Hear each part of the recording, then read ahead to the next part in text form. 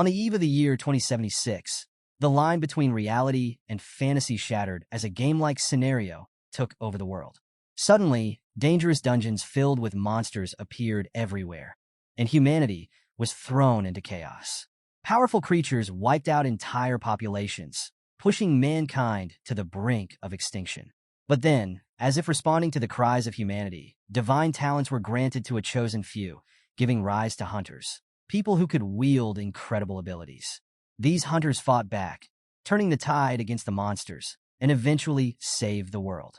But as the dust settled, a new era began, an era where strength was everything and survival of the fittest became the law of the land.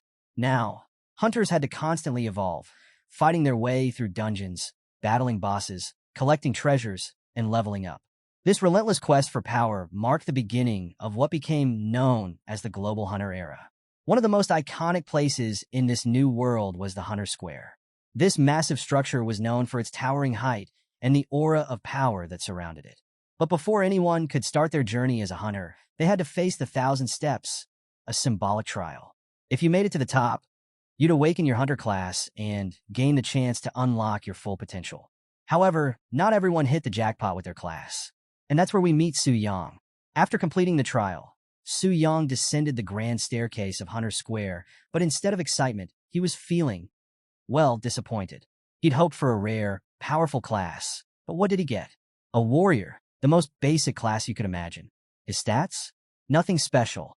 Strength at 12, speed and spirit at 10. Basically, not a great start.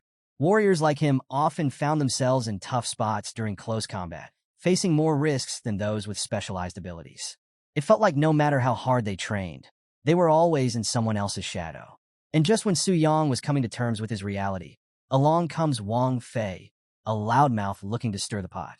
Wang Fei, who'd just awakened as an ice mage, couldn't resist throwing some shade at Su Yang, calling him a nobody orphan who didn't deserve anything more than grunt work.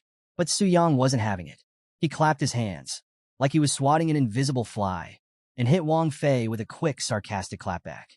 He congratulated him on becoming an ice mage, but with a sly remark about how mages are basically glass cannons, strong in magic but fragile as hell in a real fight. Su Yang even told Wang Fei to run those hands if he really wanted the smoke. But as expected, Wang Fei started spewing weak threats, hiding behind his squad instead of stepping up. Just as the tension was building and it seemed like a brawl was about to break out, the vibe changed fast. One of Wang Fei's group members noticed something that made everyone freeze. The Spirit Hunt Guild's raiding team had arrived. This wasn't just any guild. This was a top-tier powerhouse known all across East Spirit City for its legendary achievements. And leading the group was none other than Zhao Ming, the vice president of the guild. Zhao Ming was a big deal. A guy you usually only saw on posters or in promotional videos, but here he was standing in the flesh, commanding the space around him with his presence. Alright, so Wang Fei, still riding the high of his Ice Mage class, decides to shoot his shot with the Spirit Hunt Guild. You can almost see the ambition in his eyes as he steps forward, eager to prove himself. He starts buttering up the raiding team, throwing compliments at the guild, and trying to showcase his rare Ice Mage abilities. The guy's got some confidence, hoping this might just land him a spot in one of the most prestigious guilds out there. At first, his request is straight up denied by one of the guild members. They stop him in his tracks, telling him to apply through the official recruitment process like everyone else. No shortcuts here. But then, in a twist, Zhao Ming, the vice president of the guild, notices Wang Fei's hustle and the potential value his control skill could bring to their team. So, out of respect for the effort, Zhao Ming hands Wang Fei a recruitment card. Big move. This not only highlights Wang Fei's potential, but also shows that the Spirit Hunt Guild is always scouting for new talent, even if they're selective. Now, seeing this go down, everyone else around them jumps in, trying to grab the raiding team's attention. People start shouting out their professions and abilities, hoping to score a spot in the guild too. But the Spirit Hunt team isn't having it. They make it clear that they're not here for a recruitment drive. Instead, they tell everyone to stick to the official process and stop bothering them with random applications. They drop this message with the kind of no-nonsense professionalism that shuts down any further debate. But then Su Yang, feeling a bit bold, asks if they're interested in warriors like him. The response? Nothing but disdain. The team acts like he just asked the dumbest question in the world, and you can almost feel the awkward silence as they brush him off without a second thought. This was just another reminder of how low warriors rank in the eyes of these elite guilds, especially compared to rarer classes. For Su Yang, this moment felt like another blow, highlighting just how difficult his path was going to be. In a world where your future was determined by the strength and rarity of your profession, being a basic warrior was like having a permanent handicap. Even the lower-tier guilds weren't interested in his class. But then, Su Yang overhears something that catches his attention. The Spirit Hunt Guild was gearing up to raid the Black Dragon's lair today. They were using the teleportation gate inside Hunter Square to access the dungeon. Now, for those of you who don't know, the Black Dragon's lair is no joke. It's the largest S-tier dungeon in City CA, packed with monsters, elite creatures, and at the very end of it all, the most terrifying boss, Black Flame Wings Athos, a level 99 monster that's taken down even the strongest guilds before. Despite how deadly this dungeon is, word has it that the Spirit Hunt Guild has hunters at 4th Transcendence or higher, meaning they've got the firepower to handle it. Plus, they've got a reputation for never failing a raid, so maybe they can actually pull it off. But for Su Yang, hearing all this just made him feel worse. Here he was, watching others about to take on this epic quest, while he was stuck in a basic warrior class, doomed to a life of mediocrity. The thought of being trampled underfoot by stronger hunters, while he struggled to survive, was starting to weigh on him. Just as he was sinking into despair, something unexpected happened. Out of nowhere, a system notification popped up, catching him completely off guard. The message? Perfect soul host detected. Part-time system will soon be bound to you. Wait, what? Su Yang couldn't believe it. This wasn't just some random notification. It was a game changer. And as if that wasn't enough, when he opened his eyes again, he found himself transformed. He wasn't Su Yang anymore. He had become the very thing everyone feared. The level 99 Black Dragon, Athos, the Black Flame Wing itself. So, now that Su Yang is transformed into Athos, the Black Flame Dragon, he's suddenly aware of the sheer power he's gained. His health pool is insane, 5 million HP. And his stats? Absolutely off the charts. We're talking incredible strength, speed, and spirit values that make him almost unstoppable. Oh, and did I mention his 80% immunity to both physical and magical attacks? Yeah, that's the dragon bloodline at work, giving him an insane advantage. And the skills this guy has? They're straight out of a legend. First, there's his Black Flames, a destructive power he can unleash without any cost, dealing massive magical damage to anyone who dares to face him. Then, he's got Dragon Suppression, which lowers the stats of any creature below his level by 20%. So, basically, any lower-level monsters don't stand a chance against him. But wait, it gets even better. Su Yang's got an entire arsenal of abilities that make him practically untouchable. Dragon Blast hits with 300% of his strength, which at this point is already crazy high. Then there's Dragon's Roar, a skill that stuns everything within a 300-meter radius for 5 seconds if their spirit stat is lower than his.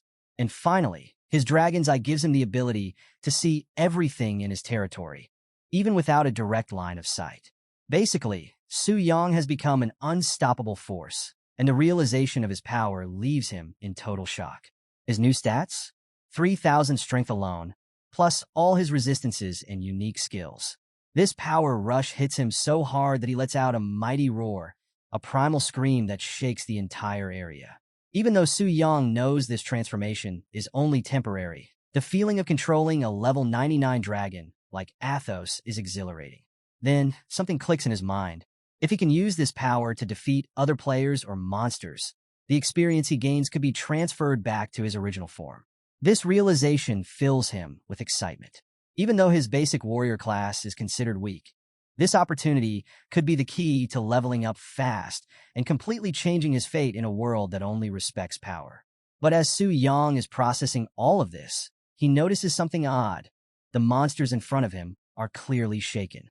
Turns out, his dragon roar had activated without him even realizing it, and these creatures were suffering from the aftereffects.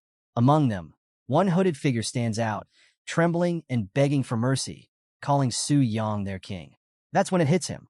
These monsters see him as their leader because he's embodying the Black Dragon. So, Su Yang decides to play the part. He looks down on them with all the arrogance of a superior being, commanding them to rise. Immediately, the hooded figure praises his immense power and even hints that once this dragon reaches maturity, it could easily crush the human world. This is a big moment for Su Yang. as he realizes the black dragon he's controlling is still just in its juvenile stage. That's wild because normally bosses in dungeons have fixed levels. But this dragon? It seems like it has the potential to grow even stronger. This revelation piques Su Yang's interest. He's definitely going to keep an eye on that. But then, Su Yang's attention is pulled in another direction. A beautiful elf is locked in a cage nearby. She's got elegant silver hair and striking crimson eyes, but right now, she's struggling under the pressure of Su Yang's dragon aura. When she notices him staring at her, she demands to be released, threatening him with retribution from the elven race. Su Yang? He's not intimidated at all. In fact, he's more fascinated.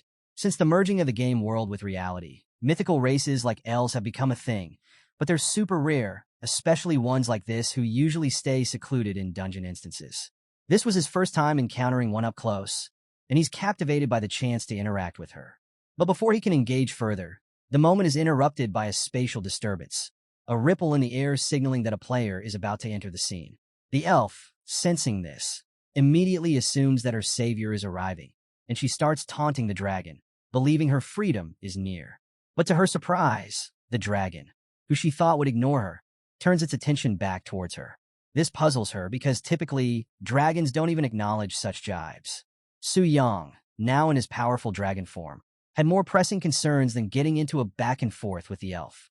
He knew the Spirit Hunt Guild was on its way, and while they had a reputation for being unbeatable, Su Yang wasn't so sure they'd have what it takes to overcome him, not in his current formidable state.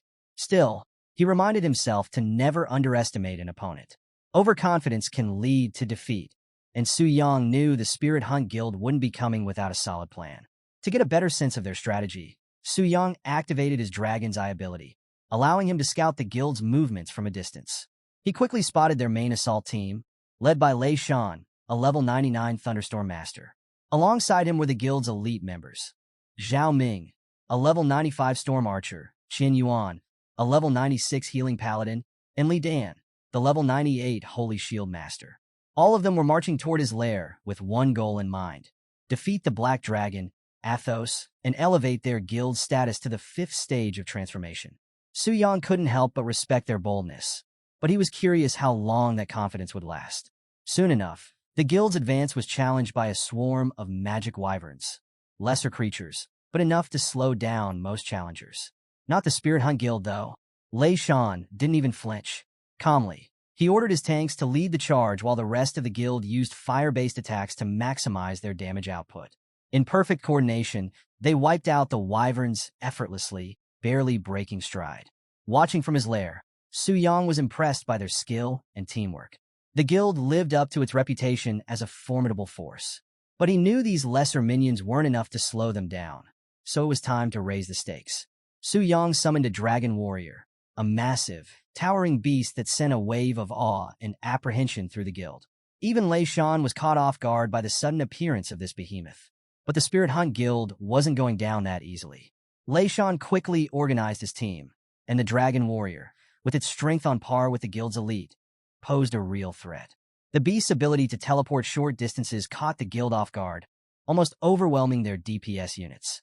But just in time, Lei Shan activated his Divine Light Shield, a barrier that protected his team from the dragon warrior's devastating attacks.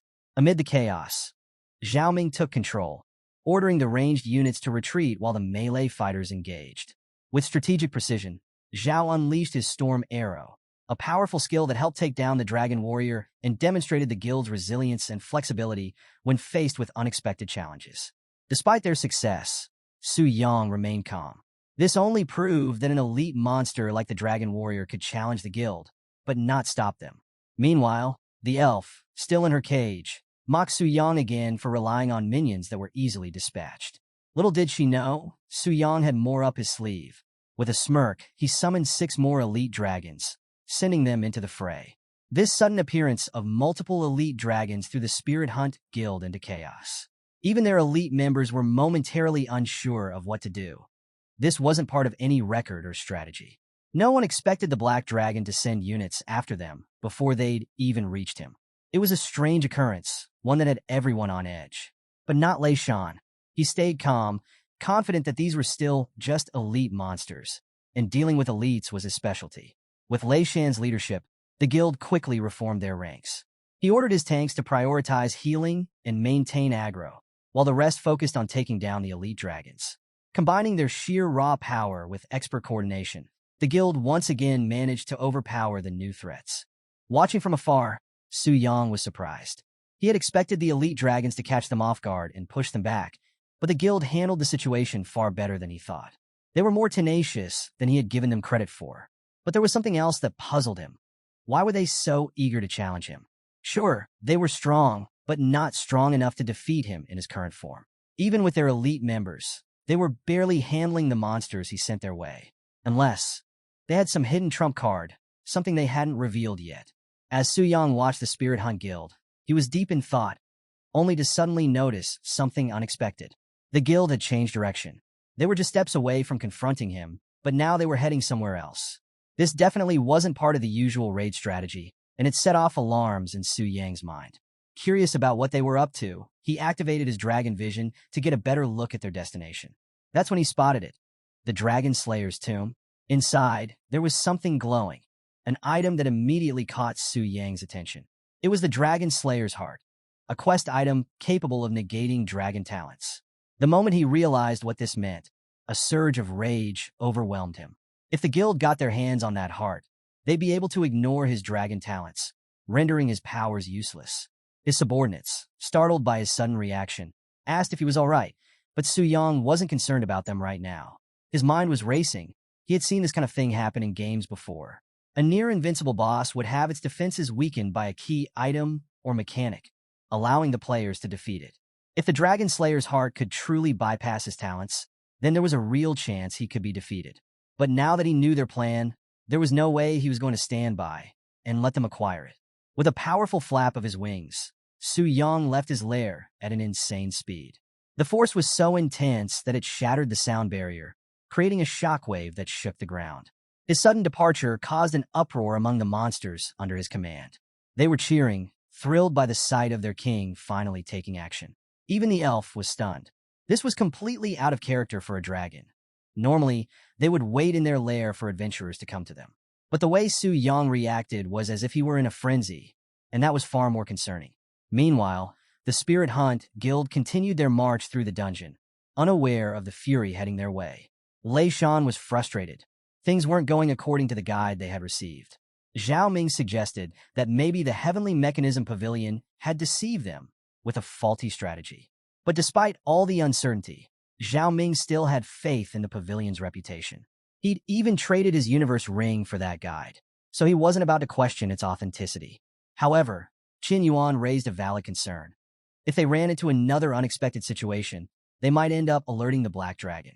Lei Shan dismissed this, confident that the dragon wouldn't leave its lair unless provoked. After all, according to their guide, the Black Dragon was nothing more than a lazy, overpowered lizard. As long as they didn't attack first, they had nothing to worry about. The dragon was just a stepping stone for the guild, and with all the damage it had caused, Lei Shan was determined to make the Black Dragon pay. But Qin Yuan had other motivations. He was more focused on completing the Elf Maiden's Easter egg. If they succeeded, they'd not only gain a pass to the Elven Kingdom, but the Elf Maiden herself would obey their commands. Lei Shan, understanding his team's ambitions, promised that once the dragon was defeated, they could deal with the elf however they wanted. However, their planning was cut short when one of the guild members, Chen Yuan, spotted a large silhouette in the sky. At first, they thought it was just a flying dragon, a minor threat, but something didn't add up. These types of creatures were labeled as guard monsters and shouldn't be appearing here. As the silhouette got closer, their mistake became clear. It wasn't just a guard monster. It was the Black Dragon, Athos himself. Shock spread through the guild. They were supposed to face the Black Dragon later in their quest, but now he was right in front of them. And without the Dragon Slayer's heart, the item they believed was essential for their victory, they were in deep trouble. Panic started to spread, and for a brief moment, the guild even contemplated retreating. Su Yang, watching their fear, couldn't help but smirk. The supposedly invincible Spirit Hunt Guild, reduced to cowards when stripped of their tricks. This played right into his hands. He saw this as the perfect opportunity to eliminate them and level up in one go. But just as he prepared to attack, Lei Shan's resolve hardened. He wasn't about to back down. As Su Yang readied his devastating attack, Lei Shan acted fast, using his lightning ability to interrupt the dragon's assault. While it wasn't the most powerful strike, it was enough to throw off Su Yang's attack, buying the guild precious time. Lei Shan wasn't about to back down. He unleashed a powerful aura of electricity, signaling to his guild that they were going to confront this black dragon head-on. There was no turning back now. He firmly instructed everyone. Retreat wasn't an option. Lei Shan believed in their strength and reminded them that while the dragon was powerful, so were they. And to motivate them even further, he promised generous rewards, money, equipment, even women, whatever they wanted once they took down the dragon. With that promise, the guild members' spirits were lifted. Even though the dragon looked as menacing as ever, they now believed they could do the impossible. Meanwhile, Su Yang couldn't help but feel a thrill of excitement. He was eager to see what this renowned guild had in store for him. As the confrontation escalated, Lei Shan swiftly gave orders to Li Dan to boost both their defenses and offensive capabilities. Li Dan activated their strongest defense barrier, while the healers were called to support with mana regeneration, ensuring the team could hold their ground. At the same time, the support classes worked to apply single-target buffs on Lei Shan and Zhao Ming, maximizing their attack potential. According to their strategy, they just needed a small window of opportunity to grab the Dragon Slayer's heart from the tomb. If they could create even the tiniest opening, there was still hope for them to defeat the dragon. But just as they were getting ready to execute their plan, Su Yang made his move. With a single powerful crash of his tail, he smashed down on the guild, causing chaos and destruction. He wasn't going to give them any time to breathe. But to his surprise, as the dust and debris settled, a flash of light and magic attacks came flying at him. The guild was still alive. It turned out that Li Dan had managed to activate a triple holy light barrier at the last second, protecting the guild from what could have been a deadly blow. It was unexpected. Bosses typically didn't attack first like this, so the guild had been caught off guard. But knowing that bosses could only use one skill at a time, Lei Shan and his team knew this was their chance to strike back. Qian Yuan quickly invoked a divine blessing, enhancing the power of their holy light skills. The other guild members followed suit, applying buffs to Lei Shan and Zhao Ming, boosting their power to the max. Now fully enhanced, they prepared to unleash their full might against the Black Dragon. Su Yang, watching them regroup so quickly, was impressed. The guild had been caught by surprise, but within moments, they were back on their feet and ready to counterattack. It was too late for Su Yang to dodge, so he braced himself, preparing for their assault. Lei Shan and Zhao Ming unleashed their most devastating attacks, combining all their strongest skills into one concentrated strike aimed directly at Athos. The impact of the attack was so intense that it could be felt far beyond the battlefield. Lei Shan, confident that they had done serious damage, commanded his guild to prepare for another wave. But as the smoke cleared, his confidence shattered. To his shock, the dragon stood there, barely scratched. The guild's most potent attacks had only managed to deal 10,000 damage. That wasn't even 1% of Athos' health. The dragon's damage reduction rate was far higher than they had anticipated. Seeing this, some guild members began to question whether they should retreat. But Lei Shan urged them to stay strong. According to the guide, the dragon wouldn't unleash its ultimate skills until its health dropped below 75%, so they still had a chance to distract it long enough to get the artifact. They continued to fight, hoping for that small chance. But Su Yang was growing impatient. Their tenacity was starting to feel like a swarm of mosquitoes, annoying but ultimately ineffective. Their attacks couldn't touch him, yet they still clung to hope. But Su Yang was done entertaining them. It was time to end this. With a deafening dragon roar, Su Yang unleashed a blast so powerful that the very ground beneath him crumbled. The guild members were overwhelmed by the roar, knocked flat by its devastating power. As the dust settled, only Athos remained, standing tall and proud. The Spirit Hunt Guild, even with all its elite power, had fallen before him. It was clear now. Even an A-level guild was no match for him. In the aftermath of Athos's devastating dragon roar, Lei Shan struggled to stay conscious. He couldn't believe it. This was not how things were supposed to go. The guide had let them down again, filling them with false hope and strategies that didn't account for the sheer power of this dragon. Despite everything, Lei Shan's spirit remained unbroken. He urged his guild members to regroup and launch another attack, clinging to the belief that Athos would be vulnerable after unleashing such a powerful skill. But as he surveyed the battlefield, Lei Shan's heart sank. His guild members, the best fighters he had, were already incapacitated, scattered across the ground. Even the strongest among them had been overwhelmed by the dragon's formidable power. What crushed his spirit completely was realizing that the dragon they thought would be paralyzed after its attack was, in fact, far from immobilized. Contrary to the guide's information, Athos was on the move, preparing to strike again. Without warning, Athos unleashed a dragon's breath, a skill even more destructive than anything the guild had faced. The sheer force and intensity of the flames obliterated what little remained of their defenses.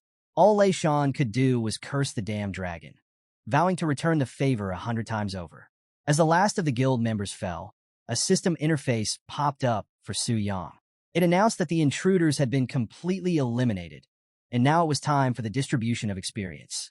To Su Yang's surprise, the amount of XP was overwhelming. But then again, he had just wiped out a guild full of high-level players, many ranging from level 80 to 99.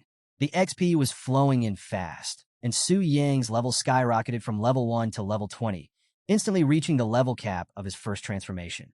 But that wasn't all. He'd gained so much XP that even after hitting the level cap, his experience overflowed, though 40% was lost due to the cap limit. He still had 430,000 XP stored up, plenty to fuel his next transformation. The realization was thrilling. After his job change, he could potentially shoot all the way up to level 40 of the second transformation in no time. Su Yang couldn't help but feel a surge of excitement. This was beyond anything he'd expected. On top of that, he had accumulated 200 unallocated attribute points, ready to use when he returned to his original form.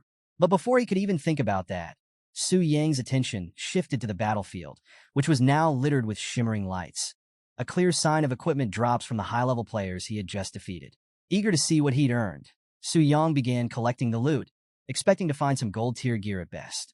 But to his astonishment, among the items were even higher rarity treasures. There was a diamond-tier longbow, cloud flow boots, a platinum-tier staff, and a flame great sword.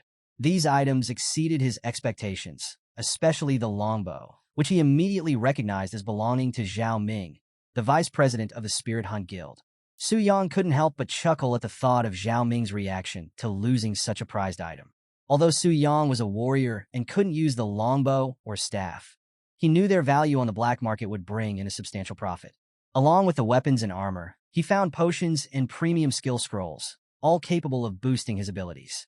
But what really caught his eye was a broken boundless gem. This exceptional item was a game changer. It had the ability to remove level restrictions from equipment, which meant Su Yang could wield gear like the platinum-tier flame great sword, even though it normally required a minimum level of 79. This weapon wasn't just a perfect match for his warrior class. It also came with incredible attributes, including a flame enchantment that would add fire damage to his attacks and the ability to summon a flame giant, though it had a one-day cooldown. The great sword was insanely powerful, and Su Yang couldn't wait to use it. Just as he was admiring his loot, the system notified him that he could now return to his original form. Without hesitation, Su Yang triggered the transformation. Light enveloped his massive dragon form, and in the next moment, he found himself back in his human body. To his surprise, he wasn't just back in his old location. The system had conveniently returned him to his house. But none of that mattered as much to Su Yang as one thing. He was now level 20. What had just happened was no dream. It was real. Without wasting any time, Su Yang went ahead and allocated his newly earned attribute points. He put 100 points into strength and 50 points each into speed and spirit. Now, typically, warriors don't bother investing in spirit, but Su Yang wasn't just any regular warrior anymore. With the system advantage, he wasn't bound by the usual path. Plus, he'd obtained scrolls that required a certain amount of spirit to use. But just as he confirmed the distribution of his points, something unexpected happened. An overwhelming aura erupted from his body, as if the very essence of his being had been supercharged. The power radiating from him was so intense that it sent a shockwave through the room, knocking over items and leaving everything in disarray. The experience served as a stark reminder of the raw power he now commanded, and Su Yang mentally noted to be more careful in the future. He didn't want to lose control again. Now that his stats were sorted, Su Yang's next priority was heading to the temple to complete his job change. But when he checked the time, he realized it was already too late to go today. With no other choice, he decided to rest for now and head to the temple tomorrow. The thought of starting the transfer quest filled him with excitement. He couldn't wait to see how his job change would take him to the next level. Meanwhile, Back at the Spirit Hunt Guild headquarters, the early return of their leader, Lei Shan, sent a wave of shock through the guild members. They knew his early arrival meant one of two things. Either they had swiftly vanquished the Black Dragon, or they had suffered a crushing defeat. It didn't take long for the truth to become clear. Lei Shan's diminished state told the whole story. His level had dropped from 99 to 90, something no one had ever witnessed before. The guild, which had always prided itself on being invincible, was in disbelief. They had relied on their strategies and the guide from the Heavenly Mechanism Pavilion, certain that defeat was impossible. But this defeat only fueled Lei Shan's rage. He commanded his men never to mention that backstabbing pavilion in front of him again. He had traded his universe ring for that strategy, and all it had done was lead them to ruin. The defeat had hit his men hard too. Zhao Ming, the vice president, had dropped to level 86 and lost his diamond tier weapon, which took a heavy toll on him. Even Xin Yuan, the guild's priest, was in a full-blown tantrum. He had lost his precious cloud flow boots and the chance to secure an elf girlfriend. With all this, Lei Shan's eyes sparked with fury, radiating the power of thunder. It was a clear sign of the storm brewing inside him. He vowed to seek retribution against the pavilion for their betrayal and wouldn't rest until he got answers from those deceivers. The next day arrived, and at the Anshan orphanage, the atmosphere was completely different from any typical day. The place was alive with activity. Children ran around, playing and laughing, while the adults were busy trying to keep things under control. But things were even more chaotic than usual, because the orphanage had received a surprising number of deliveries. Piles of boxes and packages had arrived, much to everyone's confusion. The elderly caretaker, who oversaw the orphanage, was particularly puzzled. He wondered if there had been some sort of mistake. How could all these goods be meant for them? He even asked the delivery staff if they were at the wrong place. But they reassured him they were in the right location. They showed him the paperwork, which clearly stated that all the deliveries were addressed to the Anshan orphanage, and the person who had sent them was none other than Su Yang. This revelation left the old man shocked. He knew Su Yang very well. He knew Su Yang didn't have much money, so how could he afford to send so many supplies to the orphanage? The caretaker couldn't wrap his head around it. As he stood there lost in thought, something caught his attention. A little girl was playing dangerously close to a stack of crates. His parental instincts kicked in, and his heart dropped when he saw the crates start to tip over, ready to fall on the girl. The caretaker tried to rush over, but he was too old to get there in time. All he could do was shout out, hoping someone could reach her before it was too late. Just as the crates were about to fall, a figure rushed in with remarkable speed. An arm shot out, catching and stabilizing the crates in the nick of time, preventing them from crashing down on the little girl. The rescuer? None other than Su Yang, the same person who had sent all the deliveries. He had arrived just in time to save the day. As soon as the kids recognized him, they rushed toward him, all smiles and excitement. It was clear Su Yang was well loved at the orphanage, and seeing the kids so lively brought him a sense of peace. The old caretaker was equally excited to greet him, and he couldn't help but notice how strong Su Yang had become. Su Yang was holding the heavy crates like they were nothing, a clear sign that he had already received a profession, which made the caretaker proud. Despite his joy, the old man couldn't shake his concern for Su Yang's safety. It was second nature for him to worry about the children he had raised, so he couldn't help but advise Su Yang to remain cautious and prioritize his own well-being. Su Yang offered an awkward smile in response, fully aware that he was now the monster others should be afraid of. Still, he was touched by the caretaker's concern. Growing up as an orphan, Su Yang had always felt fortunate to have someone who cared for him like family. Wanting to ease the old man's worries, Su Yang reassured him, saying there was nothing to fear. After all, the monsters couldn't hurt him, not with the strength he now had. He even mentioned he was heading to the temple to complete his job change, a fact that made the caretaker momentarily relieved. But as Su Yang walked away, the caretaker was left puzzled.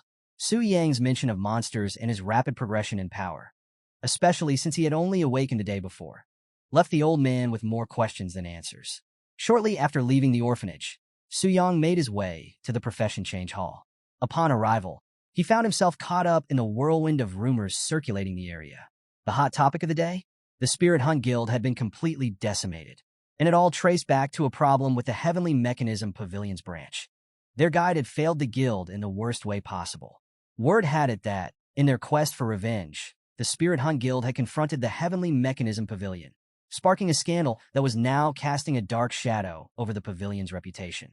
The Heavenly Mechanism Pavilion, known for its precise and highly respected raid strategies, was now under scrutiny for a mistake that seemed totally out of character for such a prestigious organization. As Su Yang moved through the crowd, absorbing the gossip, he pieced together the key details.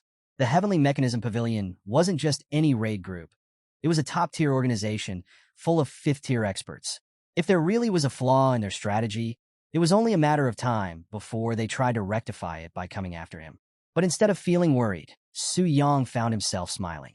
The thought of going up against the Heavenly Mechanism Pavilion didn't intimidate him at all. It actually excited him.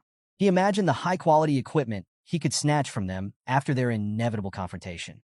However, his thoughts were abruptly interrupted by none other than the guy who couldn't mind his own business, Wang Fei. And as usual, he had his group of nobodies with him. Wang Fei, with his trademark arrogance, wasted no time in throwing shade. He mocked Su Yang for still coming to the temple, claiming that Su Yang's profession was nothing but trash. Before Su Yang could respond, Wang Fei cut him off, making it clear that his question was rhetorical. He knew why Su Yang kept coming here, because no guild wanted him. According to Wang Fei, Su Yang had to come every day, hoping for a change in luck, and Wang Fei found that hilarious. But all jokes aside, Wang Fei said it was a good time to finish what they started the other day. He smugly reminded Su Yang that he had let him off the hook because of guild business, but now that his schedule was free, and with his points allocated and new skills learned, he was ready to teach Su Yang a lesson. Wang Fei was itching to demonstrate his new abilities, and it looked like Su Yang was his chosen target. Alright, so things are heating up for Wang Fei. Just as he was about to make his move, Su Yang decides he's not going to wait around. Before Wang could even react, Su Yang strikes first. He throws a punch so powerful that Wang's face ends up catching his fists. The hit was insane. Wang Fei practically becomes a human pinball, bouncing around, and before anyone could blink, his HP drops to 5%. Yup, Su Yang almost killed him with one blow. This wasn't just a fight, it was a message. Su Yang made it loud and clear to Wang Fei's little crew. Mess with him, and you're gonna get a taste of these hands, just like Wang did. And you know what? They weren't about to test him on that. So, they scooped up Wang Fei and beat a hasty retreat, not looking back. But as they disappeared from view, Su Yang hears something from behind, applause. He turns around, and who does he see? A woman in black. Now, her outfit might kind of look like a nun's, but the thigh-high slit in her dress? Yeah, she's definitely not a nun. Turns out she's a transition guide from the temple, a key staff member from the Hall of Change, and she's impressed with Su Yang's skills. She asks if she can help him, and Su Yang, being on top of things, says he's ready for a profession transition. Lucky for him, this guide is exactly who he needs. As they walk together, she can't help but notice something interesting. Su Yang looks like he's new to the world of hunters. He has that vibe. But what she saw earlier, the strength and speed he showed, that was no rookie move. She starts to wonder if maybe he's a level 20 professional, a rank usually reserved for the second-gen kids of powerful families. This guy is definitely not what she expected, but her curiosity has to wait because they've arrived at their destination, the transition god statue. This thing is massive, carved from marble, and radiating with a kind of magic that can evaluate your profession and level. The statue assigns transition tasks based on this, and completing one is the only way to advance as a hunter. Now, these transition tasks? They're no joke. They come in 4 levels of difficulty, each testing your strength and skill. The guide suggests Su Yang try a 3-star task, but Su Yang, being Su Yang, wonders why he shouldn't go for a 4-star. She explains that the 4-star challenges are on a whole other level. Fail one, and you're stuck, unable to transition for life. Not a decision to take lightly. Understanding the risk, Su Yang steps up to the statue. He extends his arm, and a flash of lightning fills the room. The statue is evaluating him. Once it confirms his eligibility, a series of tasks pop up, each more difficult than the last, each with its own rewards. The 1-star task? Easy. Just defeat 10 level 20 sharp-tooth boars, and in return, he could become either a charge warrior or a defense warrior. Simple enough. 2-star? Slightly tougher, but now with the reward of a common grade, 1st-tier warrior skill book. 3-star? Even more intense, but it comes with a superior grade skill book that would make Su Yang even stronger. Then we get to the 4-star task, which is where things start to get real. This one would test him like nothing else, but if he succeeds, Su Yang could become a bloodthirsty warlord. And the reward? A fine grade, 1st-tier warrior skill book. But here's the twist. As Su Yang's looking through these options, something catches his eye. There's a task beyond the 4-star challenge, a 5-star transition task. And this one? It's different. Dark. The background color is ominous, standing out from the rest. So, Su Yang takes a closer look at the 5-star task, and let me tell you, this thing is on a whole different level. The challenge? He has to venture deep into the dangerous Cold Moon Forest, where he needs to take down 100 level 20 ordinary gray wolves, 10 elite savage wolves, and 1 level 20 boss gray wolf. And to make it even crazier, he's not allowed to use any equipment or items he got as gifts or through trades. Yeah, this is beyond overkill. But here's the kicker. The rewards totally justify the insane challenge. If Su Yang pulls this off, he gets a special transition to the path of a demon warrior, plus 100 extra points to his spirit attribute, an epic grade first-tier demon warrior skill, and some exclusive temple benefits. Naturally, this info completely shocks Su Yang, especially since he was originally told the highest challenge available was the 4-star task. Confused, Su Yang turns to the nun and asks what's up with that. She quickly apologizes and explains that the 5-star task wasn't mentioned because, well, it's just that difficult. No one in the entire Hua Kingdom has even attempted this task for years. In fact, both the temple and the country advise people not to go for it. They don't want potential high-level professionals stuck at level 20 forever because they bit off more than they could chew. Su Yang gets the logic behind their advice. This 5-star task isn't just a challenge, it's a life-altering decision. It's asking him to take down a boss-level monster without any outside help or special equipment. The difficulty is so extreme, it's no wonder most people steer clear of it.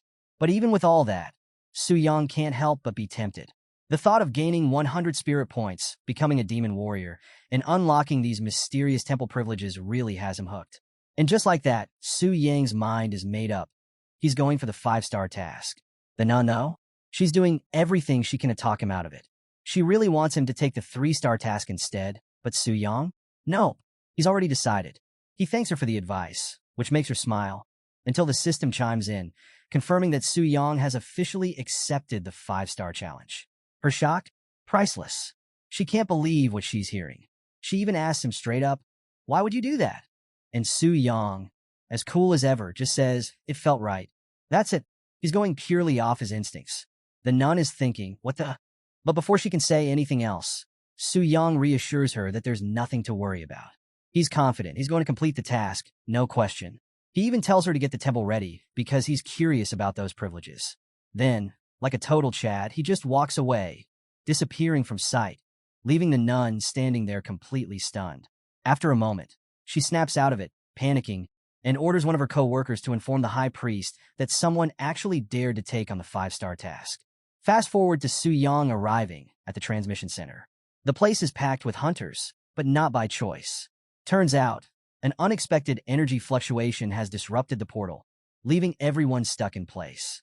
It's a rare inconvenience, and it's caught everyone off guard, including Su Yang. But unlike the others, Su Yang's not too bothered by it. He's not in any rush to get to the Cold Moon Forest, so he decides to use the delay to plan out his trip more carefully. Not everyone's as chill about it, though. One person who's especially frustrated by the delay is a city girl named Su Yin. And honestly, she's kind of bad, I'm not gonna lie.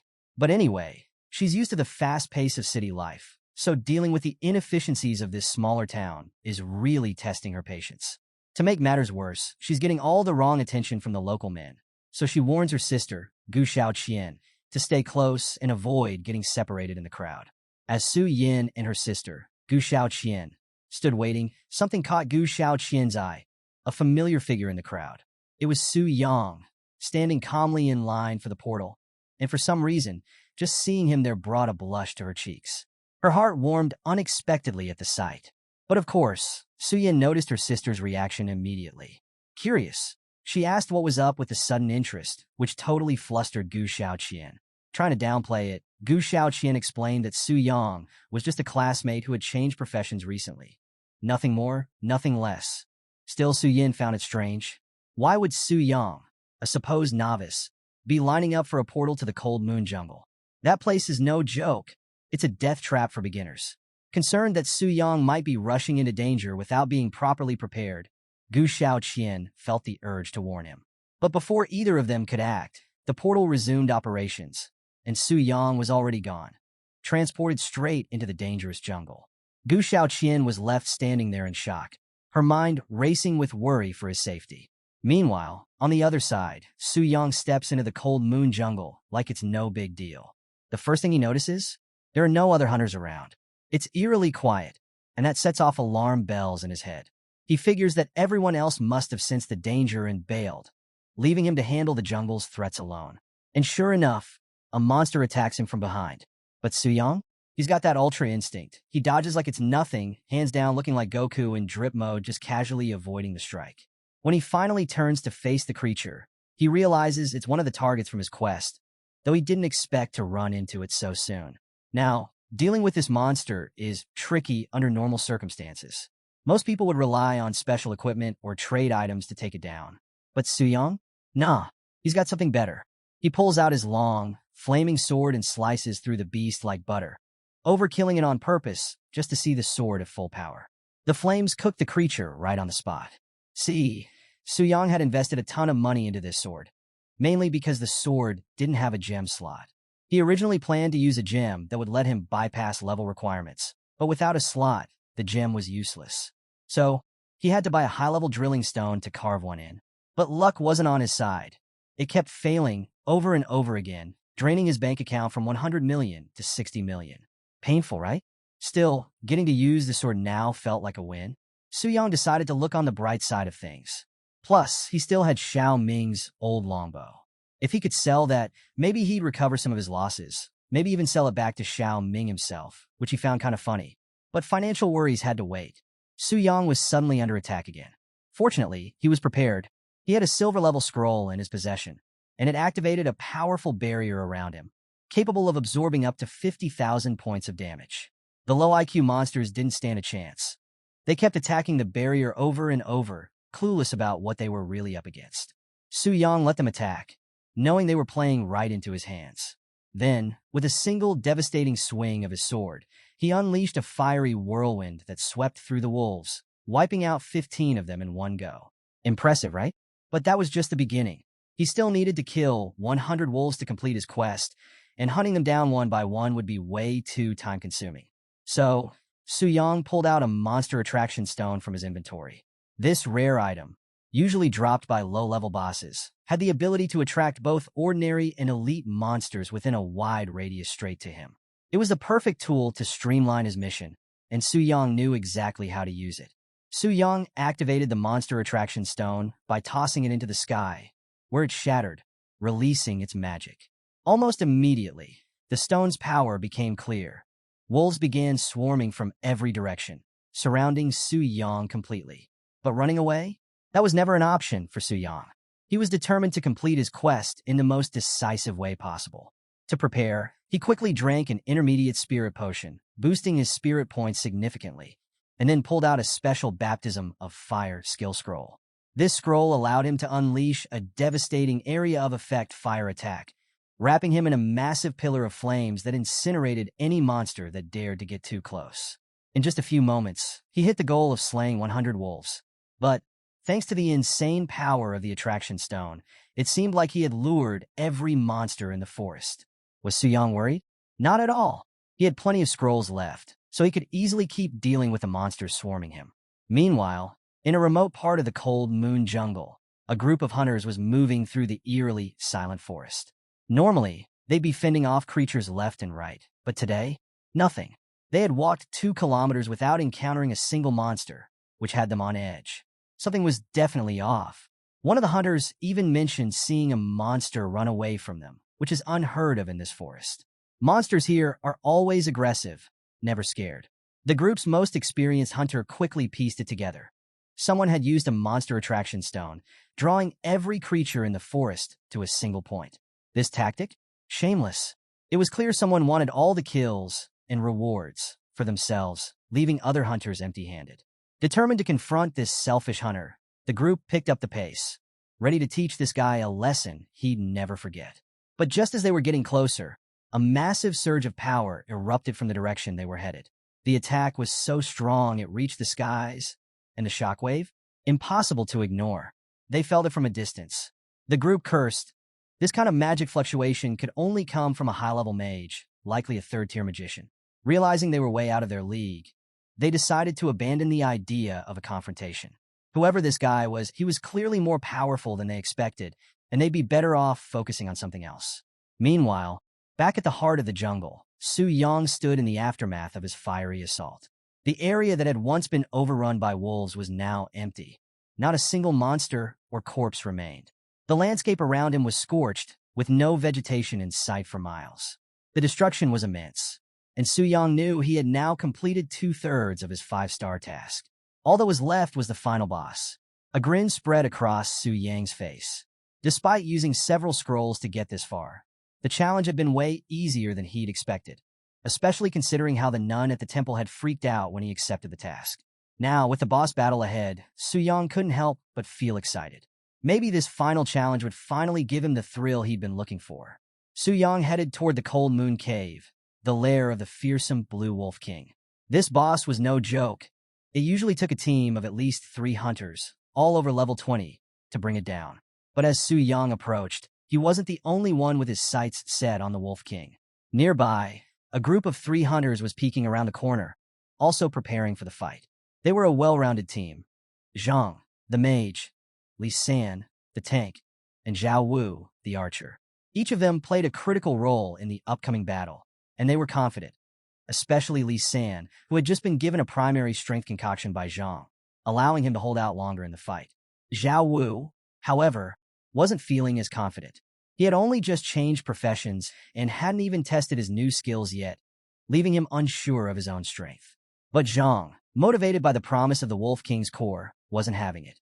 The core had a 100% chance of dropping a crystal that could be forged into a silver-level staff, a weapon strong enough to carry Zhang all the way to level 40.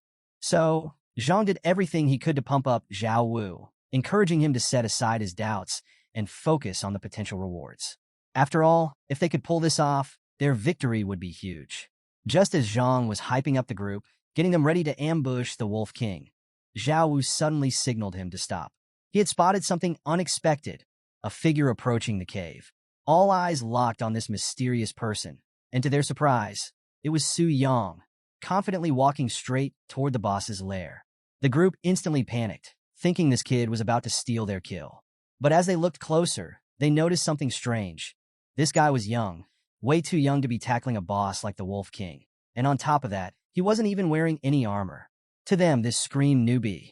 Li San, the tank, suggested they warn him, maybe tell him he's biting off more than he can chew. But Zhang? No, he wasn't about to help. He smacked Li San's arm, dismissing the idea as stupid. In his mind, this was the perfect opportunity. Why not let the kid be their free bait? Zhang figured Su Yang would get crushed by the boss's first wave of attacks, leaving them to swoop in, clean up, and take all the rewards. Li San couldn't help but admire Zhang's cunning plan, and they all agreed to wait it out. Unfortunately for them, things didn't go as planned.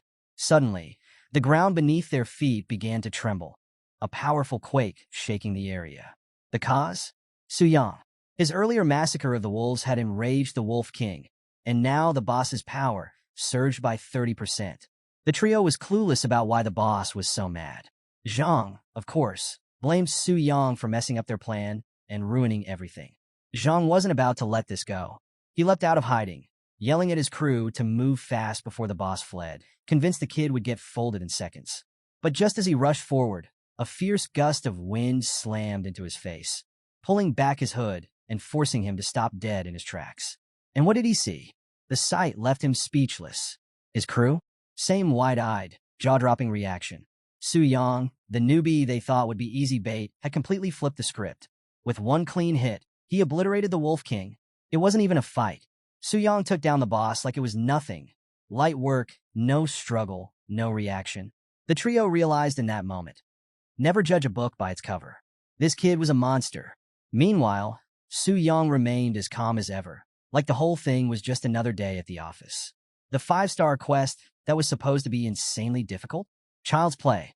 After defeating the Wolf King, Su Yang sifted through the loot, hopeful for some valuable rewards. But to his disappointment, the drops were mediocre at best.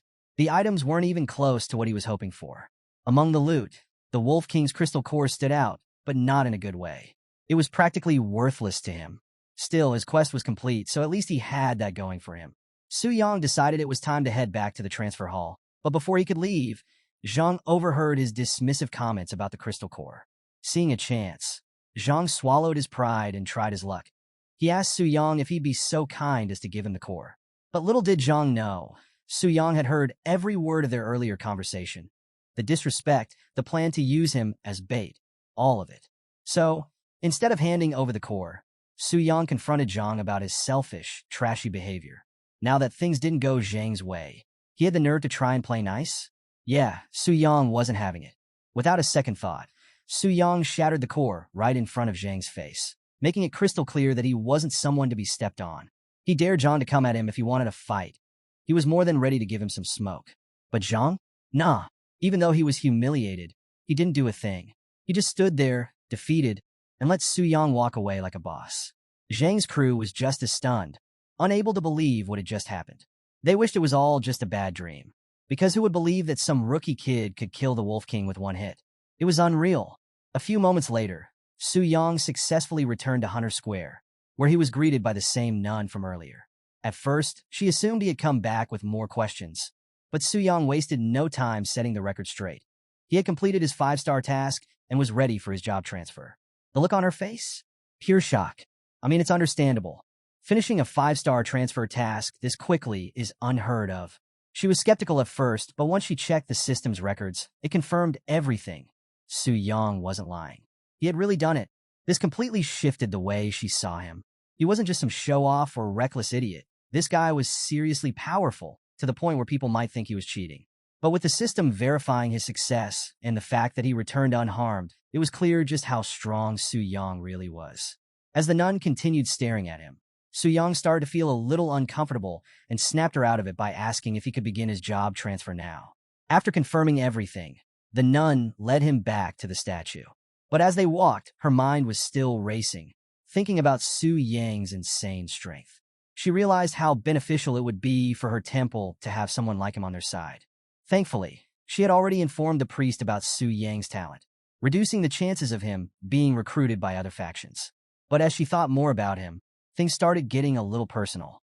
The nun, despite being, well, a nun, couldn't help but notice how handsome Su Yang was. Her thoughts went wild.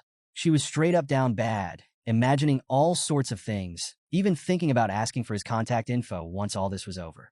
The idea of being with Su Yang was driving her crazy, but for now, she had to set those thoughts aside. They arrived at the statue, and Su Yang wasted no time stepping closer. Almost immediately, a burst of light filled the room, followed by beams of energy descending upon him, one after another. The powerful energy coursed through his body, signaling that he had successfully passed the test. Su Yang was now ready for his job change. Then, something amazing happened. A golden halo materialized around his wrist. This was a job halo, a special reward given to players who complete job transfer tasks. The color of the halo and the bonuses it provided were based on the difficulty of the task. White offered a 2% bonus, green gave 4%, blue provided 6%, purple granted 10%, and orange, the highest tier, offered a staggering 25% boost to basic attributes. Yeah, Su Yang had just unlocked that orange halo, the highest tier. This was beyond what he had expected, and he could feel it. He had leveled up significantly. On top of that, Su Yang officially transitioned into the Demon Warrior class, a hybrid class that excelled in both close combat physical skills and a wide range of magic abilities. This transformation made him even more versatile and powerful. His level cap was now raised to 40. And thanks to the 400,000 experience points he had saved up, Su Yang's level instantly shot up to 34. That meant he now had 210 attribute points to allocate. Wasting no time, Su Yang strategically boosted his strength and spirit to 90 each, while adding 30 points to his speed. This, combined with his flaming sword, made his power skyrocket. His strength surged to over 500, his spirit reached 300, and his speed hit 100, a massive upgrade from where he started. But the rewards didn't stop there. As promised, Su Yang received the Epic Skill Book exclusive to the Demon Warrior class.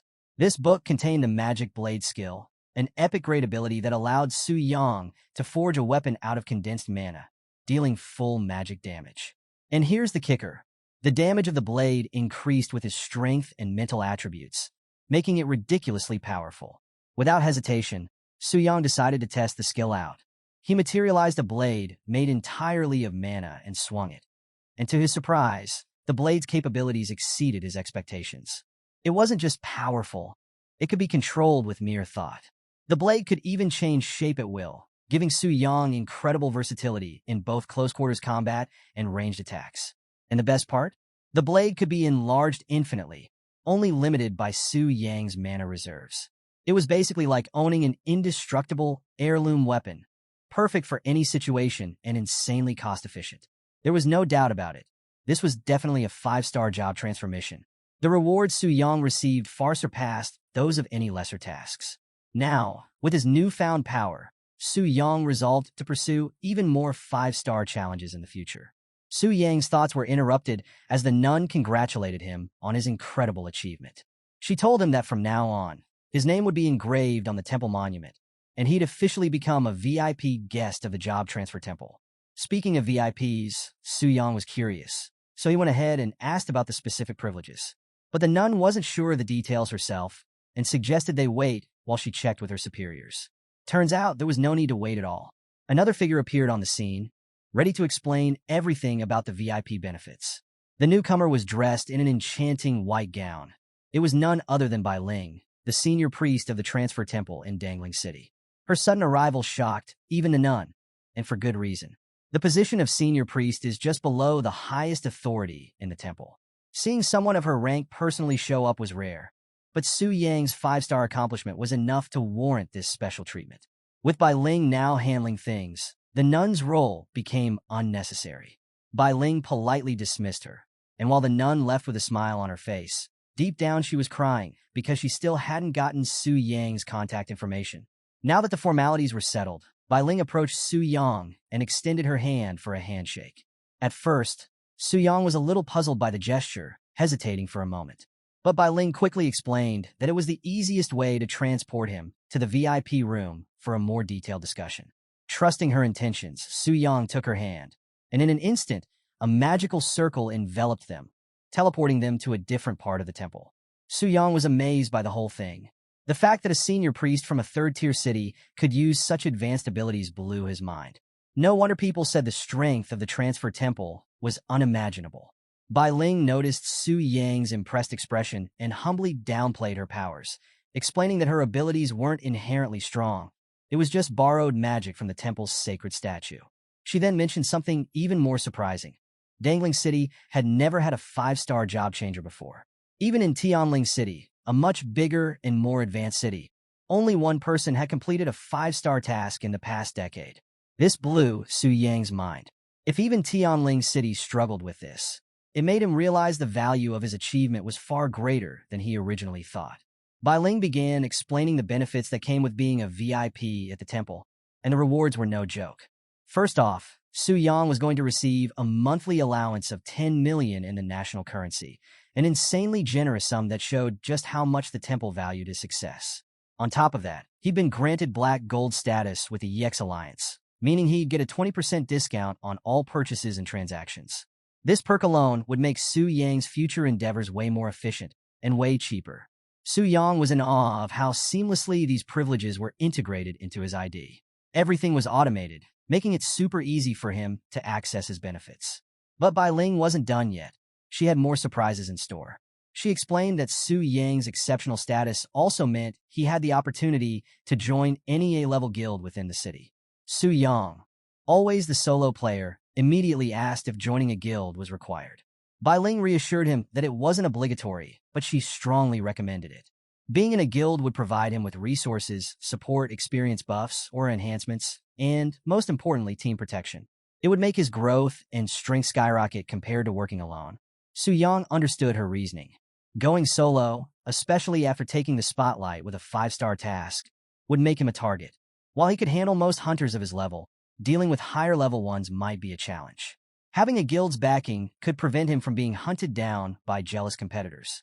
Plus, with Su Yang's goals set far beyond Dangling City, it made sense to gather all the help he could get.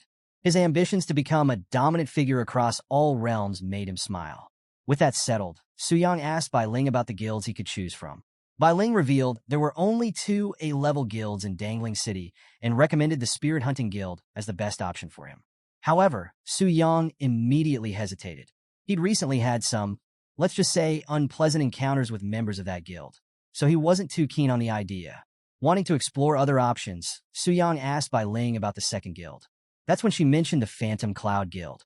Unlike spirit hunting, Phantom Cloud was known for its strength and discretion, keeping a low profile while still being highly competitive. Without much thought, Suyang chose Phantom Cloud. Anything was better than spirit hunting at this point. Bai Ling was surprised by his choice, but she proceeded to handle the membership formalities for him, making the process seamless. However, just as Suyang was about to leave, Bai Ling dropped a bombshell. Phantom Cloud Guild was composed entirely of women. This caught Suyang completely off guard. He hadn't expected that at all. So, in the bustling city of Tianling, we've got the Phantom Cloud Guild, a top tier, a level guild, and its base? It's more like a luxurious mansion, which makes sense given their high status. Now, here's the catch. The guild is exclusively made up of women. Among them is Lin Yu, a level 85 hunter and leader of the Yu Guild, Phantom Cloud.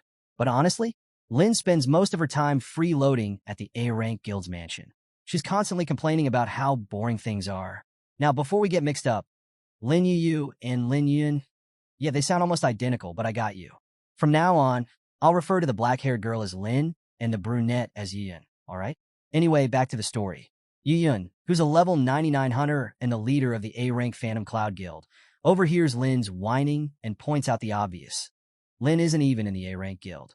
She's just freeloading, so she doesn't exactly have the right to complain about the lack of action. Lin, knowing she's in the wrong, doesn't argue. But here's the thing. She's not interested in going back to her own guild because she finds the responsibilities there way too tedious. Before Yun can respond, another character bursts onto the scene, swinging the door open with some serious force. It's none other than Su Yin, and she's already throwing shade at Yun for skipping out on guild duties, especially when it's her job to welcome new members. Su Yin introduces their newest recruit, Gu Xiaoqian, an ice elementalist. Lin, who seems more interested in appearances than abilities, takes one look at Gu Xiaoqian and is immediately sold. She finds Gu Xiaoqian's abilities satisfactory, but is more focused on how cute she looks. So, Lin just flat out approves her joining the guild without a second thought. Gu Xiaoqian, obviously surprised, barely gets a chance to respond before Yun interrupts, completely engrossed by some information on her system window. Lin, curious, asks what's going on. Yun reveals something big. A male member has joined their guild. This stirs up a huge reaction among the members because, as we all know, Phantom Cloud Guild only accepts female members. Lin's instantly suspicious and wonders if one of Yun's subordinates made a mistake. But Yun quickly clears things up. The new member wasn't a mistake. He was directly assigned by the Transcendence Temple after completing a 5-star task and being designated a VIP. Because of this, he had the privilege to join any A-rank guild of his choosing, leaving Yun with no grounds to deny him. This news leaves the guild members in awe. A guy completing a 5-star task? That's serious business. But the question on everyone's mind is, why didn't he join the Spirit Hunter Guild instead? Yun, being a level-headed leader, decides not to jump to conclusions and suggests they meet this mysterious new member, Suyang, in person. She's ready to step in if he causes any trouble, reassuring the others that if he turns out to be a problem, they'll find a way to get rid of him. Amidst all this, Gu Xiaoqian suddenly reacts. She recognizes Su Yang's name. This catches Yun's attention, and she asks if Gu Xiaoqian knows him. Gu Xiaoqian shares that Su Yang is actually a friend from Dongling City. But here's the kicker. She mentions he had just awakened and should still be at level 1, like her. This makes Yun think it's probably just a coincidence in names. But before they can dig deeper into it, another figure bursts into the room. It's Mu Rongshui, a level 95 hunter and a member of Phantom Cloud Guild. And she's not here with good news. She's here to confirm that the Spirit Hunter Guild had suffered a total defeat in the Black Dragon Dungeon. While the details of their mission remain murky, one thing is clear. It was a disaster. This news sends ripples through the guild, especially since they're planning to challenge the Giant Forest Dungeon soon. It means they'll need to be extra cautious with their strategy to avoid the same fate. But Mu Rongshui isn't just bringing bad news. She's got something juicy to share too. Turns out she'd been checking the auction house and saw Zhao Ming's weapon, Storm's Call, up for sale. And here's where it gets interesting. There was only one bidder at the time, most likely from the Spirit Hunter Guild. So, Mu Rongshui decided to play dirty. She pushed the bid higher and higher, knowing full well what she was doing. and drove the price up to over a dozen billion. Meanwhile, over at the Spirit Hunter Guild, Zhao Ming sneezed. And you know what they say? Someone's probably talking behind his back. But let's be real, Zhao Ming couldn't care less about superstitions right now. His mind was elsewhere, stuck on that damn black dragon and the insane auction where someone drove the price of his Storm's Call weapon through the roof. And who's at his throat about it? Lei Shan, of course. Lei Shan was done with Zhao Ming's whining, especially since the auction had drained him of 14 billion, a massive blow to the guild's funds. To make matters worse, the seller couldn't even be contacted through private message. The news of Zhao Ming's weapon exploding in the auction house had already spread like wildfire, and now their guild was the laughingstock of Tianling City. Lei Shan had had enough, and in typical Lei Shan fashion, he decided to literally kick some sense into Zhao Ming. The kick was so brutal that it disintegrated whatever cheeks Zhao Ming had left, leaving him unable to stand. With Zhao Ming out of commission, Lei Shan and Qian Yuan headed to their next meeting, a face-off with the members of the Heavenly Mechanism Pavilion. These guys were not happy. Seated across a long table, they were ready to talk business, especially the white-haired guy leading the charge, Zhou Tai. He's a level 110 hunter, a 5-star bloodthirsty warrior, and the strategy group leader for the Heavenly Mechanism Pavilion. Zhou Tai wasn't messing around. He asked Lei Shan and Qian Yuan straight up if he was hearing things right, because no way were they accusing his team of messing up the strategy for the Black Dragon Fortress raid. Zhou Tai was practically offended. The Heavenly Mechanism Pavilion had cleared that dungeon 5 times. They had summarized and verified every step of their strategy meticulously. So, if something went wrong, it had to be on Lei Shan and his crew, either a skill issue or they didn't follow the plan step by step. Despite the heat in the room, Lei Shan didn't back down. He insisted that their guild was known for being careful and strategic with boss raids. They were once an undefeated guild, after all. Lei Shan assured Zhou Tai that they followed the strategy from start to finish. But here's the kicker. The Black Dragon's behavior was totally off. Its patterns didn't match the strategy that was given to them at all. He made it clear he wasn't questioning the pavilion's professionalism, but something was seriously wrong. He wouldn't sacrifice his entire guild's main force just to blackmail them. But Lei Shan's defense only made Lu Ci, a level 103 shadow assassin, laugh at them. Lu Ci mocked the Spirit Hunter Guild for being utterly useless. They had the strategy handed to them, and yet they got wrecked by a level 99 boss. And now they're blaming it on the Heavenly Mechanisms exploration team? Lu Ci's arrogance was palpable, and the disrespect was real. Lei Shan was not about to let that slide. He glared at Lu Ci, telling him to watch his mouth, but Lu Ci wasn't backing down either. He doubled down, calling them weak and telling them to get good or forfeit. The tension was thick, but before things could escalate any further, Zhou Tai, too old and experienced for this kind of nonsense, stepped in and broke off the brewing fight. Zhou Tai made it clear the Heavenly Mechanism Pavilion was all about integrity. They'd never sell faulty information.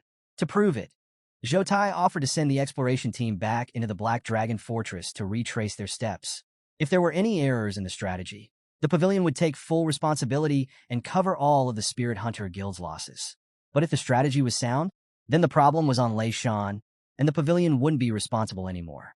It was a solid plan, and the Spirit Hunter Guild agreed. They'd send 4 members from the Heavenly Mechanism strategy team to investigate the dungeon alongside Lei Shan. The other members didn't object, so the deal was set. But just as the meeting was about to wrap up, the room's atmosphere shifted. Dark green mist began to fill the air, and both Lei Shan and Qian Yuan immediately went on high alert, thinking an enemy had arrived. The tension spiked as the ominous figure entered the room. But Zhou Tai, he stayed calm and collected, walking right past Lei Shan and Qian Yuan. He told them to relax before they embarrassed themselves. The man before them wasn't an enemy. He was Chun Luan, a level 115 5-star necromancer from the main headquarters of the Heavenly Mechanism Pavilion. So, Chun Luan was there for a reason. He'd heard about the plan to raid the Black Dragon Fortress and was ticked off that Zhou Tai hadn't informed him, despite specific orders to do so. Zhou Tai immediately apologized, explaining that he didn't want to trouble Master Chen, since this was mostly just a follow-up service by the exploration team. But Chun Luan didn't care about their reasoning. He had already made up his mind to join the raid himself. Why? Because he was obsessed with killing the Black Dragon, and more specifically, with its soul, which he could use to strengthen his treasure. And, yeah, he was a little too excited about it. Chun Luan stuck his tongue out like some kind of pervert, causing everyone in the room to cringe at his bizarre behavior. Despite the awkwardness, he couldn't stop grinning, like a full-on All Might grin, showing off his true personality. To him, whether they cleared the dungeon or got wiped out didn't matter. In fact, if they relied too heavily on strategy and still failed, Chunluan figured they deserved whatever consequences came their way. He was ready to see them pay the price. Meanwhile, Su Yang finally managed to relax, lying in bed later that night. But, of course, his peace was short-lived. His guild's chat channel was blowing up with people talking about him, which only irritated him. Thankfully, he was able to block the notifications and get a moment of peace. Just as he was about to drift off, a notification pinged on his screen. It was an update from the auction house about the Storm's Call weapon he had listed. And guess what?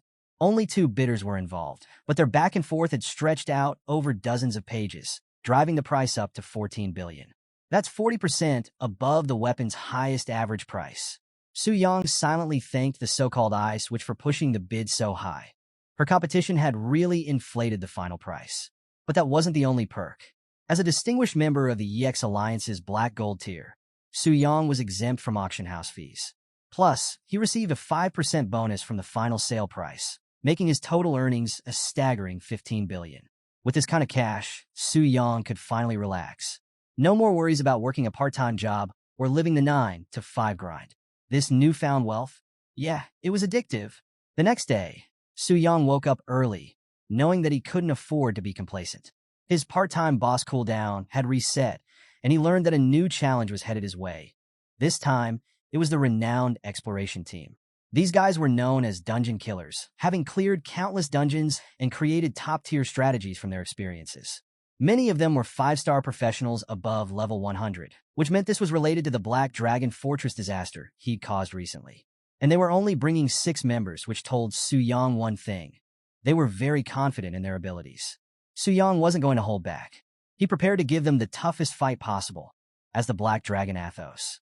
Fully transformed back into the terrifying Black Dragon, Su Yang surveyed his domain.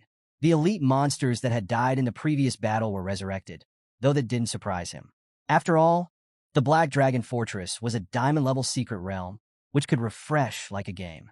Only secret realms of a star level or higher couldn't be repeated.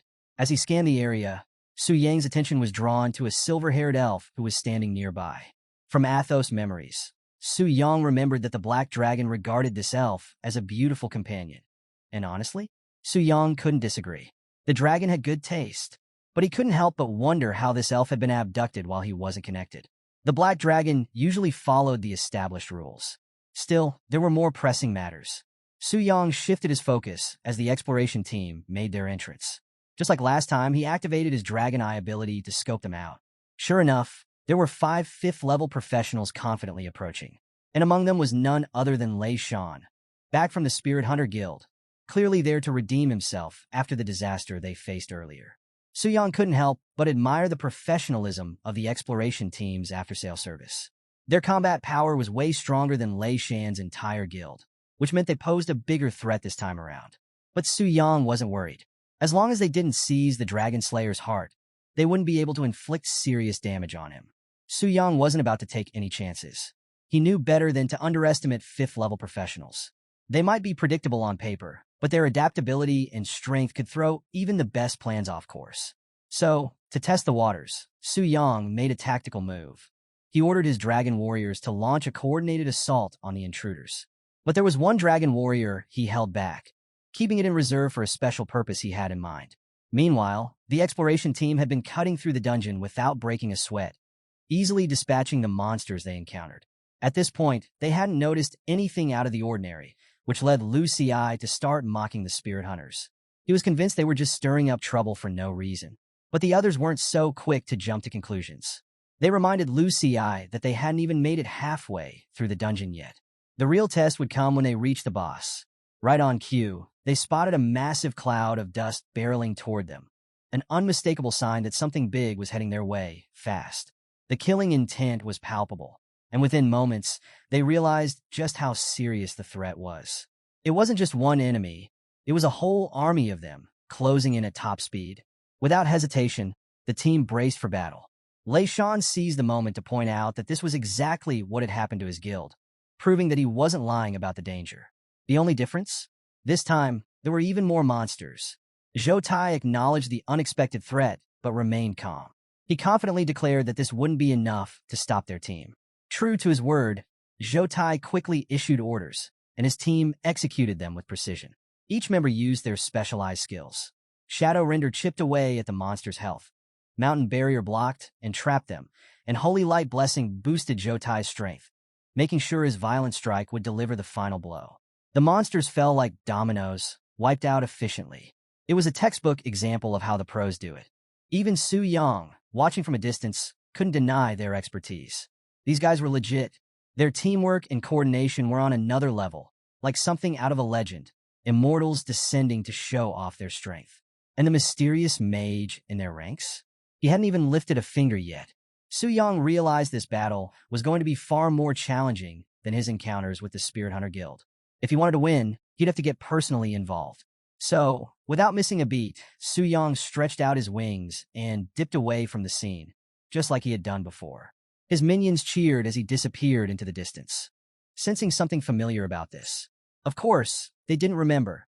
Dungeon reset rules wiped their memories of previous runs. But one entity didn't forget: the elf.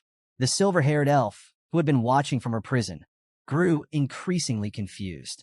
She had seen the black dragon many times before, but this behavior was different, more aggressive than anything she had witnessed since her capture. What had changed?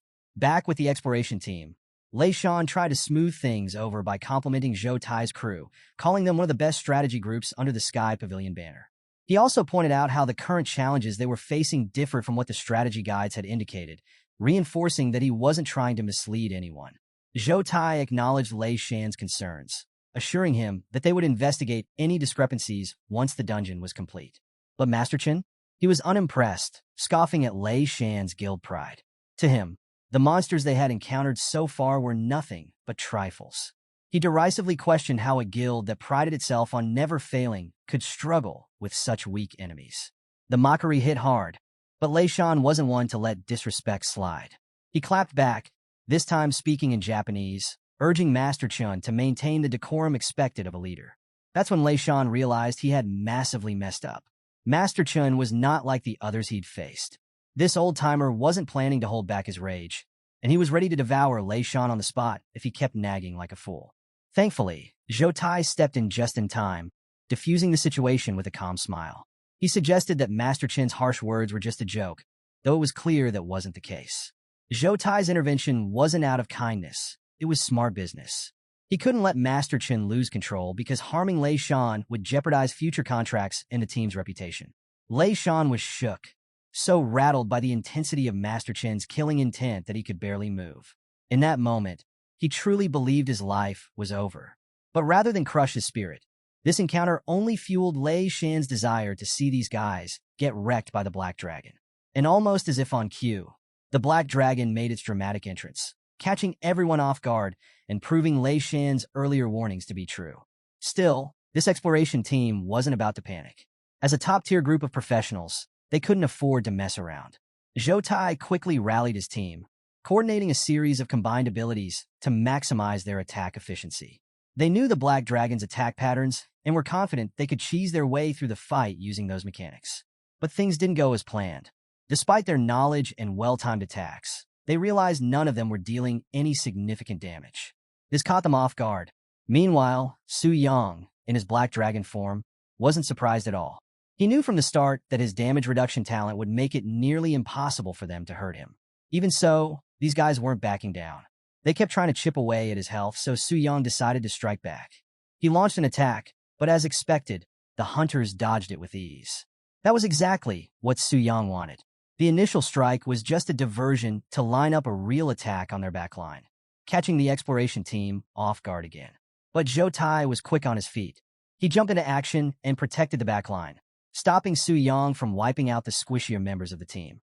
This created an opportunity for Lei Shan, who confidently aimed his most powerful execution skill, a skill that had taken down bosses in Starlight tier dungeons. Lei was sure this would hurt the dragon. Unfortunately for him, reality didn't match his expectations. Lu Ci realized too late that their attacks were barely scratching the Black Dragon, and the boss's damage reduction was no joke.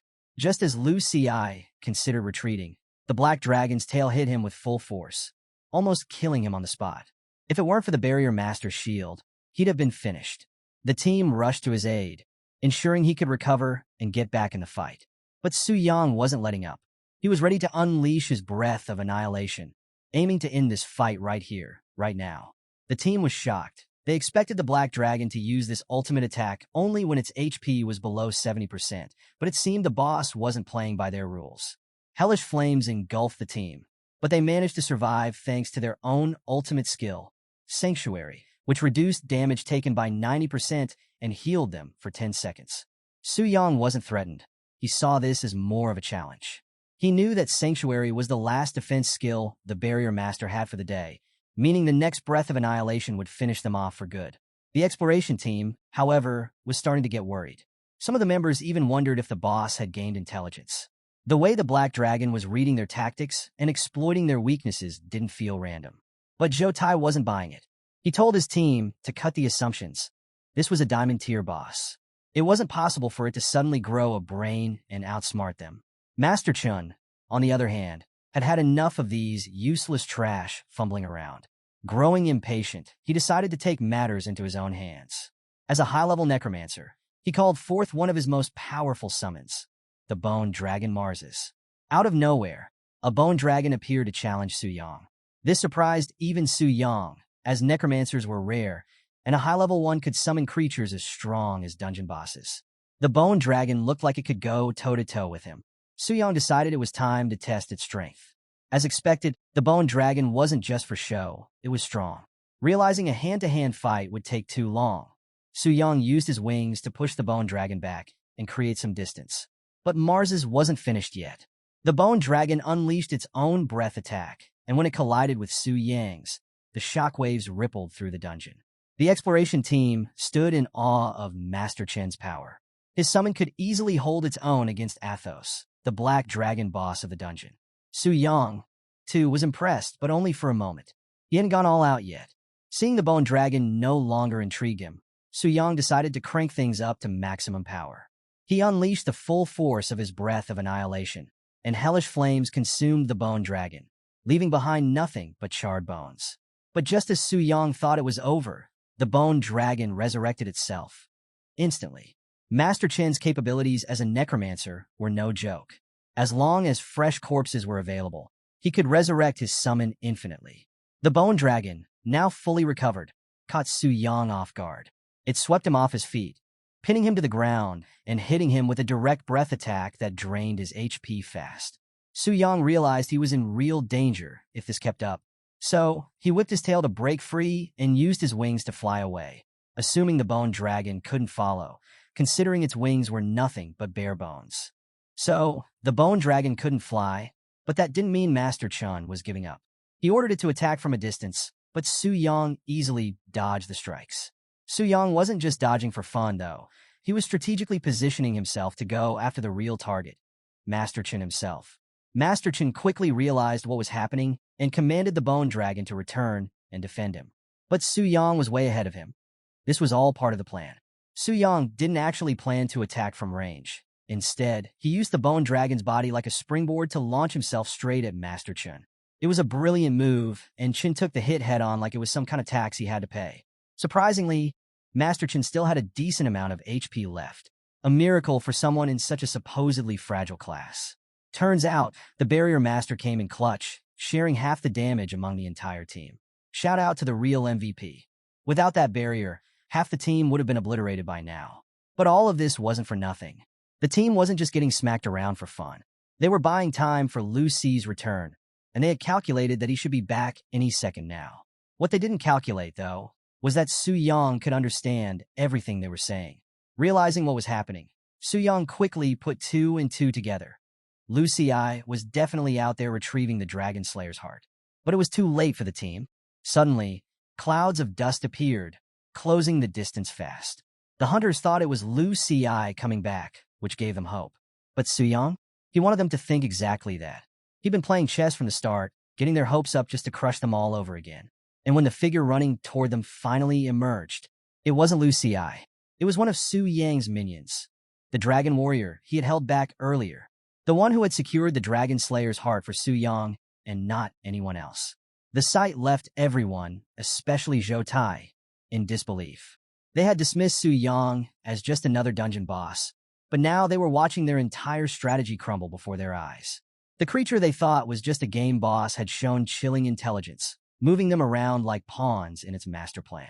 And with the heart of the Dragon Slayer now in Su Yang's possession, the group's hope of victory completely evaporated.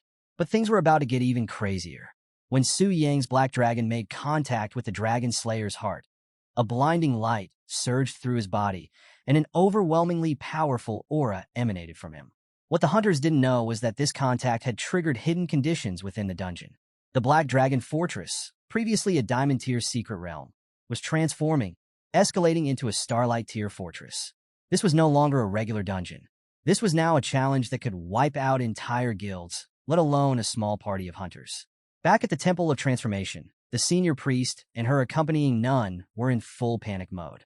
They felt an unusual surge of spiritual energy radiating from the hidden realm. It was unlike anything they had ever encountered. The senior priest hadn't anticipated this kind of phenomenon, and the sudden, mysterious nature of it left her feeling deeply uneasy. Whatever this was, it could mean massive upheavals in the world. Meanwhile, back in the dungeon, the hunters were stunned. The idea of a hidden realm evolving like this was unheard of, and to make matters worse, even the black dragon they were fighting seemed to have leveled up. His entire drip had upgraded, and the hunters knew exactly what was coming next. They were about to get absolutely destroyed. Amidst the chaos, Su Yang was reveling in his newfound strength. The surge of power had boosted him all the way to level 100, advancing him to the early growth stage and significantly increasing his attributes. But the real kicker? Su Yang had unlocked a brand new Starlight Tier skill, Purifying Inferno Prison. This skill was an absolute game-changer. It dealt a ridiculous 1,000% in both magical and physical damage. But that wasn't even the most terrifying part.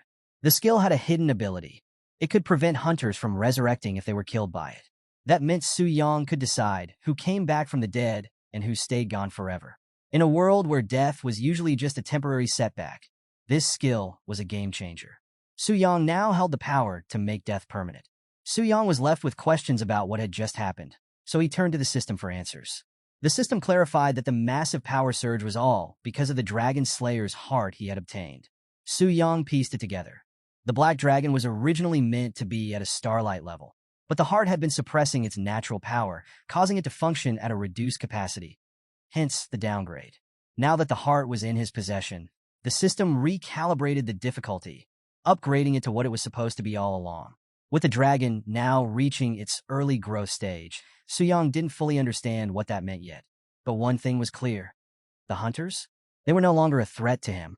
As Su Yang processed this revelation, he caught a glimpse of Lu Ci rushing toward him. Lu had returned, ready to report his failure to find the Dragon Slayer's heart. But when he saw the transformed dragon, his face said it all. He was stunned. His mind raced, trying to figure out what had happened. But those thoughts disappeared the moment he saw that the dragon was holding the heart. Zhou Tai saw the look on Lu Ci's face and quickly realized what he was about to do. He shouted for Lu to stop and come back to their ranks. But Lu Ci, being the overconfident idiot he was, ignored the warning. He charged at the dragon, thinking there was no way it could keep up with his speed. Big mistake. The black dragon absolutely wrecked him, killing him for real this time while his teammates could only watch helplessly from the sidelines. With the situation spiraling out of control, Lei Shan urgently turned to Zhou Tai, asking what their next move was. But Zhou Tai hesitated, knowing full well that Starlight-level bosses usually required a team of 10 to 25 awakened players to even stand a chance. With their small team, their odds of victory were next to zero. He knew the only smart move now was to retreat. This decision hit Zhou Tai hard. It was a blow to his pride, but he understood that survival was the priority. Without hesitation, he led the charge toward the exit, signaling for everyone to follow. Master Chun, however, was having none of it. He found Zhou Tai's cautious approach amusing and openly mocked him. But Zhou Tai wasn't fazed. He knew engaging the dragon under these conditions would be suicide. His cool-headed leadership showed why he was in charge. He prioritized his team's safety over personal glory. Even Su Yang, watching from above, respected Zhou Tai's decision. But respect didn't mean he was going to let them get away so easily. With a single beat of his wings, Su Yang launched himself at the fleeing hunters. His arrival was like thunder, slamming into the ground with devastating force and blocking their only escape route. Zhou Tai didn't lose his composure, though. He quickly directed his team to amplify their defensive capabilities, hoping to create enough of an opening to break through and escape. But Su Yang wasn't going to make it easy for them. The barrier master had already used up all of his trump cards, and Su Yang knew it. Without wasting any time, Su Yang unleashed his breath of annihilation. And this time, with his new Starlight-level strength, the attack was even more devastating. The hunter's defenses were shattered. Lei Shan and the healer were down, out of the fight for good. That left only Zhou Tai and the barrier master barely holding on, their health and mana dangerously low. They knew escape was no longer an option. In a last-ditch effort, Zhou Tai ordered his team to secure their valuable items within their infinite rings, hoping to at least minimize their losses. But this retreat didn't sit well with Master Chen. He wasn't about to concede defeat to a boss he had killed 1,000 times before. Even though the dragon had leveled up to a Starlight tier, Chen still believed he could kill it again. Confident in his abilities, Master Chen decided it was time to go all out. He summoned his most powerful skill, the Cloud Water Legion. This necromancer ability calls forth all the dead creatures on the battlefield, granting them infinite duration until Chen's mana or health depletes. In a desperate move, Master Chen unleashed his ultimate summon, the Cloud Water Legion, hoping that sheer numbers would be enough to turn the tide against Athos. But things didn't go as planned. The black dragon casually swept its massive tail, wiping out the undead army with ease, leaving only the bone dragon standing.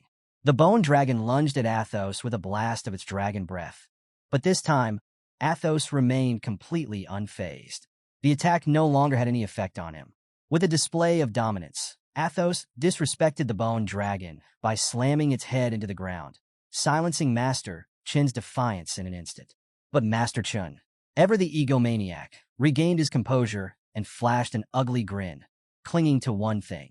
Hunters were immortal in this world.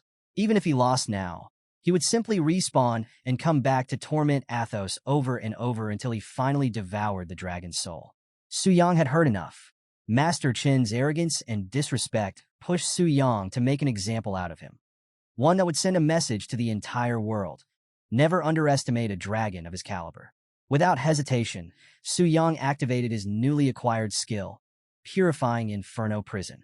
A catastrophic wave of fire and magic erupted from Athos, annihilating every hunter in the vicinity. They vanished instantly, as if they had been nothing more than illusions. All except Master Chen. Even as he was engulfed by the flames, Chen continued to taunt Athos, believing his immortality would save him. But Su Yang had different plans. He informed Master Chen, with cold finality, that there wouldn't be a next time. Suddenly, Chen's twisted grin disappeared, and panic set in. He realized something was horribly wrong. He had been standing there far longer than usual, and his HP had hit 0 long ago. So why hadn't the system transferred him out yet? Why was his body falling apart? His thoughts raced, but deep down he already knew the answer. As time seemed to slow down, Su Yang delivered the truth that Chen had been avoiding. He would not resurrect. Chen's final screams echoed briefly through the dungeon before he disintegrated completely.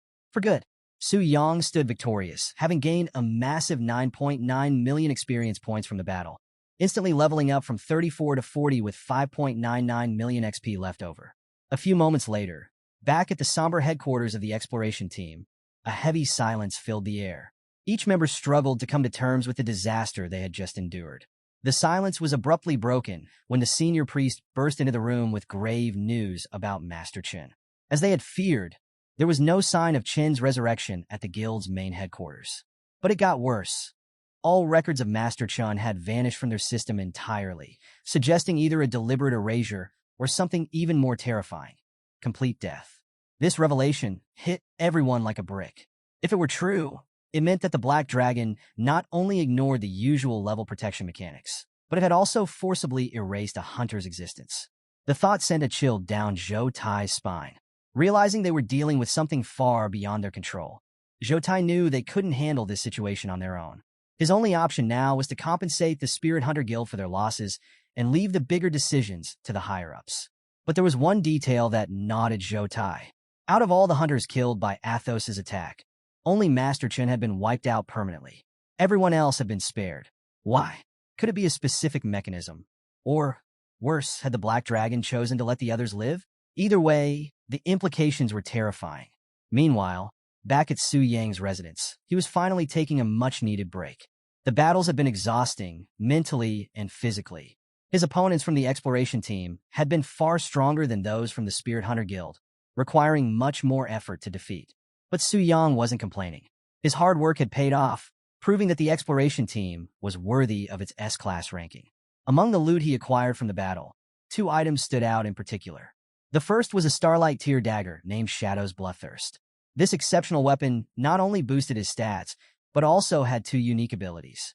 The first ability, Shadow's Body, granted Su Yang temporary invisibility and a 50% increase in speed. The second, Compassion Mark, allowed him to mark a target and deliver a stealth attack with a devastating 300% damage boost.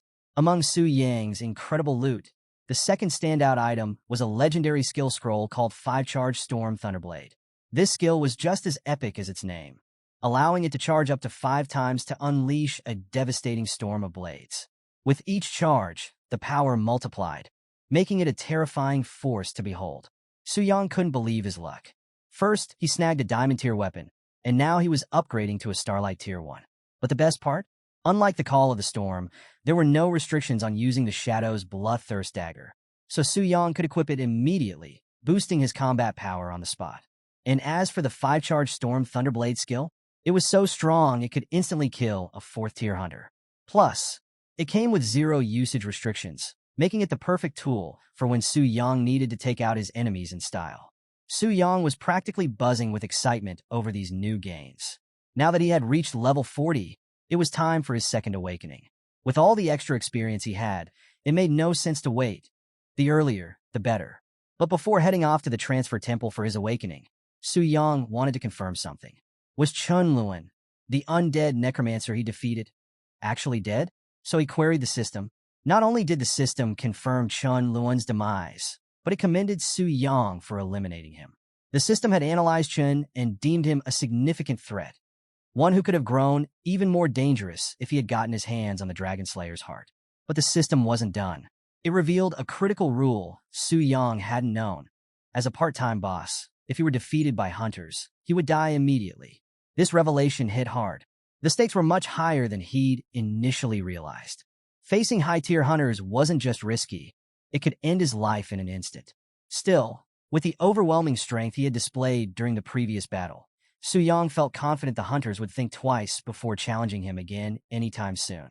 That being said, something else popped into Su Yang's mind. He remembered that Starlight tier bosses, like Athos, were called true spirit creatures and had their own consciousness. So, he asked the system if the Black Dragon had developed its own intelligence when he wasn't controlling it. The system quickly clarified that the Black Dragon had not gained intelligence due to its unique status as a system-controlled boss. When the host, Su Yang, wasn't connected, the dragon would operate strictly according to pre-established rules and behavior patterns. And in case Su Yang ever defeated the part-time boss, the system would automatically assign him a higher-level boss with even stronger capabilities, keeping the challenges fresh and limitless. This news excited Su Yang more than ever. The system was way more engaging and powerful than he had initially imagined.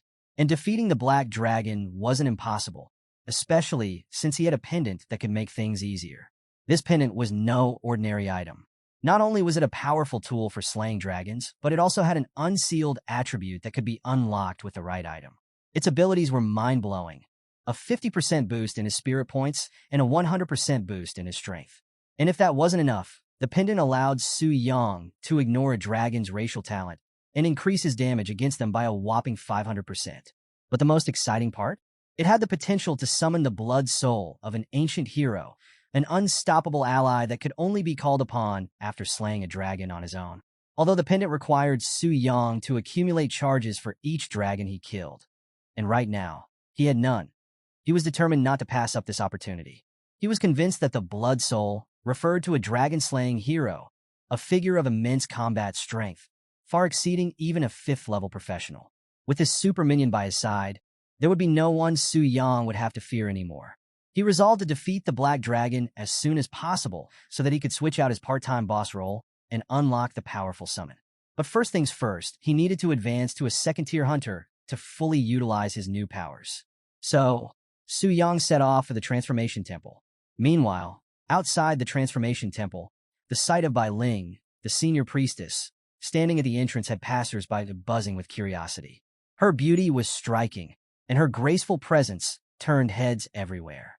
People couldn't help but wonder, who was she waiting for? It wasn't every day that a priestess of her rank would stand outside waiting for someone. The crowd began to whisper, full of admiration and envy, longing for that level of attention themselves.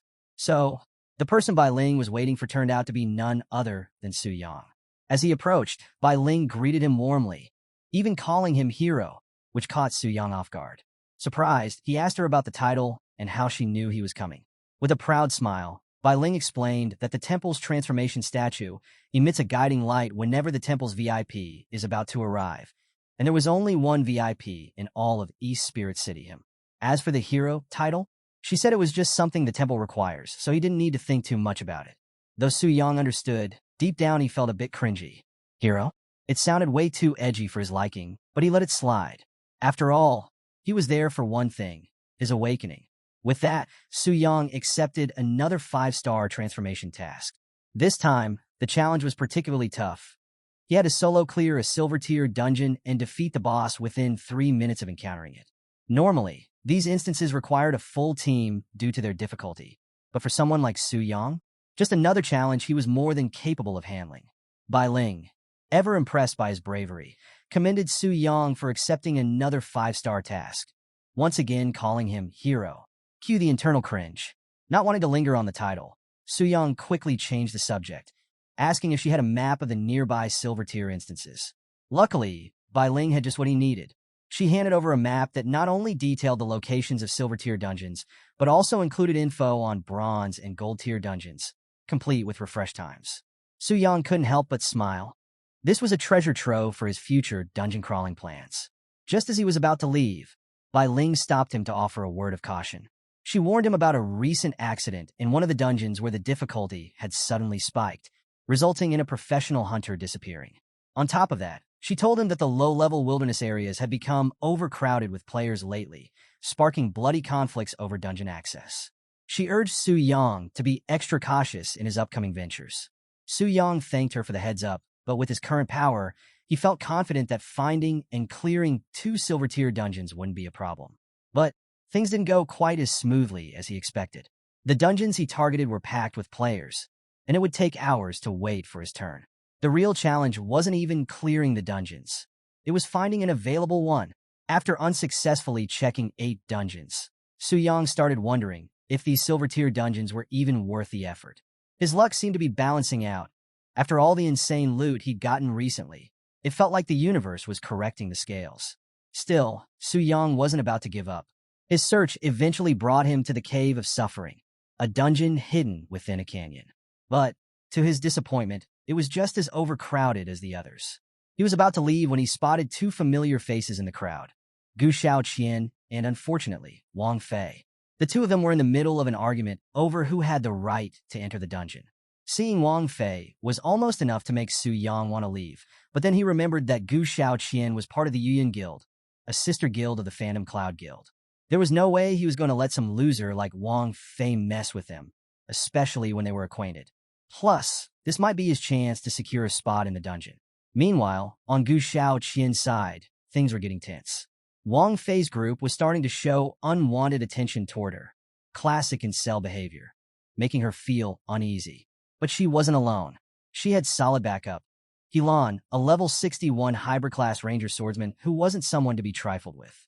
She was already a 3rd-tier awakener, and her combat prowess was no joke. Seeing Helan's presence made Wang Fei's confidence crumble. He quickly retreated behind one of his allies, a massive, hulking 3rd-tier hunter who looked like he'd been on steroids since birth. But don't let his looks fool you. This guy was a skilled martial artist, and he wasn't afraid to throw hands. Wasting no time, he escalated the situation, warning Helan that if they tried to enter the dungeon now, it would mean a fight. And he didn't stop there. He made it clear that if it came down to it, he and his crew would jump on all of them, and they wouldn't even spare the newbies. Helan was left speechless. She knew they were outmatched. Her group consisted mostly of low-level newcomers, and if a fight broke out, they'd be done for. But backing down now? That would only embolden these guys to take advantage of the situation. So, Helan was ready to make the first move, hoping to gain an edge. But the big guy in front of her wasn't just brawn. His sharp observation skills quickly picked up on Helan's intent. Luckily, before a fight could break out, Su Yang stepped in, casually claiming the dungeon for himself. This took both groups by surprise. At first glance, Su Yang didn't seem like anything special, just another nobody. Gu Xiaoqian, however, was both shocked and relieved to see him. The last time she saw him was at the teleportation center, and while she was glad he was safe, she couldn't help but worry. Why was he provoking two heavy hitters? Wang Fei, recognizing Su Yang, was less than thrilled. He couldn't hide his irritation and immediately confronted him, demanding to know why Su Yang always seemed to be in his way. Su Yang just smirked and flipped the accusation right back at him, saying Wang Fei was like an annoying fly that kept buzzing around uninvited. That taunt hit a nerve, but Wang Fei knew better than to lose his cool, especially with his big guy backing him up. Confident in his muscles' abilities, Wang Fei mockingly suggested that Su Yang should kneel down and beg for forgiveness if he wanted to leave unharmed. But Su Yang? He wasn't even listening to these clowns. He walked right past them and warmly greeted Gu Xiaoqian, completely ignoring the big guy's threat. Helan, still confused by Su Yang's boldness, turned to Gu Xiaoqian, asking who Su Yang was. Gu Xiaoqian explained that Su Yang was an old classmate. Helan was baffled. If Su Yang was on the same level as Gu Xiaoqian, then why did he have the nerve to provoke third-tier hunters? Helan assumed Su Yang didn't know his place and tried to warn him about the dungeon's high difficulty. But to her shock, Su Yang confidently responded that he knew exactly what he was doing. It was part of his second transfer task. This revelation surprised Helan. She couldn't understand how Su Yang could have advanced to level 40 so quickly. Before she could wrap her head around it, Wang Fei, done with being sidelined, stepped in, determined to shut Su Yang down. Showing off some of his power to intimidate, Wang Fei challenged Su Yang to reveal his level for all to see. If Su Yang didn't comply, Wang Fei insisted he should stop acting tough and just kneel. Unfortunately for Wang Fei, Su Yang was itching to teach him another lesson. Seeing that Wang Fei had reached level 10 made things even more fun for Su Yang. Unlike their last encounter, Su Yang could actually kill him this time, knowing Wang Fei would just resurrect later. In an instant, Su Yang flicked his finger, and with that, Wang Fei was turned into a donut-shaped human, instantly killed. Wang Fei didn't even realize what had happened until it was too late. Su Yang calmly collected his loot, while the big guy charged in, furious and ready to retaliate. But Su Yang, with his ultra instinct in full swing, casually dodged every attack as if it was nothing. The big guy was beyond angry. He had promised to protect Wang Fei, and now he had failed. Fueled by rage, he was determined to kill Su Yang, but Su Yang barely saw him as a threat. In fact, Su Yang wanted all the smoke and even asked the samurai, Helan, to join the fight just to avoid dealing with him later. That instantly ticked off Helan. Sure, Su Yang was here for his second awakening, but challenging both her and the big guy was a level of disrespect she couldn't ignore. Even though Su Yang was a friend of Gu Xiaoqian, Helan wasn't about to let this go. She and the big guy teamed up, attacking Su Yang together to put him in his place. They didn't give him a head start. The big guy swung at Su Yang, but Su Yang dodged every punch effortlessly. The big guy was left questioning his own speed. How could Su Yang be this fast? Refusing to accept it, the big guy switched to his special move, Thunder Tiger Fist, delivering a powerful right-hand hook, ready to take Su Yang down for good. Su Yang absorbed the big guy's powerful Thunder Tiger Fist like it was nothing, barely flinching before blasting him away as if hitting a home run. This move left a wide opening for Helan to strike from behind, but Su Yang was 2 steps ahead. He effortlessly blocked her sword strike with a crystal barrier, activated by a one-time scroll that could absorb up to 880,000 points of damage. Helan's attack barely made a dent in the shield, showing just how high caliber the scroll was. Seeing this, Helan had to reassess the situation. She noticed the weapon in Su Yang's hand, far superior to any gold-tier equipment she had ever seen. Everything started making sense to her, especially how easily Su Yang had instantly killed Wang Fei earlier. The speed at which it happened was so fast, she'd barely caught it. And now, Helan realized that if she kept going, she might end up like Wang Fei, dead on the spot. Before she could decide her next move, the big guy started to regain consciousness after his brief nap, angrily shouting that he wouldn't stop until he killed Su Yang. But Su Yang had already had enough. With a flick of his wrist, he unleashed the full power of his sword, sending the big guy right back to sleep. For real this time. Turning to Helan, Su Yang calmly asked, "Do you still want to continue this?" Recognizing she was completely outclassed, Helan wisely sheathed her sword. Su Yang appreciated the gesture, especially given the connection between their guilds. This surprised Helan, but before she could say anything, Su Yang requested that she apologize to her guild leader on his behalf. He was going to take down the dungeon first. And with that, he walked into the Cave of Suffering, ready for what lay ahead. Contrary to its ominous name, the dungeon's interior was surprisingly beautiful. Giant crystal gems illuminated the space, creating a bright atmosphere where shadows were almost non-existent. Aside from his time in the Black Dragon Fortress, this was Su Yang's first time officially entering a wild dungeon, and he found it oddly refreshing. The dungeon was known to be the lair of goblins, a species Su Yang had yet to face in person. But he didn't have to search for long. A goblin archer emerged from the shadows, welcoming him with an arrow aimed straight for his head. Su Yang didn't even bother dodging, letting the arrow bounce off him as he sighed in disappointment at the goblin's weak attempt. The goblins, however, were cunning. They tried to play Su Yang by luring him into a false sense of security, hoping to pull off a sneaky surprise attack. But Su Yang's instincts were sharp, and he responded with lightning reflexes, launching a goblin into the air and sending it crashing into its companion for an easy double kill. After that encounter, Su Yang realized that this dungeon wasn't as straightforward as it seemed. He decided to stay sharp and avoid getting too overconfident. As he continued exploring, Su Yang reflected on his previous battle with the big guy. He realized he had mostly relied on brute strength and his attributes to overwhelm opponents. This was a bad habit. Against a stronger enemy, relying on pure strength wouldn't cut it. He'd need to outsmart his foes and hone his combat skills. This dungeon presented the perfect opportunity to sharpen his battle IQ and master his magic blade. With that in mind, Su Yang ventured deeper into the cave, where the light from the crystals faded into darkness. Prime territory for an ambush. Exactly what he was hoping for. Using his magic blade, Su Yang transformed it into a shield, blocking attacks from the goblins as they struck. He then morphed the blade into a hammer, smashing the life out of his enemies. More goblins attempted a sneaky aerial attack, but Su Yang stylishly dodged and shot them down with his mana blade, now transformed into a crossbow. But playing defense wasn't Su Yang's style. Deciding to go all out, he gathered up the remaining goblins, leading them into a narrow space where he unleashed his 40-meter greatsword, cutting through them all in a single massive attack. Every last goblin fell at once. Su Yang's mana blade was truly versatile, and the more he used it, the more excited he became about what new skills his 5-star transfer task would unlock. Soon, he reached the location of the dungeon's boss. As if sensing his presence, the boss appeared, a massive tiger. Su Yang couldn't help but find it humorous. The tiger, like many dungeon bosses, had the ability to talk, but its speech felt robotic and scripted. It was clear to Su Yang that bosses below Starlight tier didn't have true consciousness. Knowing this, Su Yang felt confident the fight was already over before it began. When the tiger lunged in for an attack, Su Yang masterfully countered with his demon blade, striking mid-air.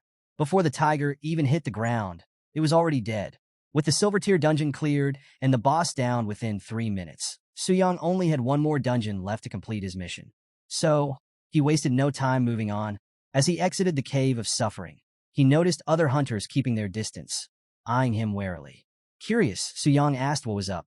They responded cautiously, saying they were just being careful and that he shouldn't mind them. But the unease on their faces was impossible to miss. It was understandable.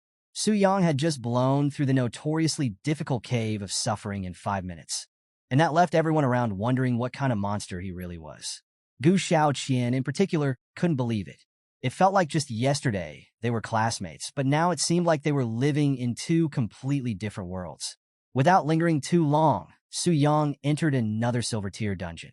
Once again, he dispatched the boss with such ease it was almost laughable, reducing what should have been a formidable enemy to little more than a donut. And with that, he completed his 5-star transfer tasks. The system, impressed by his flawless execution, unlocked a hidden transfer mission for him titled Phase 1. The Lost Rusty Key.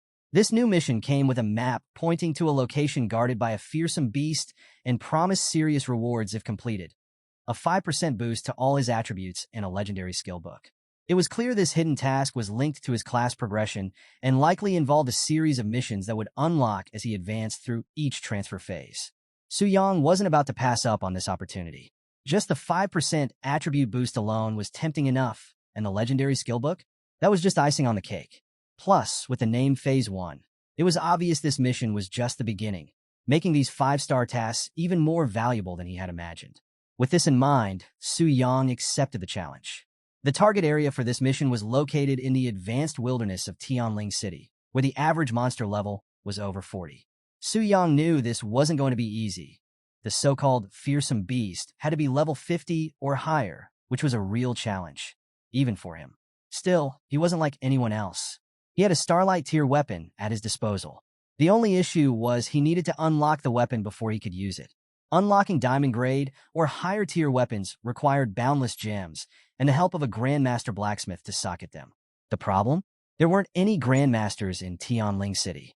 That's when Su Yang remembered the branch of the Heavenly Mechanism Pavilion had recently set up shop in Tianling. The pavilion was known for selling dungeon strategies and had tons of general information, making it the perfect place to visit.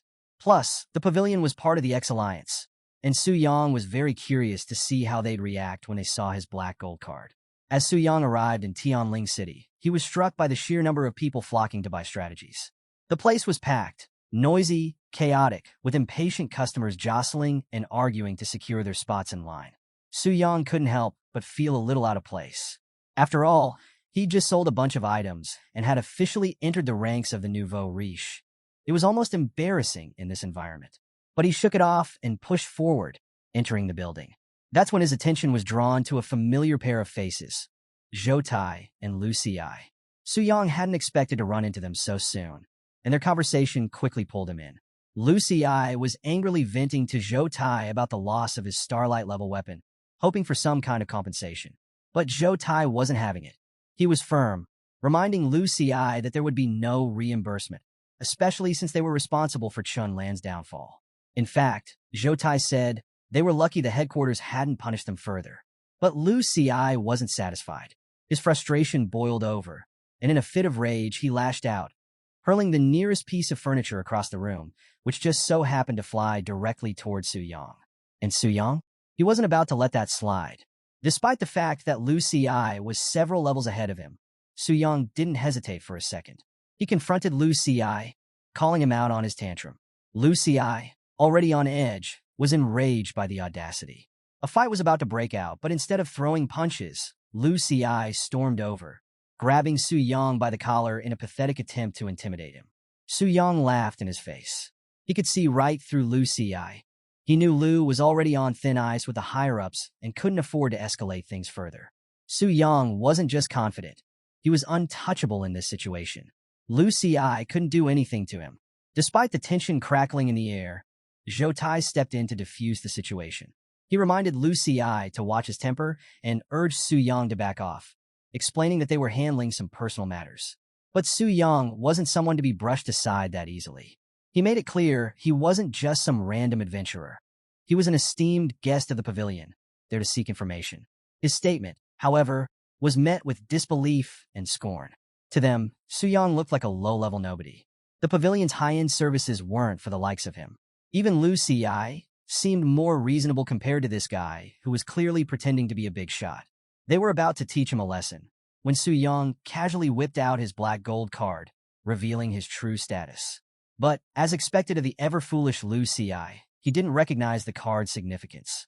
With a dismissive wave, he knocked the card out of Su Yang's hand, putting Su Yang in a tough spot. Dealing with an idiot like Lu Xi seemed like an uphill battle. Fortunately, before things escalated further, the level 120 Grand Steward of Tianling City, Jia Yu, arrived just in time. His arrival stunned both Zhou Tai and Lu Xi, as they had been eagerly awaiting his presence. But their warm words of welcome meant little to Jia Yu. He was absolutely furious at the unprofessional behavior displayed by his own people. Without a moment's hesitation, Jia Yu smacked the living daylights out of Lu Xi for his embarrassing oversight. The blow left Lu Xi speechless. His brother-in-law had never treated him this way before, and he was left wondering what he had done to deserve such harsh treatment. But Jia Yu had no time to explain to a fool. Instead, he turned to Su Yang and apologized sincerely for any trouble his subordinates had caused. Su Yang, feeling pretty satisfied by the Grand Steward's apology, decided to let the whole matter slide. With that, Jiayu expressed how impressed he was with Su Yang. Possessing a black gold card from the X-Alliance at such a young age could only mean one thing. Su Yang had completed a 5-star transfer task and earned the coveted VIP status. Su Yang confirmed this, and Jiayu's admiration only grew. He quickly turned to Zhou Tai, ordering him to make sure Su Yang was treated with the utmost respect. Zhou Tai nodded in understanding, while Lu Xi was still trying to process what had just happened. Jiayu then dragged Lu Xi away to have a little talk and discuss their next dungeon raid. This caught Su Yang's attention. Clearly, the Heavenly Mechanism Pavilion was preparing for something big, and Su Yang took it as a sign that he needed to step up his own game. Once Jiayu and Lu Xi left, Zhou Tai returned to Su Yang, his tone now far more respectful. He asked how he could assist Su Yang, prompting Su Yang to lay out his requests. He needed the location of the master-level blacksmith in Tianling City, and he was also looking for boundless gems. The treasure pavilion had run out, and he wanted to stock up just in case. Zhou Tai responded that they could easily provide the information about the blacksmith. As for the boundless gems, they had them in stock, but they were very expensive. Zhou Tai assumed, even with the black gold card, that Su Yang might not be able to afford such high-priced items. Su Yang just smiled, casually flicking his finger to show that money wasn't an issue. Realizing who he was dealing with, Zhou Tai quickly decided to personally handle the retrieval of the gems for Su Yang, asking him to wait for a moment. Su Yang couldn't help but smile. The fact that even the Grand Steward of Tianling City showed him such respect made him even more curious about the power behind the transfer temple. They clearly held more sway than he initially thought. After a short wait, Zhou Tai returned with the items Su Yang needed. Su Yang took the goods, thanked Zhou Tai, and left the establishment, heading straight for the Old Wolf Forge, where the master blacksmith was said to be working. The forge itself was inconspicuous, tucked away from the bustling streets, but that only reinforced Su Yang's decision to trust the information he'd been given. Su Yang's fears started becoming reality faster than expected. Rumors began to swirl about an exploration team preparing to venture into the Black Dragon Sanctuary again. He thought it would take longer, especially after the fear he instilled with his skill, the one that prevented hunters from resurrecting. Apparently, the members of the Heavenly Mechanism Pavilion had more guts than he initially gave them credit for. Still, Su Yang was confident. He figured their preparations would be delayed after what happened to Chen Lun, giving him enough time to grow stronger. But better safe than sorry. It was better to subdue the Black Dragon sooner rather than later to avoid any complications. With that in mind, Su Yang made his way to the Old Wolf Forge. Upon arriving, he was surprised to find other hunters there, Mu Rongshui, whom he'd met before, and a new face in Yu. Recognizing them as guildmates, Su Yang greeted them warmly, like any guildmate would. They quickly realized who he was, but things got weird fast, and Yu turned out to be down bad big time. The moment she saw Su Yang, she was practically drooling, hitting him with all sorts of personal questions like, "Do you have a girlfriend?" Or, "What about an older sister?" Su Yang, normally composed, was too stunned to speak. Thankfully, Mu Rongshui stepped in to bring the situation back to reality, keeping things family-friendly. She turned the conversation around, asking why Su Yang was at the master-level forge.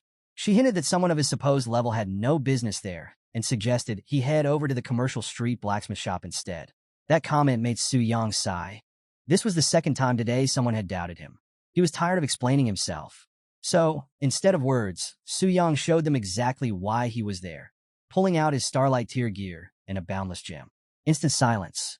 Both women were left speechless, and even the blacksmith himself stopped what he was doing. He hadn't seen a weapon of this caliber in a long time. With all eyes on him, Su Yang handed the weapon over to the master blacksmith, who accepted the challenge eagerly. So motivated by the task, the blacksmith's shirt tore off on its own, as if his muscles needed room to breathe. Proudly, he proclaimed that he would pour his life's work into making sure Su Yang's weapon was enhanced to perfection. And so, the master got to work, hammering away with such intensity that every strike sent sparks flying like shooting stars. It was a magical sight, the kind you'd only see when enhancing a Starlight tier weapon. For Mu Rongshui and Yu, it was a rare and awe-inspiring moment. They had never seen anything like it. But what surprised Mu Rongshui even more was how calm Su Yang seemed, standing there unfazed by the spectacle, as if he had seen it all before. This only deepened the mystery around Su Yang's identity. Mu Rongshue's gaze lingered on him longer than she intended, something Yu definitely noticed. With a mischievous grin, Yu started teasing Mu Rongshue, accusing her of taking a liking to Su Yang. Mu Rongshue was completely flustered by the accusation. Meanwhile, Su Yang was sweating for a completely different reason. It wasn't the heat from the forge. It was the realization that he might have joined the wrong guild. Being the only guy in a guild full of women? Yeah, it was definitely a blessing, but also a serious curse. He felt like their gazes were about to devour him whole, sending a shiver down his spine. Su Yang couldn't help but feel like he was in real danger. If things kept going like this, he might actually die from being crushed by their attention. A few hours later, the blacksmith finished enhancing Su Yang's weapon. Su Yang was impressed, no more than impressed. He was stunned. The old man had done it on the first attempt. It was truly remarkable, especially since Su Yang had wasted so many materials when he tried to enhance the weapon himself. Grateful for the blacksmith's craftsmanship, Su Yang asked how much he owed him. The blacksmith, wiping the sweat from his brow, explained that typically he would charge 1 billion in fees for this kind of effort. But today, feeling reinvigorated by working on such a fine item, he decided to make an exception. He wouldn't charge Su Yang anything at all. Su Yang's generosity was unheard of, especially from someone dealing with a grandmaster blacksmith. While the old blacksmith insisted there was no charge for the service, Su Yang believed that respect should be paid where it was due. The blacksmith's work deserved to be recognized, so Su Yang handed over 1 billion in currency, not as a payment, but as a token of appreciation for the man's craftsmanship, while still respecting his wishes. The Grandmaster was visibly pleased by Su Yang's respectful gesture and happy to have worked with someone so well-mannered. Meanwhile, Yu was having a field day with her fantasies, watching the only male member of their guild casually drop billions like it was nothing. Seeing him turn down a freebie, smiling all the while, was checking off every box in her dream scenario. It wouldn't be a stretch to say she was already half in love with him. Even Mu Rongshue found herself bewildered by Su Yang's actions, wondering if he was the young master of some wealthy family. But Su Yang? He wasn't about to stick around and let things escalate any further. He dipped out of the forge as fast as he could, not wanting to deal with any more attention. A few moments later, Su Yang arrived at the outskirts of Tianling City, near the imposing Wild Spirit mountain range. The rugged landscape and eerie silence marked this as territory meant for second-tier awakeners or higher. But Su Yang was unfazed. He had a few tricks up his sleeve, expensive potions that permanently increased his attributes. After using the maximum allowed for each type, Su Yang drastically boosted his speed and spirit and redistributed his remaining attribute points. This allowed him to finally wield his legendary Shadow Bloodthirst Dagger, a weapon that exponentially increased his power and made him a match for a 4th-tier awakener. With confidence high, Su Yang dove into the dense forest, ready to hunt. As expected, the monsters here were aggressive. They immediately launched vicious attacks as soon as Su Yang set foot in their territory. But Su Yang was in his element. Before the monsters' attacks could even land, he activated his shadow form, boosting his speed and allowing him to effortlessly dodge before swiftly cutting down the enemies with his Starlight tier weapon, eliminating them with a single blow. But Su Yang wasn't about to waste time grinding through mobs one by one. He had a grander plan in mind. Using his usual method, he unfurled multiple scrolls at once and unleashed a massive AoE attack, obliterating the mobs in one fell swoop. The weaker enemies stood no chance. Su Yang's efficiency was something that could make even the legendary Megan proud. With the lesser mobs cleared, Su Yang set his sights on the cave of the terrifying beast that he needed to defeat to complete his mission. Based on the task description, Su Yang estimated the beast's level to be no less than level 50, and he was curious to see how many hits it would take to bring it down. Surprisingly, the trek through the cave was uneventful. There were no other monsters lurking about, likely because they had hidden away, knowing they'd be easily clapped by Su Yang if they showed themselves. This made Su Yang's path to the boss's lair smooth and easy. When he arrived, the scene was straight out of a nightmare. The lair was filled with treacherous terrain, dotted with spikes and pitfalls. At the center was an elevated rock formation, the resting place of the boss, surrounded by a pool of blood. The sight was intimidating, but what truly caught Su Yang's attention was that aside from the boss's name and level, no other information was visible. This added an extra layer of mystery and challenge.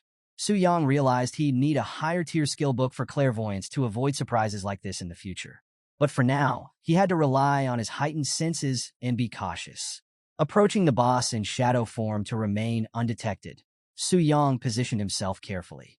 He activated Wraith Mark, boosting his damage by 300% and struck the boss hard, taking a significant chunk out of its HP. But it wasn't enough to kill it. The boss, now fully awakened, roared in fury and retaliated by launching countless thorns towards Su Yang. But Su Yang was faster. Dodging the attack with ease, he countered with relentless strikes from his demon blade, attacking from all sides and wearing down the boss's health. The beast roared in rage, but before it could retaliate again, Su Yang decided to end the fight decisively. He lunged straight for the beast's core and delivered a powerful final swing. The force of the attack reverberated through the cave as the boss's death throes echoed off the walls. Su Yang, standing over the fallen creature, was surprised to see that he had slain the beast so quickly. He had expected more of a fight, but the outcome left him satisfied. Among Su Yang's rewards was the key mentioned in his mission, but more intriguingly, there was something else, a rotten chunk of flesh. Its description hinted at its former owner's immense power. Even in its decayed state, it had been potent enough to mutate the boss he just defeated. With no other information available, Su Yang decided to stash the mysterious item for later. Figuring out its use could wait. Right now, his priority was to return and submit his class change mission. Moments later, Su Yang stood on the brink of a monumental transformation. Awakening to the next tier wasn't something that happened every day, and Su Yang's recent achievements had skyrocketed him far beyond the ordinary. After all, he had just completed a 5-star task, which caused his base attributes to soar by an impressive 25%. But that wasn't all. As part of his rewards, Su Yang gained an exclusive skill from magic warriors called Dual Spirit Enhancement. This skill was no joke. It boosted his spirit attribute by 10% of his current strength and vice versa, creating an insane synergy that enhanced his abilities even further. And the blessings didn't stop there. Thanks to completing his hidden mission, Su Yang unlocked even greater rewards. His overall attributes surged by an additional 5%. His class advanced to the rare and prestigious Magic Warrior. And best of all, he was gifted a legendary skill book. As his level cap lifted, Su Yang shot up to level 58, powered by the experience points he'd been sitting on for a while. With newfound power in hand, Su Yang carefully distributed his newly gained attribute points, splitting them evenly between strength and spirit. This balanced allocation took his base attributes to unprecedented heights, making him stronger than ever before. His stats were now above those of a third-tier Awakener, and combined with his high-grade equipment, Su Yang was more than ready to take on anything, even the Spirit Hunter Guild. The idea of facing a fourth-tier Awakener while still technically at second-tier level was exhilarating. The disrespect that would come with winning a battle like that would be legendary. And if he considered using his new skill, Dual Destruction Blade, which allowed him to merge his Demon Blade with his equipped weapon, there was no doubt in his mind that the strike could obliterate even a Platinum-tier dungeon boss. This was a truly legendary ability. As Su Yang's awakening concluded, Bai Ling congratulated him on his latest achievement. His VIP benefits also got a significant upgrade. His monthly allowance jumped from 10 million to a staggering 50 million, and the discount on his Black Gold card improved from 20% to 30%. But despite all these incredible perks, Su Yang's perspective had shifted. They felt almost ordinary to him now, so he simply gave a casual nod and prepared to continue his grind. Before he left, Bai Ling asked about his next steps. Su Yang, feeling a bit worn out, mentioned he planned to take a break for 2 days. After all, balance between work and rest was important, even for someone like him. But rest didn't mean doing nothing. Su Yang was headed to the Heavenly Mechanism Pavilion to grab a few key items for his next grand mission, slaying the Black Dragon himself. In a strategic meeting, the Grand Steward Jia Yu assigned Zhou the responsibility of leading a secret realm expedition. Confident in their numbers, Jia Yu casually inquired if 30 members of the exploration group would be enough to clear it. Zhou confirmed, believing 30 to be sufficient. However, the Grand Steward reminded him of the special mechanism that prevented resurrection within the realm. Reassuring Zhou, Jia Yu explained that headquarters had prepared a countermeasure in the form of a life jade ring, ensuring their survival. Zhou was impressed by the gesture. Such a precious item, he thought, expressing his gratitude to Jia Yu for the valuable protection. Jia Yu, in his typical nonchalant manner, left the matter in Zhou hands, remarking with some wistfulness that he would love to slay a dragon himself if he weren't so busy. Just as the meeting was wrapping up, a sudden interruption came crashing through the door. A woman of high status stormed into the room, declaring with firm authority that the Black Dragon was not something the exploration team was authorized to handle. Zhou Tai and his companions were immediately on edge, recognizing the presence of the young mistress of the Tianji Pavilion, Luo Linger. With her appearance, the air in the room shifted, and an aide quickly alerted Jiayu. He immediately greeted her with urgency and respect, clearly caught off guard by her unexpected arrival. Luo Linger, however, dismissed the formalities and stressed that she hadn't announced her visit. She warned them to ensure no information about her presence leaked out. Taking charge, Luo Linger asserted her authority, making it clear that from now on, no one was allowed to enter the Black Dragon Fortress without her express permission. Her intention was to personally tame the Black Dragon. Jiayu, still unsure if this was sanctioned by her father, cautiously inquired if these orders reflected the pavilion master's wishes. Luo Linger's response was sharp and unyielding, leaving no room for doubt. Her aura intensified, asserting her dominance and leaving Jiayu no choice but to comply without question. Satisfied with his submission, Luo Linger ordered the team to prepare all information related to the Black Dragon and secure a room for her to rest. Jiayu and his subordinates complied quickly and respectfully. After she left, Jiayu let out a breath he didn't realize he was holding, reflecting on the unexpected visit from the young genius. His brother couldn't help but remind him of Luo Linger's position as the daughter of the Pavilion Master and the youngest prodigy of the Global Beast Master Association. Jiayu agreed, acknowledging her incredible talents. The Global Beast Master Association was an elite organization on par with the X-Alliance, dedicated to capturing and taming rare and exotic beasts from all over the world. Dungeon bosses and wild elites alike were targets of their hunts, and Luo Linger was a prominent figure within this prestigious group. Jiayu speculated that her arrival was a secret mission to tame the Black Dragon before other top-tier beast masters could lay claim to it. If she succeeded, Luo Linger's reputation would skyrocket, solidifying her position as the continent's top beast master and elevating the Tianji Pavilion's prestige to unprecedented heights. Jiayu didn't hesitate to give his men clear instructions. When they accompanied Luo Linger into the dungeon, they were to follow her commands to the letter, especially when the dragon's health was low. Stealing the kill was not an option. They were there to support the young mistress in her quest to tame the dragon. As Jiayu's team rushed to carry out their orders, a new report came in from one of their subordinates. The subordinate revealed that a specific strategy guide had already been purchased the day before, and the buyer was none other than Su Yang. Hearing this name again, Lu Ci's mood soured. He couldn't shake the feeling that this young man was deliberately causing trouble, and it left him wondering if Su Yang was just incredibly lucky or actively working against them. Jiayu suggested it was probably just a coincidence. After all, how could Su Yang, at his current level, possibly know about the young mistress's visit? Still, the mystery of why Su Yang was interested in dragons left the team uneasy. Zhou Tai mulled over the situation, weighing his options. He considered asking Su Yang to return the strategy guide, but was quickly dissuaded by Jiayu. It wasn't wise to offend a VIP of the temple, and besides, there were likely other versions of the dragon information available. Everyone agreed with the reasoning, and Jiayu instructed his men to search for alternative copies. Meanwhile, back at Su Yang's residence, he was flipping through the basic guide to dragons he had purchased for 5.1 million gold coins. Although the price was steep, Su Yang acknowledged that the Tianji Pavilion was known for its professionalism. As he skimmed the content, murmuring the details about red dragons and white dragons, he reached the section on black dragons, but something didn't add up. The guide made no mention of the Black Dragon boss's 80% double damage reduction trait, a critical detail that Tianji Pavilion, with its reputation, shouldn't have overlooked. Puzzled, Su Yang recalled the moment he faced that monster in the desolate Spirit Mountain range, the one that had devoured the unknown rotten flesh.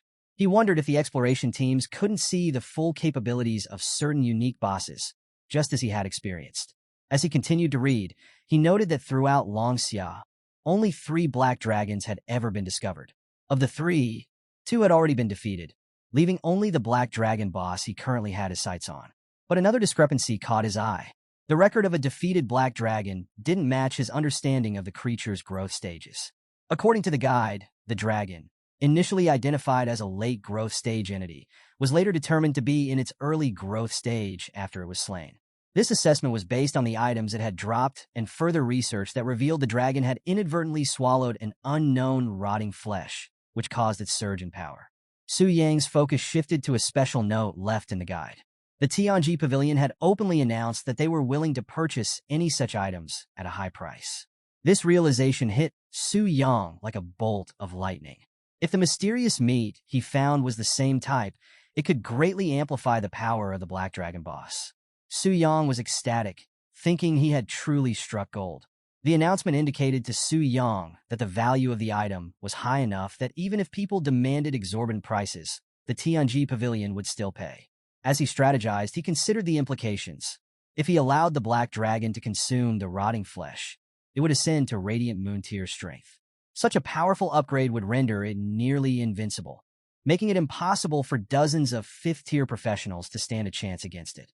With newfound confidence, Su Yang mused that after reaping the rewards from strengthening the dragon, his level could skyrocket straight to the 4th rank. But he also knew this strategy couldn't go on indefinitely. The Tianji Pavilion wouldn't keep sending exploration teams to their doom forever. Eventually, it would be time to slay the Black Dragon and move on to the next target. However, the thought of killing the dragon left Su Yang feeling conflicted. After all, it had been a significant source of his progress. As he pondered this, a system prompt appeared, informing him of an unexpected twist. If a boss that was previously tamed by the host was defeated, it would automatically become a 100% loyal subordinate. Su Yang's eyes widened in shock and excitement. He could hardly believe what he was reading. He could tame a black dragon as a pet? The system confirmed this, urging him not to get too excited. But how could he not?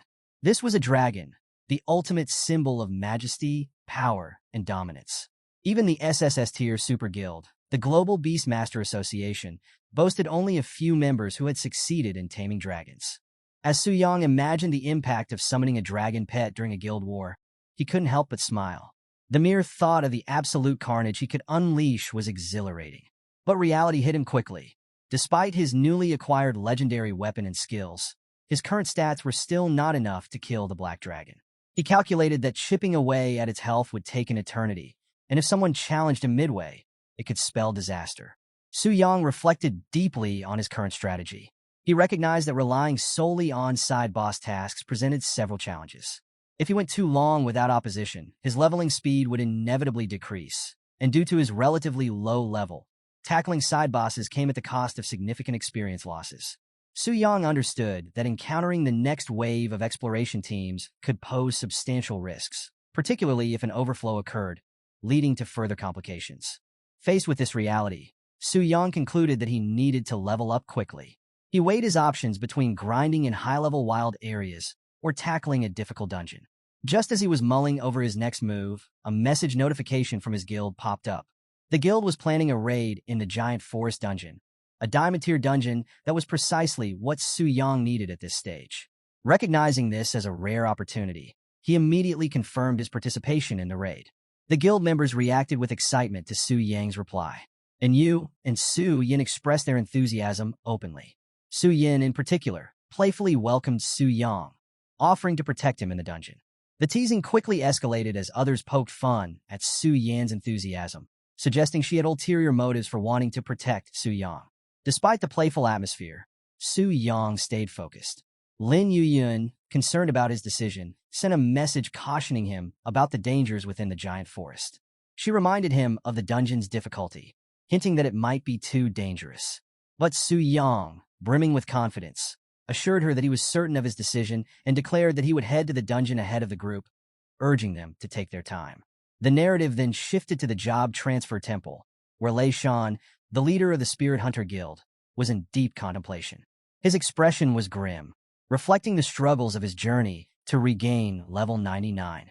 Lei Shan had recently received a level 5 job change quest, and unfortunately, the necessary materials for this quest were located in the treacherous Giant Forest Dungeon. His subordinates couldn't hide their shock upon hearing this. One of them pointed out the massive challenge they faced, highlighting that the Giant Forest had a difficulty level comparable to the Black Dragon Fortress. With their current levels, taking on such a dungeon seemed like an impossible task. The camera panned to various team members. Li Dan, the level 88 Holy Light Shield Warrior, Qin Yuan, the level 89 Healing Paladin, and Zhao Ming, the level 90 Storm Multi-Shot Archer. Their expressions reflected the collective frustration and concern about their seemingly insurmountable predicament. In a resigned tone, Lei Shan acknowledged the reality of the situation. He mentioned that Yoyun's team was preparing to raid the giant forest, and it seemed inevitable that they would have to give up their chance at this year's trial dungeon ticket. The team sighed in collective defeat, feeling the growing gap between their guild and Yoyun's rising forces. Despite their concerns, Lei Shan's eyes held a glimmer of determination. He wasn't willing to concede just yet. A dark resolve formed in Lei Shan's mind. With a chilling expression, he revealed his final plan to the team. He saw no way out of their current predicament and believed he had nothing left to lose. His voice was steely as he shared his intention to stop Yoyun's team at any cost. Zhao Ming, sensing the intensity in Lei Shan's words, hesitantly inquired about the plan, his voice tinged with dread. With a sinister grin, Lei Shan laid out his desperate strategy. He decided that if they couldn't win fairly, they would make Yoyun's team experience the same despair. His tone was filled with dark conviction as he ordered his team to eliminate their rivals. The implication was clear. Lei Shan was ready to resort to drastic measures and had no qualms about sabotaging his competitors to secure their own survival. The scene then transitioned to the giant forest diamond tier dungeon, a daunting challenge recommended for hunters level 90 and above. The towering ancient trees blocked out the sunlight in the canyon, their dense canopies creating an atmosphere of tension and foreboding. Deep within the giant forest, the frequent roars of massive beasts served as an ominous warning to outsiders that they were not welcome. Everyone gathered there knew they were about to face a daunting challenge. A digital countdown appeared in the air. Countdown to opening, 35 minutes. Su Yang scanned the gathering of players and assessed the situation with a thoughtful gaze. There are quite a few people here, he mused. Giant Forest is a high-tier dungeon, on par with the Black Dragon Fortress, so the difficulty should be similar. Yoyun Guild probably chose this time for the challenge, specifically for that reason. The Giant Forest Dungeon was part of the annual Trial Dungeon event hosted by the Transfer Temple in Tianling City. This event was open only once a year and restricted to A-grade or higher guilds that possessed fifth-term professionals. Each city had just one admission ticket available, and the competition for it was fierce. The stakes were high. The guilds that ranked in the top 3 for performance would receive extremely valuable rewards, including A-star tier equipment, 3 diamond tier weapons, and an additional guild buff. These rewards caught the attention of everyone present, with Su Yang and the other players well aware of the stakes. Reflecting on the situation, Su Yang acknowledged the significance of the trial dungeon. This is a huge draw for any guild, he thought. As one of the only 2 A-grade guilds in the city, Yoyun Guild and Spirit Hunt Guild are both determined to outshine each other and secure the trial dungeon ticket. They're competing to reach their 5th turn to qualify. He couldn't help but compare the 2 guilds' current positions. Originally, the Spirit Hunt Guild was stronger, but after their disastrous defeat in the Black Dragon Fortress, they lost critical levels and equipment, putting them at a significant disadvantage for the upcoming competition. Naturally, this became Yoyun Guild's opportunity to rise. Looking around at the gathered crowd, Su Yang noted that most of the players belonged to B-grade guilds. These lower-tier guilds pose no real threat to Yoyun or Spirit Hunt, he reasoned. But the intimidating stance of the Spirit Hunt Guild caught his attention. The leader of Spirit Hunt Guild, exuding a commanding presence, issued a clear warning to the gathered players. He demanded that all low-level professionals vacate the area, declaring the dungeon as claimed territory for Spirit Hunt. A player standing nearby couldn't help but comment on the situation, expressing surprise at the presence of Spirit Hunt Guild despite their recent setbacks. Another player whispered a warning to keep quiet, cautioning that Spirit Hunt Guild had been on a streak of bad luck lately and might be looking for someone to take the fall.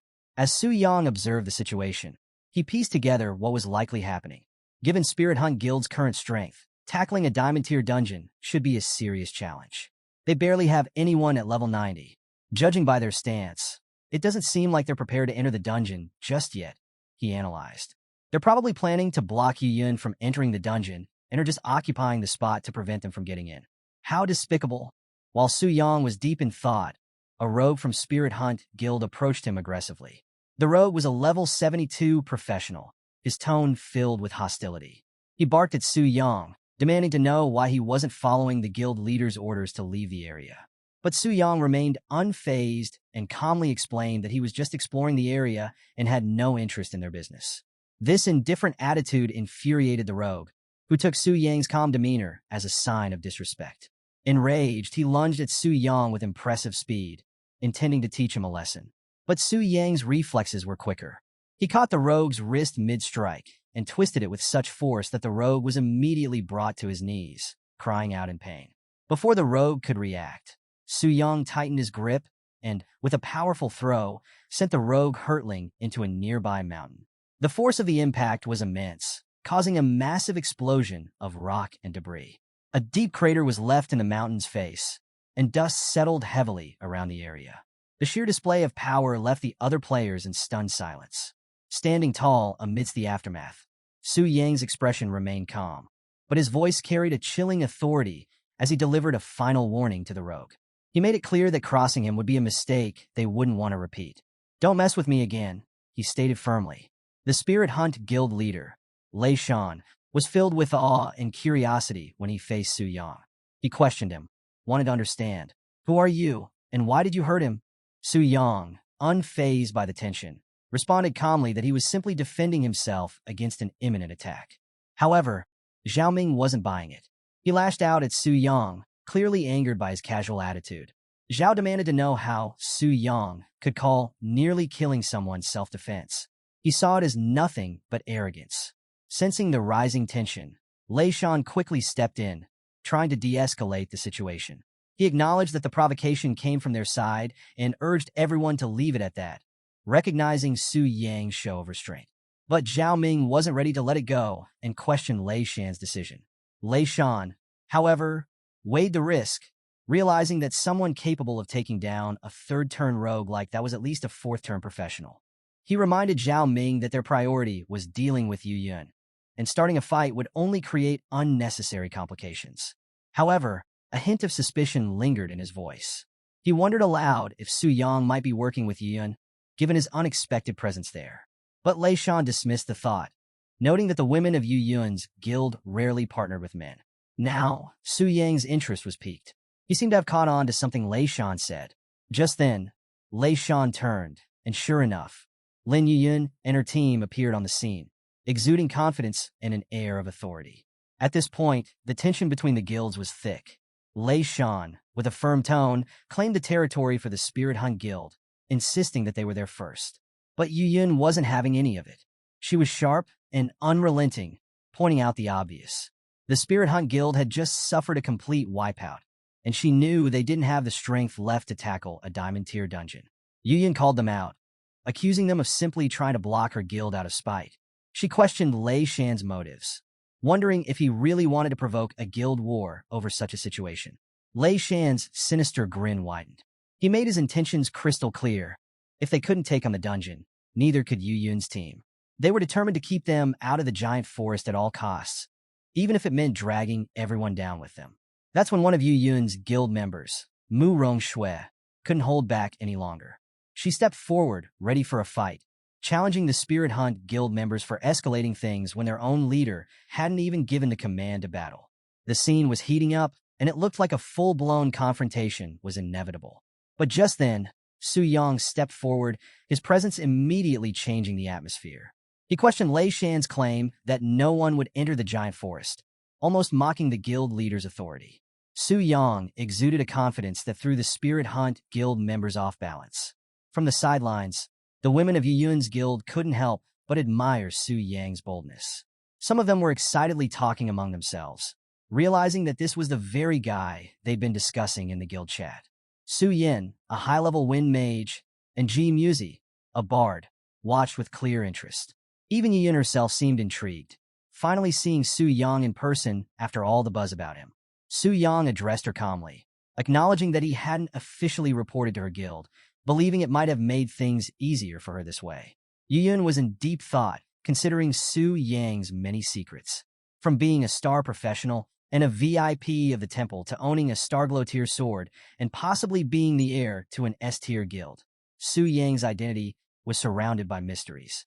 She was now faced with the decision of whether to back off or confront him directly. Meanwhile, Li Dan was visibly seething. He was envious of Su Yang, harboring feelings for Yu, who seemed to be drawn to Su Yang instead. This jealousy fueled his anger, and he muttered about wanting to kill Su Yang. Zhao Ming, on the other hand, was more focused on the guild situation. He confirmed Lei Shan's suspicions. Su Yang wasn't just an outsider. It seemed clear now that he was a legitimate member of Yu Yun's guild. This revelation pushed Lei Shan over the edge. Feeling deceived, Lei Shan demanded answers from Su Yang, realizing that Su Yang had been playing him all along. But Su Yang, never missing a beat, responded with a smirk. He didn't deny it. In fact, he almost seemed to taunt Lei Shan, asking him if he wanted to take a swing at him. Before Lei Shan could react further, Su Yang effortlessly intercepted an incoming attack. He displayed his quick reflexes by catching it midair. The attacker? It was none other than Zhao Ming. Now fully engaged, Su Yang made his intentions clear. He declared that it was an eye for an eye and that he intended to return the favor. With swift precision, Su Yang countered Zhao Ming's assault, sending a powerful strike right back at him. The impact was immediate. Zhao Ming recoiled in pain, visibly shaken by the force of Su Yang's retaliation. Seeing their vice leader fall, one of the Spirit Hunt Guild's subordinates shouted in alarm. They were clearly worried, realizing just how powerful Su Yang's counterattack was. But the battle was far from over. Lei Shan, now enraged, charged towards Su Yang, yelling that Su Yang was looking for trouble. Su Yang stood his ground, unfazed by Lei Shan's aggression. He pointed out the absurdity of the situation, accusing the Spirit Hunt Guild of blocking a perfectly good dungeon just to stir up trouble. Su Yang expressed his disdain, remarking that wasting time was the same as wasting money, and he certainly didn't have time to mess around with them. One of Lei Shan's members, confused by Su Yang's words, asked what he meant by fat sheep, but there was no time for explanations. Lei Shan, furious and seeing red, warned Su Yang that he was spouting nonsense and that his end was near. As things escalated, Su Yang revealed something unexpected, a skill scroll. Lei Shan instantly recognized the danger, shouting out in panic. He ordered his guild members to deploy defense barriers and activate all team-wide damage reduction skills. Barriers sprang up, glowing with defensive energy, and Lei Shan's confidence was clear. He sneered, asserting that Su Yang might be strong, but not strong enough to break through their guild's strongest defense. But Su Yang wasn't intimidated. He responded with determination, sending a powerful elemental wave crashing toward the barriers. The sheer force of the attack shook the ground beneath them, and the onlookers were in disbelief at the display of power. And Yu, observing the scene, couldn't hide her shock and questioned what kind of attack this could be. Meanwhile, Mu Rongshui, realizing the magnitude of what they were witnessing, compared the elemental wave to a prehistoric catastrophe. Even Lei Shan couldn't comprehend it. He stammered, questioning if it was truly a legendary skill. Then Su Yang, his voice cold and resolute, uttered a single word, disappear. And with that, he unleashed a devastating attack. Storm Thunder Thousand Blades. The sheer power of this move was breathtaking. A massive surge of energy swept across the battlefield, cutting through the terrain and leaving nothing but destruction in its wake. The sky darkened, and the shockwave rippled outward, showcasing the sheer extent of Su Yang's strength. The aftermath left everyone in shock. Yu Yin was particularly taken aback, struggling to process what had just happened. She noted that the Spirit Hunt Guild had been wiped out in an instant. Mu Rongshui tried to make sense of it, pointing out that even with a legendary skill scroll, it shouldn't have been possible to instantly take down an A-rank guild. Ji Muzi, who had been sketching the scene, observed that besides the scroll, Su Yang had utilized other skills as well. The others examined the drawing, impressed by the details. And Yu complimented Ji Muzi's artistic skill, while Mu Rongshui analyzed the sketch further, noting that it depicted a blade formed from condensed magic. Yin, deep in thought, pieced together the strategy. She realized that Su Yang had used a legendary skill to shatter the guild's defensive magic, then created chaos with numerous epic skills, and finally finished off the weakened enemies with his magic blade. And Yu remarked that under normal circumstances, level 58 skills wouldn't pose a threat to someone like Lei Shan, but given the luxurious equipment the Spirit Hunt Guild possessed, it made sense. The realization hit them all. They were in the presence of someone extraordinary. The girls were stunned, left with only one conclusion. Su Yang was likely the young master of a super guild. They looked at him with newfound respect and curiosity, acknowledging the immense power he wielded. Meanwhile, Su Yang, ever casual, interrupted their awe with a simple question. Can we enter the dungeon now? His words snapped Yuyun out of her daze, and she quickly composed herself. She confirmed with a nod, and the group prepared to set off. The scene shifts as the group advances into the dungeon. The atmosphere changes drastically, with towering trees casting shadows over the party. Su Yang, taking in the surroundings, can't help but comment on the dense environment, remarking that the trees give the area the feeling of being in a giant's territory. Sensing the complexity of the terrain, Yuyun advises everyone to stay close and be alert to their surroundings.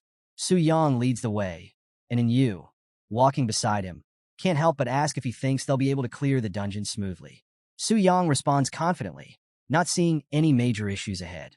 She teases him, wondering if there'll be an unexpected situation like what happened back at Black Dragon Fortress, and playfully demands that if it does happen, he must protect his big sister. Su Yang laughs, promising to do his best. Just as they exchange light-hearted banter, something rustles in the nearby bushes, instantly putting everyone on edge. It turns out to be just a small rabbit, and Yu lets out a sigh of relief. But the relief doesn't last long. Before they can relax, a two-headed raptor, level 89, bursts out of the foliage with a fierce roar. Yu screams in panic, but Yuyun quickly takes command, reminding everyone to stay calm and fight, assuring them that it's just a small monster. As the team readies themselves, Yuyun, being a level 99 Holy Knight, takes the lead. They're about to engage when suddenly, a massive level 95 elite rock bear appears, towering over the group. Yu panics again, calling out to Su Yang to save her. Su Yang quickly assesses the situation and notes that the group lacks a secondary tank, to which Yu explains that high-level female tanks are quite rare.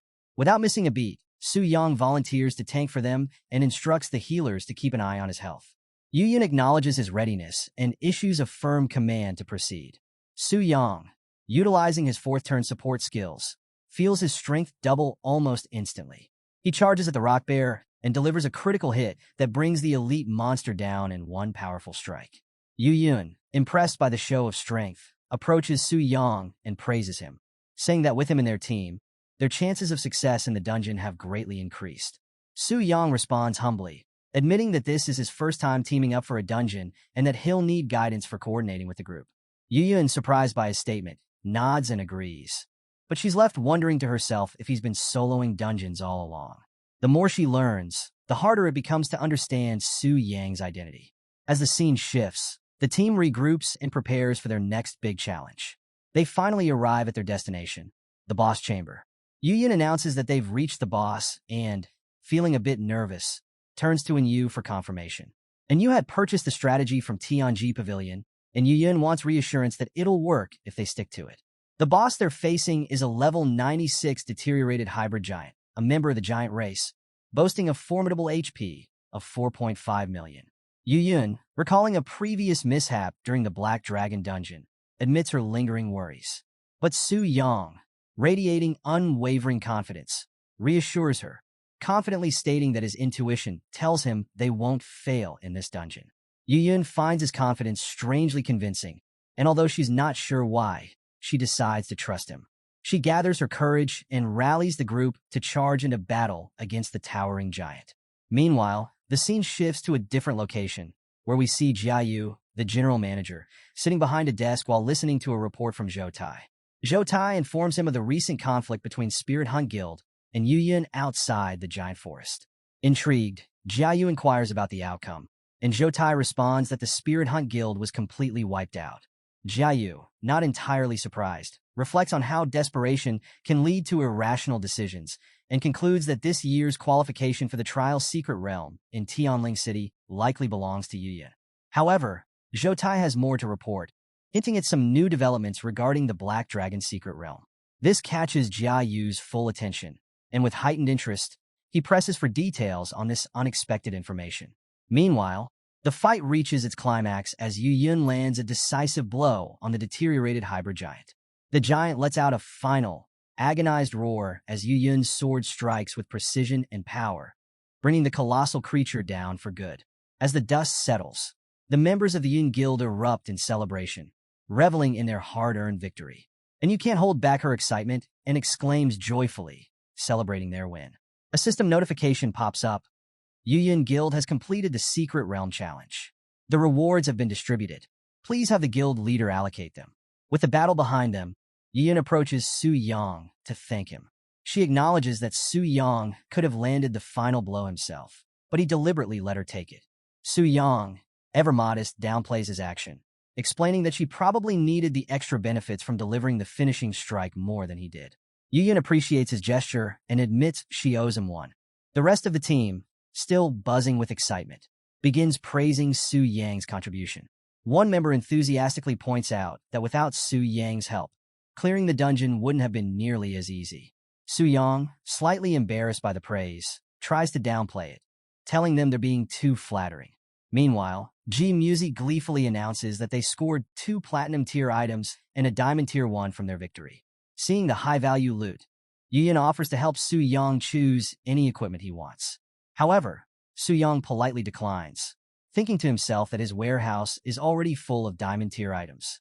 The conversation shifts to more pressing matters, and Yuyan points out that they've acquired the necessary materials for the 5th transfer quest, which will allow them to obtain the Trial Secret Realm entry ticket. And Yu, excited by their success, suggests that they celebrate with a good meal later. Yuyan laughs and agrees, and the group begins making preparations to leave. Someone in the group asks Su Yang if he plans to join them for the celebration. Just as he's about to answer, Su Yang is interrupted by a mental notification. A challenger has been detected. Would you like to connect? Su Yang quickly realizes what's happening and suspects that an exploration group may have acted ahead of schedule. Apologetically, he informs the group that something urgent has come up and he needs to leave immediately. Before they can fully react, Su Yang rushes off, leaving them behind in confusion. The scene transitions to a dark and ominous landscape, where Su Yang now emerges as the powerful black dragon, Athos, shrouded in darkness. The atmosphere grows tense as Su Yang prepares to face a new challenge. He wonders aloud who the challenger is and takes a closer look at the lone figure approaching. The mysterious figure is revealed to be Alcaray Lawrence, a level 140 court magician of the elf race. Alcaray, clad in white robes and radiating an intense aura, surveys the creatures around him with clear disdain. He mutters under his breath about the filthy creatures in his path and decides to test them using his usual method, by summoning elite monsters. At his command, 3 powerful monsters appear: a level 98 Dragon Priest, a level 96 Kobold Chieftain, and a level 95 Dragon Blood Warrior. Alcaray coldly orders them to eliminate all intruders. As the monsters charge forward, Alcaray sneers and dismissively mentions the Black Dragon, Athos, by name, mocking him as nothing more than a juvenile dragon. He declares that a few forbidden spells are enough to kill such trash and readies his own attack. Dark energy gathers around Alcaray, crackling with intensity, and he releases a wave of destructive magic toward his foes. The ground quakes under the force of the spell, and the area is engulfed in a shroud of darkness. Even after unleashing such a powerful spell, Alcaray isn't done. He expresses his disgust at the blood of these lower creatures and remarks that if not for a certain person named Lilith, he wouldn't have bothered coming to such a filthy place. Commanding with authority, Alcaray summons a mountain giant to be both his spear and his shield. The giant emerges, towering over everything in its path, and Alcaray effortlessly controls it with a mere gesture. The sheer power of the mountain giant is overwhelming, and with Alcaray's control, it decimates the elite monsters above level 95 with ease. Meanwhile, Su Yang stood in shock as he observed the glowing elf, Alcaray Lawrence, effortlessly decimate elite monsters above level 95. He realized just how dire the situation was. This wasn't just an ordinary foe. Alcaray was likely a 6th-tier class, a level of power that made Su Yang seriously question their chances in a direct confrontation. He knew facing an opponent of this caliber could end disastrously. But something Alcaray mentioned earlier caught his attention: the name Lilith. Su Yang quickly began piecing things together, strategizing how he might use this information to his advantage. In an attempt to get answers, Su Yang addressed the mysterious figure beside him, who seemed to be sleeping. "Hey, stop sleeping. How can you still be asleep? Wake up!" His call roused the figure, who groggily responded, confused about who was calling her. Su Yang wasted no time and pressed on with his question, asking if she was the Lilith of the Elven Kingdom. Hearing her name, the figure's eyes snapped open in shock. She was startled not only by his question, but by the fact that Su Yang, now in his dragon form, could talk. In disbelief, she stammered, struggling to process the situation. Su Yang's response carried a hint of annoyance as he pointed out that she had never asked before and that she seemed to be focusing on the wrong thing entirely. The elf's frustration quickly boiled over, and she snapped back, calling him a dumb dragon. She was clearly baffled by his sudden shift in behavior, complaining that up until now, he only seemed capable of sleeping and wandering aimlessly. Suddenly, he was speaking and strategizing, and she didn't know how to make sense of it. As she became more awake, the elf began reflecting on her predicament, realizing with a jolt that Su Yang had seen her all this time. Horrified, she wondered if he had done anything indecent while she was asleep. Panic set in, and she yelled at Su Yang, calling him a perverted dragon and demanding that he stay away. Su Yang couldn't help but think to himself that this conversation had taken a bizarre turn. Losing patience, he decided to scare her into cooperating. He warned her that if she didn't answer his question, he might just eat her. Terrified by his threat, the elf finally broke down and revealed her identity. She was Lilith Savaraya, the sixth daughter of Queen Savaraya of the Elven Kingdom. Su Yang's mind raced as he processed the information. He recalled from the basic Dragon Guide that the Elven Kingdom, Dragon Kingdom, and Giant Kingdom were all part of the SSS Ultra Ultimate Subspace Nations, an incredibly powerful alliance. Of the three kingdoms, only the Elven Kingdom was known to be friendly toward humans, and the supreme ruler of that kingdom was Queen Savaraya. Su Yang hadn't expected this elf girl to be connected to such a significant background. Shifting his focus, Su Yang commented on the arrival of reinforcements, pointing out that her people had come to rescue her. Initially relieved, Lilith's expression quickly changed when she saw who it was. She recognized Alcaray and was visibly distressed, muttering to herself in frustration. Sensing her discomfort, Su Yang noted that she didn't seem pleased to see him. Lilith's tone turned bitter as she explained that Alcaray and his family were scum, people she would never forgive for what they had done to her. She expressed her disdain for him, making it clear that she would rather remain locked up forever than be rescued by someone like him. Su Yang's curiosity grew, and he pressed her for details on what had happened. Lilith's anger flared as she recounted how Alcaray had initially deceived her with his appearance, only to later try to drug and assault her. She had narrowly escaped his clutches, and her bitterness toward him was palpable. Hearing this, Su Yang was clearly disgusted and questioned how someone would dare to attempt this with a person of Lilith's status. She explained that despite being a Lilith, she had little protection due to her family's lack of favor. The Lorentz family held immense power in the Elven Kingdom, and even her mother, Queen Savaraya, couldn't easily punish them. Lilith, being the least favored daughter, felt particularly helpless. As Lilith revealed more about her troubled past, Su Yang began to consider how he might leverage this information. He shifted his tone, announcing that he intended to hand her over to Alcaray. Lilith immediately panicked and pleaded with him not to, insisting that she would rather die than fall into Alcaray's hands again. Su Yang remained calm, clarifying that he wasn't asking for her opinion. He pointed out that Alcaray was a six-tier powerhouse, and Lilith should be well aware of just how strong he was. Su Yang hinted that his own life could be in jeopardy if he didn't comply. But then, he offered her a choice. If she was willing to beg and provide him with information about Alcaray's weaknesses, he might agree to help her. Realizing the situation she's in, Lilith becomes desperate and starts pleading with Su Yang. She even offers to reveal a critical weakness of the Lorentz family in exchange for his protection. Apparently, while they're powerful in magic and spiritual abilities, their bodies are incredibly fragile, like glass cannons. Despite their magical prowess, they're at constant risk because their physical defenses are on par with low-tier strength. It's a huge vulnerability, but they usually cover it with strong magical barriers. Lilith warns Su Yang that with his current power, breaking through that barrier would be next to impossible. But Su Yang, not willing to give up, reassures her. He quickly realizes that if he advances to the Radiant Moon stage, it might make him strong enough to overcome this obstacle. However, this option comes with a heavy cost. Advancing would trigger an increase in the dungeon's difficulty, drawing the attention of the Explorer Guild and complicating his plans. Yet, he can't help but wonder if there's a way to achieve both goals. Protect Lilith and avoid unnecessary risks. As he considers his options, Su Yang remembers a past experience with the Heart of the Dragon Slayer, an item that had fused with his dragon form to grant him increased power. Inspired, he decides to try merging his current equipment with his dragon form. And in a sudden, successful transformation, Su Yang vanishes from Lilith's sight, reappearing as an empowered dragon with heightened abilities. His stats flash across his mind. His spirit attribute has strengthened massively, bridging the gap in his powers. Confident now, Su Yang steels himself for the upcoming showdown.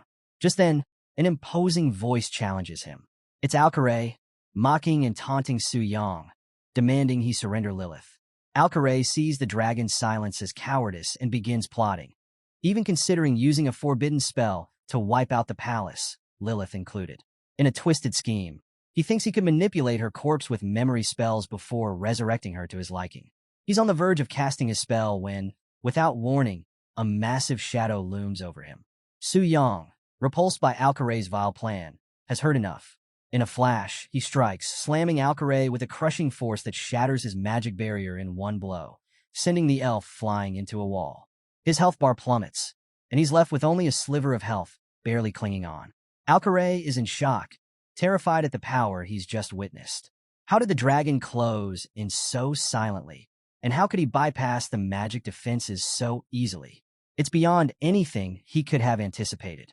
In his full dragon form now, Su Yang towers over Alcaray, flames swirling around him as he declares that for someone like him, the usual rules just don't apply. Channeling all his newfound power, he launches his final move, Spirit Cleansing Inferno. In an instant, a massive eruption of flames engulfs Alcaray, reducing him to nothing more than screams amidst the intense, consuming fire. As Su Yang's final attack on Alcaray fades, a system notification appears. You have slain Alcaray Lawrence, 140th level court magician. Another notification follows, confirming his success with a staggering 12.1 million experience points gained. With Alcaray's death, Su Yang takes a look around the battlefield, thinking it's time to check out the loot. After all, a high-level target like Alcaray is bound to drop something valuable. Sure enough, Su Yang's inspection reveals some impressive items. Rare spells, legendary artifacts, and potent scrolls. Among them are the First Order Banishment spell, a top-tier spell capable of leveling entire cities, and Thunder of the Nine Worlds, which summons an endless storm that can shift the very skies. There's also a legendary soul summoning stone, which calls forth the elusive Lunar Wolf Spirit, a revered guardian of the elves. To top it off, he discovers the Scroll of Nature's Guardian, a powerful tool able to withstand attacks from 8th-tier skills without so much as a scratch. Su Yang reflects on the haul, considering it a decent reward, though he's annoyed that some of Alcaray's highest-grade equipment, his staff, robe, and accessories, didn't drop. He's left wondering where he'll find another enemy this well-equipped. Meanwhile, Lilith, who's been anxiously waiting, is startled by Su Yang's sudden reappearance. She looks around, surprised to see Alcaray is gone, and asks Su Yang where he went. Su Yang explains that he used invisibility to ambush Alcaray, reducing the elf to ashes. Lilith is surprised. After all, she thought only rainbow dragons could use invisibility spells. Now, her curiosity is piqued. This black dragon seems more mysterious and powerful than she imagined. Su Yang, in turn, finds himself curious about Lilith. He remembers that elven royals usually possess great magical power, yet Lilith seems to lack any strength. When he asks why, she explains that it's due to an ancient curse placed on the elven royal family by the Giant King. This curse seals magical abilities and drastically shortens lifespans. In every generation, one royal is chosen to bear its effects. This time, it's Lilith's turn, leaving her overlooked and unvalued among her own people. Hearing this, Su Yang reflects on how, without his own advantage, he might have faced a similar fate, powerless and at the mercy of others. In a way, he realizes he's managed to change both of their fates. Suddenly, Lilith becomes anxious. Seeing Su Yang's thoughtful expression, she fears he might go back on his promise to protect her. But as she watches, Su Yang calms himself and reassures her that she's free now, at least within this realm.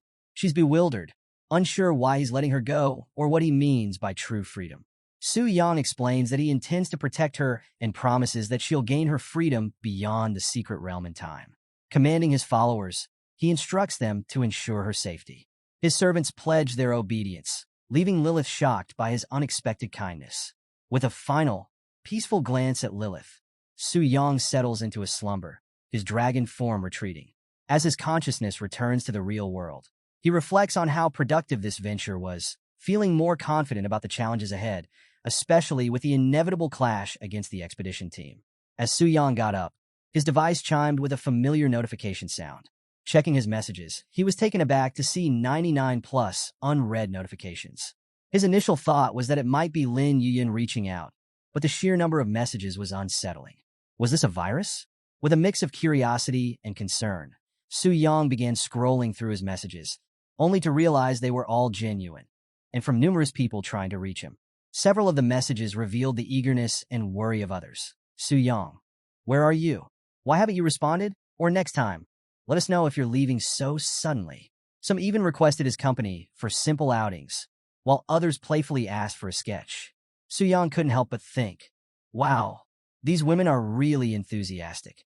Among all those notifications, Su-yang chose to reply to Lin Yuyun, who casually mentioned understanding that he was busy. She suggested they catch up whenever they had the chance, and expressed appreciation for his help. Su-yang noted how different she was from others, especially the more pragmatic members like Ling Ao and the expedition team. This, he thought, is what a guild should feel like, lively, supportive, and positive. The next day, Su-yang made his way to the tower to proceed with his third job change. There, he coincidentally bumped into his classmate, Gu Xiaoqian, who excitedly greeted him. She mentioned that she'd just reached level 20 with the help of some senior players and was there for her first job change. When she learned that Su-yang had reached level 60 and was taking on his third job change mission, her initial excitement turned to unease. She couldn't help but feel the growing gap between them. Noticing her insecurity, Su-yang reassured her, reminding her that as a hidden class, her potential was significant. Encouraged by his words, Gu Xiaoqian left feeling hopeful, thinking that despite Su-yang's strength, he was still the same person, kind and supportive. Turning to the mission board, Su-yang reviewed the details of his latest challenge. A 5-star third job change mission titled Demon Warrior, double proof of magic and strength. This mission required him to gather magic-devouring spirit grass and endure both physical and magical trials. The rewards were impressive: platinum tier equipment, abyss arena gear, and a coveted demon spirit weapon with legendary properties. But Su-yang knew this mission would be no simple task, noting that the difficulty level and restrictions had increased significantly. At that moment, Bai Ling appeared and warned him about the Red Moon phenomenon. This rare occurrence increased the aggression and bloodlust of wild monsters and made dungeons even more dangerous. Bai Ling urged him to be especially cautious if his mission took him to dungeons like the Ruined Mansion, where spiritual disasters were already frequent. Su-yang acknowledged her advice, but was confident that, with his 4th-level strength, this mission would be manageable, even if he couldn't openly share that confidence with her. The scene shifts to Su-yang's mission location, the Ruined Mansion, a platinum-tier secret realm recommended for level 60 or higher. This place is cloaked in dark history. Once the home of a powerful official, it now stands as a terrifying dungeon, cursed and haunted by the spirits of all who perished there after the official went mad. As Su-yang arrives, a guard at the mansion's entrance wakes up from a groggy nap, clearly unnerved.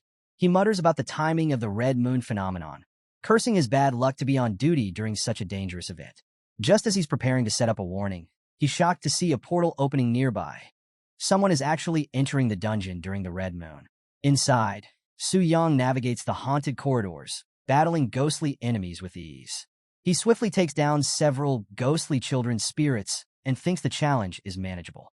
But then, something strange happens. More ghosts begin emerging from the walls, their eerie wails echoing through the mansion.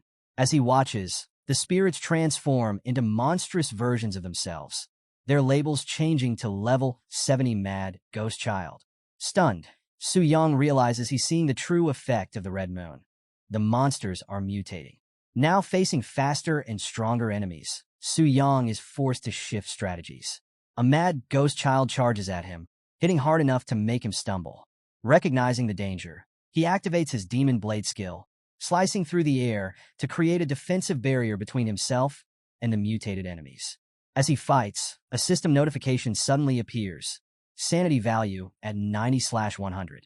When the sanity value reaches 0, irreversible madness will ensue. Confused, Su-yang can't help but think this whole scenario feels like something out of a Lovecraftian nightmare. Determined to push through, he activates Demon Blade Sword Rain, unleashing a barrage of powerful energy slashes. While he manages to fend off the attacks, the battle is intense. Su Yang watches his sanity value drop to 60, and with his mana down to only 20%, he realizes he's losing focus. He wonders just how much longer it will take to reach the boss. Finally, after fighting his way through, he encounters a massive, hulking figure emerging from the darkness, a level 82 elite zombie giant. Recognizing the sheer difficulty, Su Yang knows he needs a boost. Reluctantly, he decides to use his legendary summoning stone to call forth the lunar wolf spirit. The powerful beast appears with a fierce growl, making quick work of the zombie giant with one devastating attack. Watching with satisfaction, Su Yang thinks, just as expected from a legendary summon, the power gap in this dungeon is huge. With the lunar wolf spirit now by his side, Su Yang feels a surge of confidence, ready to steamroll through the rest of the dungeon. He navigates deeper, finally locating the entrance to the boss room. Standing before the massive doors, he commands them to open. As they creak open, a haunting voice echoes from within, lamenting in sorrow, "Ancestors, forgive me. I am guilty." Entering the room, Su Yang is greeted by a cutscene revealing the boss's dark backstory. A ghostly figure tormented by guilt, declaring that he has already committed too many murders and is destined to kill again. The boss details flash on the screen. Red Moon Corruption, Devouring Spirit Ghost, boss level 90, race, undead. With a sinister laugh, the boss's aura fills the room, signaling the start of an intense showdown. Su Yang commands the lunar wolf spirit, instructing it not to finish off the boss entirely so he can land the final blow himself. Observing the boss's level, he realizes the immense red moon boost has raised it to near diamond tier status. Without the lunar wolf spirit, this battle could have been a brutal defeat. In a final move, Su Yang lands the killing blow and a notification flashes. You have killed level 90 boss, Red Moon Corruption, Devouring Spirit Ghost. The rewards include platinum tier gear and a unique item, the Devouring Spirit Ghost Soul Core. Examining it, Su Yang notes that while platinum tier gear no longer interests him, the Soul Core's 80-point spirit boost might prove useful as a potion ingredient. Satisfied, Su Yang decides to press onward, knowing his next mission site awaits. The scene shifts to the ominous red moon hanging overhead. Standing against its eerie glow, Luo Linger appears, visibly frustrated. She casts an impatient glance toward the ruined mansion in the distance, wondering aloud why those who ventured inside haven't come out yet. Beside her, Lu Ci speculates that there could be a few stragglers hiding or trying to escape, remarking that the ruined mansion under the red moon is too dangerous for ordinary adventurers. Only someone like Luo Linger herself could handle it easily. But growing impatient, Luo Linger cuts him off, demanding direct answers about who is inside and how long they've been there. Zhou Tai hesitates before explaining that, although the raid has been going on for half an hour, no A-level or B-level guilds in Tianling City have claimed responsibility. The situation remains a mystery, and it's clear this irritates Luo Linger. She knows that under the red moon, the ruined mansion rivals a diamond-tier dungeon in difficulty. She herself would have to proceed cautiously. Anyone who entered without a team should have been torn apart by the monsters by now, so who could possibly still be in there? Suddenly, a loud boom breaks her thoughts as the portal at the mansion's entrance activates. Zhou Tai alerts everyone. The portal is reacting. Someone's coming out. Su Yang steps out, looking a bit weary from his intense battle, exhaling as he mentally recovers from the fight. Su Yang quickly notices the crowd waiting for him and recognizes some familiar faces.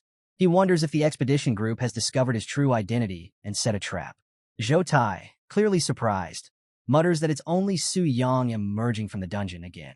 The tension thickens as Su Yang, unfazed, casually comments on the crowd gathered so late at night, questioning why so many people are here for a small platinum-level dungeon. One of the guards, visibly frustrated, retorts that Su Yang should have known better than to enter alone under the red moon. Unfazed, Su Yang shrugs, wondering aloud if it's really all that serious. The guard, however, insists that Su Yang's life might have been at risk, and his own job is on the line if something had gone wrong.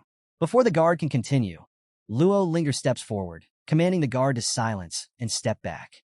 She then addresses Su Yang, asking if he truly cleared the Red Moon's ruined mansion alone. With casual confidence, Su Yang confirms it, sparking shock and awe among those watching. Impressed yet serious, Luo Linger proposes a deal. Clearing the dungeon solo under the red moon is remarkable, but she wants him to hand over the crystal core dropped by the boss. She tells him to name his price. Su Yang, unbothered, raises an eyebrow and questions why he should hand it over. His unexpected response leaves the group momentarily stunned. Luo Linger's assistant, now agitated, steps forward, demanding that Su Yang show respect. The assistant introduces Luo Linger, detailing her background as a genius of the Global Beast Master Association and the youngest daughter of the master of Tianji Pavilion. Clearly accustomed to instant obedience, the assistant threatens Su Yang for ignoring Luo Linger's request. But just as she moves to strike him, Luo Linger halts her, commanding her to stop. Considering the situation, Su Yang realizes that while Luo Linger is clearly a powerful figure, she doesn't appear to be targeting him specifically. Curious, he politely asks what she wants. Luo Linger explains that she'd originally hoped to gather some top-quality ingredients for her spirit horse, but Su Yang's quick actions had allowed him to secure them first. Still, she can't ignore his audacity and issues a challenge. If Su Yang can withstand her soul-hunting falcon for 3 minutes, she'll consider the matter settled. A powerful level 90 beast, the soul-hunting falcon materializes, its presence formidable. Su Yang quickly sizes up the challenge as the falcon dives toward him at incredible speed. He remarks that her approach seems a bit excessive. Lu Ci, watching from the sidelines, mutters that Su Yang has clearly underestimated her power. But Zhou Tai, observing carefully, realizes that if Su Yang managed to solo the Red Moon dungeon, his strength must rival a 4th-tier master's. As the falcon closes in, it unleashes a blade storm attack. Recognizing the danger, Su Yang realizes that he can't simply defend. The falcon's attacks are both swift and long-ranged. Finally, he decides to reveal his true power. Drawing his sword, he activates Dragon's Bloodlust, causing it to glow with intense energy. Lu Ci, shocked by the weapon's power, whispers to himself, wondering if this is indeed that legendary sword. The falcon swoops down, launching a powerful attack, but Su Yang counters with Soul Impact, unleashing a devastating blow. The attack catches the falcon off guard, delivering heavy damage and leaving the crowd in stunned silence. Su Yang smirks, noting that it hasn't even been 3 minutes yet. Furious, Luo Linger accuses him of killing her spirit beast. Calmly, Su Yang reminds her that she only requested he withstand the beast, not that he couldn't fight back. He points out that she might be so used to her authority that she's forgotten basic principles. Internally, he notes that he isn't afraid to face her, even if it comes to forbidden spells. Just as the tension peaks, Zhou Tai steps forward, warning Luo Linger against starting a fight. He explains that Su Yang holds a special status as a VIP at the temple and a gold member of the X-Alliance. The Grand Court had issued orders for all his matters to be handled with care. This revelation surprises Luo Linger, who begins to piece things together. She wonders if Su Yang also completed the 5-star job transfer quest, a feat she'd struggled to achieve despite full support from Tianji Pavilion. With a smirk, Su Yang realizes Luo Linger is also a temple VIP, but only up to the 4th tier. He subtly hints at his higher status, and Luo Linger, annoyed yet intrigued, accepts his challenge and decides to let the matter rest. As she turns to leave, she instructs her group to follow, reminding them that opposing a temple VIP is out of the question. As Su Yang watches them go, he muses that Luo Linger's status as the young lady of Tianji Pavilion may be impressive, but he's determined to surpass it.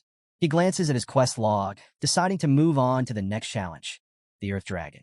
Su Yang makes his way toward the Wilderness Mountains, closing in on the lair of the Rock Abyss Earth Dragon. As he approaches, his status panel updates, showing the Earth Dragon is alive and at full health. However, he isn't alone for long. Not far behind, Luo Linger and her entourage arrive at the same location. She surveys the area and seems pleased. No one has attempted to challenge the Earth Dragon yet. Her guards, Zhou Tai and Lu Ci, assure her that they followed her orders to reserve the challenge slot. Sizing up the boss's potential, Luo Linger declares the Earth Dragon, while lower level, is a rare dragon-type boss and perfect for their training session. Just as she's about to lead her group forward, a voice calls out from behind, stopping her in her tracks, who reminds her that others have already claimed the boss. Luo Linger's expression darkens as she turns to face him, while Lu Ci immediately jumps in, berating the guard for letting this line-cutting happen. But the guard, looking uncomfortable, explains that a temple VIP has prioritized the slot, leaving him powerless to override it. Su Yang watches with mild amusement, then dismisses them with a casual demand to step aside and stop delaying his dungeon run. Luo Linger's frustration is evident, her gaze intensifying. Lu Xi mutters under his breath about Su Yang's annoying presence, and Su Yang, unfazed, throws the comment back at him, suggesting that running into them twice must mean they have a plot against him. Annoyed, Luo Linger fires back, insisting she has no interest in targeting him. However, she warns him that just because he holds temple privileges doesn't mean he can do whatever he wants. One failure in his class transfer could spell his end. Su Yang simply smiles, coolly thanking her for her concern, and wondering aloud if she enjoys bullying weaker players. Zhou Tai steps in, explaining that Luo Linger is preparing to tame the Black Flame Wing and intends to use this Earth Dragon for practice. Su Yang, however, firmly replies that he has his own reasons for needing the Earth Dragon, as it's a key target in his class transfer mission. Luo Linger, still defiant, tells him to go ahead, but warns that once she tames the Black Flame Wing, even his temple status won't protect him. Su Yang chuckles, advising her to wait for the Earth Dragon to respawn, and then strides toward the portal with a casual bye-bye. Luo Linger sees as Su Yang disappears, while her assistant mutters about his rudeness. Zhou Tai, still bewildered, questions whether Su Yang truly intends to solo the Earth Dragon. Inside the dimly lit cave, Su Yang approaches the slumbering rock abyss Earth Dragon, mentally preparing himself for the battle. He recalls Luo Linger's goal of taming the Black Dragon and figures that, with her strength and support, she might actually manage it. But there's no time to waste. He knows he needs to keep moving forward if he's to keep up with her pace. As he moves closer, the system identifies the boss, a level 61 wild boss, the Rock Abyss Earth Dragon. Su Yang sizes it up, unimpressed, noting it looks more like a giant lizard than a dragon, especially compared to the Black Flame Wing. Despite being unable to use his Wolf Spirit and Demon Blade skills, Su Yang is confident his Starlight-level weapon will be more than enough. Without hesitation, he launches into action, striking the Earth Dragon with Soul Mark. His attacks connect, but he quickly realizes the Earth Dragon's defenses are formidable. The dragon retaliates with a fierce tail swipe, forcing Su Yang to dodge. He counters with a barrage of strikes, dealing steady damage as he taunts the creature. Bit by bit, the dragon's defenses start to crumble. When the Earth Dragon's health drops to 50%, Su Yang's confidence grows, but just as he's about to push forward, a system alert warns him that the boss has entered Berserk mode. The ground trembles as the dragon charges at him with a terrifying new ferocity, and Su Yang quickly realizes that this dragon charge isn't just powerful, it's also guided, relentlessly homing in on him as he dodges. In need of a strategy, he assesses the cave layout and spots a granite wall nearby. Recognizing it as his only hope, he positions himself behind it, bracing for the dragon's next attack.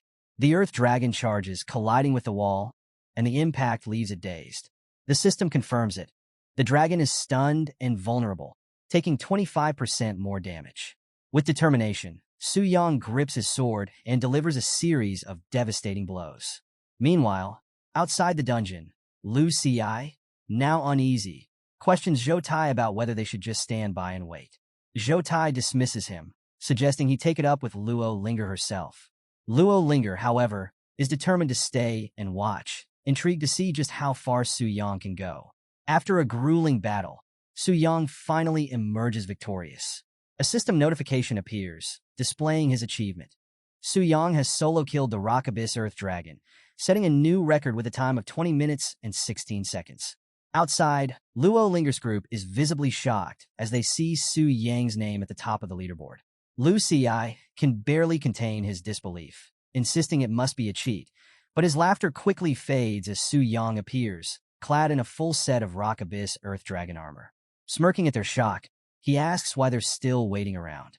The group falls silent, stunned, until Lu Xi erupts in mocking laughter. Su Yang, noticing the awkward fit of his armor, mentally curses himself for not clearing out his inventory sooner, forcing him to wear the clunky dragon gear. Brushing off Lu Xi's laughter, he challenges them to match his record if they think it's so funny. Luo Linger, determined not to back down, acknowledges his skill, but dismisses the Earth Dragon as a trivial feat compared to her target. Su Yang's gaze sharpens as he steps closer, declaring that he'll tame the Black Dragon before she even has the chance. Luo Linger is momentarily taken aback and fires back, asking if he's serious, challenging his audacity. With unflinching resolve, Su Yang replies, "My name is Su Yang.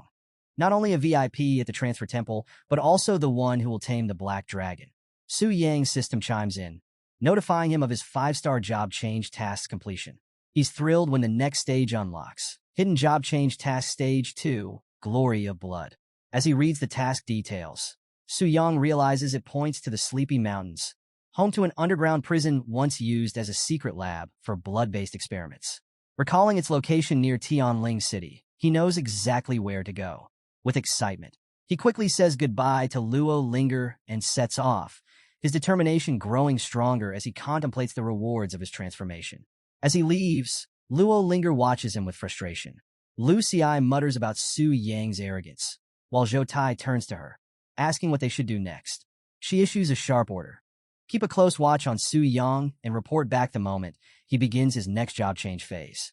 The assistant acknowledges, setting off to follow him at a distance. Meanwhile, Su Yang heads for a secluded area, his golden glowing armor indicating that his transformation is complete. He checks the stats on his Rock Abyss Earth Dragon set and finds it boosts his strength and damage reduction.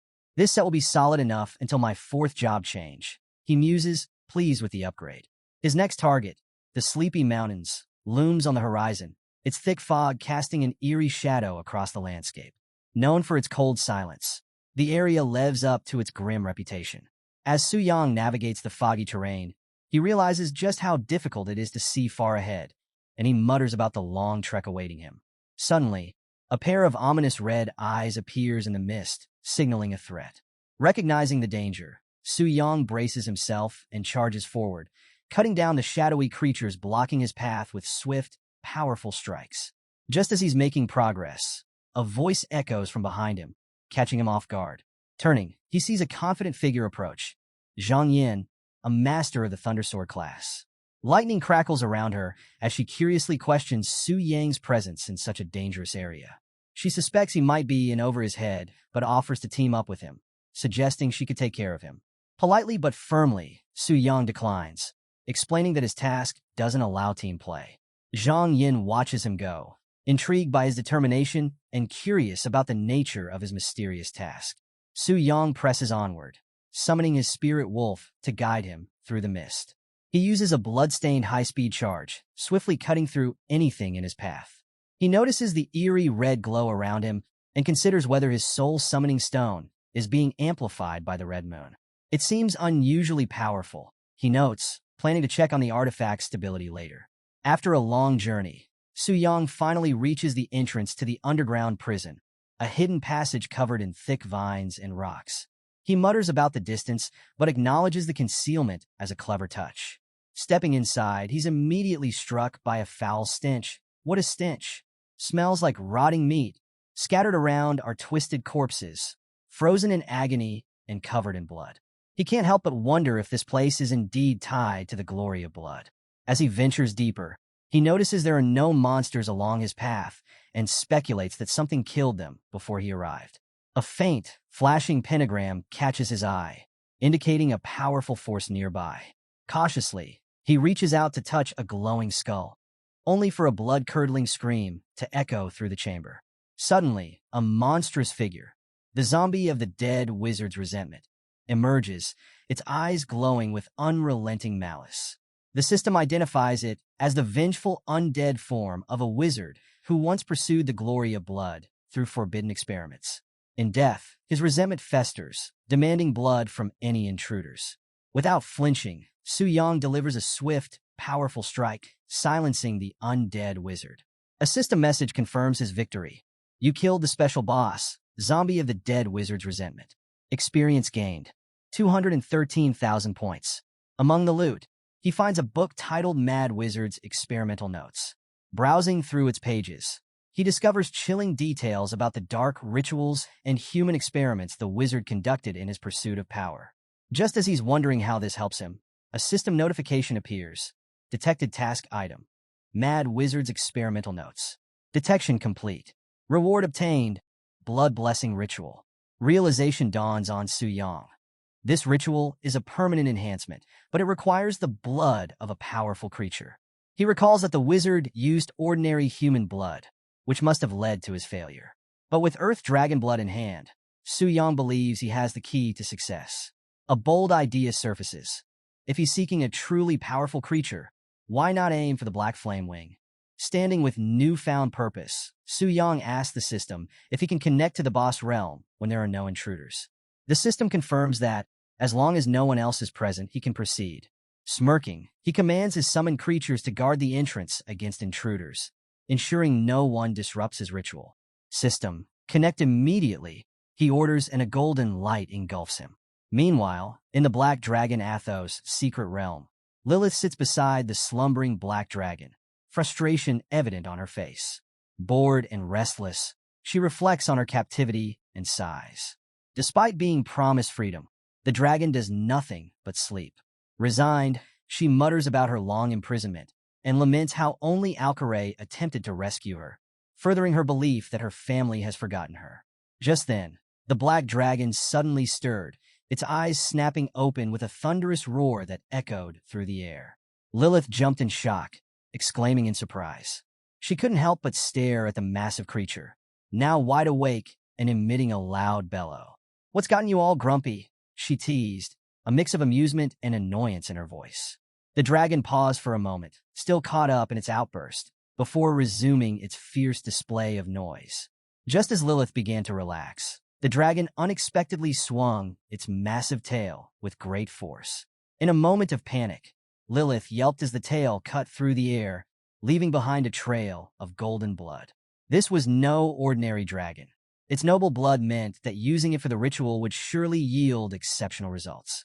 Concerned by the dragon's sudden injury, Lilith asked, "Why are you hurting yourself all of a sudden?" The Black Dragon, almost nonchalantly, responded that it had just gotten a bit too excited and had let out some blood. Lilith raised an eyebrow, playfully suggesting that perhaps the dragon had been rejected in a dream by a little female dragon. Taken aback, the dragon questioned, "What little female dragon?" before quickly diverting the conversation, insisting it was merely curious and that she shouldn't think too much of it. As the golden blood dripped down and pooled into a container, a notification chimed in Su Yang's mind. Black Dragon's essence blood has been stored in the warehouse. The Black Dragon finished its task with a mutter, declaring it was time to return to sleep, closing its eyes once more. Lilith couldn't resist teasing the dragon again, asking if it was dreaming of that little female dragon. But the dragon, already dozing off, simply replied to not overthink things, mentioning that the next wave of enemies would come soon and urging her to be patient. Confused and frustrated, Lilith wondered aloud about these supposed enemies. But before she could finish her thought, the dragon was already fast asleep. "Why do you always say such strange things and then fall asleep again?" she exclaimed in exasperation. Just then, Su Yang re-entered the scene, cheerfully announcing his return. He was pleased to find that no one had disturbed him. His red spirit companions growled in acknowledgement, ready for the next phase of their mission. Stepping into the center of the blood formation, Su Yang recalled the task's instructions. He took out the vial containing the Black Dragon's essence blood, contemplating the potential risks involved. With determination in his heart, he decided to seize the moment. Fortune favors the bold. After all, he drank the blood, feeling it burn as it traveled down his throat. Almost immediately, he collapsed, his body convulsing in pain. It felt as if everything inside him was melting. Gasping, he struggled to endure the excruciating sensation as the ritual began to take effect. Su Yang fought against the rising intensity. The blood clung to him as if it were alive, trying to devour and assimilate him. Panic began to creep in as the tendrils of blood wrapped tighter around him, constricting his movements. Despite the instinct to protect his companions, he shouted for them to stay away, insisting this was part of the ritual. He emphasized that the weak were unworthy of the blessing from the strong, and that only those of equal strength could grow through the tempering of pain. The blood continued to constrict around him, pushing him to his limits as the ritual tested his endurance. Suddenly, a notification announced, "Chrysalis completed." The blood cocoon surrounding Su Yang began to solidify, encasing him entirely. His spirit companions growled anxiously, sensing the powerful transformation occurring within. As energy surged, the cocoon started to crack, thin lines of power bursting outward with increasing tension. With a final surge, the cocoon shattered, sending shockwaves across the ritual circle. Su Yang muttered, acknowledging that the ritual of the blood blessing was complete. He flexed his hand, feeling an incredible strength coursing through him. It was a transformation beyond anything he had experienced before, even surpassing the boost he received after previous job changes. His confidence soared as he realized he could now rival a 5-tier strong fighter. A system notification popped up, using Black Dragon's essence blood to complete the blood blessing ritual. All properties increased by 50%. New skill unlocked, Perpetual Black Flame, a rare power typically wielded by Black Flame Kings now under your control. In awe of the Black Flame that danced in his hand, Su Yang contemplated the immense power he now possessed. He noted that even the boss had not fled from the Black Dragon's might, and holding this power, he truly grasped how terrifying the dragon was. The natural order dictated that the weak submit to the strong, a truth best understood by the creatures of the wild. With a smirk, he decided it was time to test his newfound abilities. He unleashed the Black Flame with a swift motion, and the fire surged forward with a powerful whoosh, followed by an explosive boom. Surprised by the sheer force of the flames, Su Yang realized they were more powerful than he had anticipated.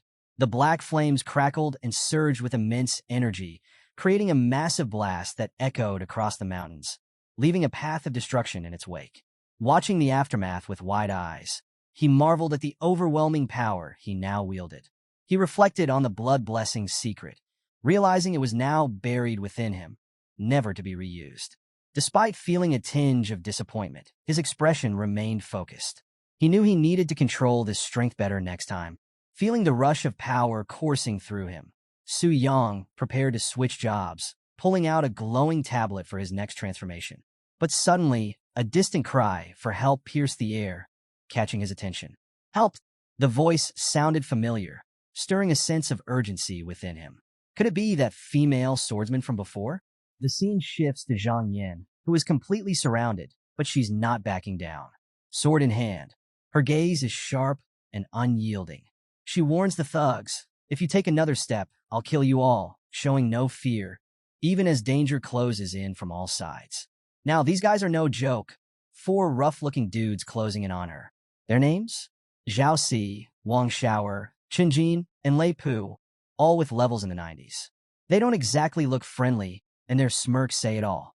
One of them mocks her, suggesting she's better off under their protection, but we all know what he means by that. Zhang Yin, though, she's not having any of it. She calls them out, asking if they're scared that the transfer association might come for them. She's got her sword gripped tightly, and you can tell her heart's racing, but she's standing her ground. The thugs laugh off her warning. Wang Xiaoer, full of arrogance, brags that he's got a few lives on his hands and doesn't care about the rules. Chen Jin chimes in, saying they've been on the association's blacklist for ages.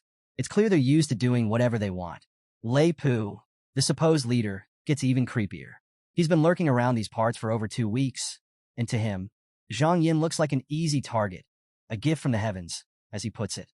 He's practically drooling at the thought of what they'll do. The group closes in, taunting her, thinking they've already won.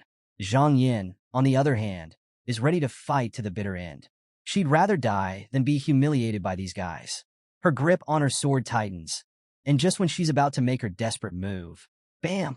A blur flashes by, and suddenly, Lei Pu is screaming, clutching his arm. His hand's been cut clean off. Enter Su Yang, who steps into the fray like a total boss. He's calm, collected, and armed with a weapon that looks deceptively simple. He's heard about these outlaws causing trouble and didn't expect to run into them today. Su Yang doesn't waste time with threats. He just looks at the thugs and asks coldly, "So, how do you want to die?"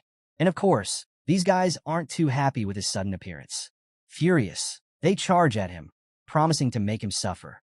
Zhang Yin tries to warn Su Yang, telling him to run, but he doesn't even flinch. Instead, he muses to himself that maybe in the past he would have needed a legendary item to handle these guys. But now, not so much. With a smirk, he bursts into action, moving faster than their eyes can track. One by one, he takes down the thugs with precision and speed. They're caught off guard, barely able to react before Su Yang is upon them. Even as they realize just how fast he is, it's already too late. Now, with most of his crew down, Lei Pu decides to go all out. He swings his great sword at Su Yang, thinking he's got the upper hand. But Su Yang just counters with a dagger, shattering the great sword in a single strike. The thug is stunned, his platinum-grade weapon shattered like glass. He starts eyeing Su Yang's dagger, realizing it must be a star-grade weapon, and greed flickers in his eyes. Thinking he stumbled upon a treasure trove, Lei Pu yells out to his remaining buddies. They think Su Yang is their ticket to riches, and they're ready to try their luck, even if it means risking their lives. But Su Yang? He's got zero patience for this kind of greed. He just shakes his head and tells them they won't live long enough to enjoy whatever they're after. Then, he unleashes a devastating attack. A burst of blue flames erupts, swallowing the thug's whole. As the smoke clears, system notifications pop up. Su Yang has taken down Lei Pu, Wang Xiaoer, and racked up over 22,000 experience points. Among the loot, he finds, well, let's just say some items of questionable taste, including a strawberry-flavored rubber ring and a black bodysuit. Su Yang mutters under his breath, "Perverts deserve their end," and walks off without a second thought. After that intense battle, Su Yang stood amidst the dying blue flames, taking a moment to appreciate the power of his black flame wings. He couldn't help but think to himself just how powerful those flames truly are. Then, he turned to Zhang Yin, checking on her with a simple, "Are you all right, miss?" Zhang Yin, still trying to wrap her head around what just happened, was in complete shock. She managed to ask him about the power she just witnessed, but Su Yang, staying cool as ever, just brushed it off, calling it a secret. Even though he kept it mysterious, Zhang Yin couldn't help but be impressed. She admitted that she had been self-righteous earlier and that, without Su Yang, she would have been forced to take her own life rather than face the thugs. Su Yang took note of her determination, realizing just how strong-willed she was. But before he could dwell on it, Zhang Yin cut into his thoughts, asking for his name. When he introduced himself as Su Yang, she immediately recognized him. Turns out, she'd heard about him from a mutual friend, Nu, who was at a party just the day before. Apparently, and Yu, a bit tipsy, had been loudly boasting about Su Yang's exploits, and now, word about him had spread among their circle. Su Yang couldn't help but feel a little exasperated at Yu's big mouth, but he quickly changed the subject, offering Zhang Yin a return scroll and letting her know he was ready to move on. Zhang Yin accepted the offer gratefully and watched him leave, clearly intrigued by her mysterious savior. She thought to herself, "Su Yang, huh? What an interesting guy." As Su Yang left, he moved on to the next phase of his mission. The system chimed in, letting him know he'd completed the weapon mastery proof and had officially advanced to a 5-star mage warrior. With that, he got a bunch of system notifications. His HP and XP went up, his level cap increased to 80, and he got some extra stat points. Not bad for a day's work. The system wasn't done with him, though. It processed his achievements and unlocked the mage warrior class, equipping him with a new arcane mystic weapon. His strength and spirit attributes got a serious boost, and as a bonus, he earned a legendary skill book that came with some pretty cool abilities, perfect for taking on mages. He got 2 new skills: Nullify All Magic, a legendary ability that straight up cancels out magic attacks, reflecting double the damage back. Arcane Armor, an epic skill that reduces damage from magic and ups the magic damage he deals out. And on top of that, he got a passive skill called Dual Cultivation, which made both his physical and magical attacks stronger based on his attributes. Su Yang tested his new skills, and the power surge was impressive. He realized that, with his boosted stats, his physical damage went up by 24% and his magic damage increased by 15%. He even thought he could take down the Rock Abyss Earth Dragon without breaking a sweat now. As he was checking out his upgrades, Bai Ling, who'd been with him throughout this journey, chimed in with congratulations, calling him hero like she always does. But Su Yang noticed something was off in her tone. She seemed a bit down. He asked what was bothering her, and Bai Ling revealed that the transfer temple in Dongling City could only accommodate transfers up to the 3rd class. Now, Su Yang would need to head to Tianling City for his next steps. She admitted that the thought of parting from him made her feel an emptiness she'd never known before. But just as things were getting a bit heavy, the statue behind them suddenly lit up, glowing with a bright, holy light. Bai Ling was as shocked as Su Yang, wondering if it was the blessing of the statue. As the light engulfed her, a pair of angelic wings began to form on her back. Su Yang recognized the scene immediately. It reminded him of the eerie blood blessing ceremony, but this time it had a holy and pure vibe. Bai Ling ascended into the air, transforming into an angelic figure right before Su Yang's eyes. The system pinged again, announcing that Bai Ling had advanced to a 5th-class temple priestess, which meant they now had to head to Tianling City for their next steps.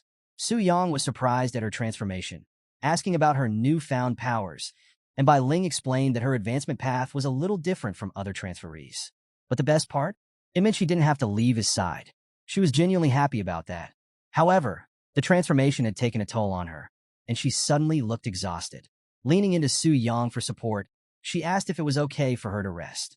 Su Yang reassured her, wrapping an arm around her shoulders as they prepared to move forward. With feathers softly drifting around them, he promised her that they'd face whatever came next together. Su Yang and Bai Ling head towards this grand doorway, and you can feel the air around them is thick with mystery. As they get closer, the door creaks open, catching everyone's attention. The crowd outside is buzzing, watching Su Yang like he's the star of the show. People start whispering among themselves, a bit of gossip already stirring up. One guy, clearly annoyed, grumbles about how much time Su Yang has wasted. Another nudges his buddy, wondering out loud if Su Yang and the priestess might have been up to some training behind closed doors. But Su Yang? He couldn't care less about their speculations. With Bai Ling still in his arms, he strides forward, thinking to himself, what nonsense are they talking about? He tells the crowd to make way for anyone needing a job transfer, his voice strong and commanding. But just when it looks like they'll be on their way, a large man steps up, blocking Su Yang's path. This guy's suspicious and demands to know what Su Yang did to the priestess.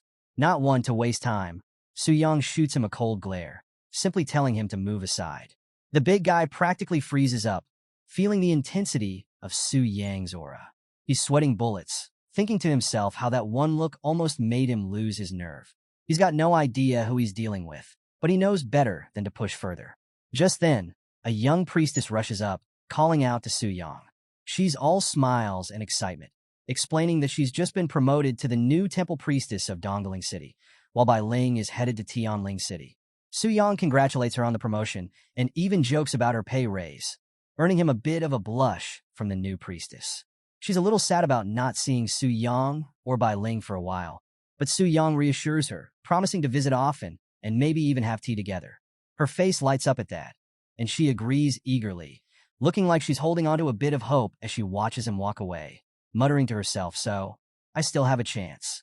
Su Yang then talks with a temple official, who assures him that they'll take good care of Bai Ling as she adjusts to her new role as the temple priestess of Tianling City. Su Yang acknowledges this, appreciating the arrangement. But in the back of his mind, he's already planning his next move.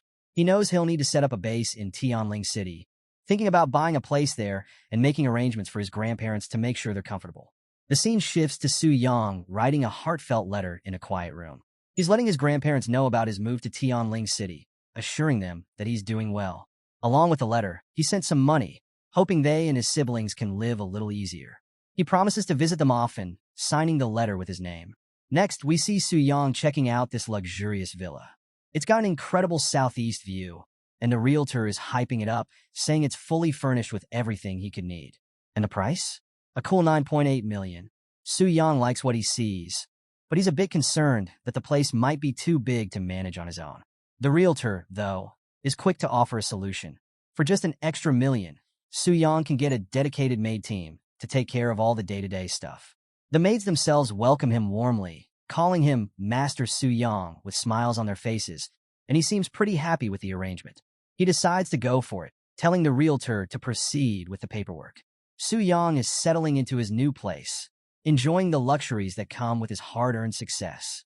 He's lounging in an outdoor hot spring, completely at ease, thinking to himself how great it feels to have some money in his pocket. Not too long ago, he could only dream of living like this. As he leans back into the warm water, he sighs contentedly, deciding to catch some sleep and check on Bai Ling in the morning. Meanwhile, over at the temple, Bai Ling finally wakes up, a bit disoriented and wondering where she is. A temple priestess nearby reassures her, offering some herbal soup to help with her recovery. Bai Ling gratefully accepts, already feeling a bit better. As they chat, the priestess mentions how the temple statue hadn't given a revelation in years, and she's curious about Su Yang, the new hero who seems to be at the center of it all. She asks Bai Ling what she thinks of him, and Bai Ling can't help but smile. She describes Su Yang as someone capable of creating miracles, someone with not just extraordinary strength and courage, but also a kind and unbreakable spirit. She's confident that he's the type of person who could bring hope to a world in need. The priestess listens thoughtfully, then shifts the topic to something more serious. She mentions that the red moon has been lingering for days, a sign that a dangerous event is on the horizon. She advises Bai Ling to be cautious, but that's when something clicks in Bai Ling's mind. She suddenly remembers something important. Without wasting a second, she bolts out of the room, looking genuinely worried. The head priestess calls out after her, asking where she's rushing off to, but Bai Ling shouts back that she needs to warn Su Yang. He doesn't know about the Red Moon invasion yet. As she hurries out, the priestess smirks, teasingly wondering if Bai Ling's concern might mean she's caught feelings for the hero. Back at Su Yang's villa, the scene shifts abruptly as he's jolted awake, sensing that something's wrong. A commotion nearby catches his attention, and one of the maids lets out a gasp, panic evident in her voice. She's staring at something terrifying, a huge, monstrous figure looming over them. The system notification confirms it. A rare event has been triggered, and it's the Red Moon invasion. Su Yang's opponent is a massive 6th-tier giant axeman, a boss-level threat from the demon clan. The creature locks onto Su Yang, roaring, "Fated one kill." Su Yang, though, he's totally unfazed, even a little annoyed. He grumbles about being woken up in the middle of the night, complaining that he's got a serious case of morning grumpiness. He's more irritated about his sleep being disturbed than the giant monster standing in front of him. Determined to finish this quickly, he gears up for the fight. Just then, the sound of hooves cuts through the chaos. Su Yang turns and sees Luo linger riding up on horseback, her expression intense. She takes one look at the scene and realizes that Su Yang is the target of tonight's invasion. There's urgency in her voice as she prepares to face the threat. Su Yang is surprised to see her and calls out in recognition, but Luo lingers all business. She tells him to stand back, insisting that he's no match for this enemy, and that she'll handle the Red Moon invasion herself. Su Yang, still a bit confused, asks her what the Red Moon invasion even is, but Luo Linger shuts him down, saying she has no obligation to explain it to him. Without missing a beat, she commands her beast to attack. Her water beast charges into the fight, clashing with a red-eyed creature in an explosive battle. The ground shakes from the impact, and shockwaves rip through the air, leaving a trail of destruction in their wake. Su Yang surveys the damage around his villa and can't help but complain, joking about how he just renovated the place. Then, out of nowhere, Bai Ling arrives, clearly anxious as she calls out to Su Yang, asking if he's all right. Su Yang, surprised to see her there, wonders why she's come rushing over. That's when Bai Ling explains that she woke up, saw the red moon still hanging in the sky, and realized she hadn't warned him about the invasion in time. Her concern for him had driven her to rush straight to his side. Su Yang, holding her close protectively, asks her to fill him in on what's going on. Bai Ling nods and starts explaining. She tells him that whenever the red moon appears, monsters from an unknown subspace, called the Scarlet Decay, start invading. These creatures specifically target warriors like Su Yang, and only warriors can harm them. This whole event is known as the Red Moon Invasion, and it's as dangerous as it sounds. So, as Bai Ling continues filling Su Yang in about the Red Moon Invasion, she drops a major bombshell. She explains that if a warrior is killed by a Scarlet Decay, they can't be resurrected. It's game over, no second chances. She adds that according to the temple's ancient records, these invasions only start happening after a warrior's third advancement. Su Yang takes in this new info, thinking it through. He's a bit skeptical, though, wondering aloud if the strength of these invasions isn't a bit overpowered for something that's supposed to follow a third advancement. And that's when the real action begins. A fierce battle unfolds between Su Yang and this 6th-tier giant axeman. The enemy is no joke, swinging its massive weapon with enough force to split the earth. Su Yang quickly realizes that this monster's power is beyond anything he's imagined. As he pieces things together, he figures out that Luo Linger's goal might be the Red Moon Crystal Core, a rare item that could boost her power. He starts analyzing the monster's behavior, thinking there's something off about it. Normally, a monster from a third advancement shouldn't suddenly be this strong, unless its strength is shifting based on its target. In the middle of the battle, Su Yang launches an earthquake strike that shakes the whole battlefield, sending tremors through the area. Luo Linger, fighting alongside him, is stunned by how strong their opponent is. She's forced to go all out, realizing just how serious this fight is. But Su Yang, frustrated with all the collateral damage, yells out for them to stop, worried that the fight will wreck his newly renovated house. He insists that, since the monster is focused on him, he should handle it himself. Luo Linger doesn't argue, but she's definitely not convinced. She warns him that if he ends up in trouble, she's not coming to his rescue. Su Yang, brimming with confidence, tells her to just watch from the sidelines. And then Su Yang goes all in. He activates his shadow body technique, moving so fast he's practically a blur, leaving trails of purple energy behind him. He lands a precise, devastating blow that sends the monster flying, then follows up with his soul mark ability, focusing on the axe-wielding demon. The hit is so powerful that it takes away 60% of the monster's health in one shot. Luo Linger can't believe what she's seeing. She's shocked that Su Yang was able to deal such a massive amount of damage with a single strike. Su Yang, analyzing the situation, figures out that the monster's strength is dynamic. It changes based on who it's fighting. But now that it's focused on him, it's back to being a third advancement level threat. With his extreme dual cultivation blessing, Su Yang knows he can easily crush it, relying purely on his enhanced strength. The battle continues to ramp up, with Su Yang delivering powerful blows that crack the ground beneath them. The monster roars in frustration, its demonic eyes glowing with rage as it enters a frenzy. It charges at Su Yang, bellowing, "Warrior, die!" But Su Yang just stands there, unfazed, a faint glow starting to surround him as he readies his next move. As the beast closes in, Su Yang calmly remarks that it's not quite up to the challenge. He unleashes a massive attack, his power overwhelming the demon. And just like that, the system dings with a confirmation. He's defeated the Scarlet Decay's level 75 limb-grafted axe wielder. Su Yang brushes it off, thinking that maybe this Red Moon invasion isn't such a big deal after all. Bai Ling, who's been watching the whole fight, is clearly impressed. She praises Su Yang for handling the monster so swiftly, calling him truly amazing. Meanwhile, Luo Linger watches from a distance, still skeptical despite the show of strength. She wonders if there's something more ferocious beneath Su Yang's human exterior, and warns him that this fight doesn't count as a real victory in her book. She even hints that she'll make him pay next time. Su Yang, though, isn't too concerned with her words. He's more curious about why Luo Linger always seems to be muttering to herself. But then, his attention shifts back to the glowing red crystal in his hand. He wonders if this is the Red Moon crystal core that Luo Linger's been after. Bai Ling starts to explain, confirming that it's the real deal. But before she can finish her thought, the crystal suddenly lights up with a strange, ominous glow, catching them both by surprise. So, we pick up a Su Yang body had started to change in a crazy way, and he freaked out, shouting, "Oh no, my body," as things got intense. Bai Ling, standing nearby, was equally terrified, calling out his name in panic. When he finally jolts awake, he's still feeling the after effects of whatever just happened. His body is tingling like it's trying to settle back into place. He immediately spots Bai Ling standing beside him, trying to act like everything's fine, but she's got her hand over a strange mark on her neck. Su Yang, still half asleep and confused, asks what's up with the mark. Bai Ling tries to reassure him, saying she's all right and that there's no need to worry. She explains that because of her special temple priestess constitution, she can purify the scarlet contamination by herself, and that it'll clear up in a day or two.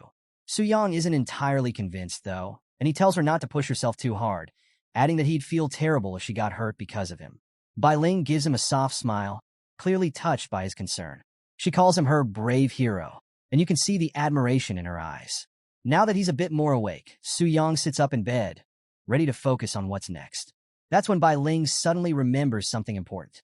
She excitedly tells Su Yang that she hasn't yet explained the perks of his 5-star third advancement. Su Yang, still a bit groggy, just nods and lets her go on. Bai Ling starts rattling off the benefits. And let me tell you, they're impressive. The subsidy he used to get? It's jumped from 50 million to a whopping 1 billion. The numbers practically light up as she says it, and it's clear this is a serious upgrade. On top of that, Su Yang's Alliance shopping discount goes from 5% to 10%, and now he has free access to NES-level guild. Bai Ling makes sure to emphasize how huge this is, showing a visual of a shiny new membership card to drive it home. She mentions that the increase in his subsidy could make him a target for unwanted attention, so he'd better be careful about how he handles it. But the real game changer, as Bai Ling explains, is the opening of the Red Moon Crystal Core exchange shop. Su Yang's ears perk up at this, and he asks what the shop is all about. Bai Ling dives into the details, explaining that the shop is run by the temple and allows him to trade Red Moon crystals for all sorts of powerful items. Everything from rare equipment to specific artifacts. To access the shop, he just has to place his hand on a deity statue, and he'll be able to see what's available for exchange. A visual pops up, showcasing a variety of powerful items and weapons, all with a glowing red moon crystal as the currency. Su Yang's interest is piqued, especially since even someone like Luo Linger seems desperate for these crystals. He checks out the items listed in the exchange shop, and the options are seriously impressive. First-tier forbidden spells for 300 cores, second-tier spells for 900, semi-divine artifacts for 4,000, and a divine artifact called the Eternal Golden Spear for a jaw-dropping 10,000 cores. He's definitely tempted by all the powerful items, but then reality hits. He only has 3 red moon crystals, and even the cheapest items start at 300 cores. It's clear he's got a long way to go before he can cash in on these prizes. Undeterred, Su Yang sets his mind to getting stronger fast. He knows he'll need to raise the difficulty of the Red Moon invasion and farm more crystals if he wants to reach those top-tier items. As he's thinking through his next steps, Bai Ling interrupts with a reminder that she needs to get back to the temple to fulfill her duties. But before she leaves, she mentions that there's a foreign dignitary visiting Tianling City that day. A dignitary? Su Yang asks, curious. Bai Ling nods, explaining that the visitor is from Longxia country and is headed to Tianling City. Meanwhile, the scene shifts to the majestic temple in Tianling City, where a powerful energy stirs as a portal opens. Through the portal steps a young woman brimming with excitement. She's marveling at her surroundings, amazed by the sight of Longxia. We find out she's a Sui Mikiko, a beast master from Sakura country, level 128, and she's got some serious backing. She's the daughter of the influential Asui family. Her escorts, tough-looking warriors, affirm her arrival. They mention that the Asui family has gone all out this time, giving her a chance to tame a dragon. Apparently, there aren't any dragon secret realms in Sakura country, and the Eagle Federation wasn't an option due to their high prices. So, they've made their way to Tianling City, hoping for better opportunities. The scene opens with Asui Mikiko and her group arriving in Tianling City, where they're greeted by Mr. Li, the diplomatic consul of the city. He's all formal and polite, welcoming them to Tianling City. Asui responds just as politely, thanking him for making the effort to meet them. But Mr. Li's mind is clearly on the challenge ahead. He's heard that Asui intends to take on the legendary Black Dragon, known for being one of the most fearsome and brutal creatures around. He asks if she's confident about facing such a dangerous opponent. Wu Zi, one of Asui's escorts, steps in with a bold claim, reassuring Mr. Li that there's nothing to worry about. He even boasts a bit, suggesting that Asui's skills might surpass those of Tianling's own beastmaster, Luo Linger. Mr. Li chuckles at their confidence, finding their youthful energy a bit amusing. Wu Zi notices and laughs along, trying to keep things lighthearted. Asui joins in on the banter, playfully teasing Mr. Li and Wu Zi, saying they've become fast friends despite just meeting. Mr. Li, a bit flustered by her directness, tries to clarify, but Asui brushes it off with a smile, asking him for some guidance since they're new to the area. Mr. Li, thinking to himself that Asui's naivety is a stark contrast to the cunning elders he's used to dealing with, gives them directions. He points out that the Black Dragon Fortress, where Asui plans to challenge the dragon, is in Yongfeng City, just outside of Tianling. He indicates the teleportation point they should use and makes it clear that he won't be accompanying them since he has official duties to attend to. Asui waves cheerfully, calling him Old Master as she bids him farewell, while one of her escorts grumbles about the lack of hospitality they've received. Another one chimes in, suggesting that Tianling City doesn't care much about visitors from smaller countries like theirs because of Longxia's strength. But Asui, ever the optimist, quickly corrects them. She reminds her team that as guests, they should respect the customs of the host country. She even quotes an old saying from Longxia about how guests should follow the host's rules, pointing out that Mr. Li did his job by letting them proceed without interference. She tells them not to make trouble, showing a maturity that surprises her guards. Wu Zi mutters under his breath that her attitude might get her into trouble someday, while another adds that it's probably because her family has always been so protective of her. Meanwhile, watching from a distance, Luo Linger keeps a close eye on the newcomers. She recognizes Asui Mikiko right away, noting that she's the so-called genius beast master from Sakura country. Zhou Tai, one of Luo Linger's subordinates, confirms this, mentioning that Asui joined the Global Beast Master Association at the same time as Luo Linger and is known for her impressive skills. He figures that Asui's here with her sights set on the Black Dragon. Luo Linger, however, doesn't see Asui as a major threat. She's more concerned about Su Yang, the mysterious warrior who keeps surprising everyone. She asks Zhou Tai for an update on the investigation she ordered. Zhou Tai reports that they've looked into Su Yang's background thoroughly, and it's clear that he's climbed the ranks all on his own. Despite being a relatively new warrior, he's gained strength at an unbelievable pace, and the Yu Yun guild he's associated with hasn't played much of a role in his rise. Essentially, he's a lone wolf with no real backing. Luo Linger is taken aback, finding it hard to believe how someone like Su Yang, without support, could make such rapid progress. She's increasingly intrigued by this enigma of a man, and her thoughts race as she considers the possibility of him taming the Black Dragon. She even wonders if she's feeling a little threatened by him despite his recent third advancement. Just then, Wuzi alerts Asuhi that their group is moving on and suggests they head back to prepare for the challenge ahead. As they start making their way, Luo Linger senses something unusual. Zhou Tai, noticing her reaction, asks if they've been discovered despite using a stealth tool to hide their presence. Luo Linger quickly realizes that Asuhi might be more perceptive than she initially thought. This new rival from Sakura country might be a serious contender after all. Without wasting any time, she changes her plans, telling Zhou Tai to gather their people and meet at the entrance of the Black Dragon Fortress in half an hour. They need to be ready for whatever happens next in the secret realm. Zhou Tai, caught off guard by her sudden urgency, immediately follows her orders, knowing that the situation has just taken a serious turn. The scene opens in Su Yang's new luxurious home, where he's overseeing the maids with military-like precision. He's giving orders, telling them to clean specific areas and reinforce the walls, making sure everything is just right. But then, something unexpected pops up, a system prompt. It warns of intruders attempting a challenge in the secret realm, asking if he wants to connect to the boss. Su Yang quickly shifts his focus to the intruders. He confirms the connection, and the serious look on his face says it all. He's gearing up for whatever's coming next. As he prepares to leave, one of the maids hesitantly asks him where he's going, reminding him that the house isn't finished yet. Su Yang waves off her concern, saying he has urgent business to attend to and asking them to take care of the place while he's gone. With that, he connects to the secret realm, and a powerful aura surrounds him as he transforms, ready for battle. The scene shifts, and we get a view of the challenge screen. This time, it's an S-level guild with 24 members, and their leader is none other than Luo Linger. Su Yang's eyes widen as he recognizes her, and lets out a shout, realizing that she's leading the exploration team.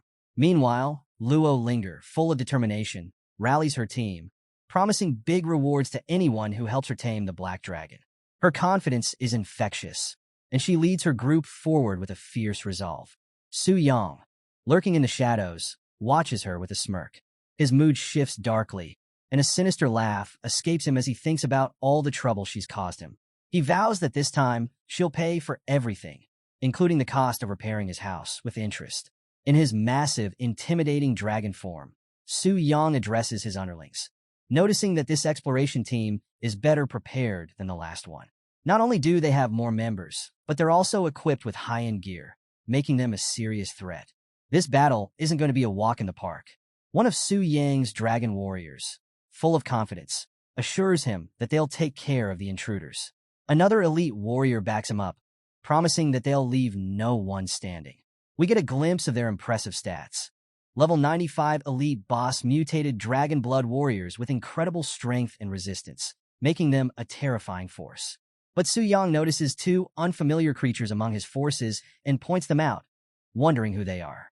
Lilith, the elf princess, nervously chimes in with an explanation.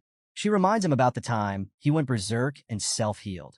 Apparently, these two creatures licked the dragon blood that spilled out, which caused them to mutate into their current forms.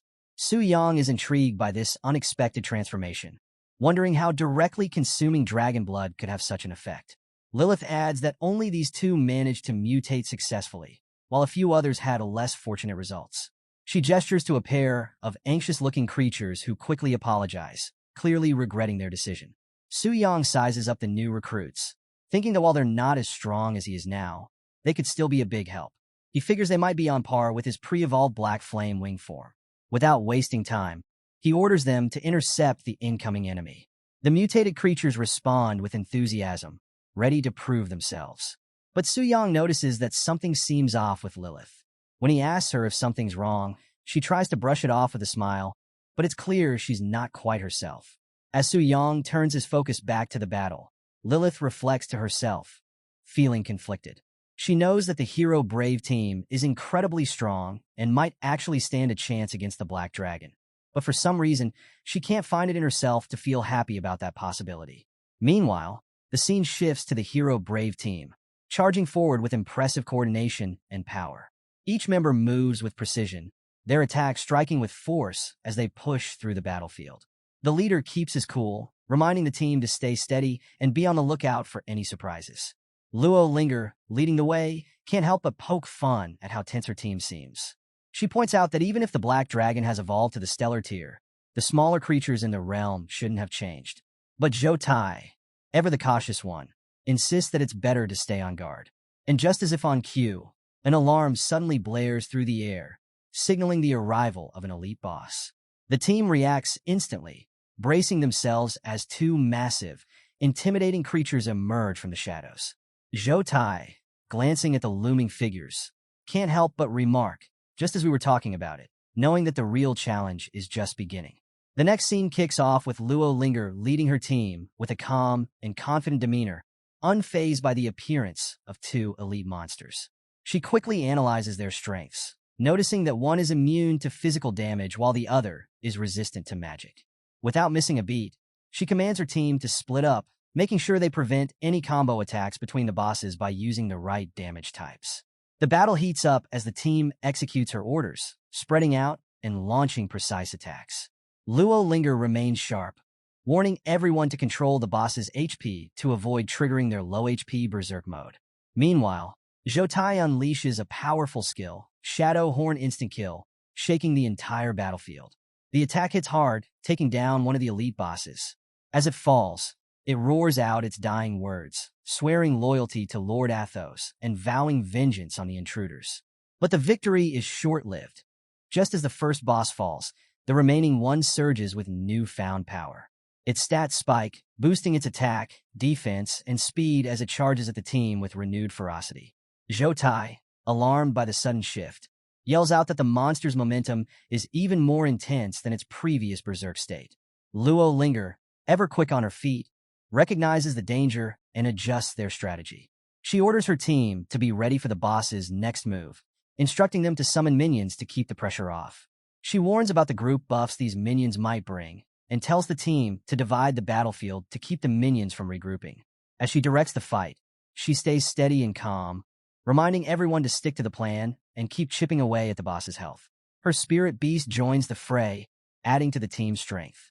A team member, bolstered by her leadership, shouts out confidently, believing that with Luo Linger's support, they're sure to win. The battlefield turns into a whirlwind of powerful strikes and magical energy, with attacks flying in every direction. Luo Linger keeps a sharp eye on the fight, making sure her team stays focused. Just as they're about to land the final blow, she calls out, ordering them to stop and leave a sliver of health on the boss. The team quickly adjusts, pulling back just in time. The weakened enemy, struggling to stand, mutters bitterly, wondering why they're dragging things out instead of finishing it off. Luo Linger steps forward with determination, her eyes fixed on the creature. In her mind, she's thinking about the possibility of taming it. Despite its humanoid form, she knows that it's still a dragon at heart, and she's ready to make it her ally. But the dragon warrior is far from willing to submit. It roars defiantly, cursing the humans and refusing to be controlled. But Luo Linger doesn't hesitate. She activates her beast-taming technique with unwavering focus, commanding it to become her power. The dragon's resistance starts to fade as her technique takes hold, and it stumbles, confused, as its mind bends to her will. It mutters, questioning its identity, and Luo Linger seizes the moment, asserting that it is now her loyal servant. The dragon warrior, still struggling, starts to accept her control. But before it fully succumbs, another dragon warrior nearby calls out, urging it not to fall for the trap. That's when Su Yang, who's been watching from a distance, finally steps in. He's furious that Luo Linger would dare try to tame his subordinates right under his nose. He acknowledges that it's normal for players to capture creatures as pets, but he's not about to let anyone take what belongs to him, especially not in his own territory. As he considers his options, Su Yang knows that the odds aren't in his favor. Even with his power, taking on a team like theirs is risky. He debates his next move, eyeing an object in front of him with a conflicted expression. Lilith, the elf princess, notices his hesitation and comments on the strange, gross-looking thing he's staring at. When she realizes what he's thinking, she's horrified, insisting that he can't possibly be planning to eat it. But Su Yang, with a resigned look, decides that he doesn't have a choice if he wants to turn the tide. He takes a deep breath and swallows the object, forcing it down despite its revolting texture. Lilith, wide-eyed, asks him how it tastes, and Su Yang's face twists in disgust as he describes it, slimy, with a terrible sewer-like stench. Suddenly, a transformation begins. Su Yang feels a surge of energy coursing through him, and a massive explosion of light erupts from his body, momentarily blinding everyone on the battlefield. The ground trembles beneath them as a brilliant golden beam shoots up into the sky, piercing through the clouds. The display is so intense that it leaves the dragon warriors in awe.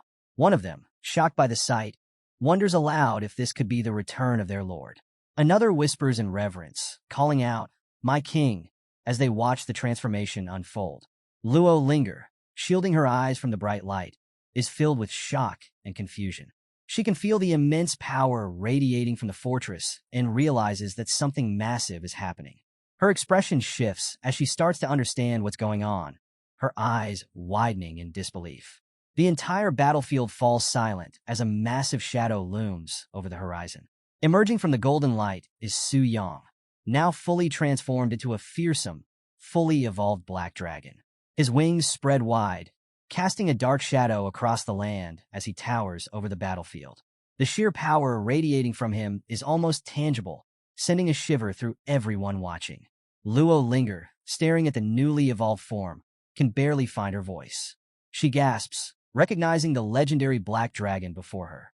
The system notifications start flashing, announcing the dramatic shift in power. The dungeon boss Black Flame Wing, now known as Black Dragon Athos, has undergone a mutation. As the notifications continue, it becomes clear that the Black Dragon is no longer the same. Its evolution has pushed it to a new tier, level 15 Radiant Moon tier, turning it from a mere threat into a force of nature. Even the secret realm itself has changed, adjusting to match the dragon's newfound strength. The stakes are higher than ever, and the challenge is on a whole new level. With cold determination, Su Yang surveys the battlefield, feeling the rush of his successful transformation. He grins as he declares that his evolution is complete and sets his sights on the intruders. His eyes glint with fierce resolve as he prepares for the next round, knowing it's time to crush anyone who dares to stand in his way. Su Yang, now in his fearsome dragon form, towers over the battlefield, radiating an intimidating aura. His expression is grave as he surveys the scene below. Meanwhile, on the ground, Lu Xi panics, waving his arms frantically. He can hardly believe their luck, ranting about how they just leveled up, only to face a new jump in difficulty. He shouts in frustration, wondering aloud if the whole thing is some kind of cruel joke, even asking where the game masters are when they need them. Zhou Tai, trying to steady the group, tells him to calm down and focus. But the rest of the team isn't doing much better, visibly shaken by the appearance of a Moonlight-ranked boss. They look to Luo Linger for direction, their fear barely contained. One of them nervously asks what they should do now, realizing just how dangerous this opponent is. Luo Linger, trying to maintain her composure, mutters to herself, half in disbelief, half in denial, that there's no way this black dragon could really be Moonlight-ranked. She clings to the hope that the dungeon might be bugged. Above them, the dragon smirks, its massive form igniting with flames as it powers up. Its voice rumbles, mocking their disbelief. Still think it's a bug? Time for a lesson, foolish humans. The taunt sends chills through the team, and Zhou Tai quickly snaps back to action, shouting for everyone to throw up their defenses. Desperation fills the air as the adventurers scramble to cast their protective skills. Mountain Wall, Light Shield, Fire Resist, Earth Protect Us. But despite their efforts, the dragon unleashes a massive fire blast that sweeps across the battlefield, melting through their defenses like they're nothing. Cries of agony ring out as the attack hits, taking down 10 adventurers in one devastating blow. Only 6 remain standing, barely clinging to life. Zhou Tai, recognizing the full power of a Moonlight-ranked boss, is relieved they came prepared. He calls out to the survivors, reminding them to use the Ring of Life's Emerald, an item that grants a one-time full health revive.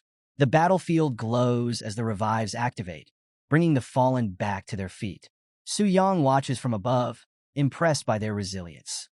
He realizes they came fully prepared for a fight like this. Meanwhile, Luo Linger rallies, summoning massive elemental beasts, a bear, a wolf, and a bird, to join the battle. She coordinates a flurry of powerful attacks: meteor rain, thunder strike, heavy blood strike, aimed at the dragon. The sky lights up with the force of their assault, but the dragon remains unyielding, barely flinching under the barrage. Luo Linger's confidence falters as she realizes their attacks aren't making a dent. Her plan to slowly chip away at the dragon's health falls apart in the face of its overwhelming strength. She tries to regroup, but the dragon is already preparing another devastating skill. With their defensive abilities on cooldown, the adventurers scramble, but they don't have time to react. A warrior calls out in desperation, hoping for a miracle, but it's too late. The dragon slams into the earth with a move called Dragon Impact, sending shockwaves through the battlefield that tear through their defenses. The ground shatters beneath the impact, and the team is left in disarray. One of the warriors, Old Jun, is down, and they desperately search for a way to revive him. But Lu Ci quickly shakes his head, realizing there's no hope left. "Forget it," he mutters bitterly. "There's no saving us now. Just prepare to die." Luo Linger, surveying the destruction around her, struggles to comprehend how they're even still alive. One hit had nearly wiped them out entirely. Zhou Tai, seeing the dire situation, turns to her with a grim expression. He urges her to escape, insisting that their only chance is for her to survive and bring back word of what happened. She's furious at the suggestion, clenching her fists in frustration. She refuses to back down, knowing how long she's waited for this opportunity. But Zhou Tai pleads with her, pointing out that the moment the dragon evolved, their chances of victory vanished. He begs her to go, emphasizing that her survival is their only hope of getting the word out. Reluctantly, tears of frustration well up in Luo Linger's eyes. She finally agrees, realizing that he's right. With a pained expression, she turns and speeds off, her mount carrying her toward the distant horizon. She knows she's leaving her team behind to face a certain death, but there's no other choice. As she flees, the dragon's gaze locks onto her retreating form. It growls, amused by her attempt to escape. "Running away? You're the main course. You think I'll let you leave mid-feast?" But before it can give chase, a shout echoes across the battlefield, drawing its attention back. Zhou Tai steps forward, gathering what little strength he has left. He shouts at the dragon, taunting it to focus on him instead. The taunt works, and the dragon pauses, turning its attention back to the adventurers making a last, desperate stand. They charge forward, knowing it's a hopeless fight, but determined to buy Luo Linger time. The dragon watches them with disdain. "Sacrificing yourselves? How noble," it sneers, before unleashing another devastating attack. With a single, brutal sweep of its wings, flames erupt, reducing the remaining adventurers to ashes. The dragon grants them their wish, ending their struggle swiftly. Meanwhile, Luo Linger pushes her mount as hard as she can, cursing herself for the way things turned out. She's filled with self-doubt, wondering how she could call herself a genius after such a crushing defeat. But as she races forward, a part of her knows that no one could have managed this. Neither she, Su Mikiko, nor even Su Yang. She grits her teeth, clinging to the hope that if she can find another dragon to tame, she might still salvage something from this disaster. But just as she's starting to regain her resolve, disaster strikes again. Her mount is hit, sending her flying through the air. She spirals out of control, barely managing to look up in time to see the massive shadow looming over her, the dragon closing in fast. Her eyes widen in disbelief as she realizes that Zhou Tai and the others hadn't even lasted a minute. It's a hopeless situation, and now she's directly in the dragon's sights. The scene picks up with Luo Linger, summoning the last of her strength. Desperate, she commands her summoned beasts to hold off the dragon. Her creatures roar in defiance and charge, but the black dragon swiftly grabs her in its massive claw, lifting her into the air. Luo Linger struggles, demanding that it let her go, but the dragon only tightens its grip, mocking her efforts. "You humans think you can subdue me?" it sneers, pulling her closer to its gaping maw, ready to devour her. Her heart races as she realizes just how dire the situation has become. She breaks down, her fear overtaking her as she begins to sob like a child, completely vulnerable. The dragon pauses, caught off guard by her unexpected outburst. It tilts its head in confusion, clearly not expecting this turn of events. Through her tears, Luo Linger blurts out her deepest fears, confessing that she doesn't want to lose to Su Yang, that she doesn't want to disappoint her father, and most of all, that she doesn't want to be eaten. The dragon lets out a disbelieving sigh, rolling its eyes. "You've got to be kidding me," it mutters, loosening its grip slightly. It relents, deciding not to eat her, but making it clear that she's still not off the hook. Instead, it declares coldly that it will grant her a swift death. Without another word, the dragon unleashes a searing fireball, engulfing her in flames. As the fire fades, a system notification chimes. Ding. You have killed the 5th transformation, level 130 Beastmaster Luo Linger, and gained experience. The dragon, Su Yang in his evolved form, smirks down at the battlefield, reflecting that, at the end of the day, humans and monsters are natural enemies. He considers her defeat as simply bad luck for crossing paths with him. The experience gain flashes across his vision. Total experience gained, 31.9476992 million. Su Yang calculates that it only pushed him up 7 levels, a modest gain given his current power. He's reminded that as he advances, leveling up gets tougher, and he'll need to find even stronger opponents to continue growing. As Su Yang surveys the battlefield, his gaze falls on the loot left behind by the expedition team. Among the plunder are high-tier items like platinum and diamond-grade gear, but they barely stir his interest anymore. It's the rare items that catch his eye, especially a shimmering moonlight-tier ring with an infinite stone capable of lifting level restrictions. But before he can fully analyze the ring, another object floats into view, the Forbidden Scroll, crackling with energy. Su Yang's excitement spikes as he recognizes it. The Wrath of the Wind God, another powerful forbidden spell to add to his arsenal. With 2 of these trump cards now in his possession, he knows the value of this haul is immense. Satisfied with his victory, he muses that after this display, no one will dare challenge him for a while. Meanwhile, elsewhere in the realm, Lilith watches the sunset from a quiet spot, her mind lingering on a promise she once made. She dreams of true freedom, wondering what it would feel like once everything is over. Suddenly, Su Yang appears, teleporting back into his luxurious home with a confident stride. He announces his return, and his servants, startled but overjoyed, rush to greet him. They're amazed at how quickly he came back, especially after such an intense battle. Su Yang takes a look around, noticing that the mansion has been repaired during his absence. With a satisfied nod, he acknowledges their hard work and decides it's time to unwind. He casually requests a full-body massage, reclining as the maids begin to pamper him. A satisfied grin spreads across his face as he finally relaxes. Outside the Black Dragon dungeon, the adventurers who had clashed with Su Yang are left in shock and frustration. They can't believe the outcome, and one of them voices their disbelief, questioning why Su Yang seems to level up every time they fight him. Despite bringing a large team and even using their precious revival items, they've still been utterly defeated. Zhou Tai, always the leader, cuts through their complaints with a firm tone. He's focused on more immediate concerns and asks if anyone has seen the young Mississippi.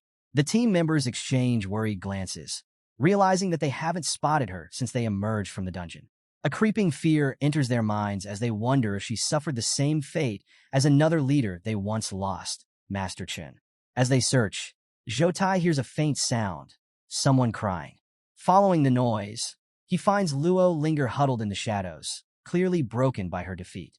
He calls out to her softly, "Young miss?" But she can barely contain her despair. Her voice trembles as she admits that she failed in her mission.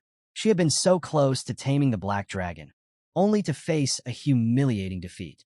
Her self-doubt spills out, questioning how she can still call herself a genius monster tamer after such a loss. Zhou Tai, caught off guard by her vulnerability, hesitates for a moment, unsure of how to comfort her. As he approaches, she quickly puts up a defensive front, snapping at him and wiping away her tears. But Zhou Tai, ever the realist, gives her a direct response. He informs her that he's there to report the losses they suffered, but he offers a small gesture of reassurance. He tells her that no one could have predicted the dragon's sudden evolution, and that losing to such a powerful foe is nothing to be ashamed of. His words, though simple, give her a spark of hope. She thinks of her rivals, Su Yang and Asuhi Mikiko, who are still ahead of her. But despite the defeat, she refuses to give up. Deep down, she's determined to regain her status. If she can find and tame another dragon, she might still prove herself and reclaim her place at the top. Luo lingers, mind races with possibilities. Two dragons fill her thoughts, the powerful red one and the silver, which is on another level. Both are starlight tier. But it's the silver dragon that catches her focus. If she can tame it, she knows it would make her unstoppable, turning her into the most powerful beast master around. Her determination sharpens like a blade, and she finally pulls herself together, giving Zhou Tai an unexpected compliment. She admits she underestimated him, thinking he was all brawn, but realizing now that he has a keen eye. Zhou Tai can't help but laugh, seeing her shift from despair to fierce resolve. With newfound strength, Luo lingers, stands tall, light glowing from her hand as she takes charge. She commands her team with precision, ordering each member to report their losses from the dungeon to Zhou Tai.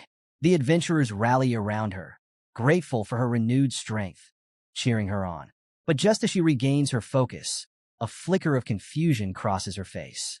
Who are these new faces among the crowd? That's when a green-clad figure steps forward, Asui Mikiko. She's beaming with recognition, thrilled to finally meet the legendary beast master, Luo Linger, in person. Asui's excitement is infectious. She's eager to size up her rival face to face. The tension crackles between them. Luo, keeping her composure, calmly questions Asui's intentions. Asui, ever bright and confident, introduces herself with her usual flair, making it clear that she's here for the same prize, the Black Dragon. Luo, not giving much away, offers a cold but polite farewell before turning on her heel, leaving Asui's outstretched hand hanging awkwardly in the air. The rivalry between them intensifies with that simple gesture. As Luo departs, the onlookers murmur among themselves, frustrated by what they see as rudeness. Some accuse her of taking out her anger after failing to tame the Black Dragon. Tension rises among the adventurers, but Asui quickly steps in to shut down the gossip. Her voice rings out, silencing the crowd as she refocuses them on their mission. There's no time for idle chatter. They need to prepare for the challenge ahead. But just as the group gets ready to move forward, their expressions shift to shock. Ahead of them looms the Black Dragon's fortress, and to their dismay, it's now classified as a Moonlight Tier dungeon, far beyond what they had anticipated. The adventurers are thrown into a panic, scrambling to make sense of how the dungeon's difficulty suddenly skyrocketed. They frantically try to reach their higher-ups, hoping for guidance on how to proceed. Meanwhile, Mr. Lee, fully aware of the unexpected situation, steps in to offer an apology for the unforeseen evolution. He advises the group to rest and await further instructions in Tianling City, assuring them that plans are being adjusted. But as he walks away, Mr. Lee can't shake the feeling that something strange is at play. This evolution wasn't supposed to happen. Could some external force have interfered with the dungeon's balance? The next day, Su Yang makes his way to the portal, its swirling energy reflecting the tense atmosphere. The battlefield is eerily quiet. Tianling City's strongest team has been wiped out, leaving no one else brave enough to challenge what remains. But Su Yang, unfazed and focused, steps forward, ready to face whatever comes next. Surrounded by an aura of dark, ominous energy, his eyes burn with determination as he claims the battlefield as his own. His transformation into the dungeon's boss is complete, and he radiates a power that feels unstoppable. Su Yang knows exactly how this battle will end, with him victorious. As he approaches the fortress, the blood-red sky churns above, casting shadows over the jagged peaks surrounding the Black Dragon's domain. The landscape stretches out before him, vast and empty, but there's no hesitation in his steps. What once was his territory as a boss now welcomes him as a challenger. Overhead, a swarm of dragonlings descends, screeching in a mockingly grand welcome. Su Yang's power surges, dark flames wrapping around his form, and he steps forward with a cold confidence that makes even the skies seem darker.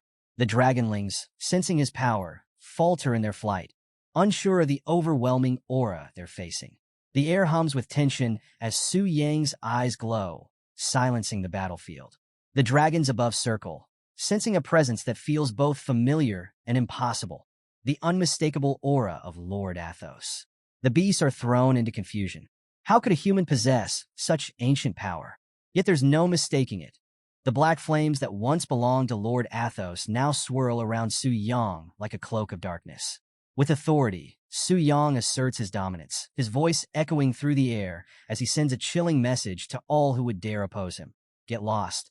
His words slice through the tension, scattering the dragonlings in a mix of fear and confusion. The energy in the air shifts as a ghostly moon spirit wolf materializes beside Su Yang, its presence adding to the eerie atmosphere. Su Yang commands it to guard the battlefield, maintaining a watchful stance. The wolf's haunting howl echoes through the valley, signaling that the battle is about to begin. Su Yang's energy flares, a confident grin spreading across his face as he takes his place at the center of the battlefield. Boss duty has officially begun. The black dragon stirs, and nearby, the elf watches with a bored expression. She's seen so many challengers come and go, each one thinking they'd be the one to bring down the mighty beast. To her, this seems like just another foolhardy attempt. She wonders if any of the promises made by monsters mean anything anymore, but her thoughts are drowned out by the echoing roars of the dragons overhead. Suddenly, the colossal black dragon crashes down onto the battlefield, its presence overwhelming. Even the ghostly moon spirit wolves tremble as they sense something unsettlingly familiar. Could this be their long-lost master? Then, in a shocking move, the dragon raises a massive claw and slams it into its own chest, roaring in pain. It's as if it's hurting itself deliberately, with no regard for the damage. The wolves look on, stunned. What is this dragon thinking? Is it out of its mind? They wonder. But Su Yang knows better. He figured out before that the dragon's self-inflicted damage bypasses its natural defense mechanisms. He calculates the impact of the move, dropping it to just the right HP threshold to maintain control without damaging the potential loot. 54% HP. That'll work, he thinks before issuing his command with ironclad authority. Black Dragon, obey. Halt your recovery and freeze every monster in this dungeon, Su Yang orders. His words echo through the air, and the dragon complies instantly, the power dynamic shifting in an instant. The moon spirit wolves finally piece it all together. Their master is back, stronger than ever, and now commanding the battlefield with an unyielding calm. With this victory, Su Yang's transformation from a weaker class is complete. He's opened up a new path for himself, one that pushes him to even greater challenges. Energy crackles around him as his power surges, ready to command forces far beyond what he could have imagined before.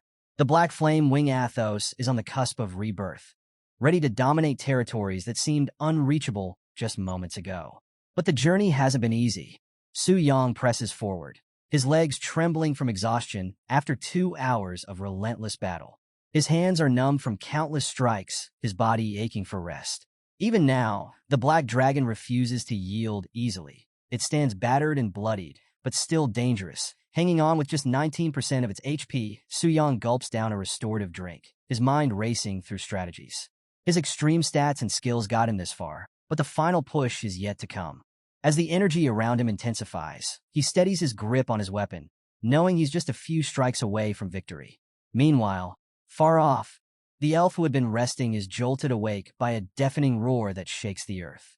The battle has reached its peak. As the clouds clear and the thick fog lifts, the once intimidating figures of the dragons begin to vanish, one by one. The elf senses a shift in the air. The black dragon's powerful aura, it's gone. Could it be over? And then, silence settles across the battlefield. Su Yang, breathing heavily, looks up at the sky, feeling every ache in his body. It's over, he whispers, relieved but still wary. But even as he catches his breath, the black dragon, in a final act of defiance, gathers its remaining strength. It stands tall one last time, engulfed in blazing energy, a testament to its unyielding nature. For Su Yang, this moment marks the beginning of a new era, one where his power and the world's balance shift forever. With a flurry of system notifications, the battle's conclusion is confirmed. The experience points roll in, 3 times more than anything Su Yang has earned before, pushing him from level 79 to 80. As the dust settles, Su Yang's gaze falls upon the dragon's final drop, a weapon that gleams with an ethereal glow. He can't help but think, this isn't just any weapon. The power radiating from it is palpable. With a determined grip, Su Yang reaches out and seizes the dragon's final gift. He lifts the blade high, feeling its power surge through him. A deep rumble echoes as he pulls the weapon from the ground, shaking the earth beneath him. The name flashes before his eyes. Dragon Bone, Great Sword, Devourer of Athos. It's no ordinary blade. Its description reveals a terrifying potential. Each time it slays a dragon, 10% of the creature's attributes become Su Yang's own.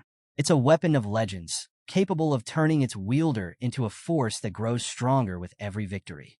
Su Yang marvels at the sword's potential, realizing that its true strength lies not just in its initial stats, but in its ability to absorb the power of slain dragons. He grips the hilt firmly, issuing a command to the weapon itself. Drink. A massive explosion of energy ripples across the desolate battlefield, splitting the ground as the sword releases its power. The destruction is immense, unlike anything he's wielded before. As he takes in the weapon's raw power, Su Yang ponders its origins. So, this black flame wing, it's the descendant of the ancient devourer? No wonder it had such strength, even while still maturing. He realizes that the system chose this weapon specifically for a reason, aligning his path with that of the ancient beast. With the black dragon's heart now in his possession, another notification chimes, confirming the completion of the dragon slayer's heart task. The heart pulses with a deep, ancient energy, and Su Yang feels its effects surge through him, boosting his spirit by 50%, doubling his strength, and granting him the ability to ignore a dragon's natural talents, while delivering 500% more damage. Its true potential lies in a one-time ability to summon ancient heroes through his own blood. He smirks, thinking, I've become a walking boss in my own right. Before he can fully savor the moment, another alert catches his attention. Ding! Boss co-op kill detected, generating a boss minion. Su Yang watches as the colossal form of the black dragon reappears, no longer as an enemy, but as a potential ally. Has his dream of taming this mighty beast finally come true? As power surges around him, the system confirms it. Athos, the once fearsome black dragon, is now his loyal minion.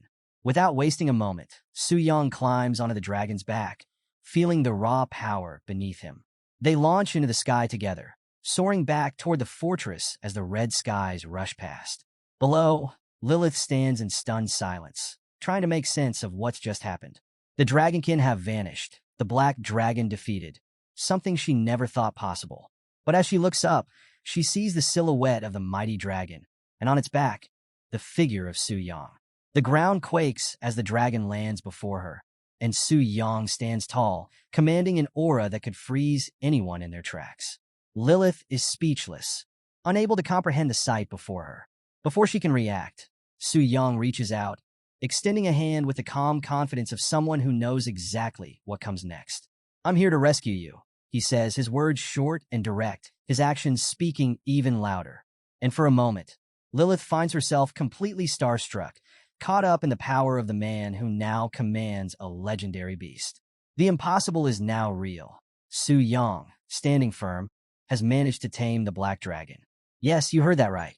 The very same black dragon that everyone thought was untamable is now under the control of a human. Even Lilith, who's seen some pretty crazy stuff, is speechless. Nobody, not even the strongest elves, had ever come close. Yet here's Su Yang, casually riding the beast that others feared to even approach. Is he the legendary dragon slayer? Well, time will tell. But Su Yang doesn't waste a second. He's got a plan. He tells Lilith to hop on, and she's hesitant at first. Who wouldn't be? But she follows his lead. And he's like, hold on tight, we're about to take off. With a confident grip, Su Yang guides the dragon through the skies like he's been doing it all his life. Lilith's gripping onto him. And yeah, she's clearly terrified. But Su Yang glances back, encouraging her to open her eyes. And when she does, wow, it's like a whole new world, mountains, clouds, endless skies. A view she never thought she'd see. For Lilith, this isn't just a view, it's freedom. She whispers to herself about feeling truly free, like all her chains have been broken. And here's a twist. The black dragon's eyes seem to glimmer with a deeper meaning, almost like it knows something she doesn't. Su Yang notices this but keeps quiet, staying focused on the portal up ahead. He just says, almost there, hang tight. Meanwhile, back at the fortress, it's absolute chaos. The soldiers are struggling, trying to fend off waves of monsters. Their leader is barking orders, keeping them fighting. And then, boom, Su Yang swoops in with his dragon, and the entire battlefield freezes. I mean, these soldiers have seen their fair share of monsters, but a dragon? That's a whole different story. A knight stands there, wide-eyed, just trying to process what's happening above him. The dragon's shadow looms over everyone, landing with a roar so loud it shakes the ground. It's an entrance that would send chills down anyone's spine. Su Yang, ever the laid-back guy, tries to calm everyone down, saying, "Oops, sorry for the dramatic entrance. Looks like I scared everyone." Lilith just sighs. She's gotten used to his antics by now and can't help but think he's got that whole villain vibe down pat. They start talking about their next move, and Su Yang suggests going to the Lord's mansion to figure out a way to get Lilith back to her kingdom. But she's not too eager to leave just yet. Instead, she shyly asks if she can stick around with him a bit longer. She's got this unspoken feeling of gratitude towards him. It's almost like she's made a promise to herself. Su Yang, of course, never really intended to play a hero, but he's got a soft spot and decides to let her stay. At least for now. She's curious about how he managed to tame the black dragon, but he brushes it off, keeping the details to himself and leaving her puzzled. Classic Su Yang, always keeping things mysterious. But just as things seem to settle, a fierce roar rips through the air, shaking the city and throwing its people into panic. Luo Linger hears it too and wonders if it could really be the black dragon. Zhou Tai is scrambling, trying to figure out how a dungeon boss could be out of its territory. Somewhere else, Asui senses the disturbance and starts wondering if a dragon has appeared in Tianling City. And then, a mysterious figure gives the green light for them to investigate. At the entrance to the Black Dragon Fortress, Su Yang is chilling, completely unfazed by the chaos around him. Lilith is eager to move on, but he insists they wait a bit longer. He's got a feeling that their company is about to arrive. And he's right. Soon, a cloud of dust appears on the horizon. Enter Wei Ming, the lord of Tianling City, ready to take matters into his own hands. The crowd's buzzing with rumors. Some think a world boss has spawned, while others wonder if the Black Dragon escaped its dungeon. When Wei Ming finally catches sight of the dragon, even he's taken aback. I mean, this is the Black Dragon we're talking about, out here in the open. And as Su Yang greets Mr. Jia, hinting at some sort of connection between them, Wei Ming and the others can hardly believe it. Stunned, Wei Ming asks if Su Yang really managed to tame the Black Dragon. Su Yang's as calm as ever when Wei Ming asks him if he really tamed the Black Dragon. With a confident, almost casual tone, Su Yang responds with, "As you can see, but Wei Ming? He just can't wrap his head around it. There's no way this young guy could control a beast like that, right?" He demands proof, still stuck in disbelief. Su Yang, not one to waste time, has the dragon let out a roar, an absolutely earth-shaking sound that sends everyone around into a panic. Wei Ming's face goes pale as he realizes the truth, pleading with Su Yang to stop. Lilith, who's clinging to the dragon tightly, scolds Su Yang for scaring her like that. Meanwhile, Wei Ming's still trying to process everything, offering a flurry of apologies for ever doubting him. He's got a theory now. Maybe Su Yang found the legendary secret dungeon egg, a rare reward even after beating a dragon boss. And he can't help but wonder how a young guy like Su Yang could possibly tame a Moonlight Tier Black Dragon. The gears in Wei Ming's head are turning. Could Su Yang actually be some kind of powerful deity in disguise? And he's not the only one thinking that. The entire concept of taming a black dragon like this is mind-boggling. Even the Global Beast Tamer Association, filled with elite tamers, only has one dragon tamer on record. As Wei Ming's thoughts spiral, he starts to question why such a powerful figure would show up in a place as small as Tianling City. But then, all those thoughts get cut short when Su Yang offers a casual hand, and Wei Ming, utterly stunned, bows in submission. Then, right on cue, Su Yang's system chimes and ding. He's completed the first stage of his boss mission. But before he can even relax, another notification comes through. Looks like the next stage's boss has already been located, and even Su Yang is caught off guard. Wei Ming, still nervous and sweating, steps forward again, convinced that Su Yang must be from the Global Beast Tamer Association. But Su Yang just gives him a puzzled look, clearly not following. Jiayu, who's been standing nearby, leans in to remind Wei Ming that no important figures have shown up in the city recently, leaving Wei Ming to question if Su Yang's presence might have been a secret. But with no teleportation records to back it up, he dismisses the thought. Then, things take a sudden turn when Asuhi Mikiko makes her entrance, bursting onto the scene with a big, enthusiastic smile. Wei Ming and Jiayu are caught off guard by her sudden appearance, and she quickly introduces herself as a beast tamer from Sakura Country. And yeah, she's super eager to talk to Su Yang, wanted to know all about how he tamed the dragon. Su-yang just stares at her, a bit speechless from her energy. Makiko is all excited, asking Su-yang for tips, but then catches herself.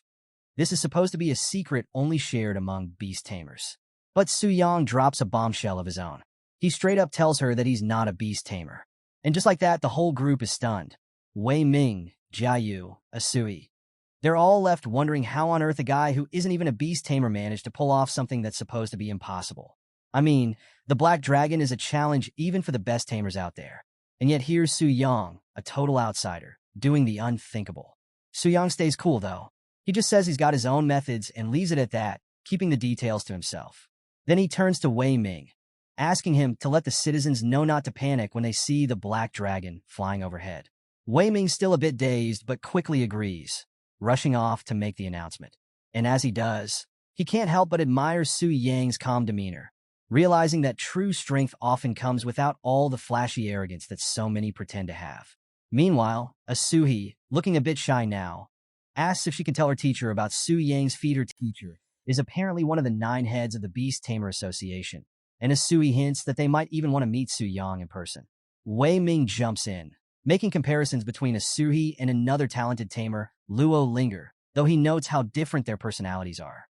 Su-yang listens in, clearly intrigued by all the talk of the association's top brass. But he's got other things on his mind, and he's not too interested in becoming a mentor just yet. Su-yang quickly excuses himself, telling them he has other matters to deal with. With a simple farewell, he hops back onto the Black Dragon and takes off, leaving Asui and Wei Ming standing there, completely stunned. As the dragon takes to the skies again, Wei Ming quickly gets word out to the city, announcing that the Black Dragon boss has been tamed and there's no need to panic when they see it soaring above. As the dragon flies into the city, the sight leaves everyone in awe. Conversations buzz through the streets, with people marveling at the sheer power it must have taken to tame a beast like that. They can't help but wonder, who is this mysterious person who's managed to pull off what nobody else could? So, picture this. A girl's just going about her day, minding her own business, when, boom, Su-yang and his Black Dragon make a dramatic landing right in front of his place. The ground shakes, and the sound is deafening, sending her broom clattering to the ground. She's startled, of course, but Su-yang, ever the smooth operator, apologizes and casually mentions that he's, well, the writer. Recognizing him as her master, she calms down and breathes a sigh of relief. As Su-yang reflects, he realizes he never meant to draw so much attention. But here's the thing. Since he's not a beast tamer, he doesn't have one of those special spaces to store a dragon. So, like it or not, he's got to show off a bit. It's an unintended flex, but hey, sometimes that's just how it goes. Su-yang, ever the gentleman, offers Lilith the chance to pick any room she likes, leaving her in the care of his staff while he gets back to business. Lilith checks out the house, and, honestly, she's pretty impressed. It's clean, it's spacious, and she's feeling like she could really make herself at home here. Su-yang, on the other hand, is relieved. He was worried she might act like a spoiled princess, but Lilith's down-to-earth attitude is a pleasant surprise. With Lilith settled, Su-yang turns his attention to more serious matters.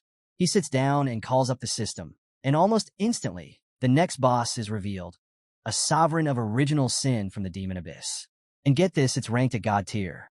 Yeah, you heard that right. Su-yang's taken aback by the news, realizing that this next challenge is way beyond anything he's faced before.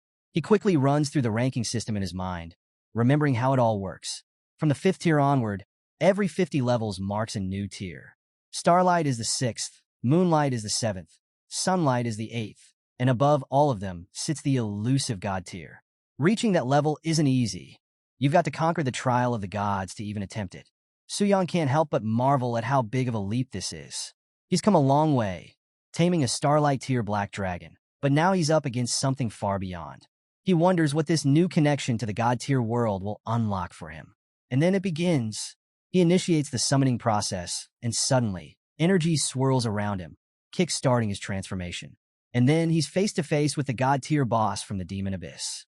The thing is massive, its presence is absolutely overwhelming. Su-yang scans its stats, and they're off the charts. This boss has insane strength, blinding speed, and resistances that make it nearly invincible to most attacks. Physical, fire, water, darkness. But there's a silver lining. Light is its one weakness. As Su Yang digs deeper, he learns that this boss controls everything in the demon abyss. But here's the kicker. It can revive its subordinates endlessly, and even worse, it can resurrect itself as long as any demon in the abyss is still alive. It's a total game changer. Su Yang knows that defeating it means wiping out every last demon in the abyss. No small task. He takes in a systems explanation. The demon abyss isn't your typical dungeon. It's a vast rift that connects directly to the human world, similar to the gateways to Lilith's kingdom or the Dragon Kingdom. But while those places have some semblance of peace, the abyss is teeming with danger. It's accessible to adventurers, but it's not for the faint of heart. Each level is like a deeper descent into chaos, and the demons only get stronger as you go. Even the first floor starts at level 40, making it a hot spot for those looking to level up or hunt for treasures. Su Yang's thoughts race as he considers the demon abyss. It's not just a dungeon. It's an entire world full of challenges. And the deeper you go, the tougher it gets. Humanity's only reached the 386th floor so far, and even that took the combined efforts of SSS-ranked guilds like the Ring of the Archmage and Knight's Sanctum. These elite guilds are the only ones who've dared face god-tier bosses. Someday, they might become Su Yang's rivals. But for now, he's got his hands full.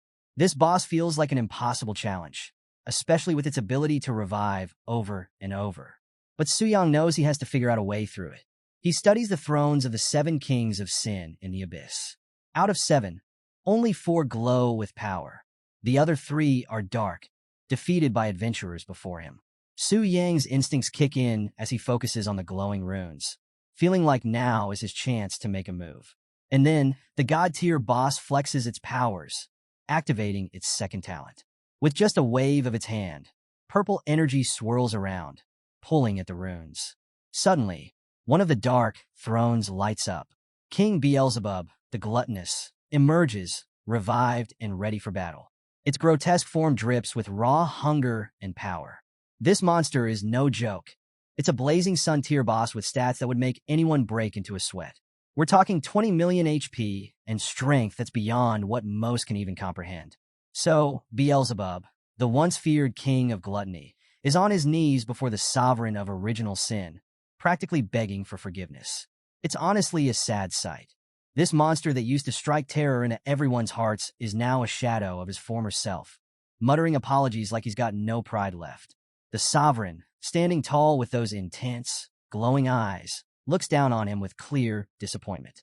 This wasn't the kind of revival he'd been hoping for. Su Yang, watching all this, can't help but think, only sunlight tier? Really? This guy's nothing special. But Beelzebub does come with a couple of nasty tricks. His first talent? The more he devours, the stronger he gets, and there's no cap on that power boost. But the real kicker is the second talent. Whenever Beelzebub consumes something, it's like offering a tribute to the sovereign, with 2% of the victim's attributes going directly to him, permanently. Su Yang quickly puts the pieces together. Beelzebub's kills are basically feeding power to the sovereign. Every fight is a win for them, but there's a catch. If those tributes stack up enough, the sovereign could descend into this world right away. Not exactly ideal. Meanwhile, Beelzebub keeps groveling, but the sovereign is over it, dismissing him without a second thought. Su Yang just watches, shaking his head at how far this so-called king has fallen.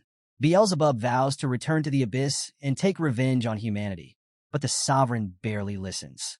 The system chimes in, confirming that Beelzebub's heading back to the 100th layer, and Su Yang can't help but think, this guy's the weakest of the 7 kings, isn't he?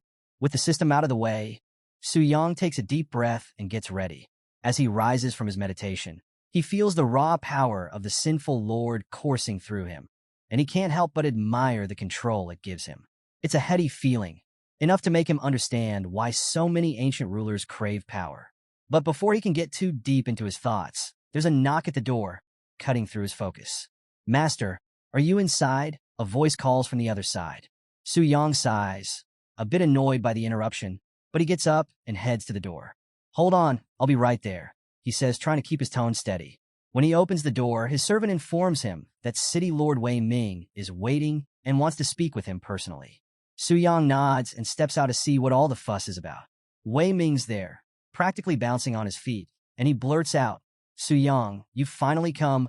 With that ever-calm demeanor, Su Yang just asks, "What does the city lord need?" He's straight to the point. Wei Ming, clearly excited, says, "You don't know? Your feat of taming a dragon has spread throughout all of Longxia. It's even gone global. You've caused a huge sensation in the world of beast tamers." As he speaks, Su Yang notices how the symbol of the black dragon lights up the room. It's a reminder of what he's accomplished. The Global Beast Tamer Association has taken note of his achievement, especially since it completely shattered their previous assumptions about what's possible in the field of beast taming. But it's not all praise. There are still plenty of skeptics out there, and not everyone's convinced because they didn't witness it firsthand. To settle the doubts, the Global Beast Tamer Association issued an official statement, and one of their top leaders is already in Longxia, ready to meet this so-called beast taming genius. When is this leader arriving? Su Yang asks, trying to keep his voice steady. But internally, he's a bit on edge. He knows that dealing with the top figures from the association is no small matter. They should arrive soon, Wei Ming replies. Su Yang feels a knot form in his stomach. These leaders are serious business, and he knows he'll have to play this carefully. Meanwhile, over at the Tianling City Transport Hub, a crowd starts to gather. There's an air of anticipation, and among the onlookers is a mysterious figure blending into the scene. Instead of taking the VIP route, this person is choosing to walk among the crowd, adding to the tension in the air. The whispers start spreading fast. "Make way! Everyone make way!" All eyes shift toward the new arrival, and even Luo Linger, always keeping an ear out for big news, perks up. Something big is about to happen over there, she thinks, curiosity sparking. It turns out the mystery figure is none other than Elder Luo Dashi, one of the great leaders of the Global Beast Tamer Association. As the crowd parts for him, murmurs ripple through the area. Seeing him in person is a rare event. Elder Luo Dashi greets everyone with a humble smile, apologizing for the fuss his arrival might have caused. Despite his unassuming manner, his reputation carries weight, and everyone knows that his presence means something major is about to unfold. Elder Luo Dashi quickly becomes the center of attention with his dignified aura, but he's not just there for the spotlight. He even exchanges polite words with Luo Linger from the Tianji Pavilion, showing that he respects her standing in the beast-taming world. Luo Linger, on the other hand, can't help but feel a bit down. She admits to herself that she wasn't strong enough to tame the black dragon, a feat that could have cemented her position as Longxia's top beast tamer. She knows that with Su Yang's recent achievement, her title might slip through her fingers. Elder Luo had some wise words for Luo Linger. He could see that she was feeling down about losing her chance to become Longxia's top beast tamer, so he gently reminded her not to get too caught up in titles and achievements. He wanted her to remember what really mattered on her path, beyond just the accolades. It was a moment of genuine advice, showing that Elder Luo saw beyond the competition. But then, he brought up something that immediately caught Luo Linger's interest: the discovery of the Dragon Spirit's secret realm. Now, this place is a game changer. It's a special realm that connects directly to the land of dragons, and those who are brave enough to venture inside can earn some serious rewards. Hearing this, Luo Linger perked up. She knew that this might be her shot to prove herself again. But here's the catch. Getting into the Dragon Spirit's secret realm isn't easy. To qualify, you need a dragon companion. And right now, only one person in the entire world meets that requirement: Vielria from the Eagle United Federation. Elder Luo mentioned that many, including himself, had tried to tame dragons, but none had succeeded quite like Vielria. He shared that his teacher's research suggested the strength of the dragon companion directly affected the blessings one could receive in the secret realm. That's why Elder Luo was so interested in taming the black dragon.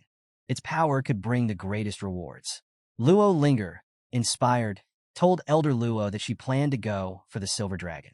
It was slightly easier than the black dragon, but still had more potential than the red dragon. Elder Luo, ever the mentor, advised her to take her time. He reminded her that the Tianji Pavilion already had the white dragon's secret realm under its control, and suggested she join him in meeting the mysterious new beast-taming prodigy instead. But just as he made the suggestion, Luo Linger remembered something urgent and rushed off, clearly prioritizing her own plans over meeting Su Yang. Elder Luo just watched her leave with an amused smile, impressed by her determination. Meanwhile, back with Su Yang and Wei Ming, they were getting ready to meet this mysterious elder when they were interrupted by a sudden, earth-shaking roar. It was loud, intense, and they both immediately knew what it meant. Elder Luo had arrived. And let me tell you, he didn't do things quietly. Descending from the sky on a flaming beast, Elder Luo made an entrance that was nothing short of spectacular. Flames blazed around him as he arrived, the heat and light radiating through the air. His mount let out another deafening roar, and the flames flared even brighter. Wei Ming squinted up at the scene, eyes wide in disbelief as he muttered, "The Elder." It was clear that even he hadn't expected such a dramatic entrance.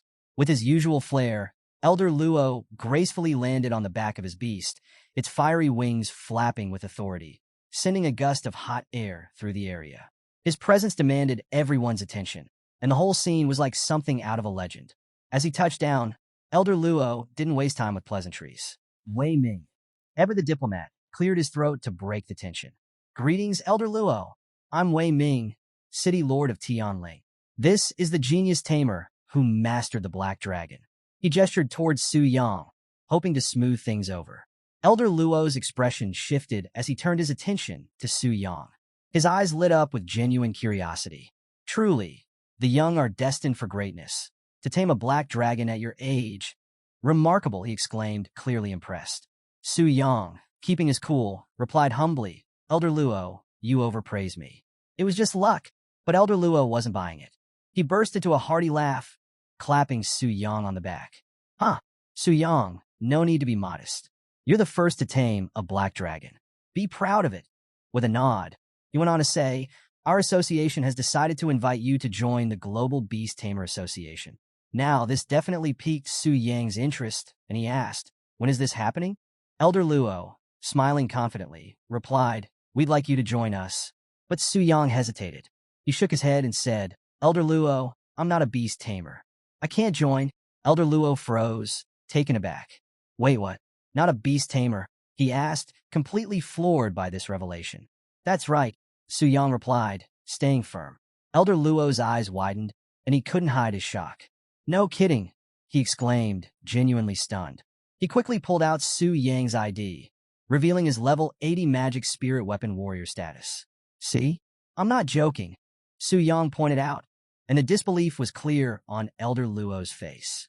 The elder stared at the ID, his mind struggling to process the fact that Su Yang, who had tamed one of the most powerful dragons around, wasn't even technically a beast tamer.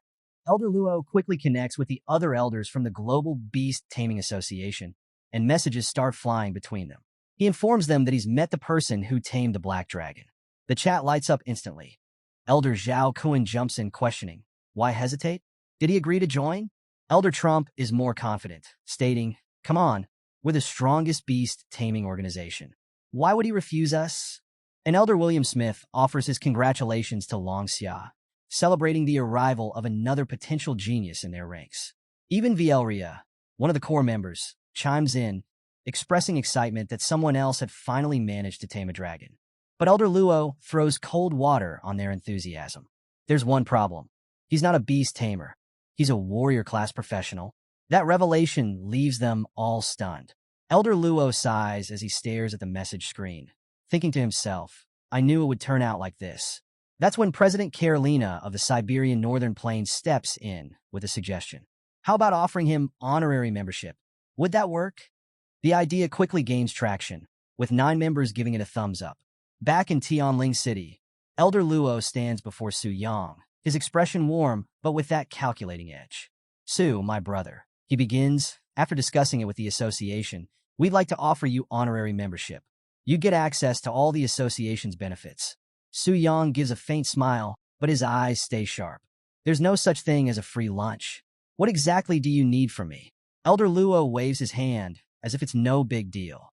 "Oh, nothing too demanding. We'd just like you to give a few lectures on how to tame a dragon. It's not like it'll be a big crowd, just about 10 people. Su Yang's mind races, weighing his options. He realizes this isn't something he can just brush off. He's dealing with the upper echelons of the beast taming world, and the perks of being affiliated with an SSS-ranked guild are tempting. It's not an opportunity that comes around often. After a moment of thought, Su Yang looks Elder Luo in the eye. "All right, I'll give the lectures, but I'm not sure my experience will be of much help to your people." Elder Luo laughs softly. "No worries. Even Vielria gave a lecture once, and it wasn't all that helpful either. Everyone knows personal experiences can't always be replicated. It's just about trying, so don't feel pressured." Suyang smirks. All right, I'm in. If it's just sharing my experiences, I can spin whatever story I like. Beast taming leaders, get ready to hear my version of things. Meanwhile, the world around them is changing fast. The merging of games and reality has led to the appearance of transfer statues all over the place. These events have resulted in the creation of the Transfer Temple, overseen by the World United Council. A special area in the heart of the world is now known as the Holy City, and at its center stands a mysterious figure, Euphemia Vega, the Divine High Priestess. Euphemia Vega's reputation is shrouded in mystery. She's the highest authority in the temple, and no one has ever seen her leave the Holy City. She's always dressed in radiant robes, her aura brimming with a sense of divinity and power. Her true abilities and level remain a total enigma, hidden behind countless rumors. The only recorded instance of her strength was about 10 years ago, when the president of the SSS-ranked Guild Ring of the Mage God, Augustin, tried to challenge her. Back then, Augustin had just ascended to demigod status after completing the Trial of the Gods. He was eager to test his newfound power against Euphemia Vega. As a level 300, 9-turn element destroyer, he unleashed a barrage of forbidden curse attacks, flames, ice, thunder, the works, each one packing enough force to level entire cities. But despite all that destructive energy, Euphemia Vega's divine shield remained unbroken. Her barrier deflected everything he threw at her, effortlessly, leaving Augustin in shock. He couldn't even scratch her defenses, and the outcome was clear. No one could challenge the might of the Divine High Priestess. After that day, nobody dared to question the authority of the Transfer Temple. Now, fast forward to the present. Euphemia Vega stands in her sacred chamber within the Holy City, her face hidden behind a golden mask that only adds to her aura of mystery. An alert has been raised. Something serious is brewing in the demon abyss, which has been dormant for ages. Beelzebub, the king of gluttony, has somehow reappeared, and this isn't supposed to be possible. Her eyes narrow as she realizes what this means. In their world, once a star-ranked boss is defeated, it's supposed to stay down for good. But now, the laws that have governed their reality for so long seem to be breaking. It's unprecedented, and the implications are huge. In a solemn prayer, Euphemia Vega calls upon the holy statue for guidance, seeking the light to reveal the darkness creeping into their world.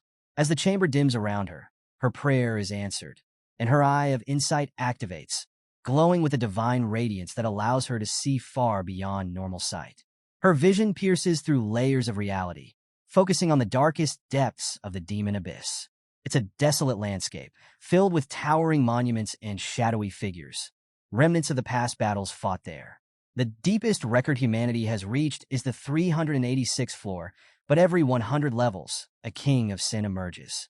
At the 100th level, there's the grotesque presence of gluttony Beelzebub. At the 200th, the shadowy figure of lust Asmodeus. And at the 300th, the greedy Mammon. All three were supposed to be defeated, their thrones empty. But now, against all odds, gluttony has somehow revived, leaving only two dim thrones still unclaimed. So, we're back at the base of this massive structure, and Euphemia Vega is struggling to grasp the magic energy pouring out. It's way beyond anything she's seen before.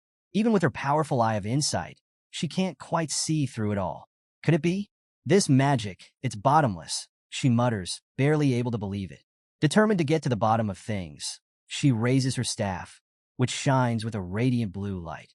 She commands the darkness to reveal itself, shouting, "Evil, reveal your true form before the holy light." And just like that, a swirling black portal opens up in front of her, and out steps a figure, a human silhouette, twisted and dark. Euphemia's heart skips a beat as she watches, feeling the atmosphere shift around her. Suddenly, a deep voice thunders through the abyss, making the ground beneath her tremble. Who dares spy on our king? The power behind the voice is overwhelming, crashing in her senses like a tidal wave. The dark figure moves forward, its presence growing more menacing. "Be gone," it commands, and the air ripples with energy as Lucifer, the king of sin, pride, steps into view. Her enormous red blade glimmers ominously, and with a swift motion, she slashes, sending a devastating beam of energy straight toward Euphemia. Euphemia's instincts kick in. "Resist! Barrier!" she shouts, summoning her divine shield just in time. The attack smashes into her shield, the impact so powerful that it sends her flying back, gasping for air. She struggles to steady herself, her wings flaring as she tries to regain control. Above her, Lucifer looms, eyes glowing with a cold, godlike power. But the battle takes its toll. Euphemia's eye of insight flickers and fades, its power overwhelmed by the sheer force of Lucifer's attack. Eye of insight dispelled, she mutters, realizing that her vision has been shut down. Lucifer stands tall, her black wings casting a long shadow over the battlefield. With a sneer, she scoffs. Did it flee? Such a coward. Lucifer then kneels before a shadowy figure that appears behind her, bowing her head in submission. My exalted king, forgive my failure. I was careless. Someone dared to spy on you, she reports, her voice filled with a twisted mix of respect and longing. Her crimson eyes burn with a dangerous gleam as she adds with a wicked smile, my dearest king, when will I hold your face again? Meanwhile, Euphemia Vega, realizing the scale of the threat she's facing, begins to fade from the scene. A god-ranked enemy, she whispers to herself, her voice trembling with the realization. We were wrong, so wrong about the demon abyss. Her mind races as she tries to comprehend this new threat. A being served by the god-ranked kings of sin? Who, or what could this entity be? Then, a massive sound echoes across the world, a booming announcement that shakes the skies. A brilliant golden light radiates from above, and Euphemia's eyes widen in shock. Is this a world announcement? She breathes, her heart racing. The message is clear, and it's a game changer. World boss, monarch of the deadly sins, has appeared in the deepest abyss of the demon abyss. Somewhere else, hearing this announcement, President Carolina of the Global Beast Taming Association is quick to share her insights. Defeating the monarch of the deadly sins, who commands all 7 of the sins, grants a chance to obtain the Sin Reversal Series weapons, a rare and powerful artifact, she explains, her tone filled with determination. Augustin the Mage, always the serious one, chimes in next. These weapons are crucial for taking down the monarch. The higher your transfer star rank, the better your drop rate, he adds, making it clear that only the most powerful adventurers stand a chance. Then, Tang Zhan, the imposing president of the Undying War Domain, adds his voice to the mix, his deep tone rumbling like thunder. Defeating this world-class boss will unlock the next expansion, Ascend the Divine Ladder. Stay tuned for more. It's a huge declaration, promising new challenges ahead. Back in Tianling City's job transfer temple, players are buzzing with excitement and disbelief. One of them gasps, holy crap, a world-class boss? This is the first time I've heard of anything like this. Even demigod-ranked bosses had never reached world-class status before. Did this mean that the monarch of the deadly sins was truly a god-ranked boss? Another player, by Linger, nods firmly beside him. No doubt about it. Just look at the name of the new expansion, the 10th transfer, the real god rank. This is a huge event. The players continue to wrap their heads around the magnitude of what's happening. But Su Yang has his own realization, one that's even more shocking. He's become a world-class boss himself. Meanwhile, Elder Luo Dashi, sensing the urgency of the situation, turns to Su Yang. Brother Su Yang, I might have to leave you for a bit. The president's calling me to a meeting. Anyway, I've already completed the membership process, so we can talk later if anything comes up. Su Yang waves him off with a friendly smile. No worries, take care. As Elder Luo Dashi heads off, Bai Ling steps closer to Su Yang, her voice low with concern. Brave hero, with all these strange events happening, what exactly is going on in this world? I have a bad feeling. Su Yang places a reassuring hand on her shoulder. Don't worry, I'm here. She looks up at him, a small smile breaking through her worry. Yes, I believe in you, brave hero. Su Yang lets out a confident smirk, his gaze focused on the horizon as he starts to connect the dots. Right now, all the major SSS-ranked guilds must be mobilizing, and he knows it's only a matter of time before someone takes down the monarch of the deadly sins. But before that happens, he's got his own preparations to make. His expression hardens with determination as he thinks about the Sin Reversal Series weapons. Unique, limited artifacts that are key to defeating the monarch. If he can get his hands on one, it would be a huge power boost, something that could make all the difference. My returning Prison Bone Gave is powerful, but it's no match for the Sin Reversal Series. They're god-tier artifacts, and they're essential for taking down the monarch of the deadly sins. If I can get one, it could change everything. he muses, already planning his next move. So, Su Yang pauses, a new idea hitting him like a lightning bolt. Wait a second.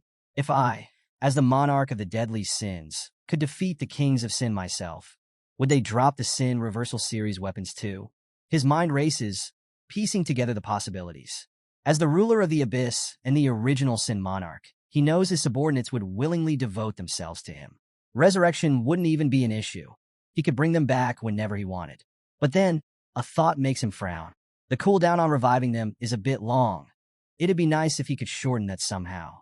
Standing before a towering golden statue, Su Yang's thoughts swirl around the situation. He knows that the strongest professionals out there right now are barely scraping the semi-god rank.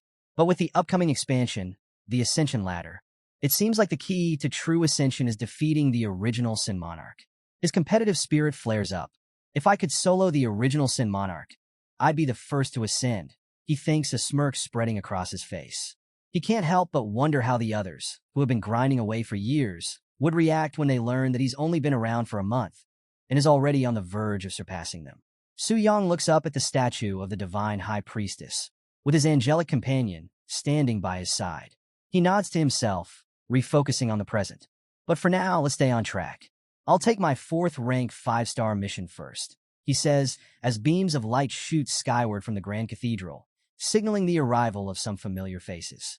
And sure enough, 3 figures gather beneath the cathedral's imposing structure. Augustin, Carolina, Tang Zhan, and Poker. Each of them is on high alert, their expressions tense. Augustin, president of the Divine Magic Circle and a powerhouse of a 9th-rank element annihilator, tries to lighten the mood with a chuckle. Hey, what a coincidence. Looks like we all got the same invite. Carolina, never one to miss a chance for a jab, smirks at Augustin.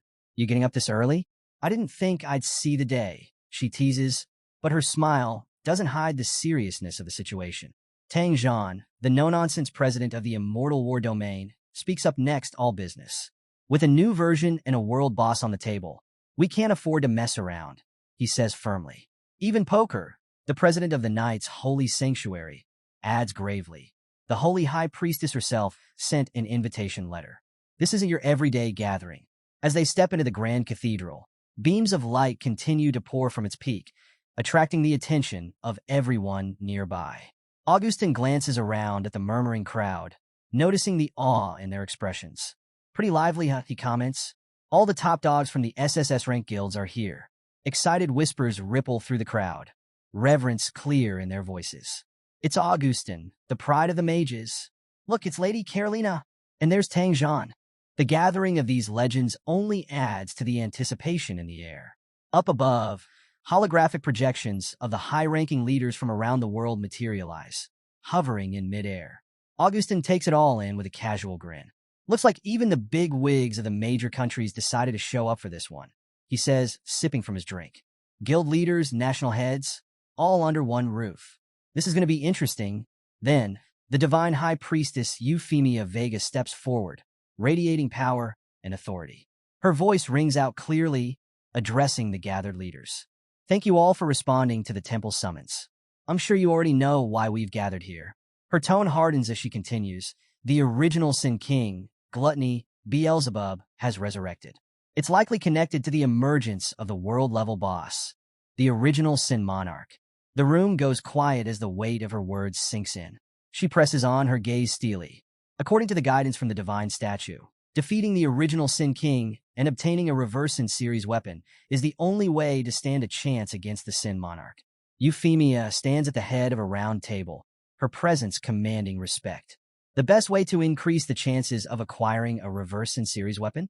The final blow against each boss must be delivered by a high-star rank transfer.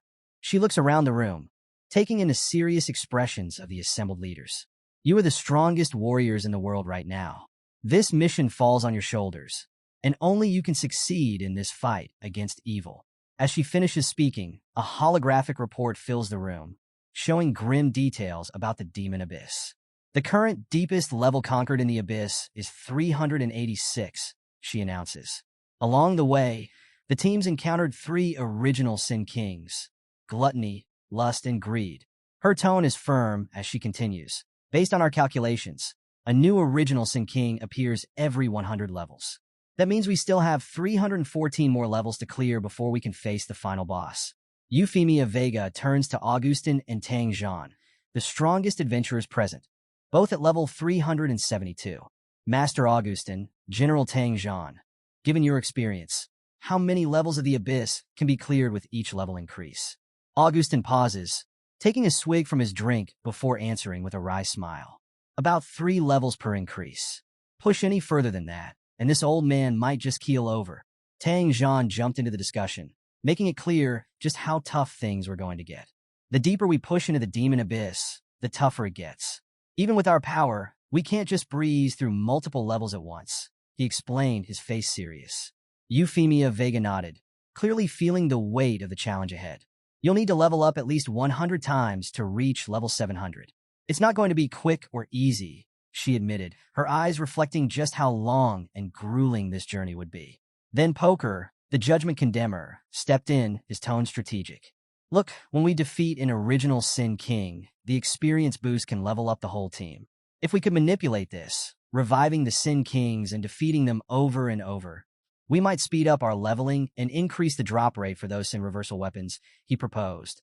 It was a risky plan, but the potential rewards were huge, and everyone knew it. Euphemia Vega shifted the focus to the crucial question. How do we handle the distribution of the reverse Sin series weapons? Poker cut through any fluff, reminding the room that these weapons weren't just rare loot. They were essential to taking down the original Sin Monarch and reaching the next stage of power, Ascension itself. Master Augustin, never one to back down, leaned in with a challenging tone. So, who's brave enough to try and claim one of those weapons first? He wasn't just asking. He was testing the room, seeing who would step forward. Another warrior couldn't help but comment on the boldness of those speaking out today. It was rare to see everyone being so upfront. But Poker, cool and composed, reminded them why they were really here. Let's not lose sight of what's at stake. These weapons are the key to defeating the Sin Monarch, and that means they're the key to our ascension. The tension in the room spiked, but then Euphemia Vega brought down her staff with a commanding strike, sending a shockwave through the chamber. It was a clear sign to focus. She urged everyone to be patient. The Transfer Temple is keeping a close eye on how we handle this. The decisions about the weapons will be made once we have our extermination team set, she said. One of the warriors, a bit sheepish, apologized for getting ahead of himself. And Euphemia, ever the leader, acknowledged the intensity of the moment with understanding. Tang Zhan then offered a plan to organize the extermination team, suggesting that countries pool their resources to form national teams. Each team would take turns hunting the Sin Kings, and whoever got the drop would keep it. It wasn't perfect, but it could reduce the fierce competition for those coveted weapons while keeping everyone motivated. The room buzzed with discussion, and tension hung thick in the air as everyone considered the idea. Poker, ever the strategist, saw the wisdom in Tang Zhan's approach, using entire countries as units in the fight. Meanwhile, Euphemia Vega listened carefully, weighing the pros and cons of coordinating these forces. But then a question popped up. What about the weaker countries? Would they just get overshadowed in this new system? Tang Zhan, unfazed, shot down the concern. Look, in this fight, the only thing that matters is strength. It's not about the political power of a country, he said, making his stance crystal clear. Euphemia, seeing the need for clarity, announced a vote on the proposal, keeping everyone focused on the mission at hand. As the votes came in, the result was decisive, 80% in favor of Tang Zhan's plan. It was official, and Euphemia Vega announced that the first item on the agenda was done. With that settled, attention turned to the countries that lacked 9th-rank professionals. Those nations wouldn't get a chance to participate, and their fate would be decided by a lottery. The final results were to be announced later. With the first matter wrapped up, all eyes turned to the second agenda, and President Carolina stepped forward, clearly eager to speak. Her presence was intense as she addressed the room. Thanks to the emergence of the Dragon Spirit Realm, the gates to the Dragon Kingdom are open again. It's a vast realm, filled with powerful bosses. If we can conquer this massive subspace, the experience rewards will skyrocket, giving us the boost we need to take on the Demon Abyss. Augustin, ever cautious, cut in with a warning. Hang on. Getting into the Dragon Spirit Realm isn't a walk in the park. Only those who have successfully tamed a dragon can even step foot inside, he reminded the group. He glanced at Carolina, his expression sharpening. Vielria from your association was the only one who managed that, right? but I get the feeling something's changed. Carolina's lips curled into a knowing smile. You got that right. I'm sure you've all heard by now, a genius from Longxia has done the impossible. He tamed a black dragon, and as a result, he's joined our association as an honorary member. The room buzzed with murmurs, but then Poker spoke up, his skepticism cutting through the noise. Wait, he tamed a black dragon? Shouldn't that make him more than just an honorary member? Why didn't he become a regular member, or even a leader? Honorary status is usually for non-professionals in the association.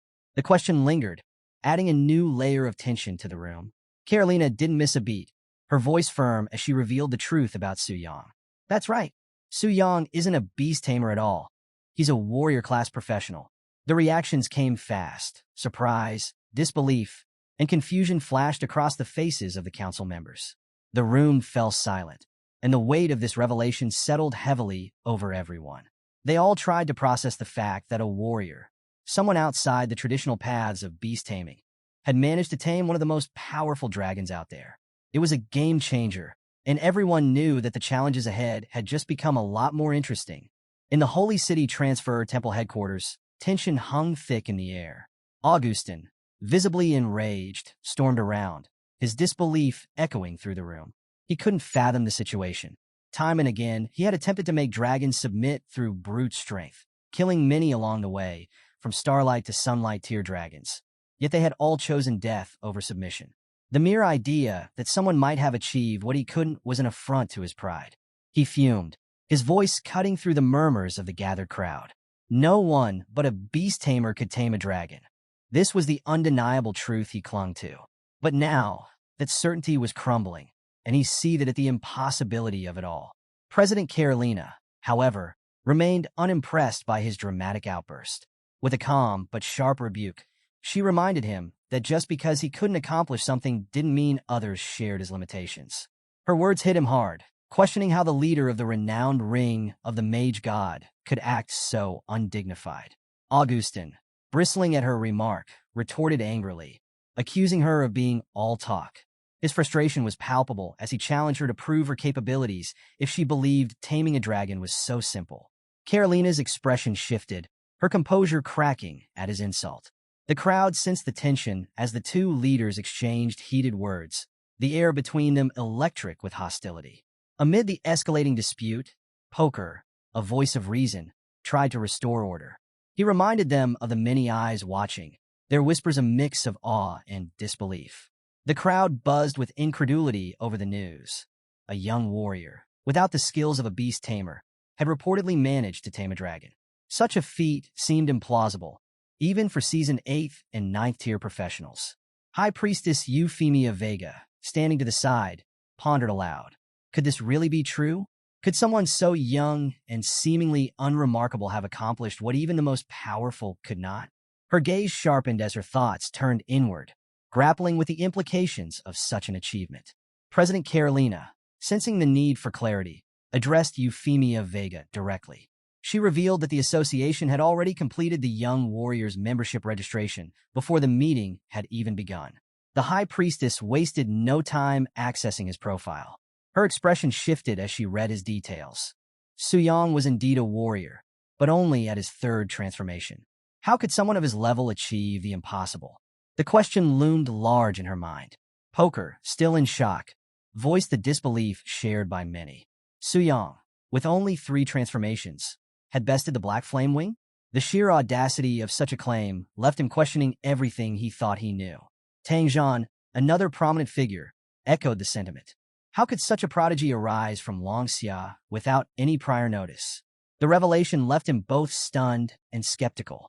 Carolina, ever the visionary, addressed the gathering with determination. She spoke of inviting Su Yang to share his methods and experiences, hopeful that his insights might shed light on taming dragons without traditional beast tamer skills. Her words carried weight as she hinted at a potential paradigm shift, one where anyone, not just beast tamers, could tame mythical beasts. The idea ignited a flurry of speculation among the crowd. The notion spread like wildfire. If dragons could be tamed by anyone, could it mean a future where such creatures were no longer the exclusive domain of beast tamers? For some, the idea was exhilarating. For others, it was almost too much to believe. Poker, however, raised a practical concern. If taming dragons became accessible to all, the dragon spirit's secret realm would no longer remain the exclusive territory of the Global Beast Tamer Association. Was Carolina prepared for such a monumental shift? She responded resolutely. Her vision extended beyond the confines of the association's influence. For her, the prospect of making beast taming universal far outweighed any territorial concerns. Augustin, ever the opportunist, saw this as his chance. With a sly grin, he declared his intention to head straight to Longxia to find this Suyang, promising to trade powerful forbidden curses in exchange for Suyang's secrets. He made it clear he wasn't above leveraging his position to get what he wanted. Meanwhile, far from the heated debates and intrigue of the headquarters, Suyang sneezed loudly, causing Bailing to chuckle. She handed him a tissue, playfully musing about how even high-level professionals weren't immune to mundane illnesses. Suyang, however, was already engrossed in his next task. The mission ahead was formidable, a diamond-tier challenge in the frozen city. He read the task description with a smirk, unbothered by its difficulty. It was a solo mission, requiring him to infiltrate the palace and defeat the Ice Witch, whose fearsome powers were the stuff of legend. The rewards were tantalizing. An increase in his strength and spirit, a legendary demon spirit, a mystical weapon, and an active skill book. To most, the task would have been overwhelming, but Suyang saw it as just another challenge to conquer. Mounting his black dragon, he exuded confidence, ready to take on whatever lay ahead. With a powerful leap, the dragon soared into the skies, leaving behind a trail of awestruck onlookers. In the icy depths of the frozen city dungeon, a group of adventurers struggled against the cold and the relentless power of the Ice Witch. Their complaints echoed through the frigid halls as they lamented their misfortune. The dungeon was brutal, sapping their strength and resolve. The Ice Witch, with her impenetrable armor and devastating attacks, had brought them to their knees. Just as despair threatened to overwhelm them, the massive eye of a black dragon opened, its ferocious gaze locking onto the group. Panic set in, their fear palpable, until Suyang's calm but confident voice cut through the tension. He assured them their challenge was over. It was now his turn. Relieved beyond words, the adventurers scrambled to clear the path, their awe evident as they deferred to him. The adventurers stood frozen in awe as Suyang strode forward, his black dragon Athos looming imposingly behind him. One of them, barely able to contain his shock, whispered to the others. The man's voice quivered with a mix of fear and excitement as he recognized Suyang from the citywide announcement about taming the black dragon. Seeing him in person, confidently advancing through the dungeon, was almost too much to process. He marveled at the spectacle, unable to believe that Suyang was planning to solo the dungeon, a feat unthinkable to most. The icy wind howled through the cavernous dungeon as Suyang pressed on, undeterred by the bitter cold. Suddenly, the silence shattered with a thunderous roar, announcing the arrival of a massive Bigfoot snow monster, its level towering at 92. Accompanying it were smaller, equally menacing snow monsters at level 89. The pack charged toward him, their icy breaths frosting the air, but Athos let out a deafening roar that sent them scattering in terror. The dungeon's natural predators cowered before the overwhelming aura of the black dragon and its master. Suyang stepped closer, his gaze steady and unyielding. The once fearsome Bigfoot snow monster now trembled before him, paralyzed by the sheer dominance he exuded. Suyang's thoughts flickered briefly with amusement. Even in this dungeon, the pressure he exerted as a high-level warrior left lower-tier monsters utterly helpless. With a casual wave of his hand, he decided they weren't worth his time. He dismissed the creatures, commanding Athos to move straight toward the dungeon boss. Athos, eager for a challenge, unleashed a searing torrent of fire. The explosion rocked the dungeon, melting snow and shattering the surrounding ice with raw power. From the chaos emerged the enraged Ice Witch, her piercing voice echoing through the cavern as she demanded to know who dared destroy her palace. But before she could finish her threat, Athos slammed the ground with enough force to cut her off mid-sentence. Suyang regarded the Ice Witch with cold indifference. Her rage and bravado melted away as she realized her folly. This wasn't a fight she could win. Her scream of horror was cut short as the system announced Suyang's victory. The Ice Witch lay defeated, and the challenge was complete. As the remnants of flames licked the dungeon walls, Suyang surveyed the destruction with mild disappointment. The battle had been far too easy, offering little in terms of excitement. He sighed, dismissing the ice, which is just another stepping stone. The fourth transformation, he mused, was never meant to be difficult. Perhaps the challenges awaiting him at the legendary stage would finally test his limits. Outside the dungeon, a ripple of excitement spread among the gathered adventurers. News of someone challenging the ice which had stirred disbelief, but their skepticism quickly turned into awe as word spread of Su Yang's involvement. A small group of adventurers debated whether to wait for the dungeon's cooldown, holding on to the faint hope that the challenger might fail. Among the onlookers were Mu Rongshui and her friend Yu, both from Su Yang's guild. They overheard the chatter and quickly pieced together who the challenger was. Yu, eager to catch a glimpse of the man behind the legend, insisted they stay. She speculated that meeting someone like Su Yang could open unimaginable opportunities. Mu Rongshui, feigning disinterest, reluctantly agreed, though her curiosity was evident. Meanwhile, Augustin stood nearby, seemingly lost in his own world. His wistful expression and idle musings about the cold weather betrayed a slight tipsiness, a stark contrast to the stoic Tang Zhan standing beside him. Despite the biting cold, Tang Zhan remained unfazed, his attention fixed on the dungeon entrance. Suddenly, a roar erupted from within, signaling the boss's exit. Excitement rippled through the crowd as Athos emerged, its massive frame radiating power. And Yu couldn't contain her awe, marveling at the dragon's commanding presence. She mused aloud about the type of person capable of controlling such a creature, envisioning a handsome, elite guild member. Her dreamy admiration only intensified as Su Yang stepped forward, his casual demeanor captivating everyone present. Lin Yuyun, their guild leader, gasped as recognition dawned. She had heard the stories, but seeing Su Yang in the flesh was something else entirely.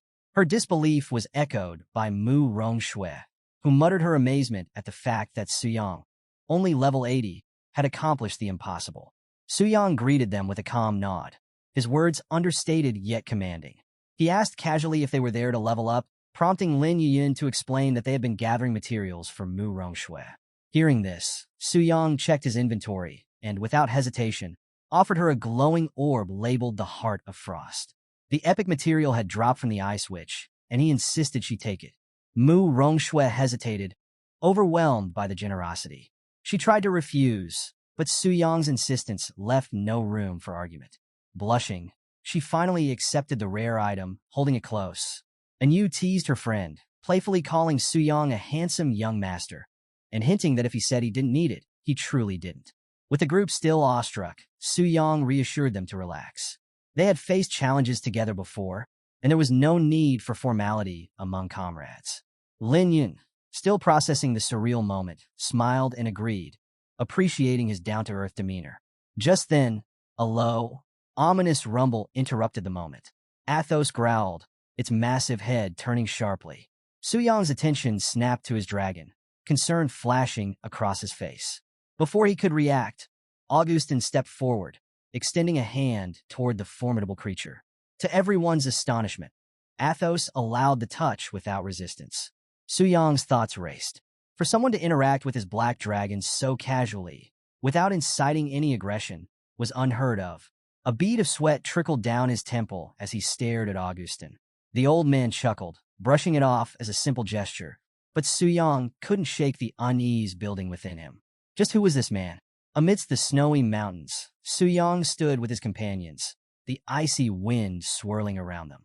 As the figures of Augustin and Tang Zhan approached, and Yu wrinkled her nose, grimacing at the unmistakable smell of alcohol wafting through the air. Mu Rongshui studied the elder with a spark of familiarity, trying to place where she had seen him before. Something about him triggered a memory, though she couldn't quite pin it down. Augustin's relaxed smirk broke the tension as he assured them he meant no harm. But before anyone could react, he vanished without a trace. Su Yang, now sweating despite the freezing conditions, tried to make sense of what had just happened. His mind raced. Spatial teleportation? Group teleportation without any visible gestures or spell movement. It was beyond his comprehension. Forcing himself to remain composed, Su Yang called out into the frosty silence, acknowledging the senior's impressive technique. He cautiously inquired about their business, knowing full well that such figures wouldn't appear here without a reason. When the silence broke and the names were spoken, The weight of their identities landed on Su Yang like a hammer blow. Augustin, president of the Ring of the Mage God, and Tang Zhan, president of the Undying War Domain. Both were leaders of the most powerful SSS tier guilds in the realm. Su Yang's mind spun. What could two legends possibly want with someone like him? A novice who had just barely completed his advancement quest? His instincts screamed that this was trouble. Forcing a smile, he asked if their visit was related to dragon taming techniques, the words escaping his lips more nervously than he'd intended. Augustin grinned at the question, his laid-back demeanor barely masking the intensity behind his eyes. That was exactly why they were there, he revealed, urging Su Yang to spill the secrets behind taming a dragon. But as he spoke, Augustin's aura flared, an overwhelming pulse of magical power surging outward. Su Yang felt the suffocating weight of it, his body stiffening under the sheer pressure. Tang Zhan shot Augustin an unimpressed glare, chastising him for his lack of restraint. His calm voice reminded the elder that his overwhelming magic might frighten the younger generation. Augustin chuckled sheepishly, reining in his power as the tension in the air began to dissipate. He casually admitted that perhaps another drink might help keep him steady. To lighten the mood, Augustin reached into his robe, producing two radiant scrolls that shimmered with energy.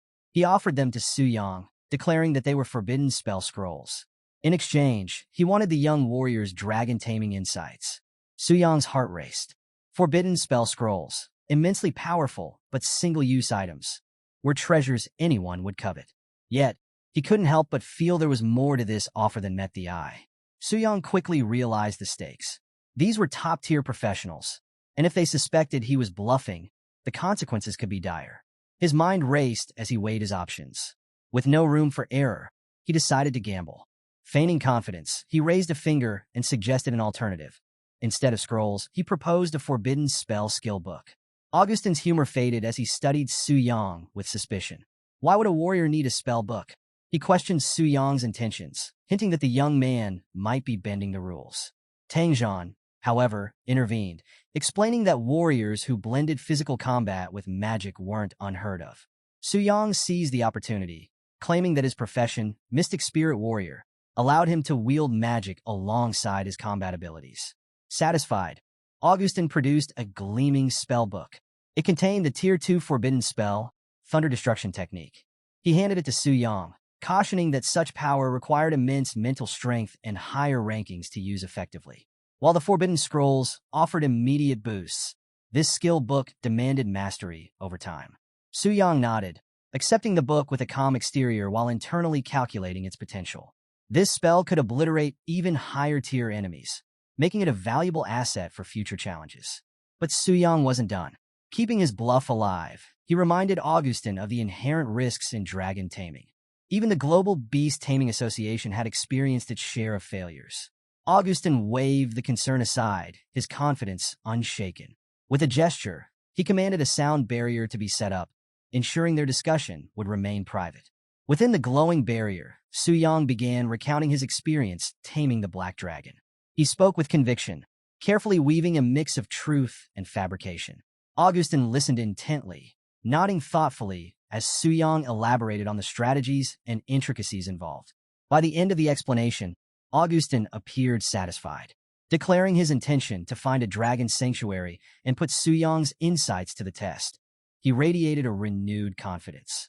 Tang Zhan, more skeptical at first, eventually acknowledged the depth of Su Yang's knowledge. He admitted that Su Yang's understanding of the Black Dragon Fortress was too detailed to dismiss. As a gesture of respect, he tossed a warrior skill book towards Su Yang. The book contained Absolute Destruction Fist, a Tier 2 ultimate technique that was Tang Zhan's signature move. Su Yang accepted it, overwhelmed by the sheer generosity of the gift. As the discussion neared its end, Tang Zhan shared a critical piece of information. He explained that taming a dragon granted access to the Dragon Spirit's secret realm, a hidden domain accessible only to dragon masters. Currently, only Su Yang and Valeria held that prestigious title. With time, others might join their ranks, but Su Yang's guidance could be pivotal in shaping this new era. Su Yang nodded, maintaining his calm facade. Inside, his mind was already scheming. The Dragon Spirit's secret realm was a treasure trove of rewards, its value tied directly to the rarity of the dragons tamed. To maximize his gains, he would need to acquire more dragons. But as he stood there, surrounded by legends who believed his every word, one thought lingered. His bluff had worked, for now. But how long could he keep up the act? Standing amidst the snowy mountains, Su Yang faced Tang Zhan, whose expression had turned serious. Tang Zhan explained the latest developments. After the recent world-level boss event, the Demon Abyss now offered boosted experience and increased drop rates. It wasn't merely an opportunity for gains, though. It was a calculated move. The officials were forming a team of the most talented young professionals to train there. Tang Zhan praised Su Yang's track record, noting that completing 5-star difficulty advancement quests demonstrated unparalleled talent. He declared Su Yang more than qualified to join. Su Yang nodded in acknowledgement, but his sharp instincts left him uneasy. Something didn't sit right. He asked why the training was focused solely on the Demon Abyss when other options existed. The answer didn't seem tied purely to the boosted benefits. Tang Zhan's gaze sharpened, impressed by Su Yang's insight. He brought up the Red Moon invasion, asking if Su Yang had encountered it during his third advancement. Su Yang confirmed he had experienced it once, prompting Tang Zhan to explain its grim significance. Despite the game's centuries-long history, no one truly understood the Red Moon or its origins. Even the enigmatic Profession Change Temple avoided clarifying its purpose. What was clear, however, was its lethal intent. The higher one's advancement and the more stars completed, the greater the likelihood of encountering the Red Moon. Those killed by the Scarlet Decay during these invasions faced permanent death, a fate no resurrection spell or mechanic could undo. Tang Zhan's voice grew grim as he continued. The Red Moon appeared to target the most talented individuals, seemingly intent on erasing them from existence. It was a threat that could no longer be ignored. The Demon Abyss, he revealed, was the closest environment to mimicking the conditions of a Scarlet Decay attack. Training there would prepare warriors to face this growing danger. Even the Profession Change Temple had taken measures, creating a store for exchanging rare items for Red Moon crystals and assigning temple priests to purify contamination from warriors. Su Yang's thoughts raced as he processed this information. Was there an even deeper purpose behind these events? He didn't have enough pieces to solve the puzzle, but his instincts warned him there was more at play. As they prepared to part ways, Tang Zhan reminded him of the upcoming Demon Abyss assembly before bidding farewell. Su Yang watched him leave, the weight of the conversation settling over him. Left alone, Su Yang reflected on the encounters of the day.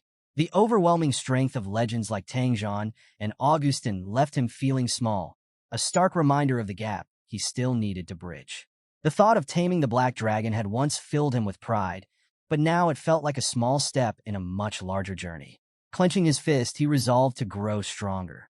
The Demon Abyss awaited, and he had no intention of being left behind. Back at the Transfer Temple, Su Yang submitted his completed quest. The nearby statue suddenly activated, confirming his progress. A radiant fire enveloped him as the system acknowledged his accomplishment. The fourth advancement, a 5-star quest, was 100% complete. Power surged through him as his stats and abilities received significant boosts. The system rewarded him generously. Increased base attributes, a new level cap of 100, and a legendary skill book tailored for Mystic Spirit Warriors. Su Yang's stats reflected his progress. Strength, 7,692. Speed, 2,646. Mental, 3,907. Examining the new legendary skill book, Su Yang couldn't help but feel a flicker of excitement. The skill, Mystic Spirit, allowed him to summon a combat spirit with half his attributes and switch places with it at will. This feature, dubbed Kingside Castling, was as tactical as it was powerful. Yet, even as he admired the new ability, a deeper hunger gnawed at him. It wasn't enough. Witnessing true top-tier strength had ignited a fire within him, a craving for power beyond what he currently held. Bailing, standing nearby, noticed his pensive expression. She congratulated him on his advancement, but noted his lack of enthusiasm. Su Yang brushed off her concern with a smile, concealing the storm of ambition swirling in his mind. He had plans to execute, and hesitation wasn't an option. Later, in the depths of the Demon Abyss, Su Yang stood before a pulsating summoning circle. The dark energy radiating from it was palpable, a sinister promise of the power that awaited. With calm authority, he activated the circle, summoning a towering figure cloaked in wrathful energy.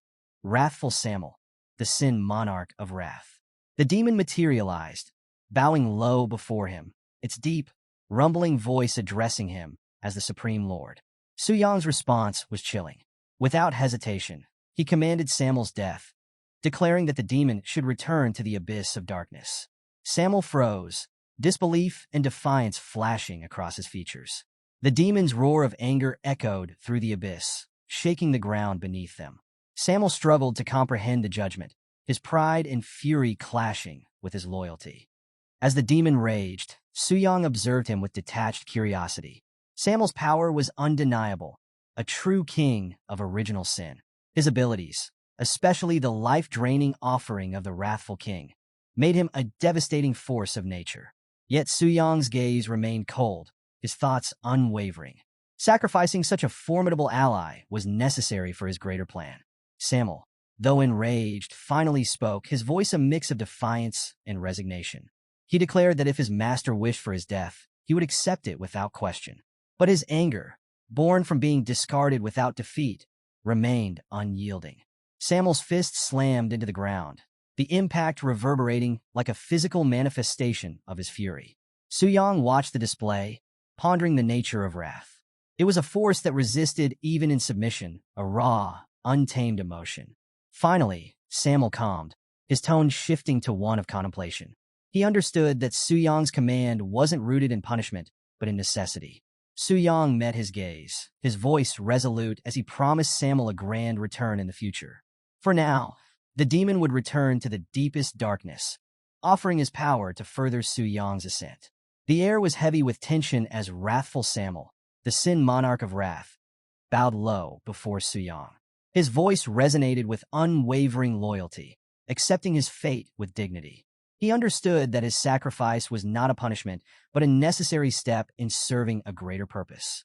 With a calm yet resolute tone, Samuel declared his readiness to embrace death and dedicate himself to the abyss, vowing to await his master's call for the day of his return. Su Yang, now fully embodying his role as the Sin Monarch, summoned a massive, ominous weapon into his grasp. The blade pulsed with a deadly red glow, its energy radiating a chilling finality. The air grew colder as he uttered the chilling command. Very well. The blade descended with a terrifying whoosh, slamming into Samuel's chest and unleashing devastating shockwaves through the void. The impact obliterated Samuel's form with brutal precision, his essence dissolving into pure darkness as a final offering to the abyss. Even in his final moments, Samuel's voice resonated with reverence, praising the power of the supreme monarch and proclaiming his eternal loyalty. As his form faded, Samuel's last words echoed through the void, a testament to his devotion. With unwavering loyalty, I will follow your will. Far away, on the 100th floor of the demon abyss, Beelzebub, the king of gluttony, sensed the disturbance. His instincts flared, and his once dormant corpse trembled with an ominous pulse. A dark unease crept into his voice as he muttered in disbelief. No one had dared to challenge the kings of original sin in ages. How could wrathful Samuel have fallen? A terrifying realization struck him, a thought too unspeakable to voice fully. Could it truly have been the supreme monarch himself who dealt the killing blow? Back in the deepest abyss, Su Yang, now the Sin Monarch, stood amidst the fading echoes of his deed. A system notification rang out, affirming the magnitude of his actions. You have killed the king of original sin, Samuel. Experience gained, plus 13.4 billion. Level up, level 85 to 100 achieved. Overflow experience, 13 billion. 7.8 billion experience points wasted due to overflow.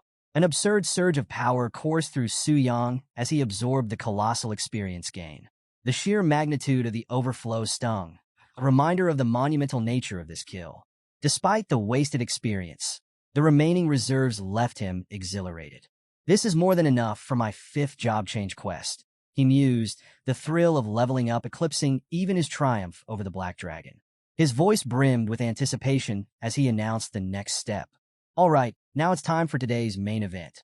Let's see what good items Samuel left behind. As the loot materialized, each item pulsed with raw, potent energy. Su Yang examined the treasures with a commanding presence, a smirk tugging at his lips. These were no ordinary rewards. They were artifacts befitting the defeat of a demigod-tier boss. Loot details. The flesh of the king of original sin permanently boosts health by a staggering 10 million HP. The broken heart of the king of original sin grants a permanent increase of 10,000 strength points. The demon Wrathful Samel Horn, a rare forging material capable of creating legendary artifacts. The demon source of the king of original sin, a shimmering vial offering immunity to demonic erosion for 400 layers. As Su Yang absorbed the implications, his eyes widened. 10 million health? 10,000 strength points? These enhancements were nothing short of game-changing. Comparing them to his current stats, 2,127 strength and 53,175 health, he realized these boosts would amplify his power exponentially. The thought of such strength filled him with exhilaration. With these stats, even top-tier challengers would crumble before him. This is next level, Su Yang marveled, envisioning himself crushing foes with ease. The idea of overwhelming enemies like Athos, the Black Flame Wing, with his bare hands was almost laughable now. His path to power was becoming clearer, and with these artifacts, he could rewrite his fate entirely. Among the loot, the demon source of the king of original sin caught his attention. The shimmering vial promised immunity against the abyss's corrosive demonic energy, a safeguard against the crimson infection Tang Zhan had warned about. It was a tool Su Yang knew he would need for his future battles. As his thoughts raced, a new question emerged. If the demon abyss was akin to the blood moon and Samel had been a king among demons, could there be beings even stronger than the kings of original sin? Could a supreme monarch rival such power?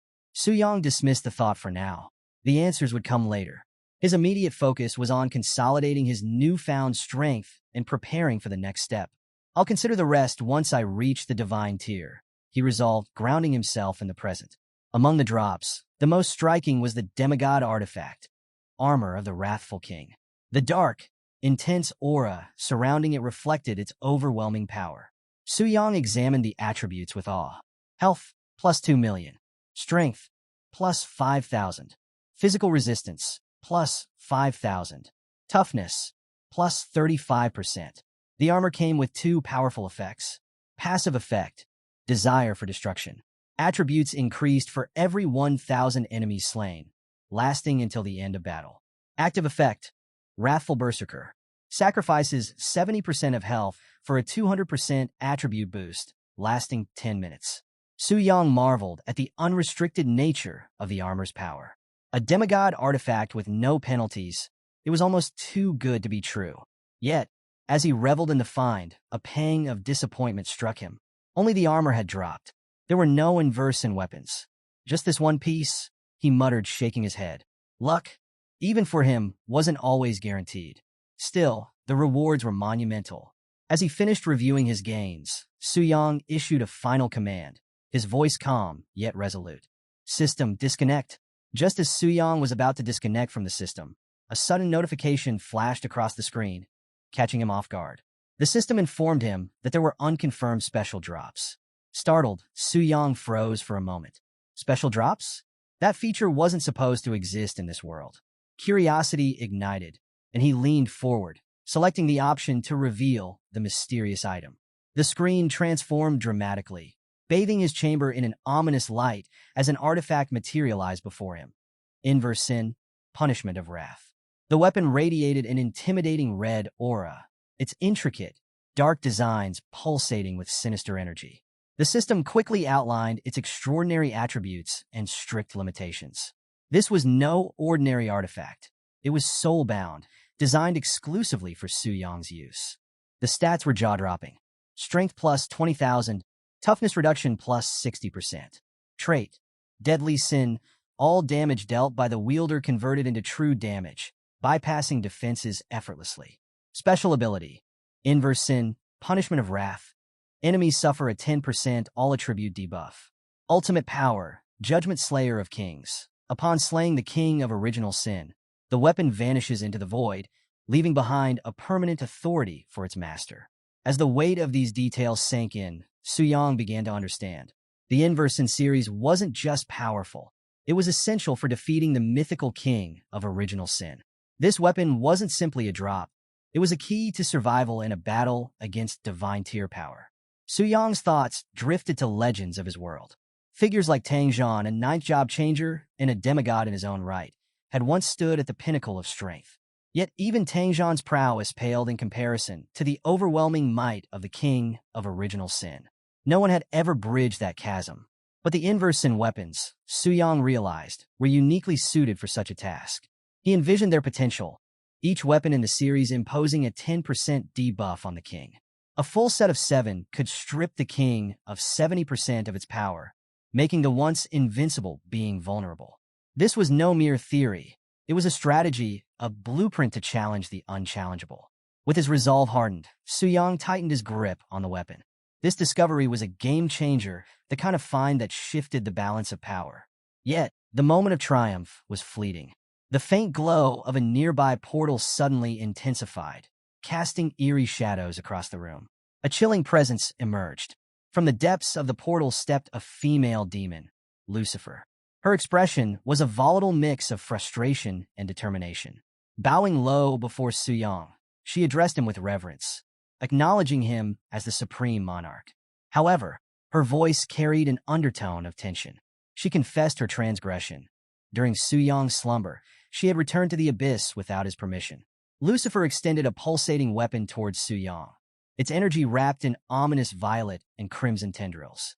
Her posture betrayed conflicting emotions, submission mixed with a spark of defiance.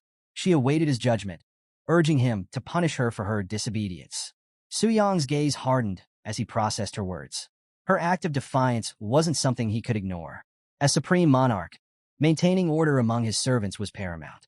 Though Lucifer bowed in submission, a flicker of amusement danced in her eyes, daring to challenge his authority in her own subtle way. Deciding that discipline was in order, Suyang acted. The punishment was swift and unrelenting, his energy surging as he enforced his will. Lucifer, despite the intensity of the punishment, held her ground. Her loyalty was unwavering. But beneath it all, a rebellious spirit lingered, a dangerous balance between devotion and defiance. Lucifer, however, didn't yield completely. Her demeanor bordered on provocation, a subtle challenge that Suyang couldn't ignore. Each strike was a reminder of his dominance, yet she met them with a complex mix of submission and pride.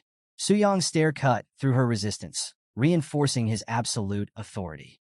Realizing the depth of her misstep, Lucifer finally conceded, her voice trembling with remorse. She pleaded for forgiveness, her earlier defiance now replaced by genuine repentance. Suyang, unmoved by her apologies, demanded action instead of words. With tension still thick in the air, Lucifer composed herself and delivered her report. During Suyang's absence, humans had dared to peer into the abyss. Such an intrusion was unprecedented, and Lucifer identified the culprit as the Holy High Priest, the only human powerful enough to perform such an act. Suyang's thoughts turned inward. The timing of the intrusion coincided too closely with his disconnection from the system. It was no coincidence. The transition temple must have seized that exact moment to broadcast his existence as a world-class boss. This human priest, Euphemia Vega, wasn't just formidable. She could very well be a divine tier being. With a newfound understanding of the threat, Suyang issued a command. Lucifer was to return to her post and remain vigilant. Bowing deeply, she accepted his order without hesitation. Yet, as she departed, her thoughts lingered on her master. Lucifer reflected on the monumental power of her king. Even the death of wrathful Samuel paled in comparison to the strength of Suyang. Her admiration deepened, and with it, her loyalty. She mused silently, knowing that no mortal could challenge her king without dire consequences. As she disappeared into the shadows, a faint blush crept across her cheeks. For Suyang, she would willingly endure any hardship, even death itself. Her devotion was absolute. After Lucifer's departure, Suyang sat alone on his throne, the shadows of the abyss casting an eerie stillness around him. His mind raced, reflecting on the unexpected revelation. He had underestimated the transition temple. Hidden powerhouses among their ranks explained their unshaken authority over the years. Still, Suyang dismissed them as mere distractions, temporary obstacles in the grand scheme of his plans. His focus shifted inward. The path ahead was clear, and his priorities solidified. Increasing his strength was the ultimate goal. Dwelling on the machinations of others was a waste of time. What truly mattered was his impending 5th transmutation task, a crucial step toward advancing to the legendary stage. With this resolve, Su Yang prepared himself for the next phase of his ascension. Meanwhile, across the ocean in the Eagle Beauty Federation, a vastly different scene was unfolding. Augustin stood at the new Silver Lake dragon nest, frustration written across his face. His quest to tame dragons was proving far more difficult than anticipated. Despite meticulously following the methods Su Yang had previously employed, success eluded him. Behind him, a battered dragon, its scales dulled from battle, let out a weary growl, its spirit unbroken. The dragon's defiant snarl echoed in the valley, challenging Augustin's resolve. Refusing to give up, he pressed forward, navigating through 3 separate dragon secret realms over the course of a grueling day. By the time he finished, nearly every dragon stronghold in the Eagle Beauty Federation had been explored and challenged. As Augustin paused to assess his progress, a sudden notification materialized before him, illuminating the air with its significance. World announcement. The first weapon of the Reverse Sin series has been obtained. World-class boss subjugation progress. 1 out of 7. The message sent shockwaves through him. His eyes widened in disbelief, his thoughts racing. Someone had accomplished the unthinkable, a monumental leap in power that defied expectations.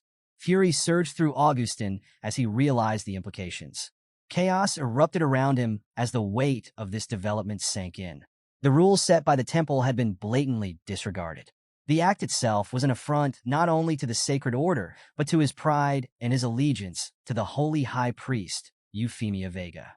Augustin's frustration boiled over into suspicion. He wondered if Tang Zhan, the legendary powerhouse, was responsible for this disruption. Yet, no matter who it was, Augustin's resolve hardened. Disrespect toward Euphemia Vega, or himself, would not be tolerated. His body crackled with energy as he vowed to make the transgressor pay for their audacity.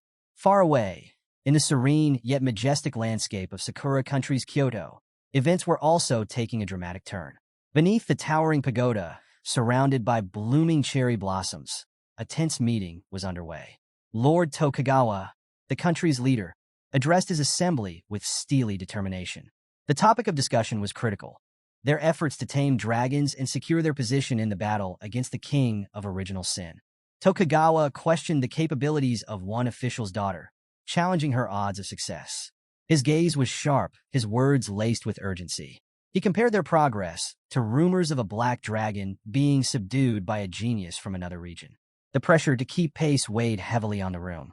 The head of the Azui family, Asui Sonikairo, responded with measured confidence. He assured Tokugawa that while negotiations with Lania continued, the red dragon, less formidable than the black, would soon fall under his daughter's control. Her success, he estimated, was highly probable. Tokugawa, satisfied with the answer, turned his attention to a more pressing matter. With his commanding presence, he declared that this was Sakura Country's chance to be the first to challenge the king of original sin. This opportunity could not be wasted. The assembly responded with unanimous resolve, their collective determination mirroring Tokugawa's ambition. But before the conversation could progress further, a glowing message materialized before them. World announcement. The first weapon of the Reverse Sin series has been obtained. World-class boss subjugation progress. 1 out of 7. The announcement sent a ripple of shock through the room. Tokugawa's composure faltered for a brief moment as confusion and disbelief swept over the assembly. Voices erupted in frustration and envy. How could this happen? One official exclaimed, his face flushed with anger. Another demanded to know how someone had not only completed the subjugation, but managed to secure a Reverse Sin weapon, artifacts so rare they bordered on myth. The implications of this development were staggering. Tokugawa's thoughts turned to other nations. Wondering which of them could have accomplished such a feat, the Eagle Beauty Federation seemed a likely suspect, but the identity of the offender remained unclear. Rising to his feet, Tokugawa's gaze sharpened with resolve. Addressing his followers, he issued a decisive order. They would travel to the holy city to demand an explanation. The rules of the temple had been violated, and Tokugawa would not let this slight go unanswered. The scene shifts to the headquarters of the Transfer Temple in the holy city, where a tense energy fills the grand hall. Messengers scurry across the polished floors, their expressions reflecting the weight of recent events. At the center of it all stands the third holy high priest, Euphemia Vega. Her divine presence is unwavering, yet there's a subtle tension beneath her calm demeanor. A messenger steps forward, urgency lacing his words as he informs her of the situation. Leaders and executives from nations across the globe, along with the heads of SSS-level guilds, are en route to the Holy City. The world announcement regarding the reverse sin artifact has shaken the foundations of their fragile alliances, and all eyes are now on Euphemia Vega to take control of the chaos. Without hesitation, Euphemia Vega commands the temple's barriers to be lowered, opening the way for the incoming delegations. Her attendant swiftly acknowledges the order, and the hall begins to glow as sacred light pours through the ancient architecture. As the temple prepares to receive its visitors, Euphemia reflects on the weight of her role. The Transmutation Temple, since the dawn of the game era, had been a stabilizing force in the world. It had quelled countless wars and disputes, bringing order to nations in disarray. Yet, the betrayal signaled by the recent artifact theft threatened to undo decades of delicate peace. If this incident spiraled into full-blown conflict, the consequences would be catastrophic, weakening the Transmuter's collective power during a time of looming, undefined threats. In the temple's roundtable hall, the leaders of nations and guilds assemble, their voices heavy with frustration. Lord Tokugawa of Sakura Country stands to address Euphemia Vega. His tone is sharp, his words filled with indignation. It was under her leadership, he reminds the gathering, that a consensus had been reached. Sakura Country would lead the charge against the king of original sin in 3 days. Now, that opportunity had been stolen by someone acting outside the agreed-upon rules. Tokugawa's frustration deepens as he accuses the unknown thief of robbing Sakura Country not only of its divine artifact, but also of its honor. His demand for justice echoes through the hall, his fiery rhetoric pushing the tension to a boiling point. The guild leaders, representing some of the most powerful organizations in the world, remain silent, their faces unreadable as they await Euphemia Vega's response. She rises, her commanding presence filling the room as she speaks with calm authority. The theft, she explains, is more than just a violation of the temple's rules. It is a provocation against every nation and a direct challenge to the authority of the Transmutation Temple itself. Despite the betrayal, Euphemia offers a chance for redemption. Her words carry the weight of divine judgment as she declares that the temple, along with the allied nations, will pardon the sinner if the artifact is returned willingly. She makes this vow in the name of the sacred statue, her outstretched hand glowing with holy light. It is an offer of mercy, but one laced with a subtle warning.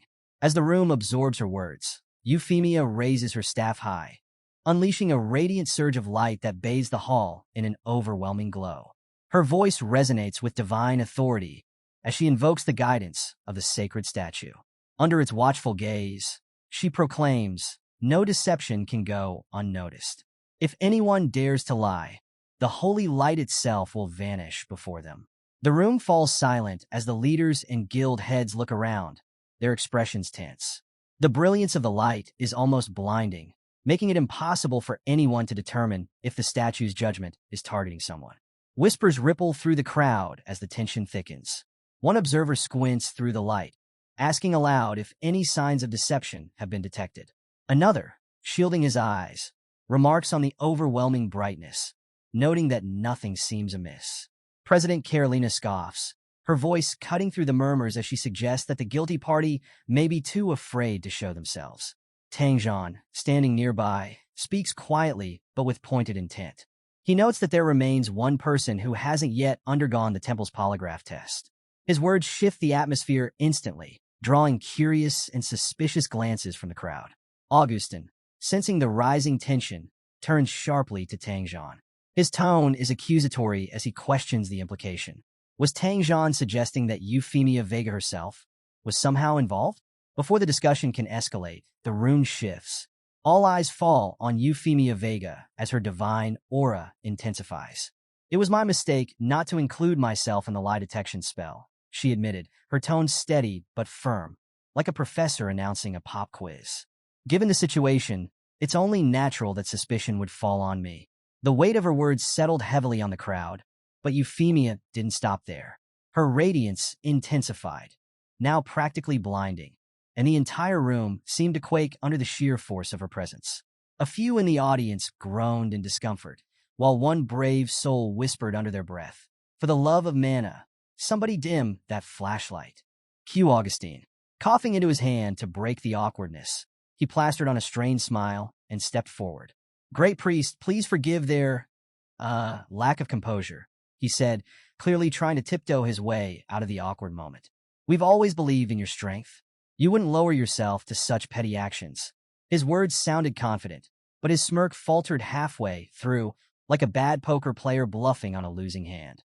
To steer the conversation back on track, Augustine pointed out the obvious. The lie detection spell had found no culprits. If no one present had lied, then who could have killed the king of original sin? It wasn't your run-of-the-mill murder.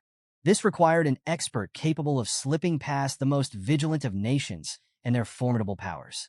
Carolina seized the moment, stepping forward like the no-nonsense captain of a SWAT team.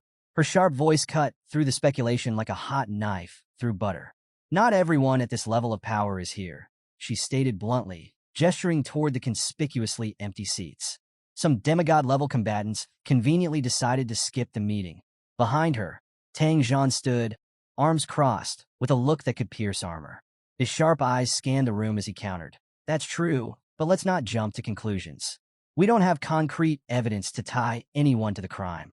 Euphemia, unbothered by the back and forth, raised her hand, commanding attention once again. Her calm voice carried authority.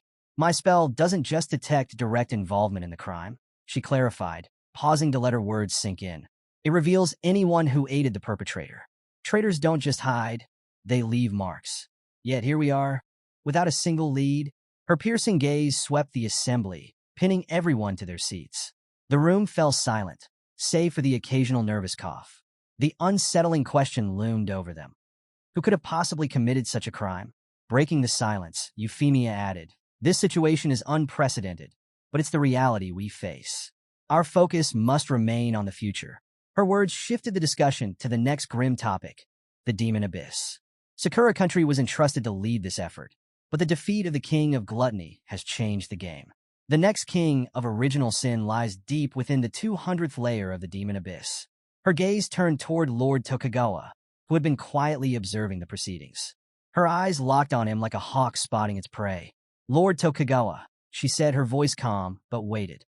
Can Sakura Country maintain its resolve and continue to bear this responsibility? The assembly waited, the tension thicker than a bowl of miso soup, as they awaited Tokugawa's answer. All eyes turned to Lord Tokugawa, his calm, yet resigned expression betraying the heavy burden he carried. We certainly wish to continue, he said, his voice steady but edged with regret. However, our strength is insufficient. Reaching beyond the 100th layer is a task we cannot achieve. Euphemia wasted no time. Her voice rang out, clear and resolute. In that case, she declared, her tone brooking no dissent, according to the draw, the Eagle Union will take over Sakura Country's task of exploring the abyss. The statement left the assembly silent, the weight of her decision settling over the room like a heavy fog. Her gaze swept the room as she continued. As victims of this tragedy, the temple will provide compensation. Does that sound acceptable? Her tone made it less a question and more an ultimatum. Augustine bowed his head slightly, his voice subdued but respectful. Of course, we will follow the great priest's instructions. Euphemia's sharp gaze landed on Lord Tokugawa. His easygoing demeanor returned, and he offered a light-hearted smile. Sakura Country has no objections, he replied smoothly. With a decisive motion, Euphemia drove her staff into the ground. The resounding thud echoed through the chamber as she announced the next directive. Starting today, she proclaimed, her tone unyielding, all entrances to the Demon Abyss across every nation will be guarded by troops from the Holy City. This measure will ensure controlled access and prevent incidents like this from happening again. The leaders exchanged wary glances. The weight of her decree bore down on them, but none dared challenge her authority. Euphemia, tall and composed, concluded, if there are no further comments, this meeting is officially adjourned. The scene shifts to Suyang's home, where sunlight filters through sleek, modern windows, painting the room in warm hues. Inside, Suyang slung on his jacket with practiced ease, a confident smirk playing on his lips. Each motion seemed deliberate, radiating a sense of purpose.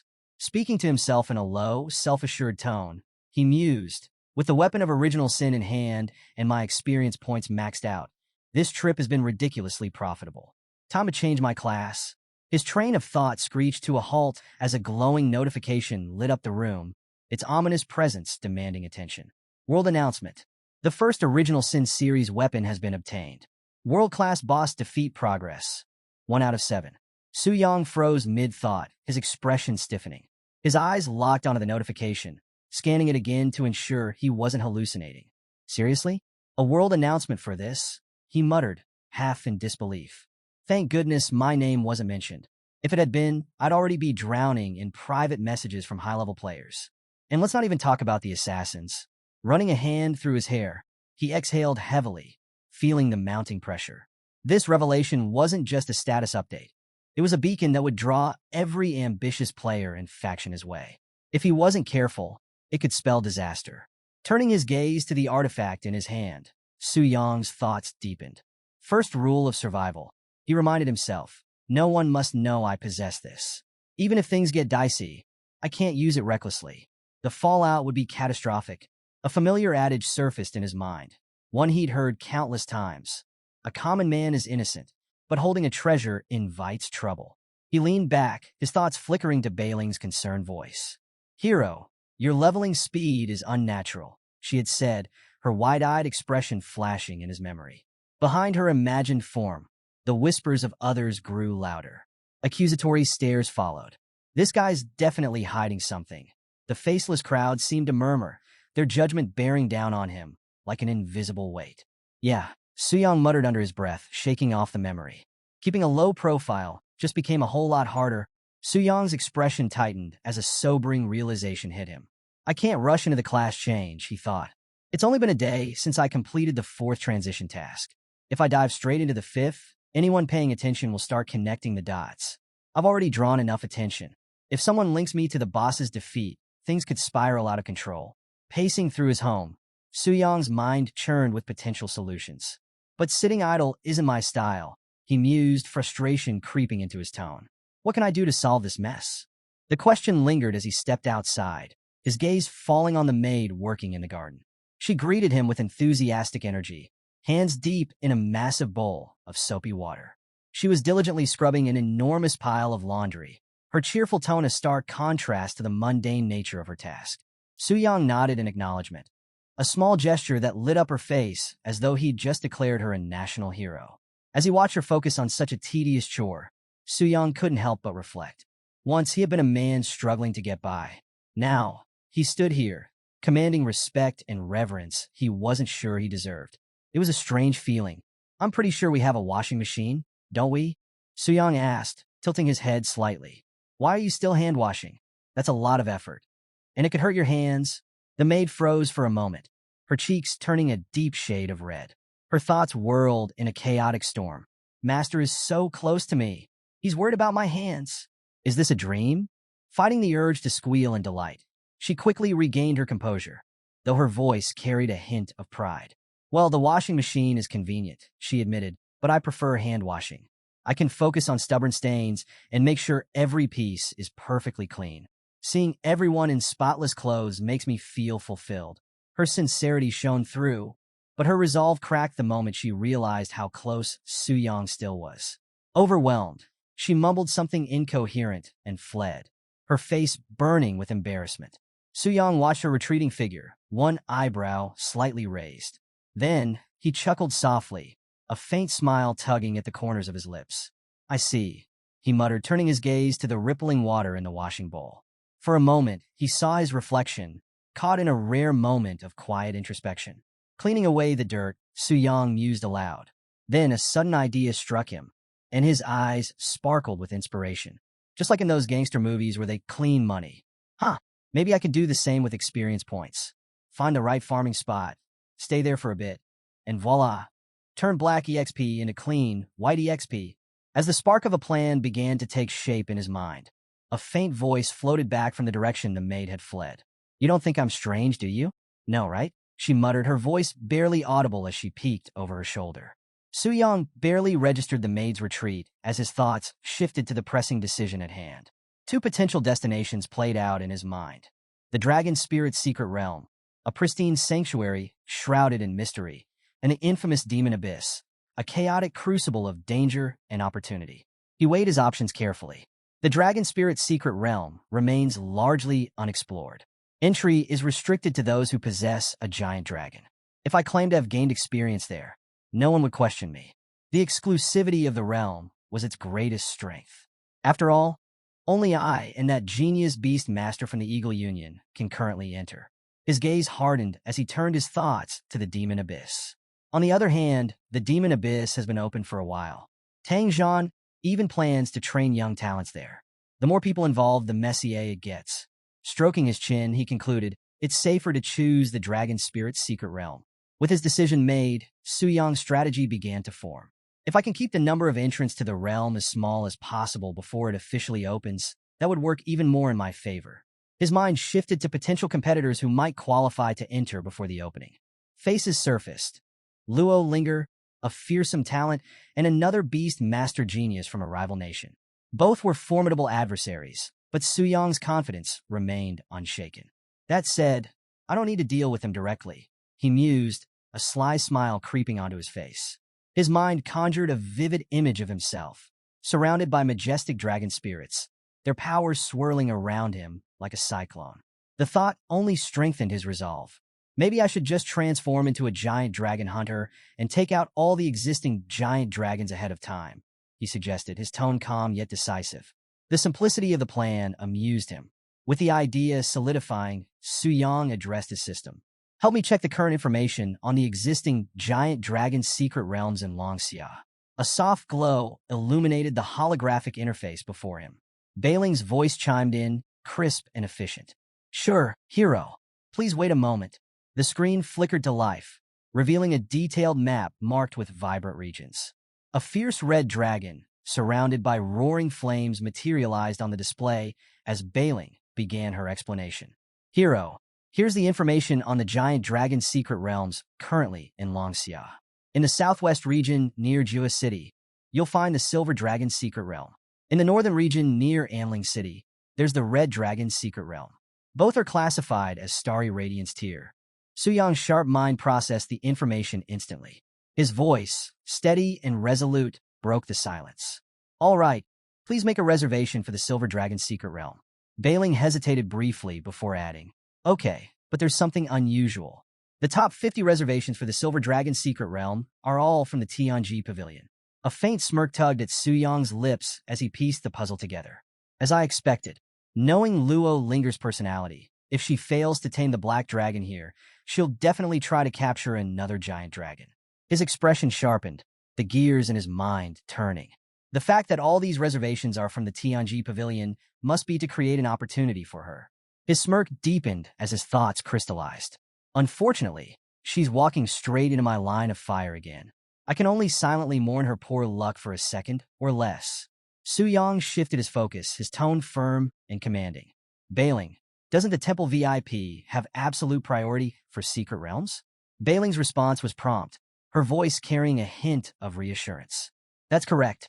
As long as the hero makes a reservation, no one can take precedence over you, unless they're a higher-tier 5-star class changer. She paused briefly, her tone softening with hesitation. However, could this create tension with the Tianji Pavilion? Su Yang's reply was immediate, his confidence unwavering. No problem. Just go ahead and make the reservation. Understood, Bailing said with a nod. Su Yang's relaxed demeanor radiated self-assurance. The Tianji Pavilion?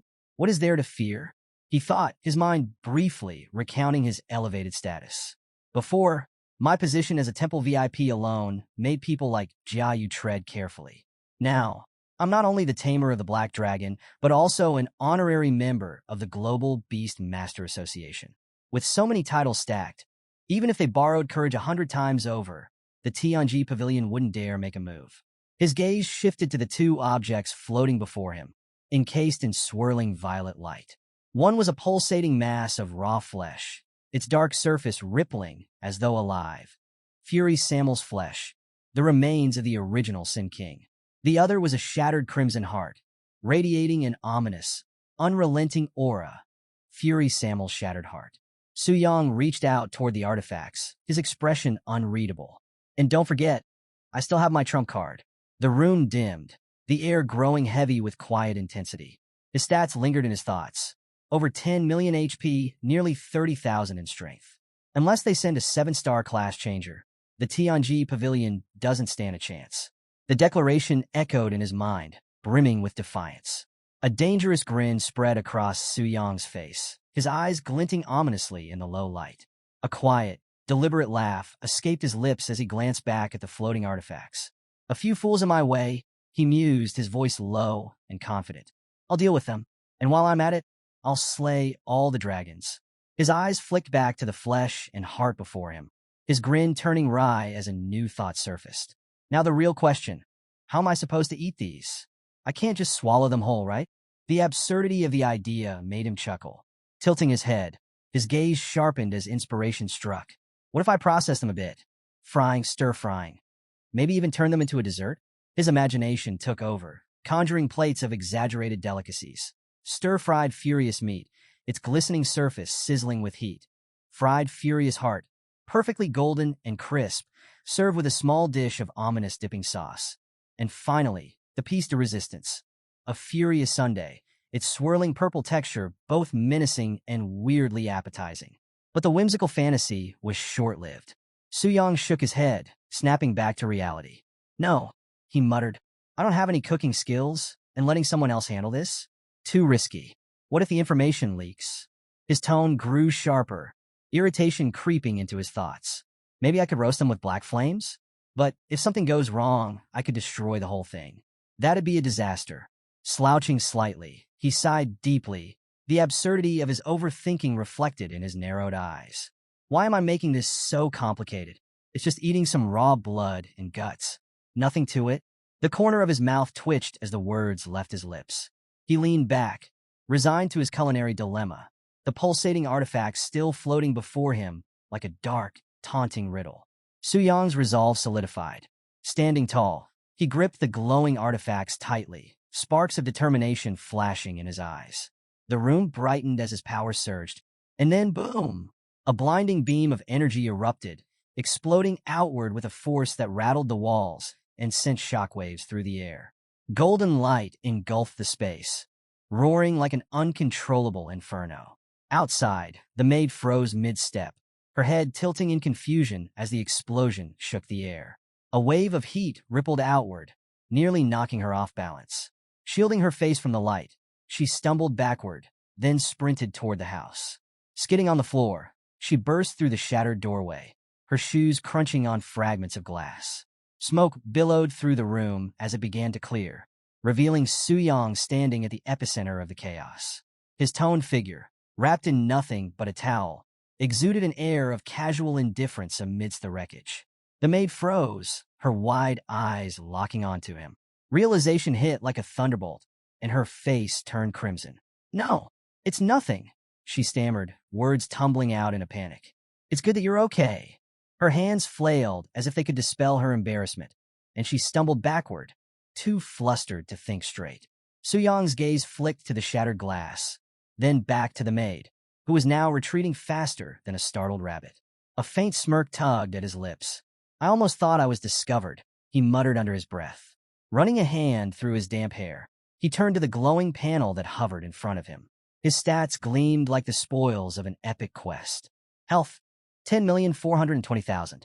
Strength, 27,760. Speed, 4,414. Mental, 6,236. Resistance, a dizzying array of impressive values. He let out a low chuckle, his tone filled with amusement. Guess I really am overpowered. Fiery wings erupted from his back, their blazing intensity echoing the raw energy coursing through his body. The power of his dragon's soul hunter abilities radiated around him, fierce and unyielding, ready to consume anything in their path. His voice rang out, bold and resolute. Even if I face the starry tier black flame wings again, I'm confident I can take it down. The surge of power sent a thrill through him, his veins practically singing with energy. Grinning, Su Yang marveled at his newfound strength. It's like every joint in my body is having a party, urging me to hunt monsters already. He chuckled at the thought as he strode confidently out of the room, the air around him still humming with residual energy. Let's check on Lilith, he mused. I wonder if she's adjusting to life here. Meanwhile, in Johor City, tension crackled in the air as Luo Linger slammed her hands down on the table, her voice cutting through the silence like a whip. Someone cut in line ahead of me. Who could it be? She snapped, her sharp gaze zeroing in on Tangxi, captain of the TNG pavilion in Jua City. Tangxi flinched, his hand adjusting his tie nervously as he avoided her piercing glare. My subordinates had everything arranged, he stammered. But yesterday, a special reservation came through. It's from a temple VIP. Before he could finish, she cut him off, her voice dripping with disbelief. A temple VIP? Her fists clenched, and her violet eyes narrowed dangerously. You don't know who it is? Her thoughts churned, the pieces clicking together. One name echoed in her mind like an unwelcome guest. Suyang. Could it really be him again? Memories of their past encounters flooded her mind, each one more infuriating than the last. Her teeth clenched. It can't be him. There's no way I'd run into him this coincidentally. Her jaw tightened as the realization lingered. What a joke. Tangxi, desperate to defuse Luo Linger's rising fury, tried his best to sound composed. Miss, how about we head to the Silver Dragon's secret realm and wait? When that temple VIP arrives, we could, negotiate. Maybe we can work out some kind of exchange? Get lost. Luo Linger snapped, her icy tone sharp enough to freeze the room solid. Tangxi flinched under her fiery glare, the heat of her aura practically scorching him. Yes. I'll leave right away, he stammered, bowing repeatedly as he scrambled out of the room. It was less of a retreat and more of an escape, her overwhelming presence chasing him like a storm at his back. Left alone, Luo Linger stood tall, her resolve burning brighter than ever. If it really is Suyang, she thought bitterly. He just tamed the Black Dragon. I can't compete with him directly. There's no way I can win without some backup. Her expression hardened as she activated her communication device. Teacher, are you available now? The reply came swiftly, the voice on the other end calm, yet authoritative. What's the matter? If you got something to say, just say it. Luo Linger wasted no time. Here's the situation. I was planning to explore the Silver Dragon's secret realm, but a temple VIP cut in line with a reservation. I suspect it might be Suyang. Since you know him, could you help me? Ask him to let me have it instead. Her teacher paused for a moment, his response measured. All right, I'll ask him for you. Relief washed over her as she turned to leave. Still, frustration simmered beneath the surface, her muttering barely audible as she exited. The guards nearby exchanged uneasy glances, unsure whether to intervene or steer clear. Moments later, her communication device buzzed. She snatched it up quickly, expecting good news, but her face twisted in disbelief as she read the message. Girl, that guy didn't agree. Luo Linger stared at the words in stunned silence. He refused me, she muttered aloud, incredulity dripping from her voice. On what grounds? I'm a giant in the Global Beastmaster Association. Before she could dwell on the rejection, another message popped up. Her teacher elaborated, though his tone was no less blunt. Anyway, he didn't agree. You don't know, but he's quite popular right now. I've even heard that the war god is looking favorably at him. You'd better not provoke him lightly. Luo Linger stiffened at the mention of the war god, her mind racing.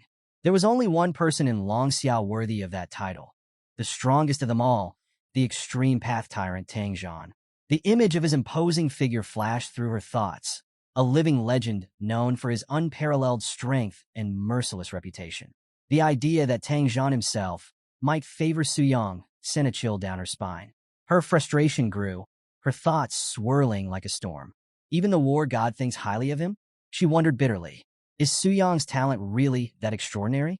Her subordinate approached cautiously, testing the waters. Miss, what should we do now? Luo Linger didn't miss a beat. Crossing her arms, she snapped. What are you standing around for? Let's go. With a dramatic twirl that matched her rising determination, she strode ahead with fiery resolve, her every step brimming with purpose. Her subordinate scrambled to keep up, his hurried footsteps a poor match for her relentless energy. The screen shimmered with glowing text, Silver Dragon's secret realm. Suyang stepped into the mystical domain, his sharp gaze sweeping across the towering cliffs and the eerie, ethereal light that cast an ominous glow over the terrain. The air hummed with latent energy, crackling faintly around him. Suyang took it all in with calm precision, his expression unreadable. I thought I'd run into those TNG pavilion people, he muttered to himself. Guess they've already left. Looks like they've got decent survival instincts after all. As his gaze shifted, it locked onto a massive, glimmering figure perched on a jagged cliff edge. A smirk tugged at his lips. Ah, so that's the final boss? The silver dragon. He tilted his head slightly, his tone filled with mild amusement. Doesn't even have a name. No special bloodline. Just a run-of-the-mill dragon. The silver dragon responded with a thunderous roar, shaking the realm as its hulking frame surged forward. A torrent of lightning breath erupted from its jaws, the crackling energy tearing through the air and illuminating the battlefield in brilliant flashes. Su Yang moved with lightning speed, his figure vanishing just before the breath reached him. He reappeared midair, cutting through the cascading energy with fluid precision. Hovering momentarily, his body began to radiate an ominous red aura that swirled around him like a living storm. From the swirling energy, his weapon materialized, a massive blade that pulsed with raw, destructive power. His voice was cold and commanding. "Don't make a move," he warned, his tone leaving no room for defiance. The energy around him condensed, spiraling tighter as his smirk widened. "It's rare to find a decent punching bag," he remarked, tightening his grip on the blade. "Let's see what this one can take." The silver dragon roared again, its tail slicing through the air with brutal force. Massive shards of earth rose from the ground and launched skyward, darkening the battlefield as they rained down like meteors. With a sharp crack, the boulders shattered midair, pulverized by a single sweep of Su Yang's blade. He moved effortlessly, weaving through the chaos with calculated ease. "Too slow," he muttered, his voice carrying a playful lilt. The ground beneath him trembled as a swirling black portal erupted at his feet. He glanced down, unimpressed. "Nice theatrics, but it's all show," he quipped. In a single, fluid motion, his blade slashed through the portal, dispersing its energy in a violent ripple that shook the realm. Landing gracefully amidst the chaos, Su Yang's HP bar flickered momentarily, displaying a faint plus 1,000. He smirked as he glanced at it. "Have a defying resilience, huh? These attacks are like mosquito bites," he muttered, confidence dripping from his tone. The silver dragon snarled, its massive claws glowing as it prepared its next assault. "Dragon magic. Double strike," it roared, slamming its claws into the ground. The terrain cracked and quaked violently, the fissures spreading like lightning. Su Yang stood unfazed, his posture relaxed. 27,000 strength, he said, his voice calm and cutting. "A dragon in my hand is no different than a chicken." His taunt only fueled the dragon's rage. It thrashed violently, launching a flurry of attacks. Su Yang dodged with ease, his movements fluid and shadow-like. In one quick leap, he soared above the beast's massive wings, his figure silhouetted against the glowing realm. The silver dragon twisted its head upward, its glowing eyes blazing with fury as it unleashed a cascade of lightning and wind attacks. The air around it churned with raw, destructive energy, yet Su Yang remained untouched. Suspended midair, his grin widened, his confidence unshakable. Raising his blade high, its glow cut through the storm like a beacon of destruction. With a single, perfect arc, he brought the weapon down. The impact was cataclysmic, shaking the ground as the silver dragon let out a final, pained roar. Its massive frame collapsed beneath the force of the strike, the battlefield falling silent as the beast crumbled in defeat. As the silver dragon dissolved into glowing particles, its essence fading into the ether, a notification flashed before Su Yang. Devour effect triggered. 10% of the silver dragon's attributes plundered. Immediately, his weapon stats surged. Strength plus 1,123. Spirit plus 27,211. Speed plus 13,211. Physical and mental damage resistances plus 8%. Spirit resistance plus 5%. A smirk played across his lips. The silver dragon excelled in magic, he mused, but it didn't even get a chance to cast a spell. His gaze shifted to the blade in his hand. A glowing mark had appeared on its surface, pulsating faintly. Ambition flickered in his eyes. If I kill other dragons, will their marks appear too? The thought fueled his desire, and he gripped the enhanced blade tighter. What happens when the marks are fully filled? He muttered. The question lingered in his mind as he raised the sword, its energy pulsating ominously. A wicked grin spread across his face. "Time to eat." The dragon-bone great sword thrummed with life, greedily devouring the remnants of the silver dragon's energy. A faint voice echoed through the air, a sinister chant of feasting time. Su Yang observed the process, calm and calculating, his thoughts drifting. Leveling up feels wasteful now, he mused. After experiencing the burst of power from Wrath, this seems underwhelming.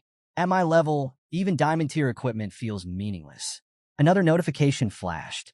Black Dragon attributes increased by absorbing 10%. His smirk deepened, sharp with ambition. If only I could devour attributes directly too. His thoughts turned to the royal offering traits of gluttony and wrath, abilities that could plunder attributes and health. But those remained dormant in the abyss, unable to act unless challengers appeared. Looking skyward, Su Yang's gaze sharpened. If those kings could leave the abyss and descend into the real world, they could plunder offerings directly, creating a cycle of infinite growth. Attributes, health, everything could be mine. The realization ignited a spark of confidence. He clenched his fist, ambition gleaming in his eyes. As long as I can summon the king of original sin into the real world, have it plunder offerings for me, and collect all 7 weapons of the Reverse Sin series, I'll be unstoppable, he muttered, his tone steady and resolute. The vision of becoming an unstoppable force, capable of solo-killing world-class bosses and driving the next expansion, filled his thoughts. A dark aura spread around him like a shadow, and his voice carried a chilling resolve. Offering me royal tribute isn't just a duty, it's their honor. But as his imagination soared, the smirk on his face faltered. A sharp realization grounded him in reality. Stop, he muttered, dragging a hand to his temple. His frown deepened as he reined in his ambitions. First, the basic problem. How do I bring the king of original sin out of the abyss? He thought. Without solving that, everything else is just empty talk. Second, how do I prevent top-tier experts from killing it? If it dies before accumulating enough resources, I'll suffer a massive loss. Letting out a tired sigh, Su Yang's expression shifted to mild annoyance. I'll think about it later, he grumbled. For now, time to head to the next dragon's secret realm. The scene shifted, revealing the aftermath of destruction. A massive dragon's corpse lay in ruins, the ground around it scorched and broken.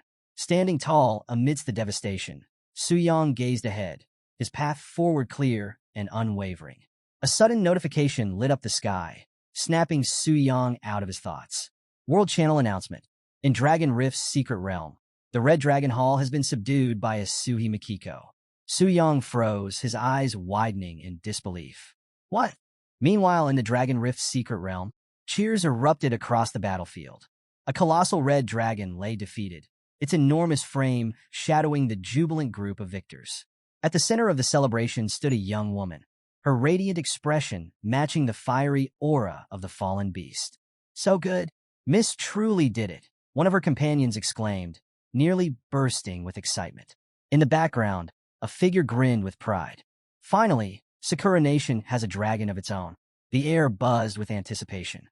The patriarch will be thrilled. The rewards will definitely be generous, someone declared confidently. An elder stroked his beard thoughtfully, his eyes gleaming with satisfaction. Not long ago, it was Su Yang taming the black dragon. And now, Miss Makiko of the Asuhi family has subdued a red dragon. Truly remarkable. The elder stepped forward, bowing slightly toward the triumphant young woman. His voice carried the weight of respect. Miss Asui, congratulations on achieving your goal.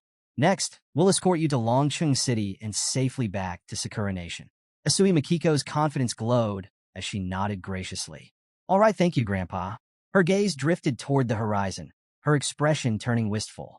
It's a shame I couldn't meet the one who subdued the black dragon. He gives off such a unique aura. A faint smile graced her lips as her thoughts wandered to the figure whose name was rapidly becoming legend. But since he's joined the Global Beast Master Association, I'm sure we'll cross paths soon enough.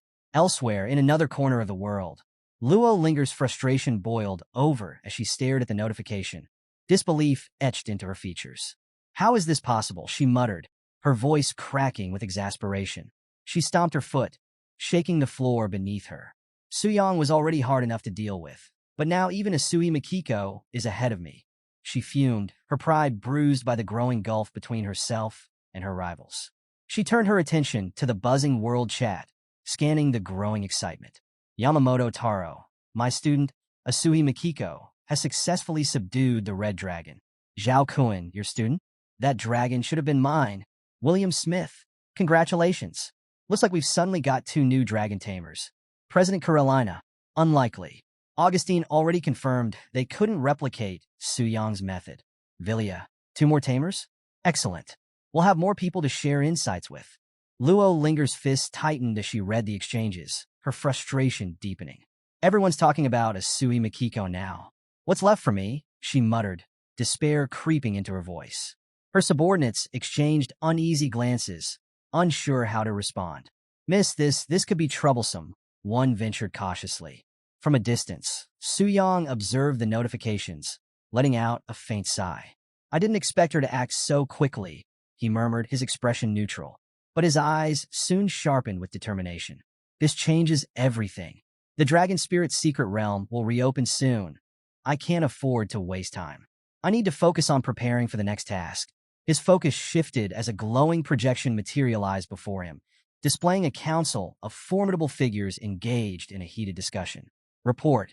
The Demon Abyss Crusade Army has been officially announced. After Wrath's defeat, the Crusaders have grown cautious. Their assault won't be long in coming. Beelzebub won't be able to stop them. He's a weakling, a placeholder at best. A sly smile crept across Su Yang's face, his confidence undeterred by the grim report. So, my apologies, Gluttony King, he murmured, his tone laced with amusement. Before anyone else claims you, I'll take your death as my offering. His gaze flicked upward, his eyes glinting with calculated ambition. On the 100th floor of the Demon Abyss, the Gluttony King, Beelzebub, leaned back on his grotesque throne, an air of mild boredom on his face. So boring, he muttered, slumping further into his seat. Why hasn't anyone come to challenge me yet? His crimson eyes glinted as his thoughts swirled. Maybe it's for the best, he concluded with a faint, crooked smirk. A sudden flash of memory struck him like a blow to the chest. The air crackled with chaos as a wild, unhinged grin tore across Carolina's face. From the shadows emerged wolves, dozens of them, their glowing red eyes filled with malice, teeth bared as if ready to devour him whole. His chest tightened at the memory, the paralyzing fear still fresh. He could still feel the weight of helplessness, unable to move as the beast lunged. No chance to fight, no chance to escape. Snapping back to the present, Beelzebub froze as a voice boomed from above, its commanding tone shaking the air like a thunderclap. Heed my call and return to the depths of darkness. The words pierced through him. His breath hitched, his chest tightened, and a sense of dread clawed at his mind. The memory of Samuel's fate was all too fresh. Summoned by the original Sin Monarch and granted death. A bitter thought crept in. Could it be my turn? Beelzebub's head lowered, his massive shoulders slumping under the weight of resignation. A truth he had long buried resurfaced. This life was never his. It belonged to the monarch. Better to face death by his will than to fall to those wretched humans.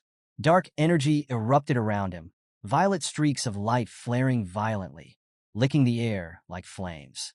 The ground vibrated as the oppressive power surged upward. Beelzebub fell to one knee, unmoving, consumed by the glow as it swallowed him whole. On the final floor of the Demon Abyss, the original Sin Monarch, now fully possessed by Su Yang, loomed over the abyssal throne. His towering figure radiated crimson energy streaked with flashes of violet light, the raw aura of power pulsating around him.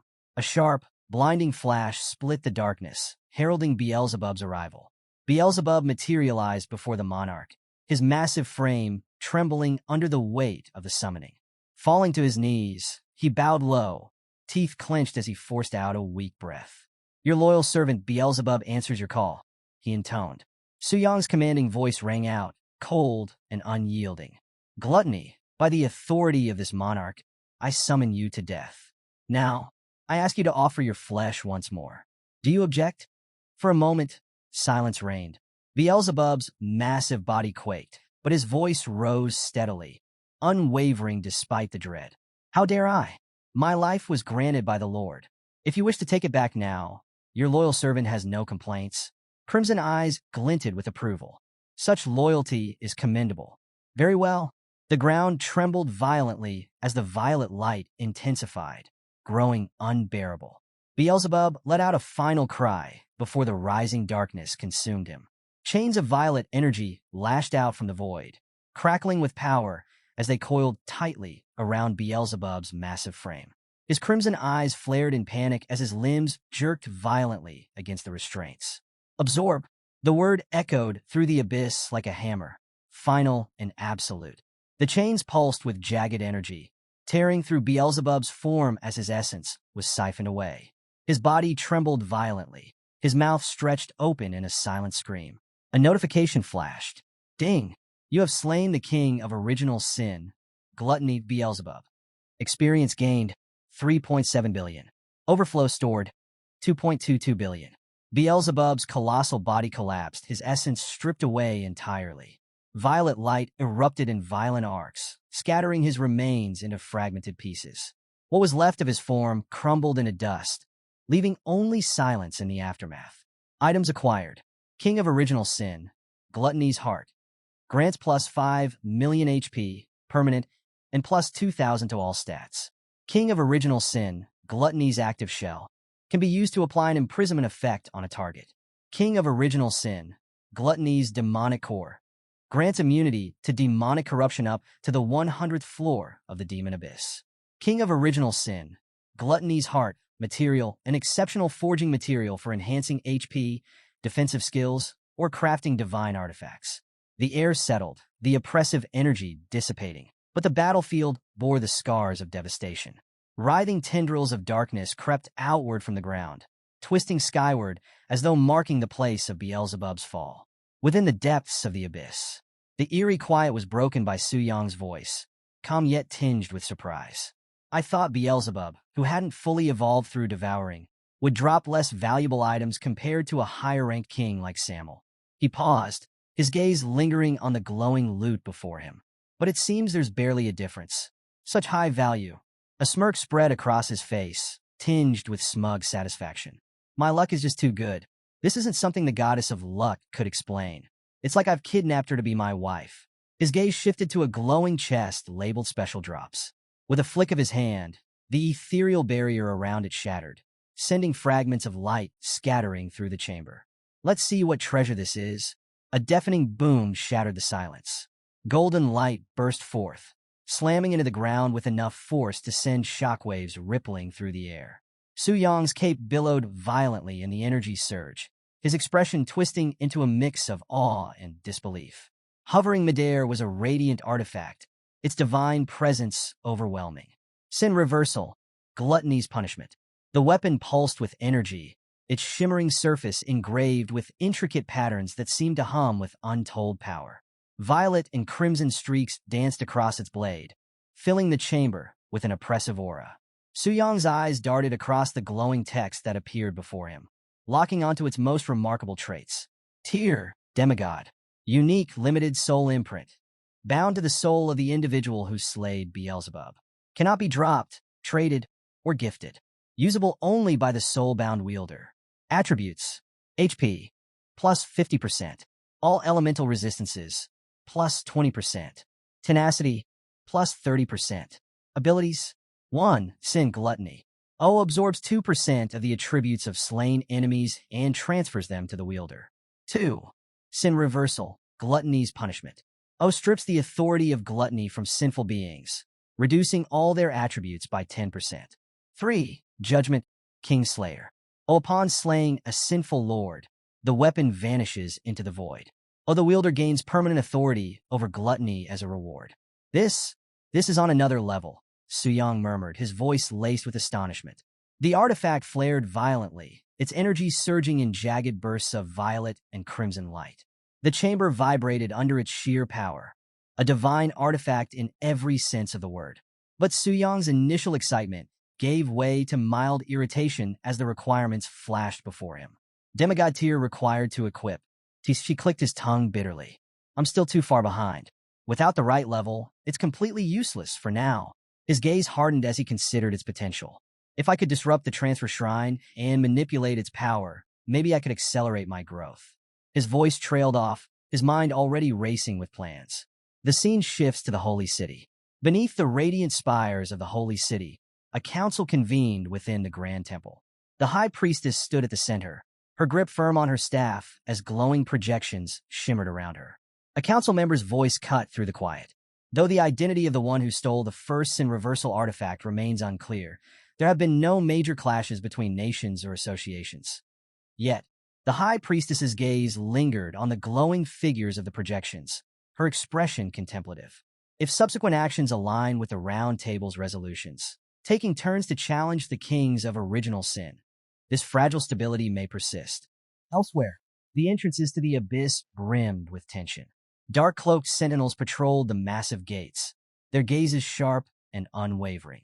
Beyond them, a swirling portal radiated ominous energy, its shifting surface hinting at the shadowy depths it concealed. The air itself seemed to hold its breath. In the grand temple, the high priestess raised her staff toward a towering statue. The flickering glow of the data before her cast long shadows against the ancient walls. Global Temple VIP count, 143. Deity Advancement Stage. 8th Tier Temple VIP count, 0. 9th Tier Temple VIP count, 0. Crimson Alert. Total reclaimed Red Moon Crystal Cores, 10,234.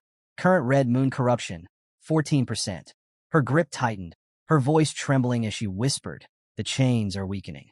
Stability begins to fracture." The temple trembled as the air grew heavy. Deep in the abyss, from the shadowy depths, a monstrous roar reverberated. The ground quaked violently as a titanic, flame-cloaked figure began to rise. Its jagged maw split open, torrents of fire pouring forth, its guttural voice rumbling like a death knell. Despair, flames roared to life, consuming the chamber in an infernal glow. The high priestess stumbled back, her voice trembling as she clutched her staff. "If only someone could break this stalemate," she whispered, her plea laced with desperation. "This world needs a true hero." Her words echoed through the temple, lost amidst the looming shadows of the abyss. The air shifted abruptly, a surge of energy rippling outward as a glowing screen materialized before the high priestess. Harsh text streamed across its surface, its golden glow pulsing like a heartbeat. World announcement. Her eyes widened, the golden light flickering ominously, casting long, wavering shadows across the chamber. The tension around her crackled like an impending storm. Her voice broke sharply through the mounting dread. "Alert all squads stationed at the Demon Abyss. Report any unusual activity in your areas immediately." The temple guards responded in unison, their voices echoing like a chant. "No abnormalities."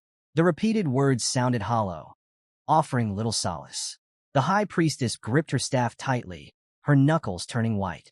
Her mind raced. The Holy City's guards are the elites, capable of detecting even an 8th-tier assassin. Could it be? Her thoughts were cut short as the screen flickered again, its glow darkening. A new message pulsed ominously across its surface. "Second Sin weapon has been obtained." Her breath caught in her throat, the weight of the announcement striking her like a dagger. Her gaze flicked toward the swirling void visible beyond the temple's grand arches. Its chaotic energy crackled with dark power, palpable even from this distance. At the heart of the abyss floated a shadowy figure, its aura warping the space around it. The priestess's heart pounded. Could it be connected to that figure I saw last time? Before she could act, voices erupted across the world chat, breaking her train of thought. "Tokugawa, what's going on? Another artifact has been stolen. Did the United Federal States make an early move?" "Augustine, nonsense. I'm leaving tomorrow, and I've been drinking just now." The poker. "High Priest, what is happening here? How could this occur with the temple guards in place?" "Carolina, I don't mean to question your authority, but this is just too suspicious." Tang Zhan, "It's not unreasonable for people to suspect collusion within the temple, but I hope the High Priest can provide an explanation that satisfies everyone." The tension in the chamber thickened as all eyes turned to the High Priest.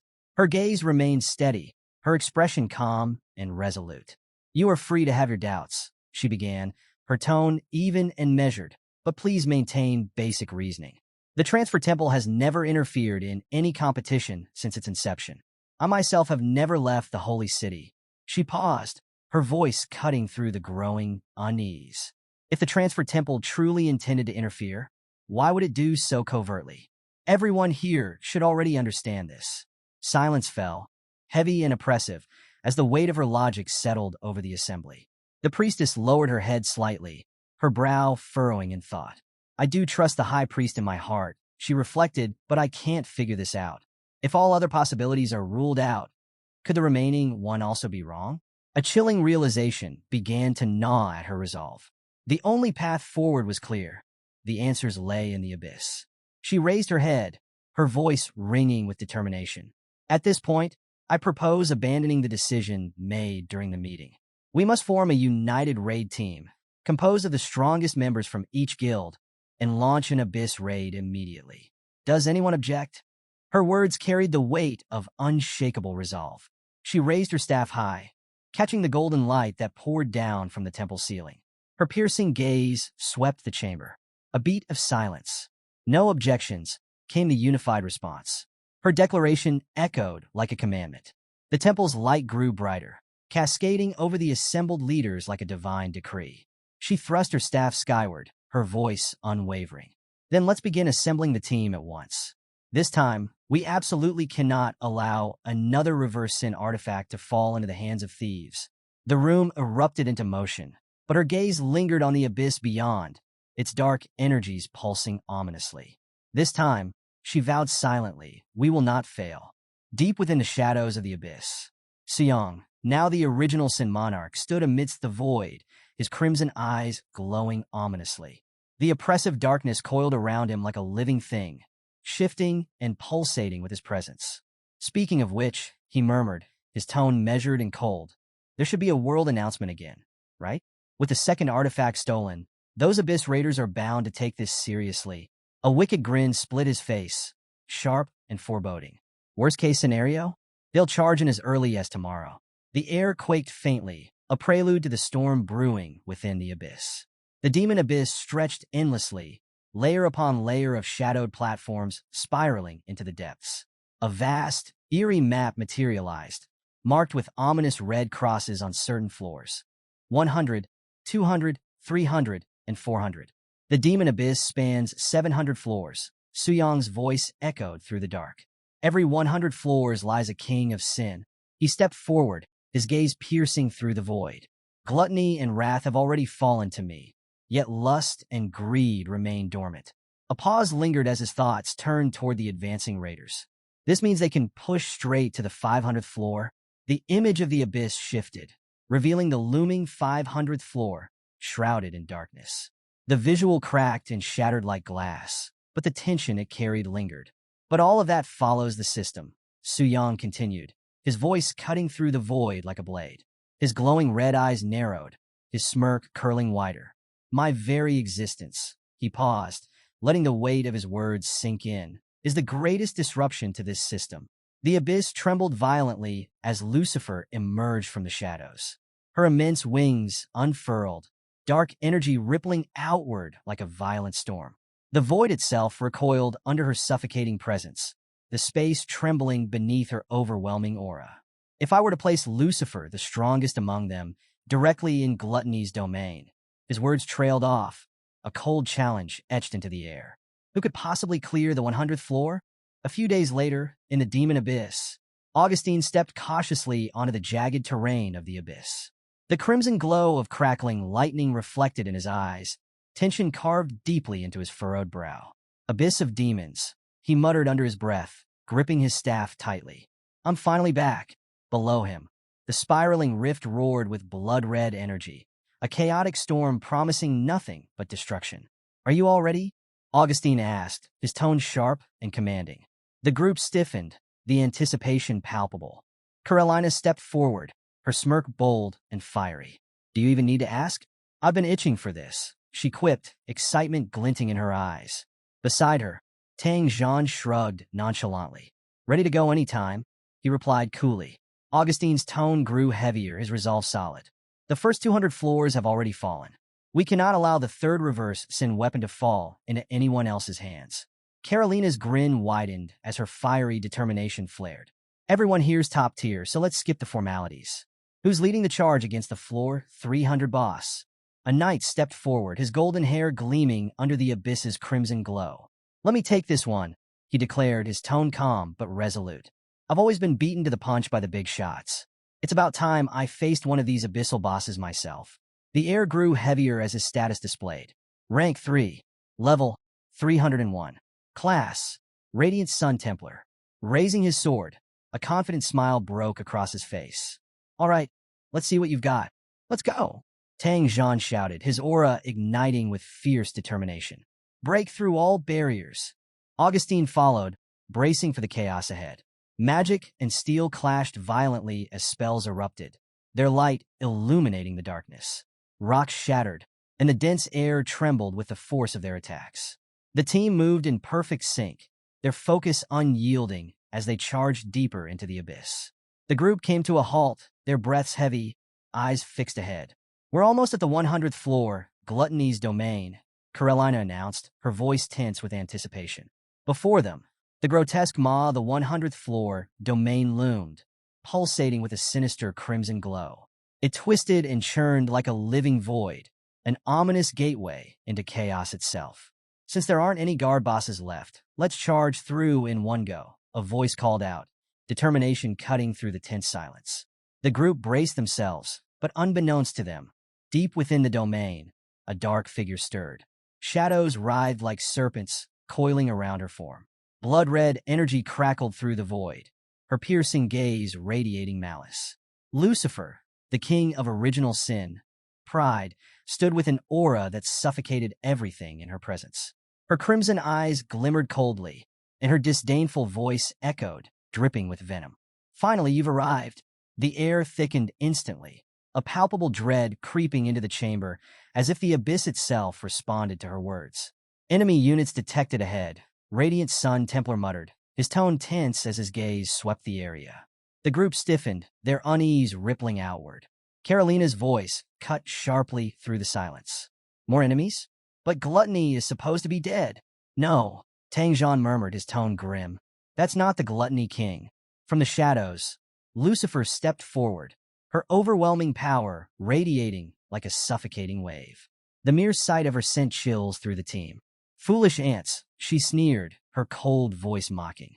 Daring to step into my domain of despair. Do you appreciate your death? A system notification blared across their shared interface. System notification. Boss, Lucifer. Race, demon. Level, details, unknown. The group's breath hitched as the ominous notification settled over them.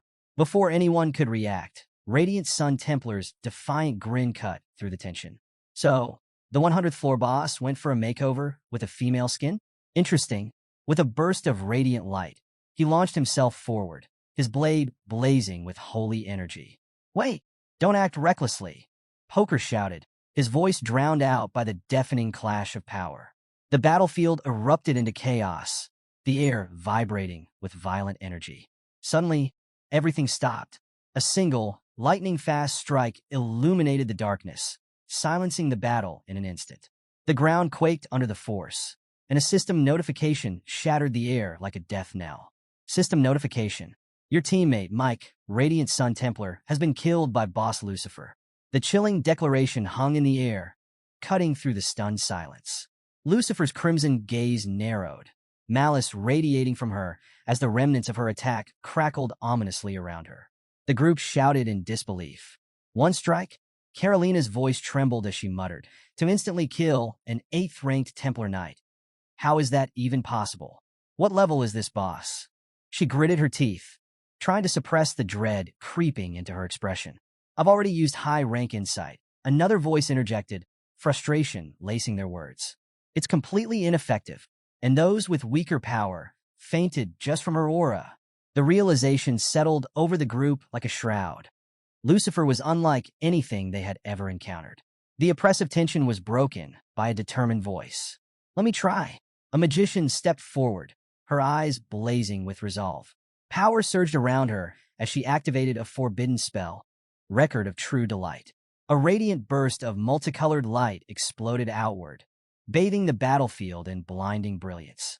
Skill description. Allows the user to inspect detailed information of a target regardless of level disparity. Cooldown, 24 hours. As the light faded, the spell locked onto Lucifer, unveiling the monstrous truth behind her power. Boss profile. King of Original Sin. Pride Lucifer, divine rank. Description.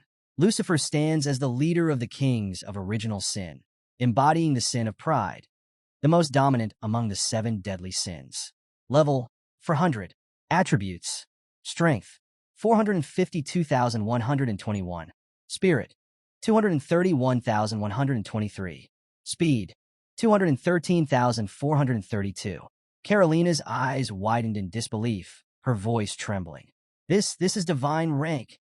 The group exchanged glances, their unease growing into outright fear as the magnitude of their challenge became clear. Deep in the shadows of the abyss, Suyang, now the original Sin Monarch, stood motionless, his crimson eyes piercing the void. His voice, calm yet edged with tension, broke through the oppressive silence. During the punishment battle earlier, I forgot to check Lucifer's information, he murmured. But now that I see her stats, it's absurd. She's almost on par with the original Sin Monarch me. As if on cue, a notification materialized before him. Status, weakened. Special abnormal state. Cannot be dispelled, significantly reduces stats, and restricts some abilities. Suyang's gaze darkened, his thoughts swirling. Even in this weakened state, she's a Sin Monarch. If this is her power at half strength, how invincible must she be at full capacity? Let's see her talents next, he muttered, narrowing his eyes. Gluttony and wrath were already ridiculous, but pride might break the scale. Talent abilities. Pride. Lucifer views any existence she considers a weaker being with utter disdain. This pride manifests as complete immunity to all forms of damage from weaker foes. Weaker being. Defined as any entity whose total base stats are lower than Lucifer's, regardless of rank. Oh, note. Individuals who successfully defeat a king of original sin earn Lucifer's recognition and will no longer be considered a weaker being. Offering of the King of Pride. Anyone slain by Lucifer is marked with the soul mark, subjugated loser. This mark grants her the ability to issue one unconditional command to the defeated individual, cementing her dominance over them. Suyang's jaw tightened, his disbelief palpable. What the hell? This is way too overpowered. His thoughts spiraled. Anyone below her level or stats can't even scratch her. That's practically invincibility. And considering this world, there isn't a single divine rank professional alive. He grimaced, his mind racing. If it weren't for that one person who defeated a king of original sin before, Lucifer might as well be untouchable. Straightening himself, Suyang's calculating nature resurfaced. And that offering of the King of Pride. If Lucifer wipes out the assault team, I'll gain one-time control over them. A sharp grin spread across his face, dangerous and gleaming with malice. If players like Tang Zhan and Augustine are here, oh, this is going to be glorious. I can't wait. Flashback. Days earlier. In the dark abyss, Suyang's voice echoed with authority. I've decided, Lucifer. You'll take Beelzebub's place and guard the 100th floor of the abyss. Let those arrogant fools learn what true strength is. Lucifer's crimson eyes flared with delight, her lips curling into a wicked grin. She bowed deeply, her voice a mix of mockery and devotion. Your loyal servant, Lucifer, obeys the king's orders. Present. The 100th floor of the abyss. The grotesque battlefield raged as the global top rankers unleashed their might. Frost Howl Elemental Chimera. Come forth and cover poker. Carolina's commanding voice rang out as two massive spectral beasts materialized. Frost radiated from their hulking forms, their icy breath chilling the air as they lunged forward, claws tearing into the void. Beside them, Poker charged forward, his blazing red cloak trailing behind like a streak of fire. Ultimate Tyrant Mode, Tang Zhan roared, his body enlarging as raw power coursed through him. His muscles bulged, each step shaking the battlefield as he prepared to unleash his might. Everyone, no holding back. Augustine's voice boomed, steady and commanding. His staff radiated chaotic energy as he channeled a powerful incantation. Flames and lightning erupted in tandem, their destructive forces ripping through the battlefield. Ultimate Destruction Fist. Tang Zhan's massive form surged forward, his glowing fist tearing through the dense air with unstoppable force, the ground trembling beneath him. Above, the sky split open as elemental forces clashed, energy cascading in violent arcs. Thunderstorm of heaven and earth. Augustine raised his blazing staff high, unleashing a colossal beam of light.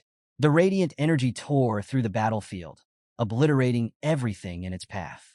A deafening explosion followed, illuminating the abyss in blinding brilliance.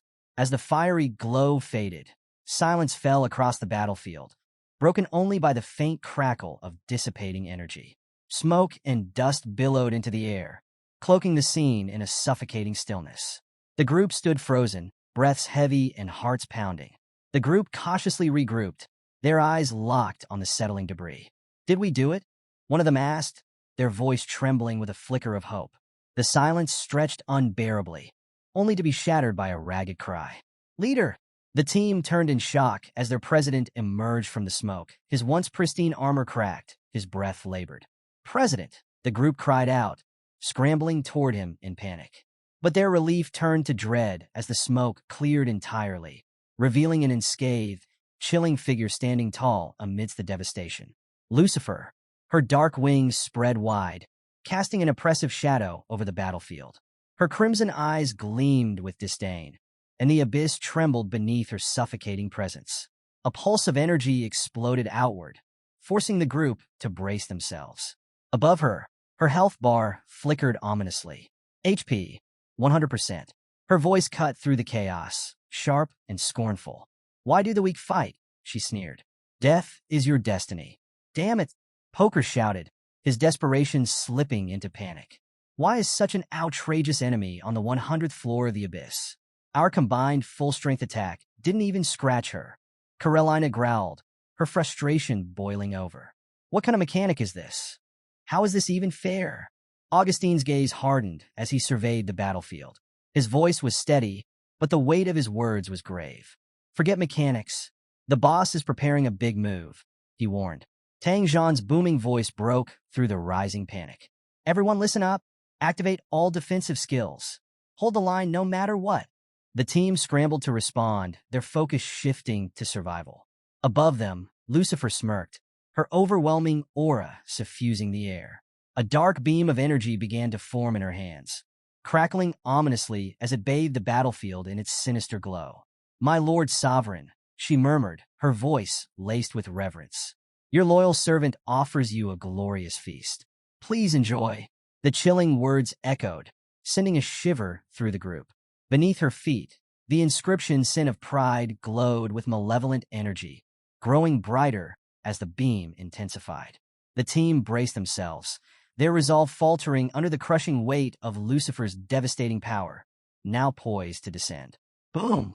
The battlefield erupted in chaos as the dark beams slammed into the ground with unrelenting force. The earth shattered, and a massive shockwave ripped outward, engulfing everything in its path.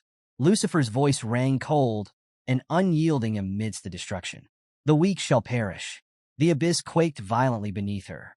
When the dust finally settled, Lucifer stood at the center of the wreckage, her crimson blade pulsing with dark energy.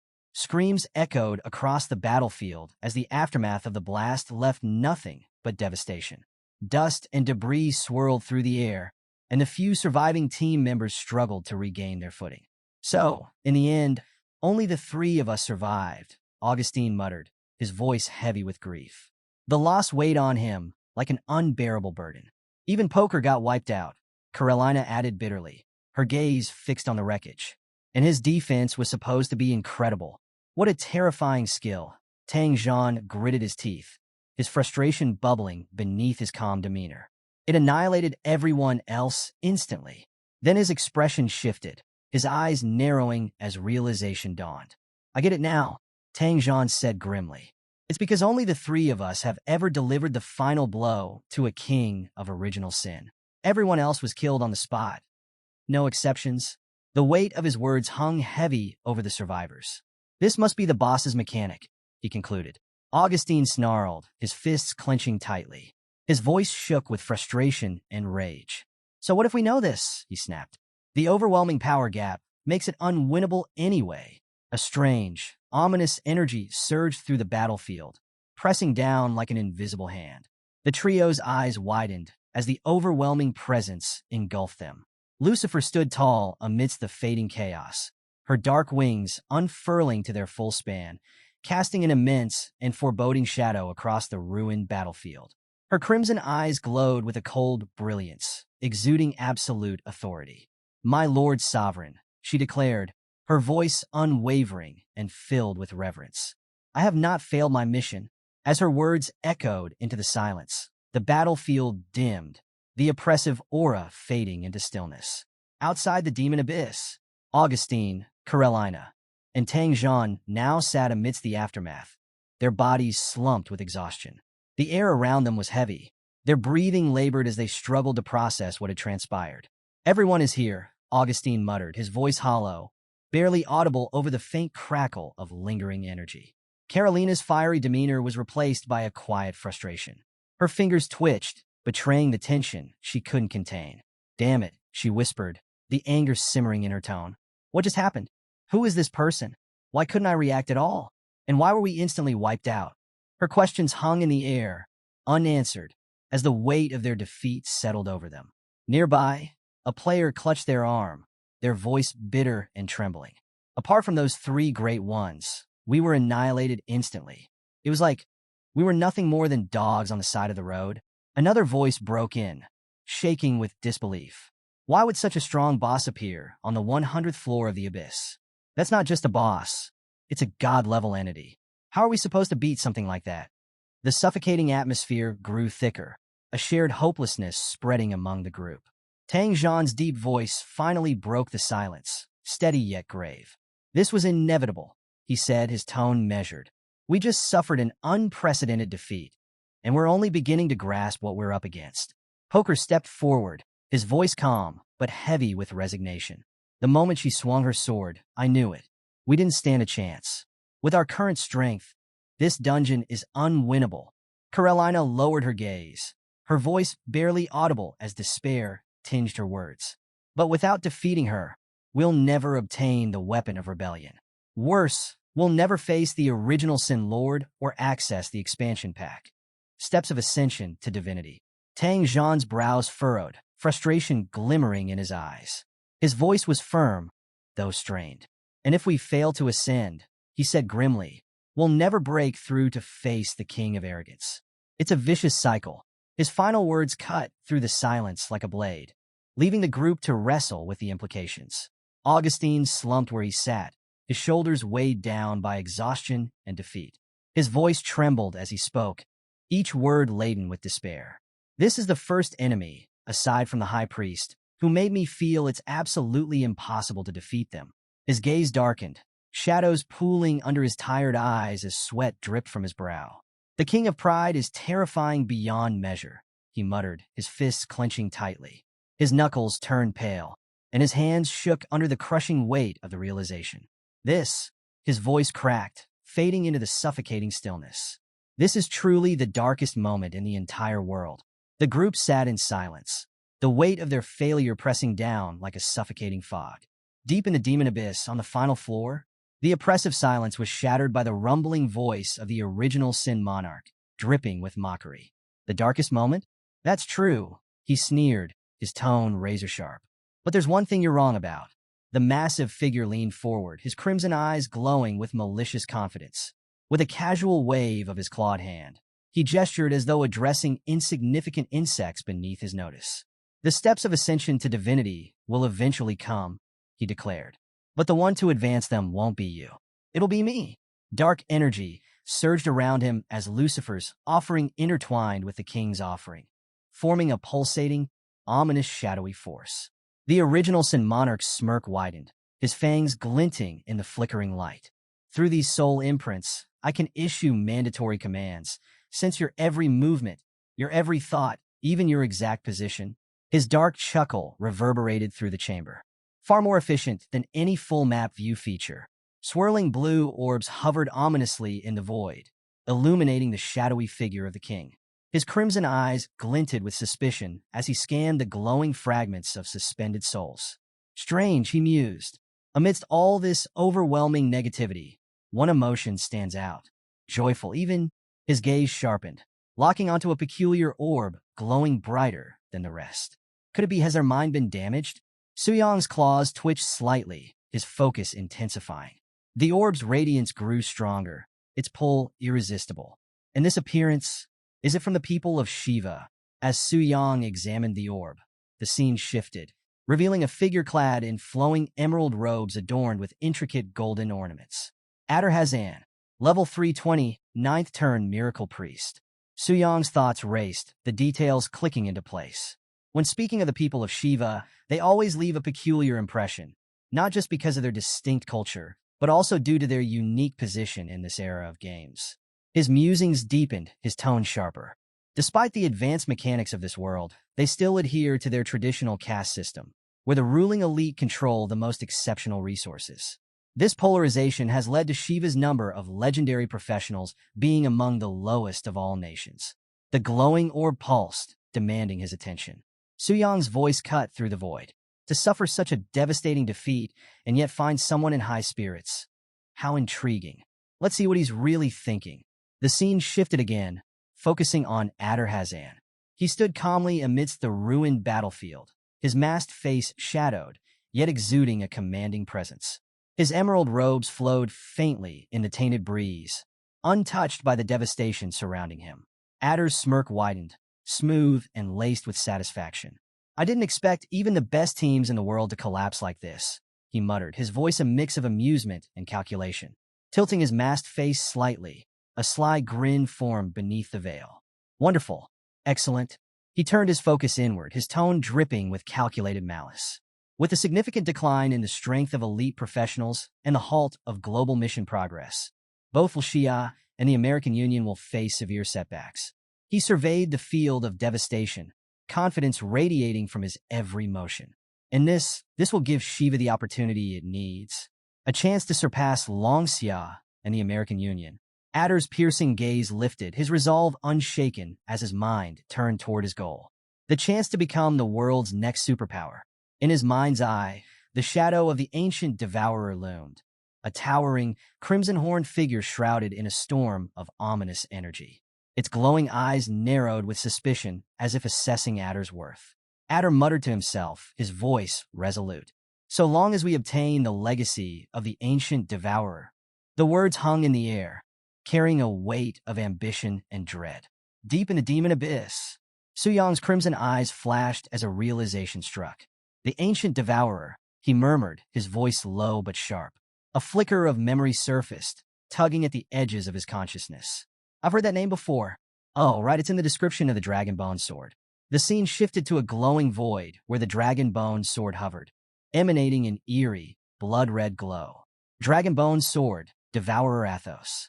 Bearing the name Athos, descendant of the ancient devourer. In the end, he walked toward the grave of death. The sword of bones, the soul of blood.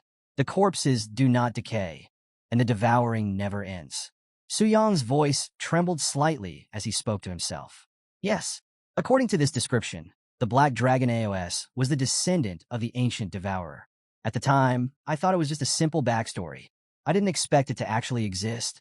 The weight of the revelation settled over him like a dark shroud. The scene flickered again, revealing fragmented memories drawn from Adder Hazan's thoughts. Suyong's mind replayed the discovery made by Adder's brother, Yumino Hazan. Near the dragon spirit's secret realm, Yumino had unearthed an ancient stone stele. The weathered inscription etched into its surface whispered ominous truths. The ancient devourer rests here in his slumber. The ancient devourer was killed by an unknown hero. Dragons and spirits crowned him simultaneously, celebrating the demise of that dreadful shadow. But the hero, he was betrayed. His body was buried, his soul lingering here, waiting for someone to finish his vengeance. Suyong's thoughts raced. It's astonishing to learn that the ancient devourer could instill fear in both spirits and dragons, two races imbued with divine power. Just how strong must this ancient devourer have been? Meanwhile, outside the demon abyss, Adder Hazan stood silently, his face concealed beneath a turban adorned with a skull motif. Only his piercing eyes gleamed, reflecting a dangerous anticipation. The world doesn't know this secret, he murmured, his voice rich with intrigue. Only we brothers do. His muffled laughter escaped through the fabric covering his face. While the armies clash above, if my nephew Bijan can enter the dragon spirit's secret realm, the legacy will be ours. His eyes gleamed as he observed the distant figures of Augustine, Karelina, and Tangzhan. At that point, even if we face God-ranked enemies, they won't stand a chance against us. A sly grin formed beneath his mask. It's a golden opportunity, he muttered. Adder's thoughts shifted, imagining the battered figures of Asuhi, Suyong, and Vielria lying unconscious in the dragon spirit's secret realm. His cruel smirk deepened as he whispered to himself, "Let's start with you so-called geniuses." His voice dripped with malice. After all, the dragon spirit's secret realm is a different dimension, isolated from the real world. If you die here a few more times, you'll truly die. A sinister chuckle escaped his lips as he stepped forward, the air thickening with tension. Back in the abyss, Suyong's smirk widened as he absorbed the depths of Adder's thoughts. "Let me warn you for a second, Adder Hazan." Suyong sneered, his voice a mix of mockery and disdain. "After all, who would have thought your inner thoughts would be overheard?" His grin sharpened, as cutting as the blade of a knife. "Then, how can I thank you for telling me all this?" His tone darkened, filled with a predatory edge. "Bijin, a 7th-rank beast trainer. With my current power, it shouldn't take much effort to kill him." A cruel gleam shone in Suyong's eyes, his thoughts cold and calculated. "Oh, I almost forgot," he murmured, his voice dropping to a low, rumbling growl. "Lucifer, what are you doing now?" The swirling orb of energy in Suyong's hand glowed brighter, pulsating with malevolent power. Within it, the faint echo of Lucifer's sinister presence stirred, her aura suffusing the chamber like a looming shadow. Suspended in a void of swirling violet light, Lucifer stood motionless, arms crossed, her figure silhouetted against the pulsating glow. She had remained in this position for so long that Suyong, observing her through the orb, murmured to himself, "Isn't she tired? Or perhaps at God level, such trivial concerns no longer exist." His musings were interrupted as Lucifer's lips curled into a sly smile, her crimson eyes snapping open with a glint of mischief. Her voice, rich with amusement, sliced through the silence. "Playing this laid-back style. Surely the Lord enjoys watching me pretend to remain silent," she murmured, her tone dripping with playful sarcasm. "Ah, I can't endure the sound of such excitement." "You're too modest, my lord." Suyong felt a pang of secondhand embarrassment. Cringe, he thought, before cutting through her monologue with a sharp command. "Lucifer, come to me." Her response was immediate, her expression lighting up with an eerie glee. Her movements were fluid and hypnotic as she descended toward him, her presence growing more suffocating with each step. Standing before her lord, Lucifer lowered herself reverently before Suyong, her voice dropping into a soft, honeyed purr. "My lord, I wonder, have my actions pleased you?" Suyong gazed down at her, his towering form radiating an imposing authority. His deep voice resonated.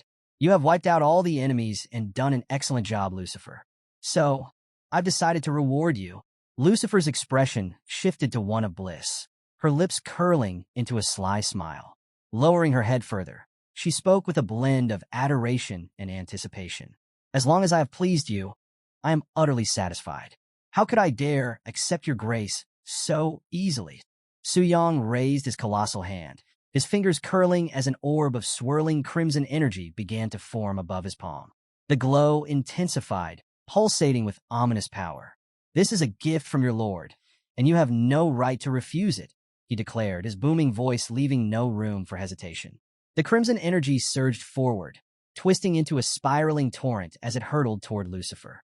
Her sharp crimson eyes widened, her breath catching as the raw power pierced her core. The energy coursed through her body like molten fire, spreading with an intoxicating intensity. "Main injection. Essence." The words echoed with ritualistic weight, reverberating through the void. Lucifer gasped, her body convulsing under the surge of power. Her trembling voice broke the silence. "It feels so good, so refreshing," she exclaimed, her voice tinged with awe. Her body quaked with power, her claws clasping together as she lowered her head. Yet, her tone grew desperate. "My lord, I want more. May I have more?" On his throne, Suyong leaned back upon his ominous seat, his glowing eyes narrowing. One clawed hand rested against the armrest, tapping rhythmically as his deep, resonant voice echoed through the void, cold and commanding. "Wait until you achieve another feat, now go." Lucifer straightened instantly, her expression shifting into a mask of unshakable loyalty. "As you command." In a burst of shadow and light, she vanished, leaving the throne room cloaked in oppressive silence. Alone once more, Suyong leaned back further, his crimson eyes glinting with amusement. He tapped his claws against the armrest in a measured rhythm, his voice dipping into a low growl. It's really tiring to roleplay in front of a god-level boss. And she's such a difficult character, he muttered to himself. A faint glow pulsed from the swirling dark energy embedded in his chest. A wicked grin spread across his face, revealing jagged teeth glinting under the dim light. But compared to those trivialities, the power of the Lord of Original Sin is truly terrifying.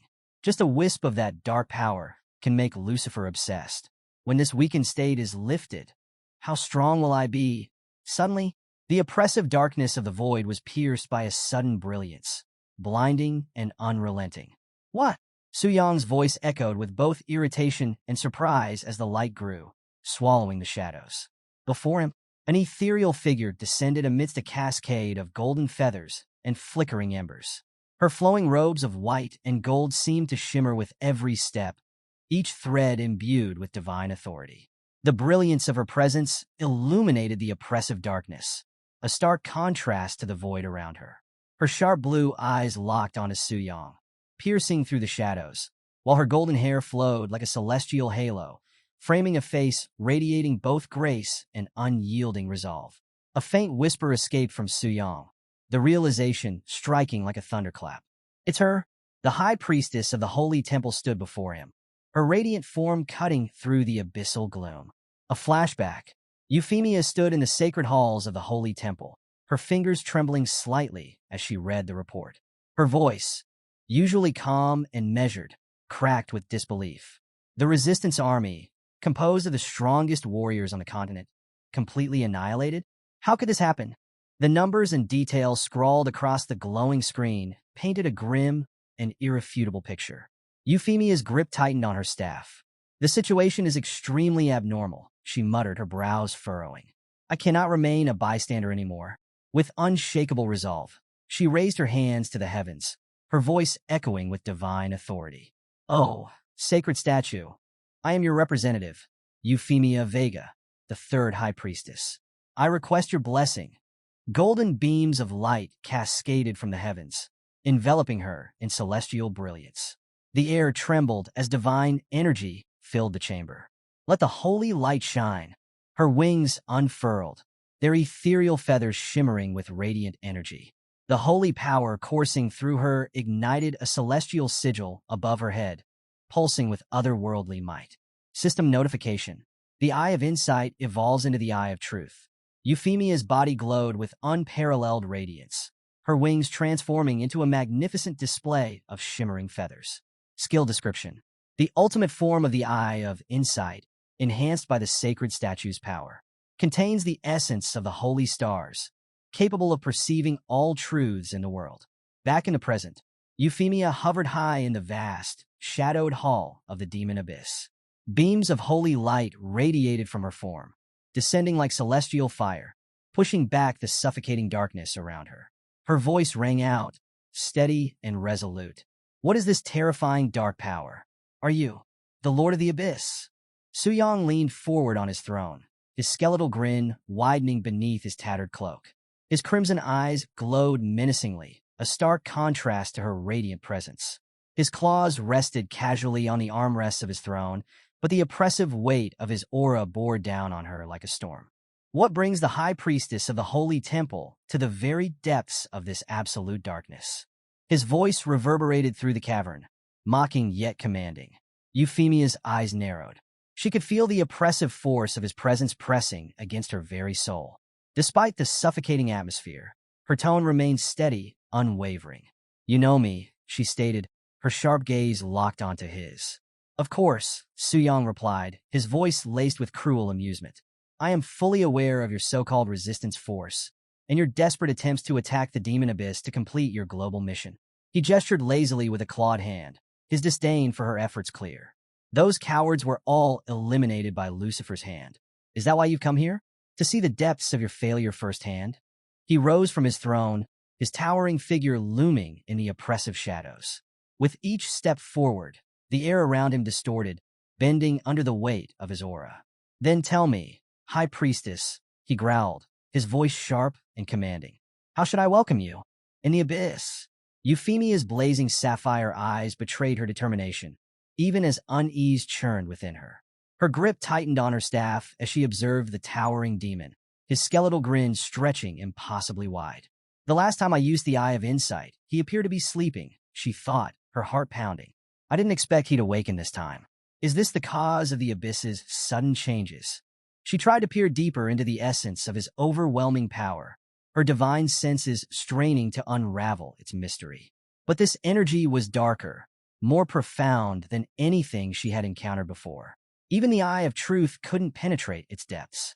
Her breath caught as the realization struck her, chilling her to the core. He is certainly a being above the level of gods, she murmured, her voice steady despite the storm swirling within her. Her wings shimmered with celestial light, feathers glowing as divine energy surged. I need to retreat and regroup with the resistance force to devise a plan. With a graceful motion, Euphemia raised her staff high. The air rippled as divine energy crackled, bending reality itself. A space-time rift began to form behind her, warping the darkness with brilliant light. Suyong's crimson eyes narrowed, his lazy grin curling with disdain. Space-time rift? He drawled, his voice cutting through the tension. Do you think you can enter and leave this place as you please? He flicked his wrist, and dark energy erupted from his hand, spiraling toward her with suffocating force. Euphemia's wings flared wide, celestial light bursting forth as she propelled herself upward, narrowly evading the malevolent blast. But to her dismay, the darkness twisted and surged, lashing out like living tendrils. They coiled around her, freezing her in place. Her wings trembled under the strain, her fingers gripping her staff tightly as she fought against the oppressive force. From his throne, Suyong leaned forward, crimson eyes gleaming with malice. I wonder what equipment will drop upon killing the strongest human high priestess, he mused, his massive clawed hand rising. A vortex of energy coiled into existence, crackling with malicious intent. But alas, experience points will be wasted again. He thrust the energy forward, the cavern quaking under its might. But just as the blast reached her, Euphemia's figure vanished, dissolving into thin air. Suyong froze for a moment, his grin replaced with irritation. Then, a low chuckle rumbled from his chest. As expected of the strongest and most mysterious high priestess on the continent, he muttered, leaning back on his throne. She won't break so easily. The orb in his hand pulsed ominously, tendrils of raw energy slithering outward like living shadows, seeking a target. Suddenly, a rupture tore through the void, piercing the oppressive darkness. Suyong's head snapped upward, his crimson eyes locking onto the swirling storm above. A jagged rift burned with a searing orange glow, splitting the sky like a celestial blade. Back in the holy temple, Euphemia crashed onto the marble floor, her breath ragged, golden hair disheveled. She clutched her chest as faint relief flickered in her exhausted eyes. That was incredibly dangerous, she muttered, sweat dripping down her brow. Her wings folded behind her as she slowly pushed herself upright. The warm glow of the temple's sacred architecture surrounded her, offering a fragile reprieve from the chaos she had just escaped. Towering golden statues stood vigil, their serene expressions a stark contrast to the storm within her. A voice broke the silence. Are you all right, High Priestess? Euphemia turned to see Temple Priestess Raya, her face etched with concern. I'm fine, just exhausted, Euphemia replied, exhaling slowly as she steadied herself. Despite the safety of the temple, the shadow of the abyss loomed heavy in her mind. How is the resistance force? She asked, her voice firm. They've all regrouped and are on their way to the holy city, Raya reported, her tone brisk and reassuring. Euphemia exhaled a breath she hadn't realized she was holding. Survival was a fleeting relief, but the weight of responsibility pressed heavily on her shoulders. Good, she said, her voice regaining its calm. I'll return to my room to sort myself out. Wait here and inform me if any visitors arrive. With that, Euphemia turned and walked away, her steps steady despite the heaviness in her heart. Above the holy temple, faint wisps of violet energy flickered ominously, weaving through the intricate carvings on the temple's ceiling. A deep, unseen presence stirred, its single glowing eye faintly illuminating the sacred architecture. Through the rift space that opened from the demon abyss, Suyong had infiltrated the heart of the holy temple. I didn't expect the energy to reverse through Euphemia back to its source, Suyong murmured, his voice a cold whisper in the void. In the shadows, Suyong began following the high priestess, his crimson eyes glinting with cruel amusement as he trailed her. The High Priestess, Euphemia, he mused mockingly. A figure I've only read about in textbooks and news reports. She's never left the holy city. But now, it's clear, she didn't choose to stay. She couldn't. With her power, she might have rivaled Lucifer herself. He chuckled softly at the thought, his mind envisioning Euphemia bound by Lucifer's overwhelming strength.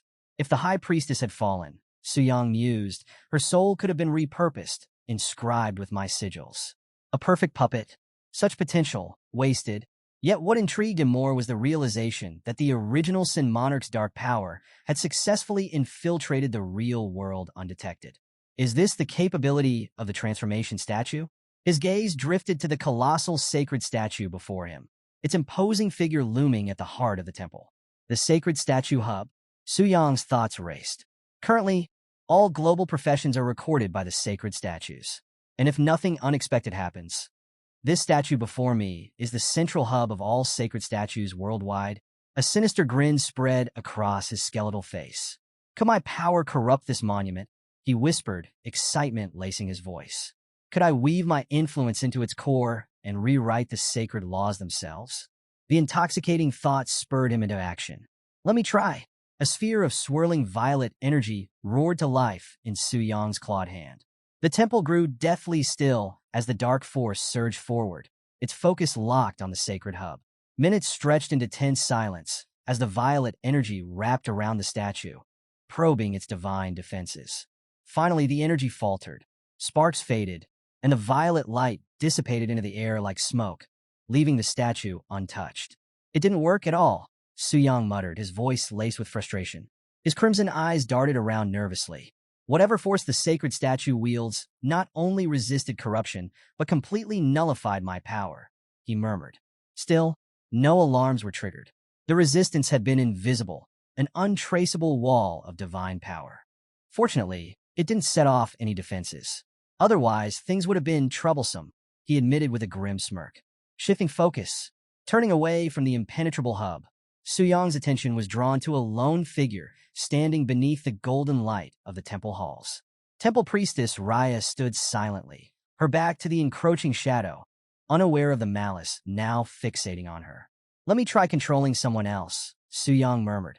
A thin beam of corrupt energy extended from the glowing violet eye hovering above him, striking Raya squarely in the forehead. Her eyes widened in terror as the chilling sensation spread through her body, suffocating her with its oppressive weight. Corruption. Her golden halo flickered as her knees buckled slightly. Dark tendrils slithered over her skin, pulsing faintly with violet energy, writhing like living shadows. Something is invading my body and mind. No, please. Raya cried, her hands clawing desperately at her face as the corruption deepened. The malevolent energy sank into her very soul, consuming her from the inside out like a dark poison. Her once pure aura, a beacon of divine light, twisted into something unrecognizable. Shadows swirled around her as sharp horns sprouted from her head and bat-like wings unfurled from her back. Transformation complete. A status window flashed before Suyang. Name: Temple Priestess Raya. Race: Demon Succubus. Class: Demon Priestess. Level: 130. As her transformation completed, Raya's cheeks flushed red. She lifted her gaze, now glowing with a seductive, dark light. Her voice trembled with newfound devotion.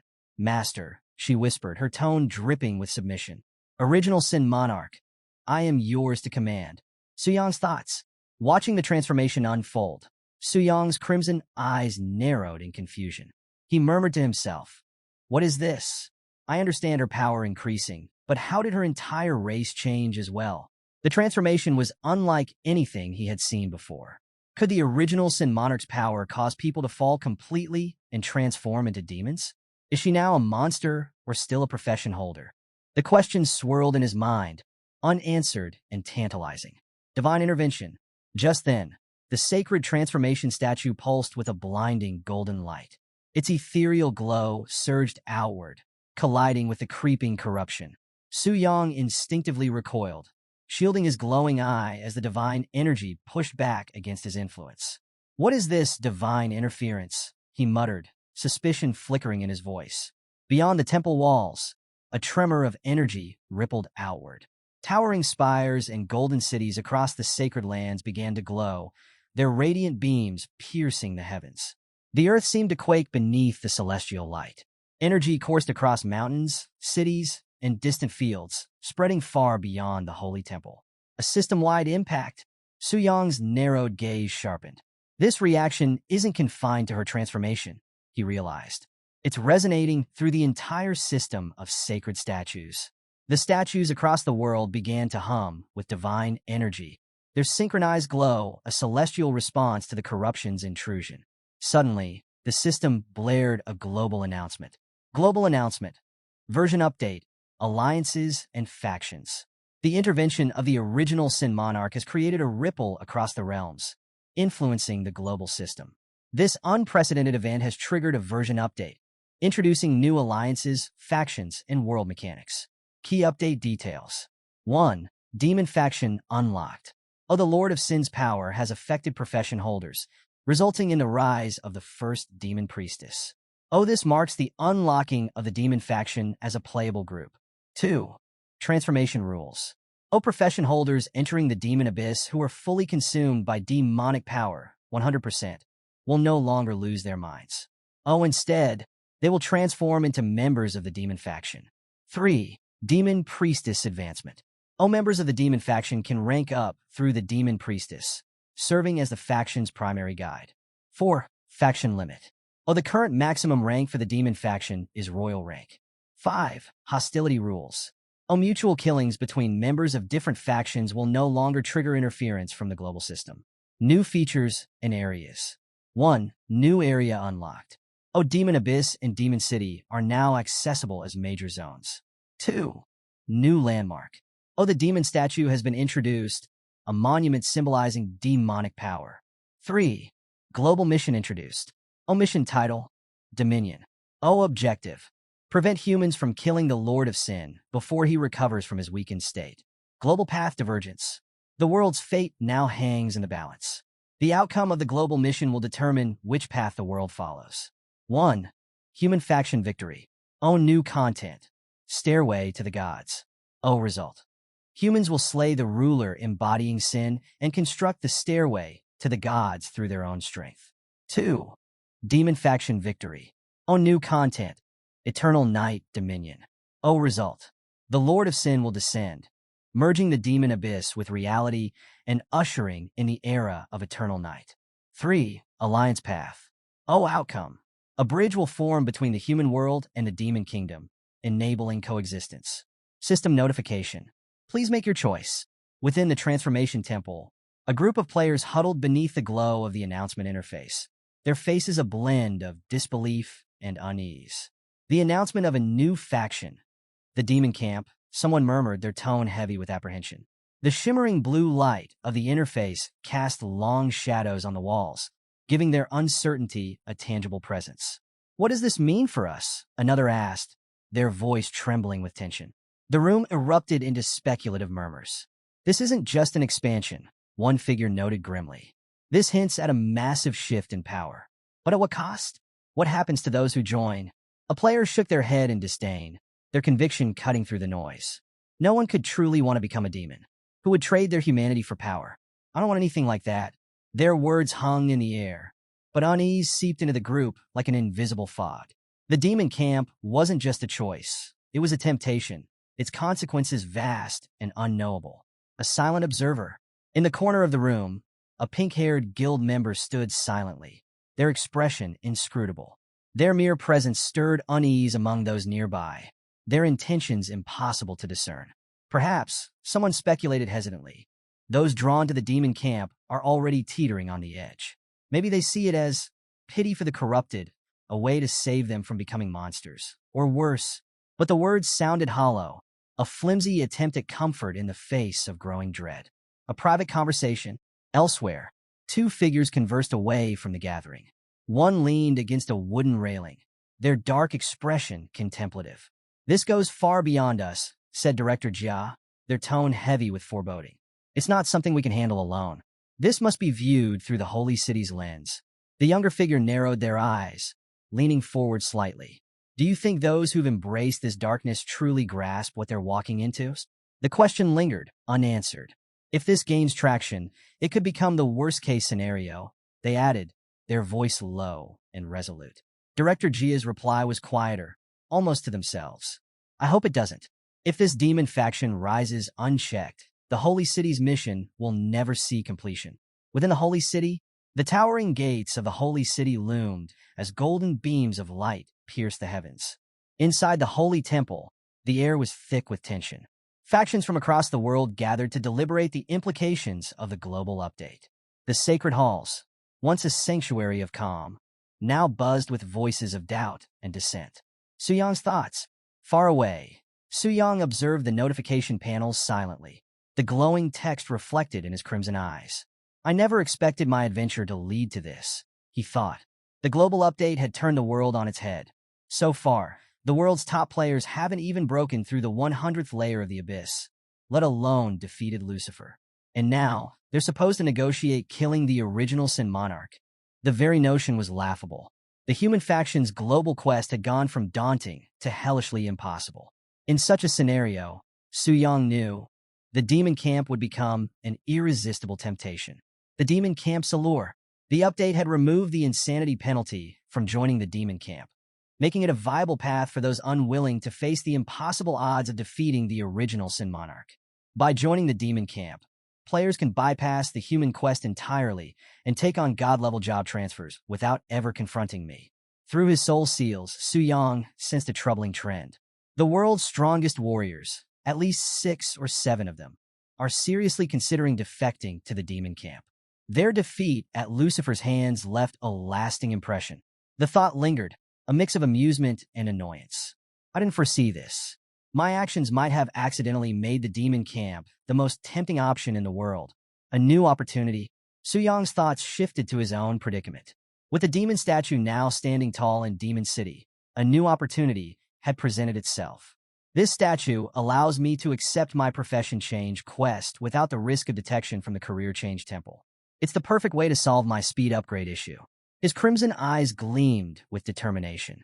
If I complete my rank advancement and collect all 7 Sin weapons, I can still claim the prestigious first kill of the Lord of Original Sin.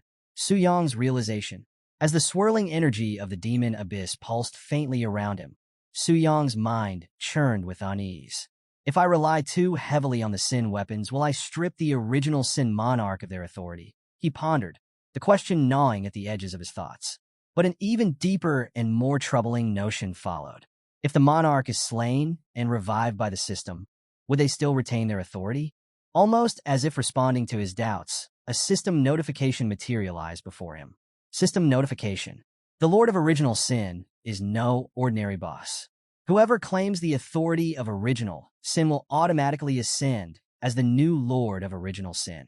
Furthermore, the system will always seek a higher-level entity to serve as the ultimate challenge.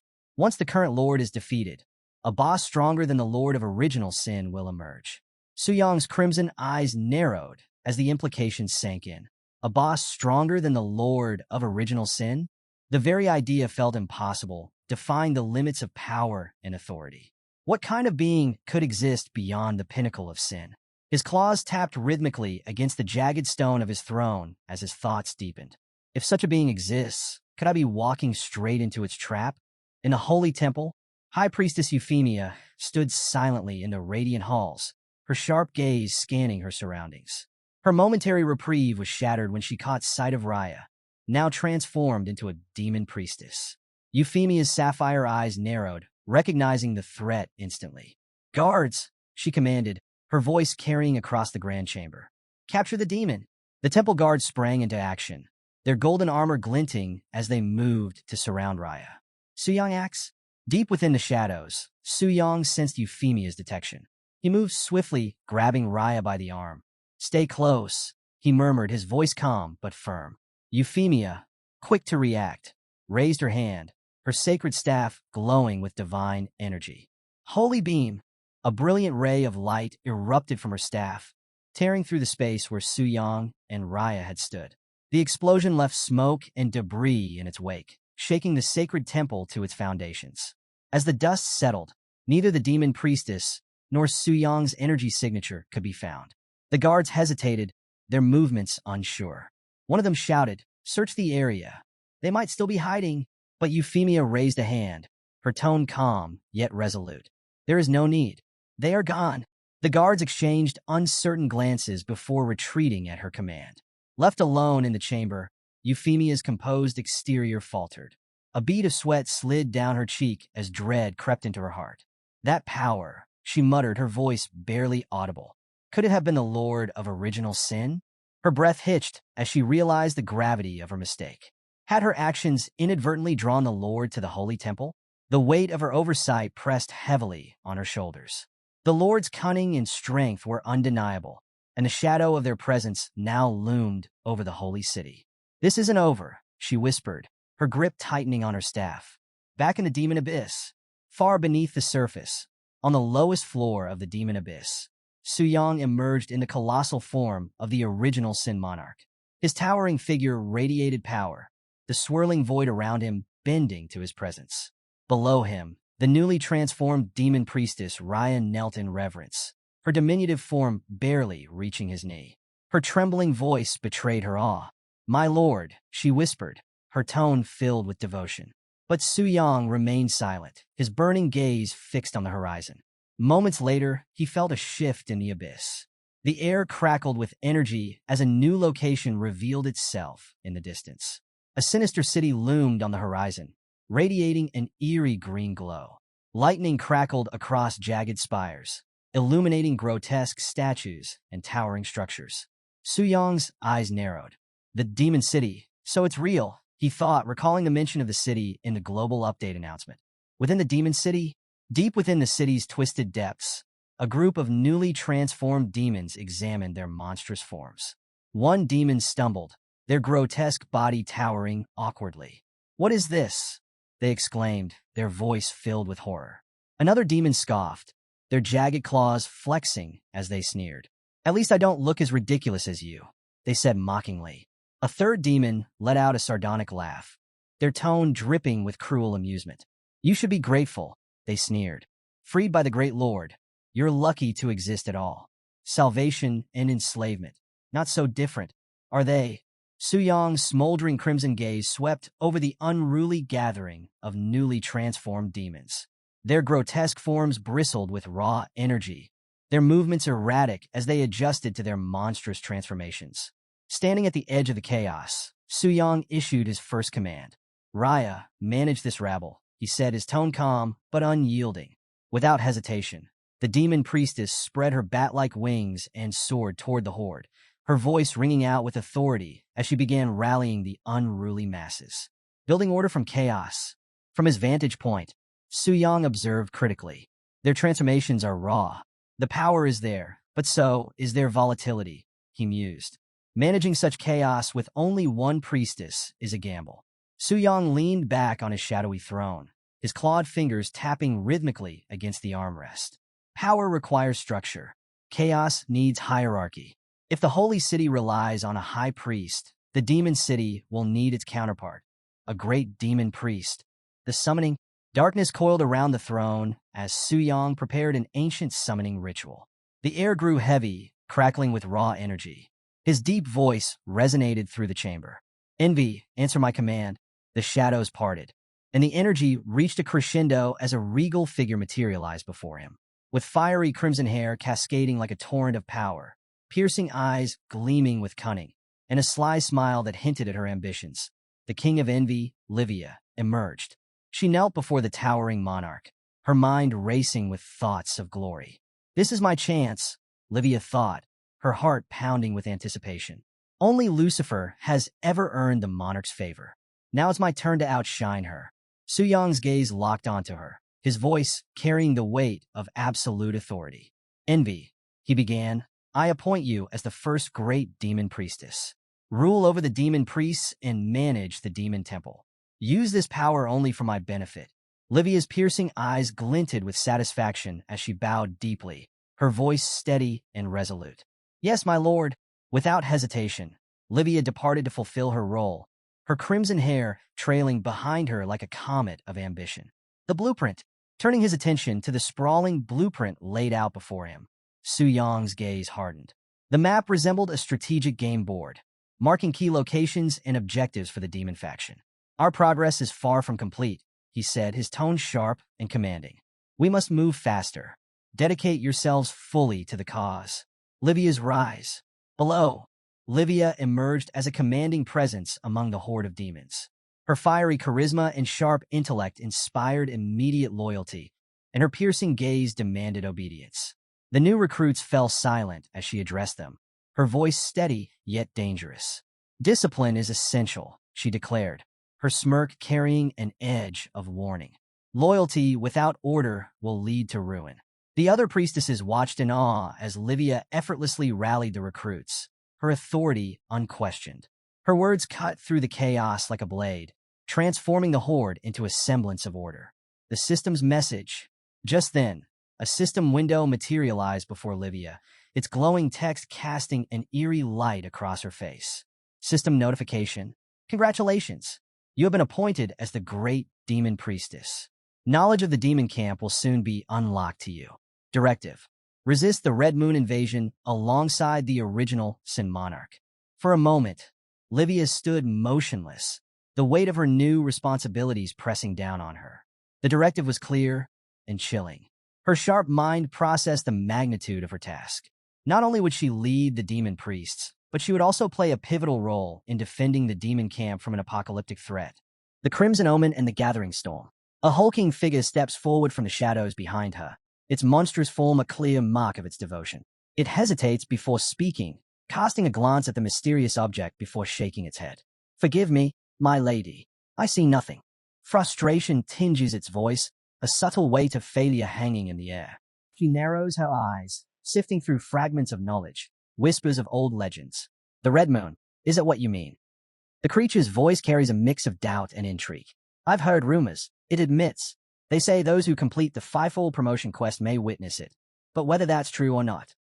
Its words trail off, uncertainty lingering. Her gaze sharpens, locking onto the towering demon statue in the distance. Could it be coming from there? A decision settles in her mind. She must seek her lord's guidance.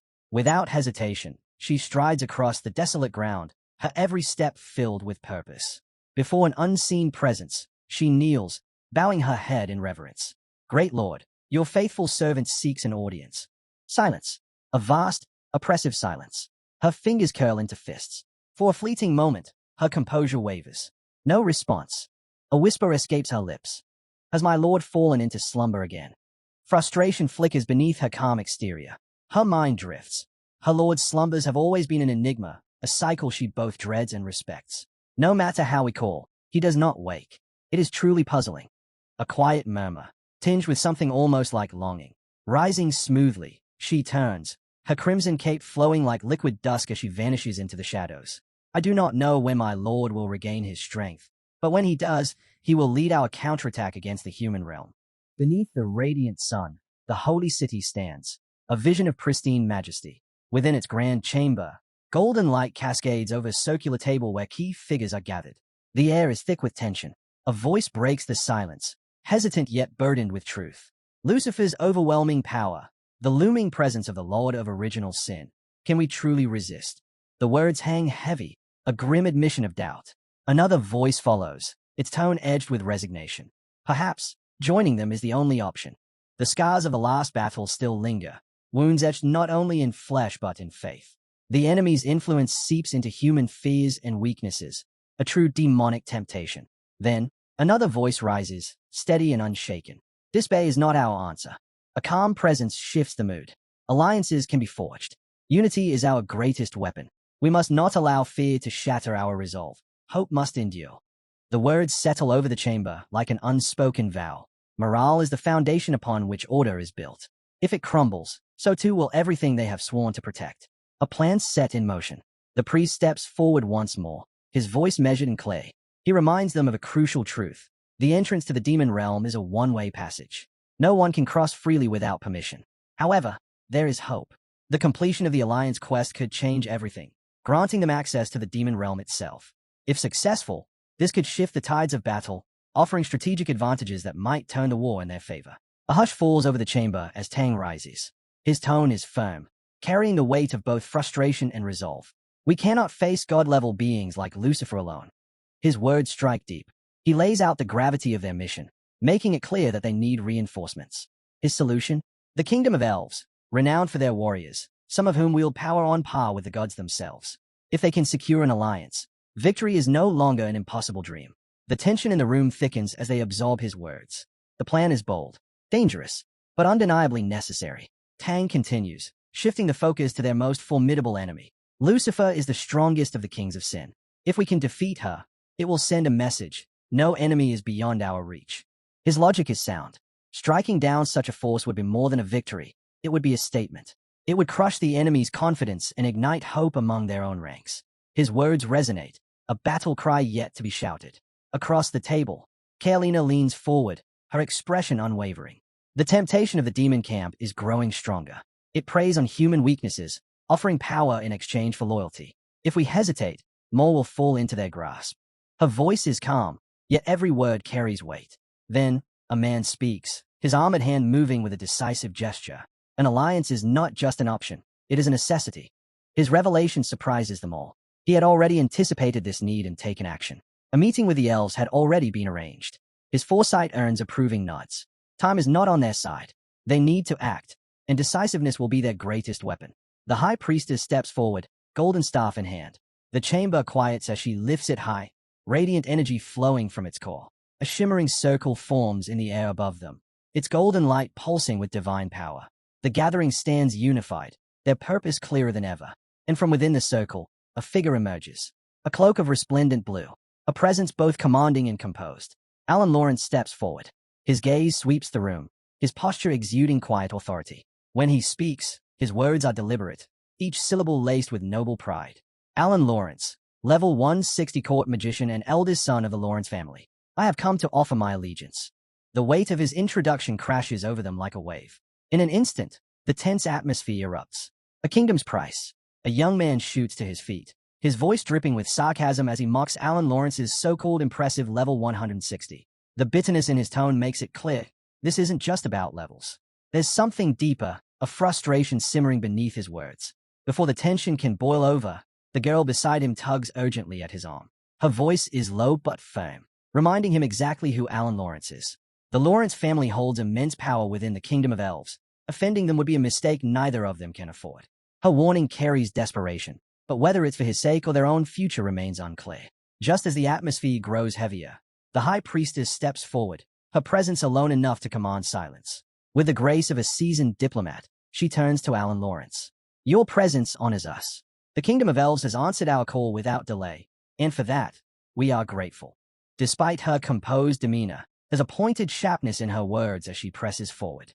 But tell me, where does your queen stand on this alliance? Alan, unfazed by the earlier hostility, meets her gaze with effortless charm.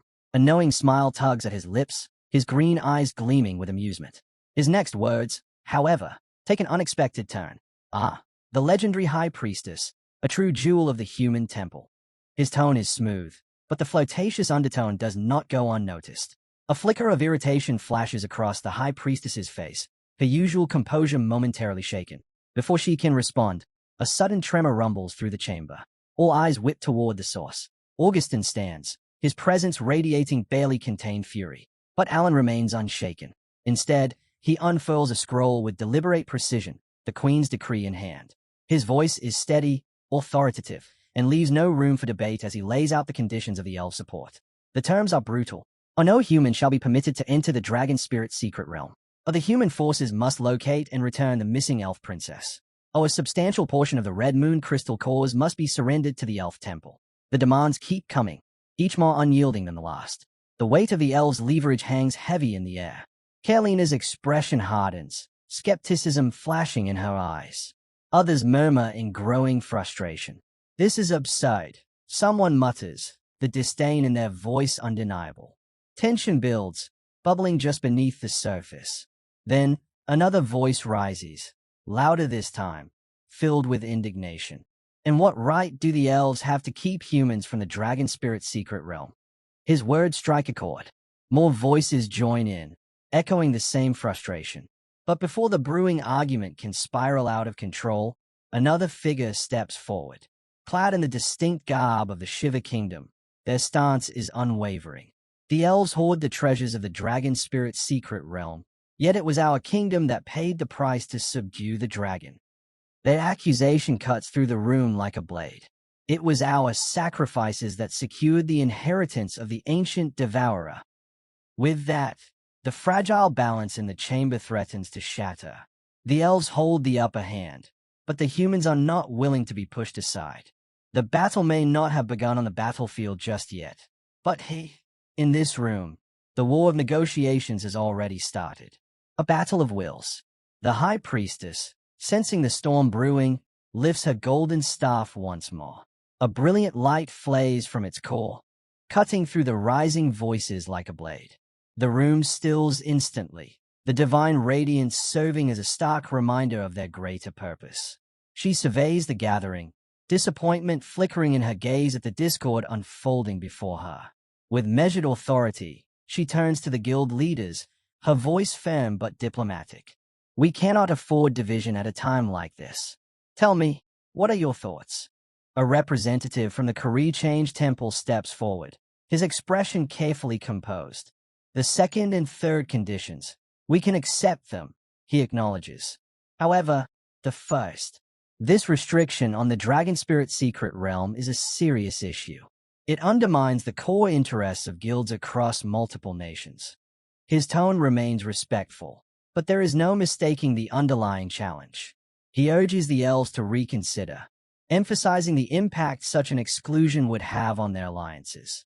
Alan Lawrence remains unshaken. Standing tall, his emerald gaze sweeps across the assembly, his expression unreadable. Then, with a slow, deliberate nod, he counters. The right to enter the Dragon Spirit's secret realm is not granted freely, it is earned. His voice carries an air of finality, laced with a subtle condescension. He leans forward slightly, letting the weight of his words settle before delivering his next blow. Only those who have successfully tamed dragons may step inside. The declaration stays a wave of murmurs through the chamber. Then, as if savoring the tension, Alan lists the few privileged nations that meet this requirement. Longxia, the Eagle Federation, Sakura Kingdom, Shiva Kingdom. Silence follows. The implication is clear. Most of those present are already excluded. The High Priestess steps closer, standing beside Alan as if solidifying the elves' stance. Their combined presence commands attention, leaving little room for argument. Then, with a smirk, Alan delivers a final stipulation, his voice slow and deliberate. One more thing. A dramatic pause. The individual who tamed the black dragon is forbidden from entering. His words land like a hammer blow. Instead, that person must be taken to the kingdom of elves. The chamber erupts. A loud crack splits the air. Tang Zhan's fist slams onto the table, his knuckles white with fury. His breath is sharp, barely containing his rage as he glazes at Alan. Are you targeting Longxia? His voice is tight with suspicion, daring anyone to deny what now feels obvious. Alan doesn't flinch. His response is swift, unwavering. The Kingdom of Elves holds no bias against any human nation. The words are sharp, almost dismissive. He offers no further justification, no attempt to soothe the growing hostility. The terms have been laid out. It is now up to the assembly to decide. The weight of the elves' demands hangs thick in the air. But before Tang Zhan can lash out again, another figure steps forward. A seasoned representative, his tone calm yet calculated. Tang Zhan, he begins, his words carefully chosen. Think wisely. There's an old saying in your nation. Helping others succeed is the first step to securing one's own future. The message is clear. The bigger picture must take precedence. The alliance with the elves is too valuable to risk, especially with the looming threat of the Lord of Original Sin. His reasoning is sound, tactical, and yet, Tang Zhan remains stiff, his jaw clenched in silent fury. Tang is forced to reconsider his position as another delegate steps in, his voice firm and laced with confrontation. He reminds Tang that this isn't just about Longxia. Humanity's survival is on the line. Rejecting the alliance with the elves could plunge the world into chaos. Stepping closer, He delivers a pointed warning. If Longshi's decision leads to failure against the Lord of Original Sin, the nation will bear the shame of betraying humanity itself. His words strike at Tang's pride and duty, but another voice cuts in, laced with mockery. She scoffs at the accusations, dismissing them as overblown theatrics. Her biting remarks liken Tang's stance to that of a disgraceful coward. Yet, Tang remains unfazed. Without a word, he turns to leave, his towering presence radiating restrained fury. Someone calls after him, their voice tinged with hesitation. "Warrior Tang, where are you going?" But their question barely lingers before Tang stops in his tracks. His piercing gaze locks onto the speaker, freezing him in place. A nervous stammer follows. "Why are you looking at me like that? Is there something on my face?" The air tightens. Then, like a lightning strike, Tang moves. His fist connects with brutal speed. The delegate's face twists in shock as is sent hurtling backward, crashing to the ground with bone-rattling force. Gasps ripple through the room. Another man steps forward, attempting to intervene. But Tang is relentless. His next strike is even faster. A blur of motion, a devastating impact. The would-be peacemaker crumples, his protests reduced to silence. Tang's voice slices through the chaos, cold and unyielding. Longshi's path is not for worms like you to dictate. His defiance echoes through the chamber, suffocating any further argument. The weight of his convictions settles over the room, leaving all stunned. Then, Longshi's leader speaks. His tone remains measured, acknowledging the gravity of the elf's decision. He accepts the consequences for humanity's sake, but there is one thing they will never surrender. The dragon tamer is ours, he declares, and we will not hand him over. A heavy silence follows. His words leave no room for debate. With a final glance, he steps back. "I have other matters to attend to." Without another word, he exits, the elven envoy watching him leave with an unreadable expression. Meanwhile, the aftermath of Tang's assault plays out.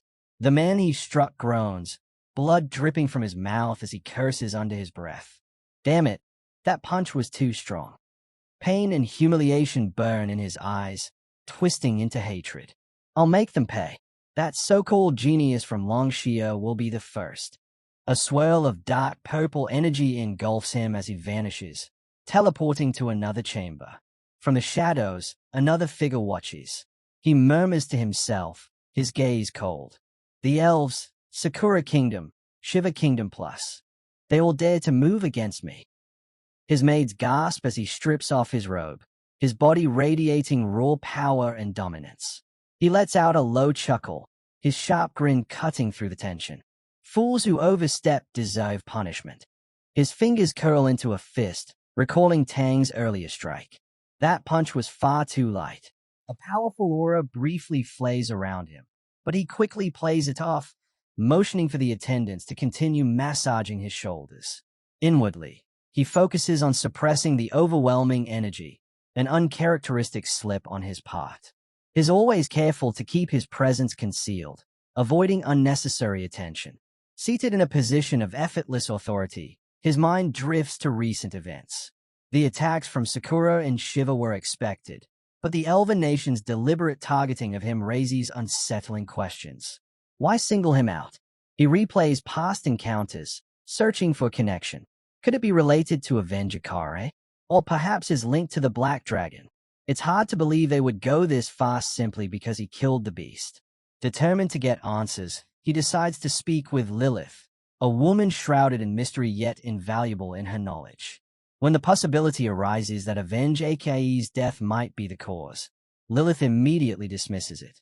Avenge Akare, according to her, was a liability to his own people.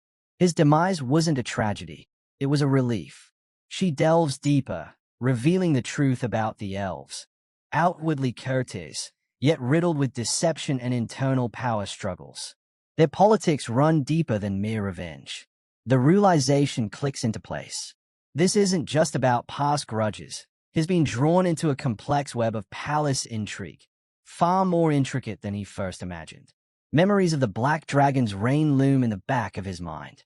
The elves have always feared the beast, seeing it as a harbinger of chaos, tied to the ancient Devourer's terrifying legacy. That fear has shaped their actions, driven them to act out of paranoia and desperation. As the forest scenery passes, his thoughts shift to the dragon spirit's hidden realm. It holds more than just the Devourer's legacy. It harbors the nameless hero, a figure still shrouded in mystery. The elves' hesitation, their eventual concession to grant access, all of it points to one undeniable fact. They believe they can claim the legacy first, leaving nothing behind for anyone else. A memory surfaces, a desperate plea. "You promised." The words strike deep. He meets Lilith's gaze, his response firm and unwavering. His promise to protect her was absolute. But keeping her hidden won't be easy. The elves have made their move, proving they see Lilith as more than just a person. She's an asset, a key to something far greater. Her curse is both a burden and a weapon, one they won't hesitate to use against her. But surrendering her, letting them dictate her fate, that's not an option. The weight of the Black Dragon's legacy continues to press down on the present, intertwining with his own battle. The elves will exploit every opening, every shred of visibility she's gained from their recent conquests. Time is slipping away. Relocation might buy them time, but countermeasures are necessary. He needs a plan. His resolve hardens. Lilith isn't just an ally. She's a promise, a challenge to the chaos the elves wish to unleash. And if they think he'll simply let them take her, they are mistaken. A subtle chime interrupts his thoughts. A notification flashes across his interface. A message from Tang Zhan. He straightens slightly, his expression calm despite the tension simmering beneath the surface. Whatever comes next, one thing is certain. He won't let them dictate the terms of this game. The show is just beginning.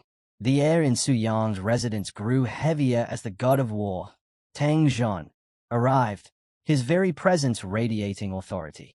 Su Yang, fully aware of Tang Zhan's formidable reputation and unshakable will, greeted him with careful politeness, masking any lingering doubts beneath a composed exterior. Tang Zhan wasted no time.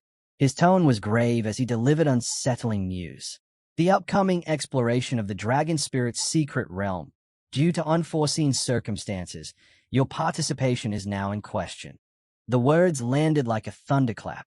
A ripple of tension filled the space, hinting at unseen forces pulling strings behind the scenes. The weight of political maneuvering surrounding the coveted realm was undeniable. Su Yang's frustration flared, his disbelief raw and unrestrained. Why? I've already tamed the Black Dragon. Why am I being excluded? His aura crackled with surging energy, betraying the storm raging inside him. Yet, Tang Zhan remained steady, his voice unwavering. This is the will of the Elven Nation. They're not just denying you entry, they want us to hand you over. The silence that followed was suffocating. Su Yang's heart pounded, his voice sharp with accusation. And what did you tell them? Tang Zhan's expression softened, just slightly. Of course not, he answered firmly. The Abyss conquest is at a standstill, and for the sake of diplomacy, we can't ignore every demand. But handing you over. He met Su Yang's gaze, unyielding. That is something I, Tang Zhan, in your homeland, Longxia, will never allow. Su Yang's frustration wavered, giving way to a rare moment of quiet reflection. He had always known where Tang Zhan stood, but hearing it now, so absolute, so unwavering, moved him in ways he hadn't expected.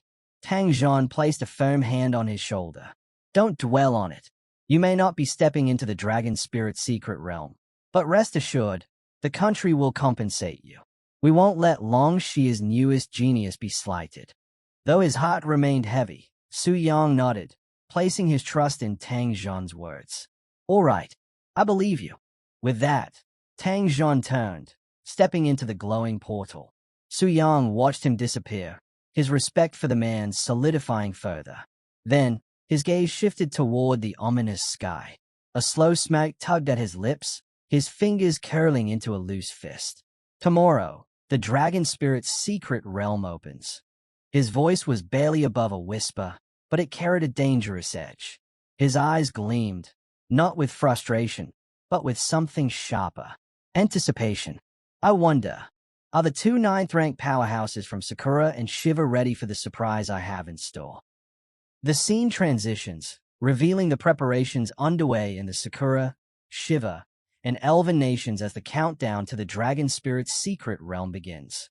The Tomorrow family watches from the sidelines, their presence quiet but observant. A young woman, composed and calculating, voices mild disappointment at his absence. Yet beneath her outward interest lies a quiet relief. Avoiding a clash with a black dragon's tamer is a fate she won't complain about. Her demeanor flickers between curiosity and caution, as if weighing the balance of power from afar. Meanwhile, in Shiva, tension coils like a drawn bowstring. 6JNU, a towering figure of power, kneels before his elder. His orders are simple yet ruthless: subdue, suppress, and, if necessary, eliminate. The air is thick with ambition, their sights set on seizing the realm's contested treasures. But Vijayanu's smirk betrays him. He craves the challenge, and deep down, he wishes a boy who fight with Black Dragon were here to make this bloodbath even more exhilarating. Across the realm, the Elven Empire unveils its might. Third Prince Eric leads a squadron of Dragon Knights, their formation cutting through the sky like a blade.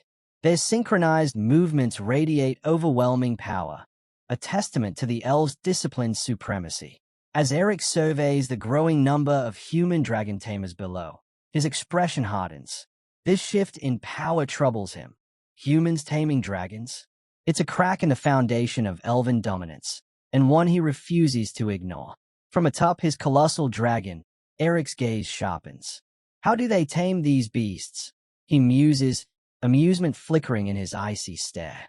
But then his smirk darkens. No matter. Once this dragon spirit secret realm is sealed, they won't have any dragon knights left.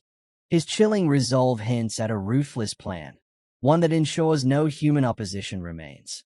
As the conversation unfolds, the Elven Prince's true intentions come to light. He promises spoils beyond measure once the human world falls. No need to rush, he reassures his allies. Once we conquer the human lands, the Lauren family will have its share. Humans breed like vermin, endless numbers for you to do with as you please.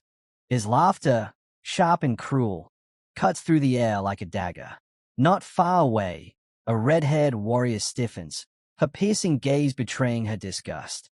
She listens in silence, suppressing the anger burning within her. Nearby, another elven ally soars through the sky, her cheerful facade masking quiet ambitions. But Eric's sinister grin only deepens. I can't wait that long, he mutters. Once we're inside, I'll. In stark contrast, human warriors gather, their mood grim as they brace for what's ahead. The red-haired warrior looks up at the sky, her thoughts uneasy. My view of elves is crumbling, she murmurs, bitterness lacing her words. Something tells me to stay far away from them. Beside her, a veteran mentor speaks with steady wisdom. Stay calm, he advises. If danger comes, don't be reckless. Survival is what matters most. Do you understand? The younger warrior swallows hard but nods, determination flickering in her eyes. Yes. The tension mounts as the elves tighten their grip on the battlefield. The entrance to the secret realm pulses with a violent purple glow, a storm of power waiting to be unleashed. Their dragons stir, roaring in anticipation. The battle for dominance is about to begin. The elven country is really putting on a show, he remarks sarcastically, watching their overwhelming display of force. But beneath his casual tone lingers a hint of suspicion. They are wary of Tang. Who knows if he'll actually keep his word? Suddenly, a young warrior from Shiva steps forward, determination burning in his eyes. His crimson scarf flays behind him as he makes his move. Uncle, I'm going, he declares. His uncle's response is immediate, fierce and filled with pride. Do well. Let them witness the true power of Shiva. Nearby, a sneering voice cuts through the tension. Little beauty. He leans forward slightly, smirking. Want to team up with me later? The girl's expression twists in visible discomfort. Her lips press into a tight line, but she doesn't dignify his words with a response. Instead, she simply lowers her gaze. Her silence is a protest louder than words. Below them, the ground pulses with an ominous glow. The air hums with an eerie energy as the swirling purple circle etched into the stone intensifies. Faint spikes of power burst upward, signaling something ancient and dangerous awakening beneath them. A whisper of excitement escapes him as he watches the ritual unfold. 6 new lambs from the elven country. He mutters under his breath. What a bonus. They have no idea we hold the stone tablet that bends dragons to our will. A tremor shakes the battlefield, and part of the rocky terrain crumbles under the growing force. His eyes gleam with unrestrained glee as he envisions the impending slaughter. Killing them means 8 dragons for us. What could be better than this? The earth cracks further, debris cascading down as dark energy surges beneath the surface, ready to explode. The anticipation thickens with every fracture in the ground.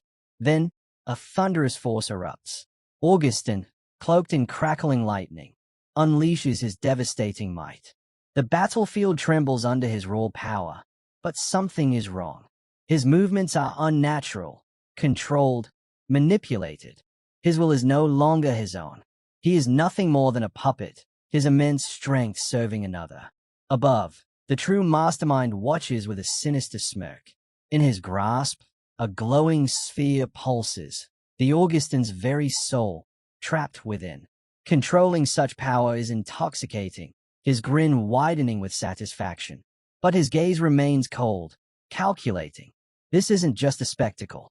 Behind him, the black dragon, an overwhelming force of destruction, looms.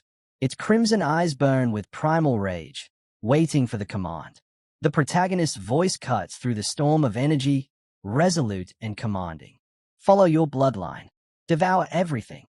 In an instant, a pillar of fire erupts into the sky, consuming everything in its path. The sheer force of the blast shook the battlefield, sending shockwaves that ripped through the earth. Cracks splintered across the ground as debris and embers filled the air. Onlookers barely had time to react before the devastation spread like wildfire. Damn it, Augustin's lost his mind. We have to stop him, warriors shouted, scrambling to their feet amidst the chaos. Coughing through the swirling dust and embers, Atel struggled to regain his footing. The urgency in his voice was undeniable. If they didn't act now, there would be nothing left to save. But before they could even regroup, the attack came, fast, ruthless, without warning. A blade sliced through the air with terrifying precision. Steel met steel in a violent clash, the impact rattling his arms. His breath hitched as he staggered back, shock flickering in his eyes. Damn it, why are you attacking me too? The warrior before him wasn't himself anymore. His eyes burned with an eerie red glow, half his face darkened by some unnatural force. Force command activated. The battlefield trembled as the warrior let out an inhuman roar, his blade crackling with a sinister energy. His strike came down like divine judgment, raw power surging with unstoppable force. But his opponent barely flinched. A sigil ignited beneath them, pulsing with unnatural energy. Then, light exploded from the ground. A violent pillar of raw destruction erupted, swallowing everything in its reach. The shockwave shattered the earth, sending bodies hurtling through the air. Above it all, the true mastermind watched with a smirk, his eyes gleaming with cold amusement. The force command lasts only 1 minute, he mused. Let's see how much chaos they can create in that time. His smirk widened as he stepped back. I'll take my leave now. Below, the battlefield convulsed with destruction. Then, just as suddenly as it had begun, the control lifted. The aftermath was nothing short of a nightmare. Augustin blinked, his senses returning, his hands still crackling with the remnants of a spell he had no memory of casting. What exactly happened? His breath hitched as his gaze swept across the battlefield, now reduced to smoldering ruins. Bodies lay motionless, the air thick with smoke and the acrid scent of destruction. The land itself had been scarred beyond recognition. One chilling truth settled over them like a suffocating weight. No one survived. Augustin's stomach dropped. His voice wavered. Why did our minds and bodies lose control like that? Smoke curled from the ruins, the stench of charred stone and dust clinging to the air. We were definitely being controlled, another warrior growled, his fists clenched in frustration. A priest of miracles, his robe still flickering with remnants of spiritual energy, furrowed his brow. My spiritual sense does not lie. Someone was pulling the strings from the shadows. Even Augustin, he must have been affected, too. The realization sent an icy chill through the remaining warriors. To control all of them so completely, without them even realizing it. Who could possibly be behind this? Before the tension could mount further, a golden light burst through the chaos. Ancient doors groaned as they creaked open. The gateway to the dragon spirit realm stood wide, its entrance pulsing with residual energy. For now, their questions would have to wait. He finally broke the tense silence. During the fight, I saw it. A black dragon entered the realm. A ripple of reactions followed. I saw it too, someone confirmed hastily. Me as well, another chimed in. A realization settled over them like a heavy fog. Are you saying all of this, the chaos, the mind control, the dragon, was orchestrated by Long Xia? It was too much to be a coincidence. I'm not sure, he admitted, his brows drawn in deep thought. But I do know one thing. It wasn't Tang Zhan. He's never broken his word, let alone stooped to something this vile. Uneasy glances were exchanged. That much was true. Tang Zhan was a warrior, a man of strength, not deception. Then who? Someone asked, suspicion creeping into their voice. That level of force control, only someone with immense spiritual energy could pull it off. Exactly, another agreed, though his voice wavered. The thought was unsettling. If it wasn't Tang Zhan, then who had the power to turn them into puppets? A hesitant voice broke the silence. Could it be Su Yang? The room fell deathly quiet. Are you serious? One warrior scoffed. That kid is barely a fourth transition professional. How could he possibly manipulate ninth transition demigods? His words were sharp, but there was a flicker of doubt in his tone. I was just speculating, the other muttered, looking away. He exhaled slowly. Ever since we started this crusade against the Abyss demons, strange things keep happening, one after another. No one could argue. The battle should have been straightforward, yet instead, they had lost control, turned on each other. And now, they had a bigger problem. Forget it, one of them said grimly. We have a more urgent issue on our hands. Their expressions darkened as the weight of the situation sank in. While we were controlled, we killed the royal court guards of the Elven Kingdom. A heavy silence followed. They should have revived in the temple by now, another murmured. But once the Elven royal court finds out, he didn't need to finish. Everyone knew what it meant. This could destroy their fragile alliance. An elder finally spoke, his voice calm but firm. Since we can't capture Su Yang for questioning, we need to act first. If the Elven royal court hears about this before we explain, it could spell disaster. I agree, another said immediately. No objections. They had to move. Now, the masked warrior spoke at last, his expression unreadable. With that, the discussion ended, and their path was set. But far beyond their reach, deep within the dragon spirit realm, the sky cracked open, rippling with shimmering energy. Floating islands trembled, jagged rocks hovered in mid-air, and an eerie silence settled over the land. Something ancient was awakening. Are you afraid? The sky itself seemed to quake as dragons circled above, their colossal forms blotting out the sun. The very air shifted, rocks levitating as if drawn by an unseen force. Could it be that even dragons fear what lurks in this realm? The answer came swiftly, dripping with certainty. It must be the lingering presence of the ancient devourer. No matter how much time passes, that fear still lingers in their blood and their souls. With a confident flick of his wrist, a warrior guided his dragon through the turbulent winds. Miss, you seem to be struggling. How about riding with me instead? A nearby figure, barely keeping balance on her own mount, shook her head frantically. No need. A mocking voice cut in, amusement lacing his words. Alan, are you seriously flirting while riding a dragon? Alan just chuckled, unfazed. his grin widening. But beneath the humor, the tension remained thick. Only the ancient dragon fang can suppress the fear of the devourer within dragon bloodlines. Humans have no such relics. Without a true dragon tamer, this should be easy. Before anyone could respond, a new voice sliced through the moment. You're celebrating too soon. A figure clad in red stepped forward, eyes gleaming beneath his mask. I'll use the stone tablet to control your dragons and take you all down at once. Power erupted from his palm, crackling like lightning, ready to reshape the battlefield. Then, a low, thunderous roar rolled across the sky. A shiver ran through them. The red-haired woman tensed, gripping her weapon. Beside her, another warrior turned pale.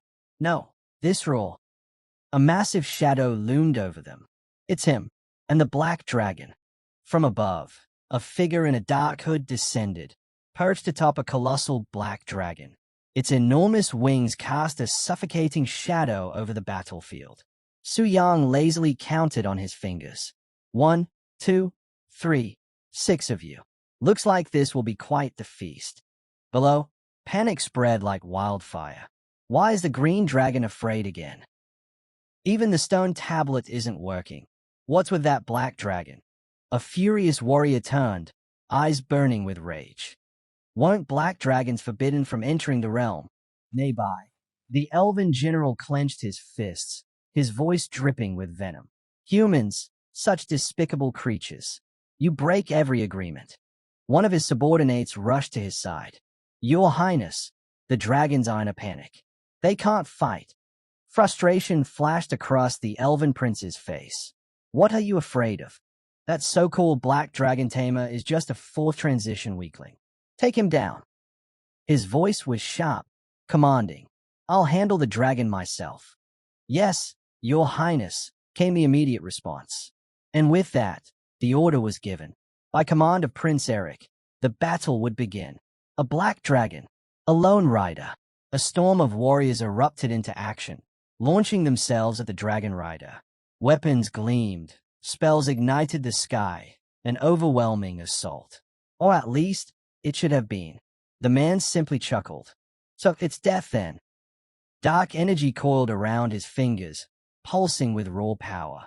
His smirk deepened. But the ones dying will be you. A vortex of destruction exploded outward. You have slain level 152 Elven Holy Knight. You have slain level 150 Elven Divine Archer. Havoc. Experience gained 52.1 million. Eric's face twisted in disbelief. How is this possible? In the blink of an eye, 4 of their strongest warriors had been erased. Panic gripped the battlefield. We can't even see his attacks. A voice choked out. How is a fourth transition human this strong? His advisor's expression was grim. We need to use our trump card. Now. But before they could act, darkness surged. A monstrous force clamped down on Eric. What is this? He struggled, terror creeping into his voice. Open up. But there was no escape. The power radiating from the black dragon was crushing. If Eric couldn't withstand it, then the rest of them had no chance. A flicker of movement, a blur of power, and then impact. A devastating kick sent the prince hurtling into the ground with a thunderous crash. The dust barely settled before a boot pressed against his throat. Su Yang peered down at him, expression unreadable. Do you even know what you're doing? Eric coughed, his mind reeling. Su Yang just smiled. If someone wrongs me, I return it 100-fold. I don't care who you are. His gaze darkened, menace laced in his voice. Even if you were a god. A pulse of raw energy crackled around him. I would kill you all the same. Above them, draconic power began to gather, ready to bring judgment upon them all. Don't get cocky, brat, one of them spat. We were just careless before. This time, you're dead for sure. A smirk tugged at the corner of his lips. Freshly revived and already in a hurry to die. The air trembled as golden flames erupted from the dragon's maw, a blinding inferno tearing through the sky. The elf riding atop the beast sneered, his voice ringing with arrogance. Burn to ashes. A deafening explosion shook the battlefield. Waves of fire surged outward, devouring everything in their path. The air distorted from the sheer heat, and a massive crater formed where the blast struck. But as the smoke thinned, something was wrong. What's happening? A voice filled with disbelief cut through the chaos. The green-haired girl's sharp eyes caught it first. The eyes. The colors changed. Her voice wavered. They're being controlled, forced into a frenzy. A spell like this. The elves were desperate to kill Su-yang. Amidst the chaos, the elven commander grinned, relishing the moment. Well done, he murmured, his eyes glinting with malice.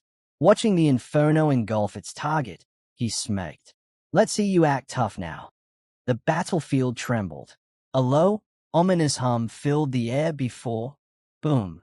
A golden explosion surged across the sky, the elf prince's magic pulsing with raw power. But then, crack, a distortion split through the air.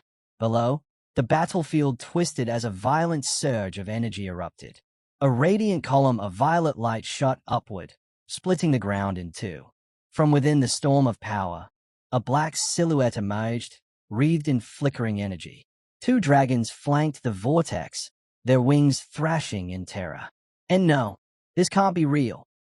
The elf prince's voice wavered, his confidence shattering as the void advanced toward him, relentless and unstoppable. Then, screams. Fire rained from above, crashing down in blazing torrents like a meteor shower. Explosions rocked the battlefield as the elven forces scrambled in panic. Through the chaos, one figure stood motionless, untouched. Su-yang. His black dragon loomed beside him, wings outstretched against the smoldering sky. Smoke curled around them, the battlefield littered with the corpses of those who had dared to stand against him. A strangled cry rang out. Where are you taking me? Above the battlefield, the elf prince dangled in mid-air, caught in an unseen grip. Su-yang's dragon carried him higher and higher, toward his final fate. To eliminate the threat completely, of course. The voice was cold, merciless. Below, the surviving elves could only watch, frozen in fear. Su-yang. The green-haired girl whispered his name, her voice shaking. The red-haired warrior swallowed hard. He didn't just survive that attack. He counted and annihilated them, effortlessly. Silence settled over the battlefield. Two dragons, one crimson, the other white, hovered uncertainly, their overwhelming might now shaken. That scared me to death. Someone muttered. Farther away, the last remnants of the elven forces stood trembling. Behind a distant cliff, a massive green-scaled creature observed the destruction, its claws digging into the rock. The elves had been wiped out in an instant. Its grip tightened as the truth sank in. Is Su-yang even human? A lone figure stood in the distance, cloaked and masked, unmoving. Sweat dripped down his brow. His mind raced. A direct fight? Impossible. I won't survive. His fist clenched as he exhaled slowly. An ambush. That's my only chance. Across the battlefield, a battered elf staggered forward, his face twisted in horror and fury. His voice cracked as he gasped. How? I died again. His comrades, equally blooded and exhausted, barely held themselves upright. That kid is not human, one of them muttered. The weight of their situation crashed down on them. Two deaths. Their levels had plummeted. They had no strength left to fight. Panic spread. Their strongest warriors had fallen. There was only one option left. The leader gritted his teeth and pulled out a trembling hand. A scroll, one last chance at survival. The dungeon entrance is closed, he rasped. Use the town portal scroll. Whoosh! A gust of wind sliced through the air. His hands were suddenly empty. A chill ran down his spine. A low chuckle echoed through the battlefield. Trying to leave. Su-yang's voice dripped with amusement, his eyes gleaming as he closed in. Did you ask for my permission? He struck, swift and merciless. The elves had no time to react. The elf prince stumbled back, his eyes wide with terror. A monstrous entity loomed over him, its jagged grin stretching wide. Don't bother, the creature sneered. Even a seventh tier can't break free. What can you possibly do? The prince's breath came in shallow gasps. He forced a trembling smile, desperate. Oh, let's talk this out. he stammered. I'll give you whatever you want. A deafening boom shook the earth. His body stiffened. A massive force slammed down before him, shaking him to his core. Su Yang stepped forward. His gaze burned cold. Oh! His voice was almost playful. And what I want is your life. The prince froze, fear gripping him like a vice. He looked up at Su Yang, the arrogance from before drained from his face, leaving only raw terror. Su Yang tilted his head, amusement flickering in his gaze. Scared? His voice was mocking. Weren't you trying to kill me just a moment ago? So bold, so arrogant. You even demanded Long Xia hand me over. His smirk faded. Why the sudden change of heart? The prince swallowed hard. His lips trembled. We were wrong. We were blind before, he choked out. We admit our mistake. Please, sir, spare us. Su Yang scoffed. Too late. The elf's vision blurred as dread consumed him. I've seen what you elves are like through Akare. Su Yang's voice was like a blade. You think I'll let you walk away? The prince's breath hitched. You're the one who killed Akare. Su Yang's gaze darkened. I'll keep killing you, he whispered, again and again, until your levels hit 0 and you can never revive again. The prince's world shattered. There was no escape. His scream tore through the battlefield, raw and desperate. He flailed, grasping for salvation. But none would come. The elf's trembling hands reached out desperately. Stop! Aren't humans supposed to be our allies? Su Yang moved like a phantom, his speed unnatural, his presence suffocating. The elf's frantic gaze darted around, searching for an escape. If I don't make it out of here, your entire race is doomed. A deafening impact shattered the ground as Su Yang struck with unrelenting force, dismissing the elf's plea without a second thought. An alliance? Su Yang scoffed. Impossible. The elf gasped, choking on his own words. You can't defeat world-level bosses, complete advanced world quests, or unlock divine tier classes without us. Don't you care about that? Su Yang's grip tightened, his voice like ice. Nope.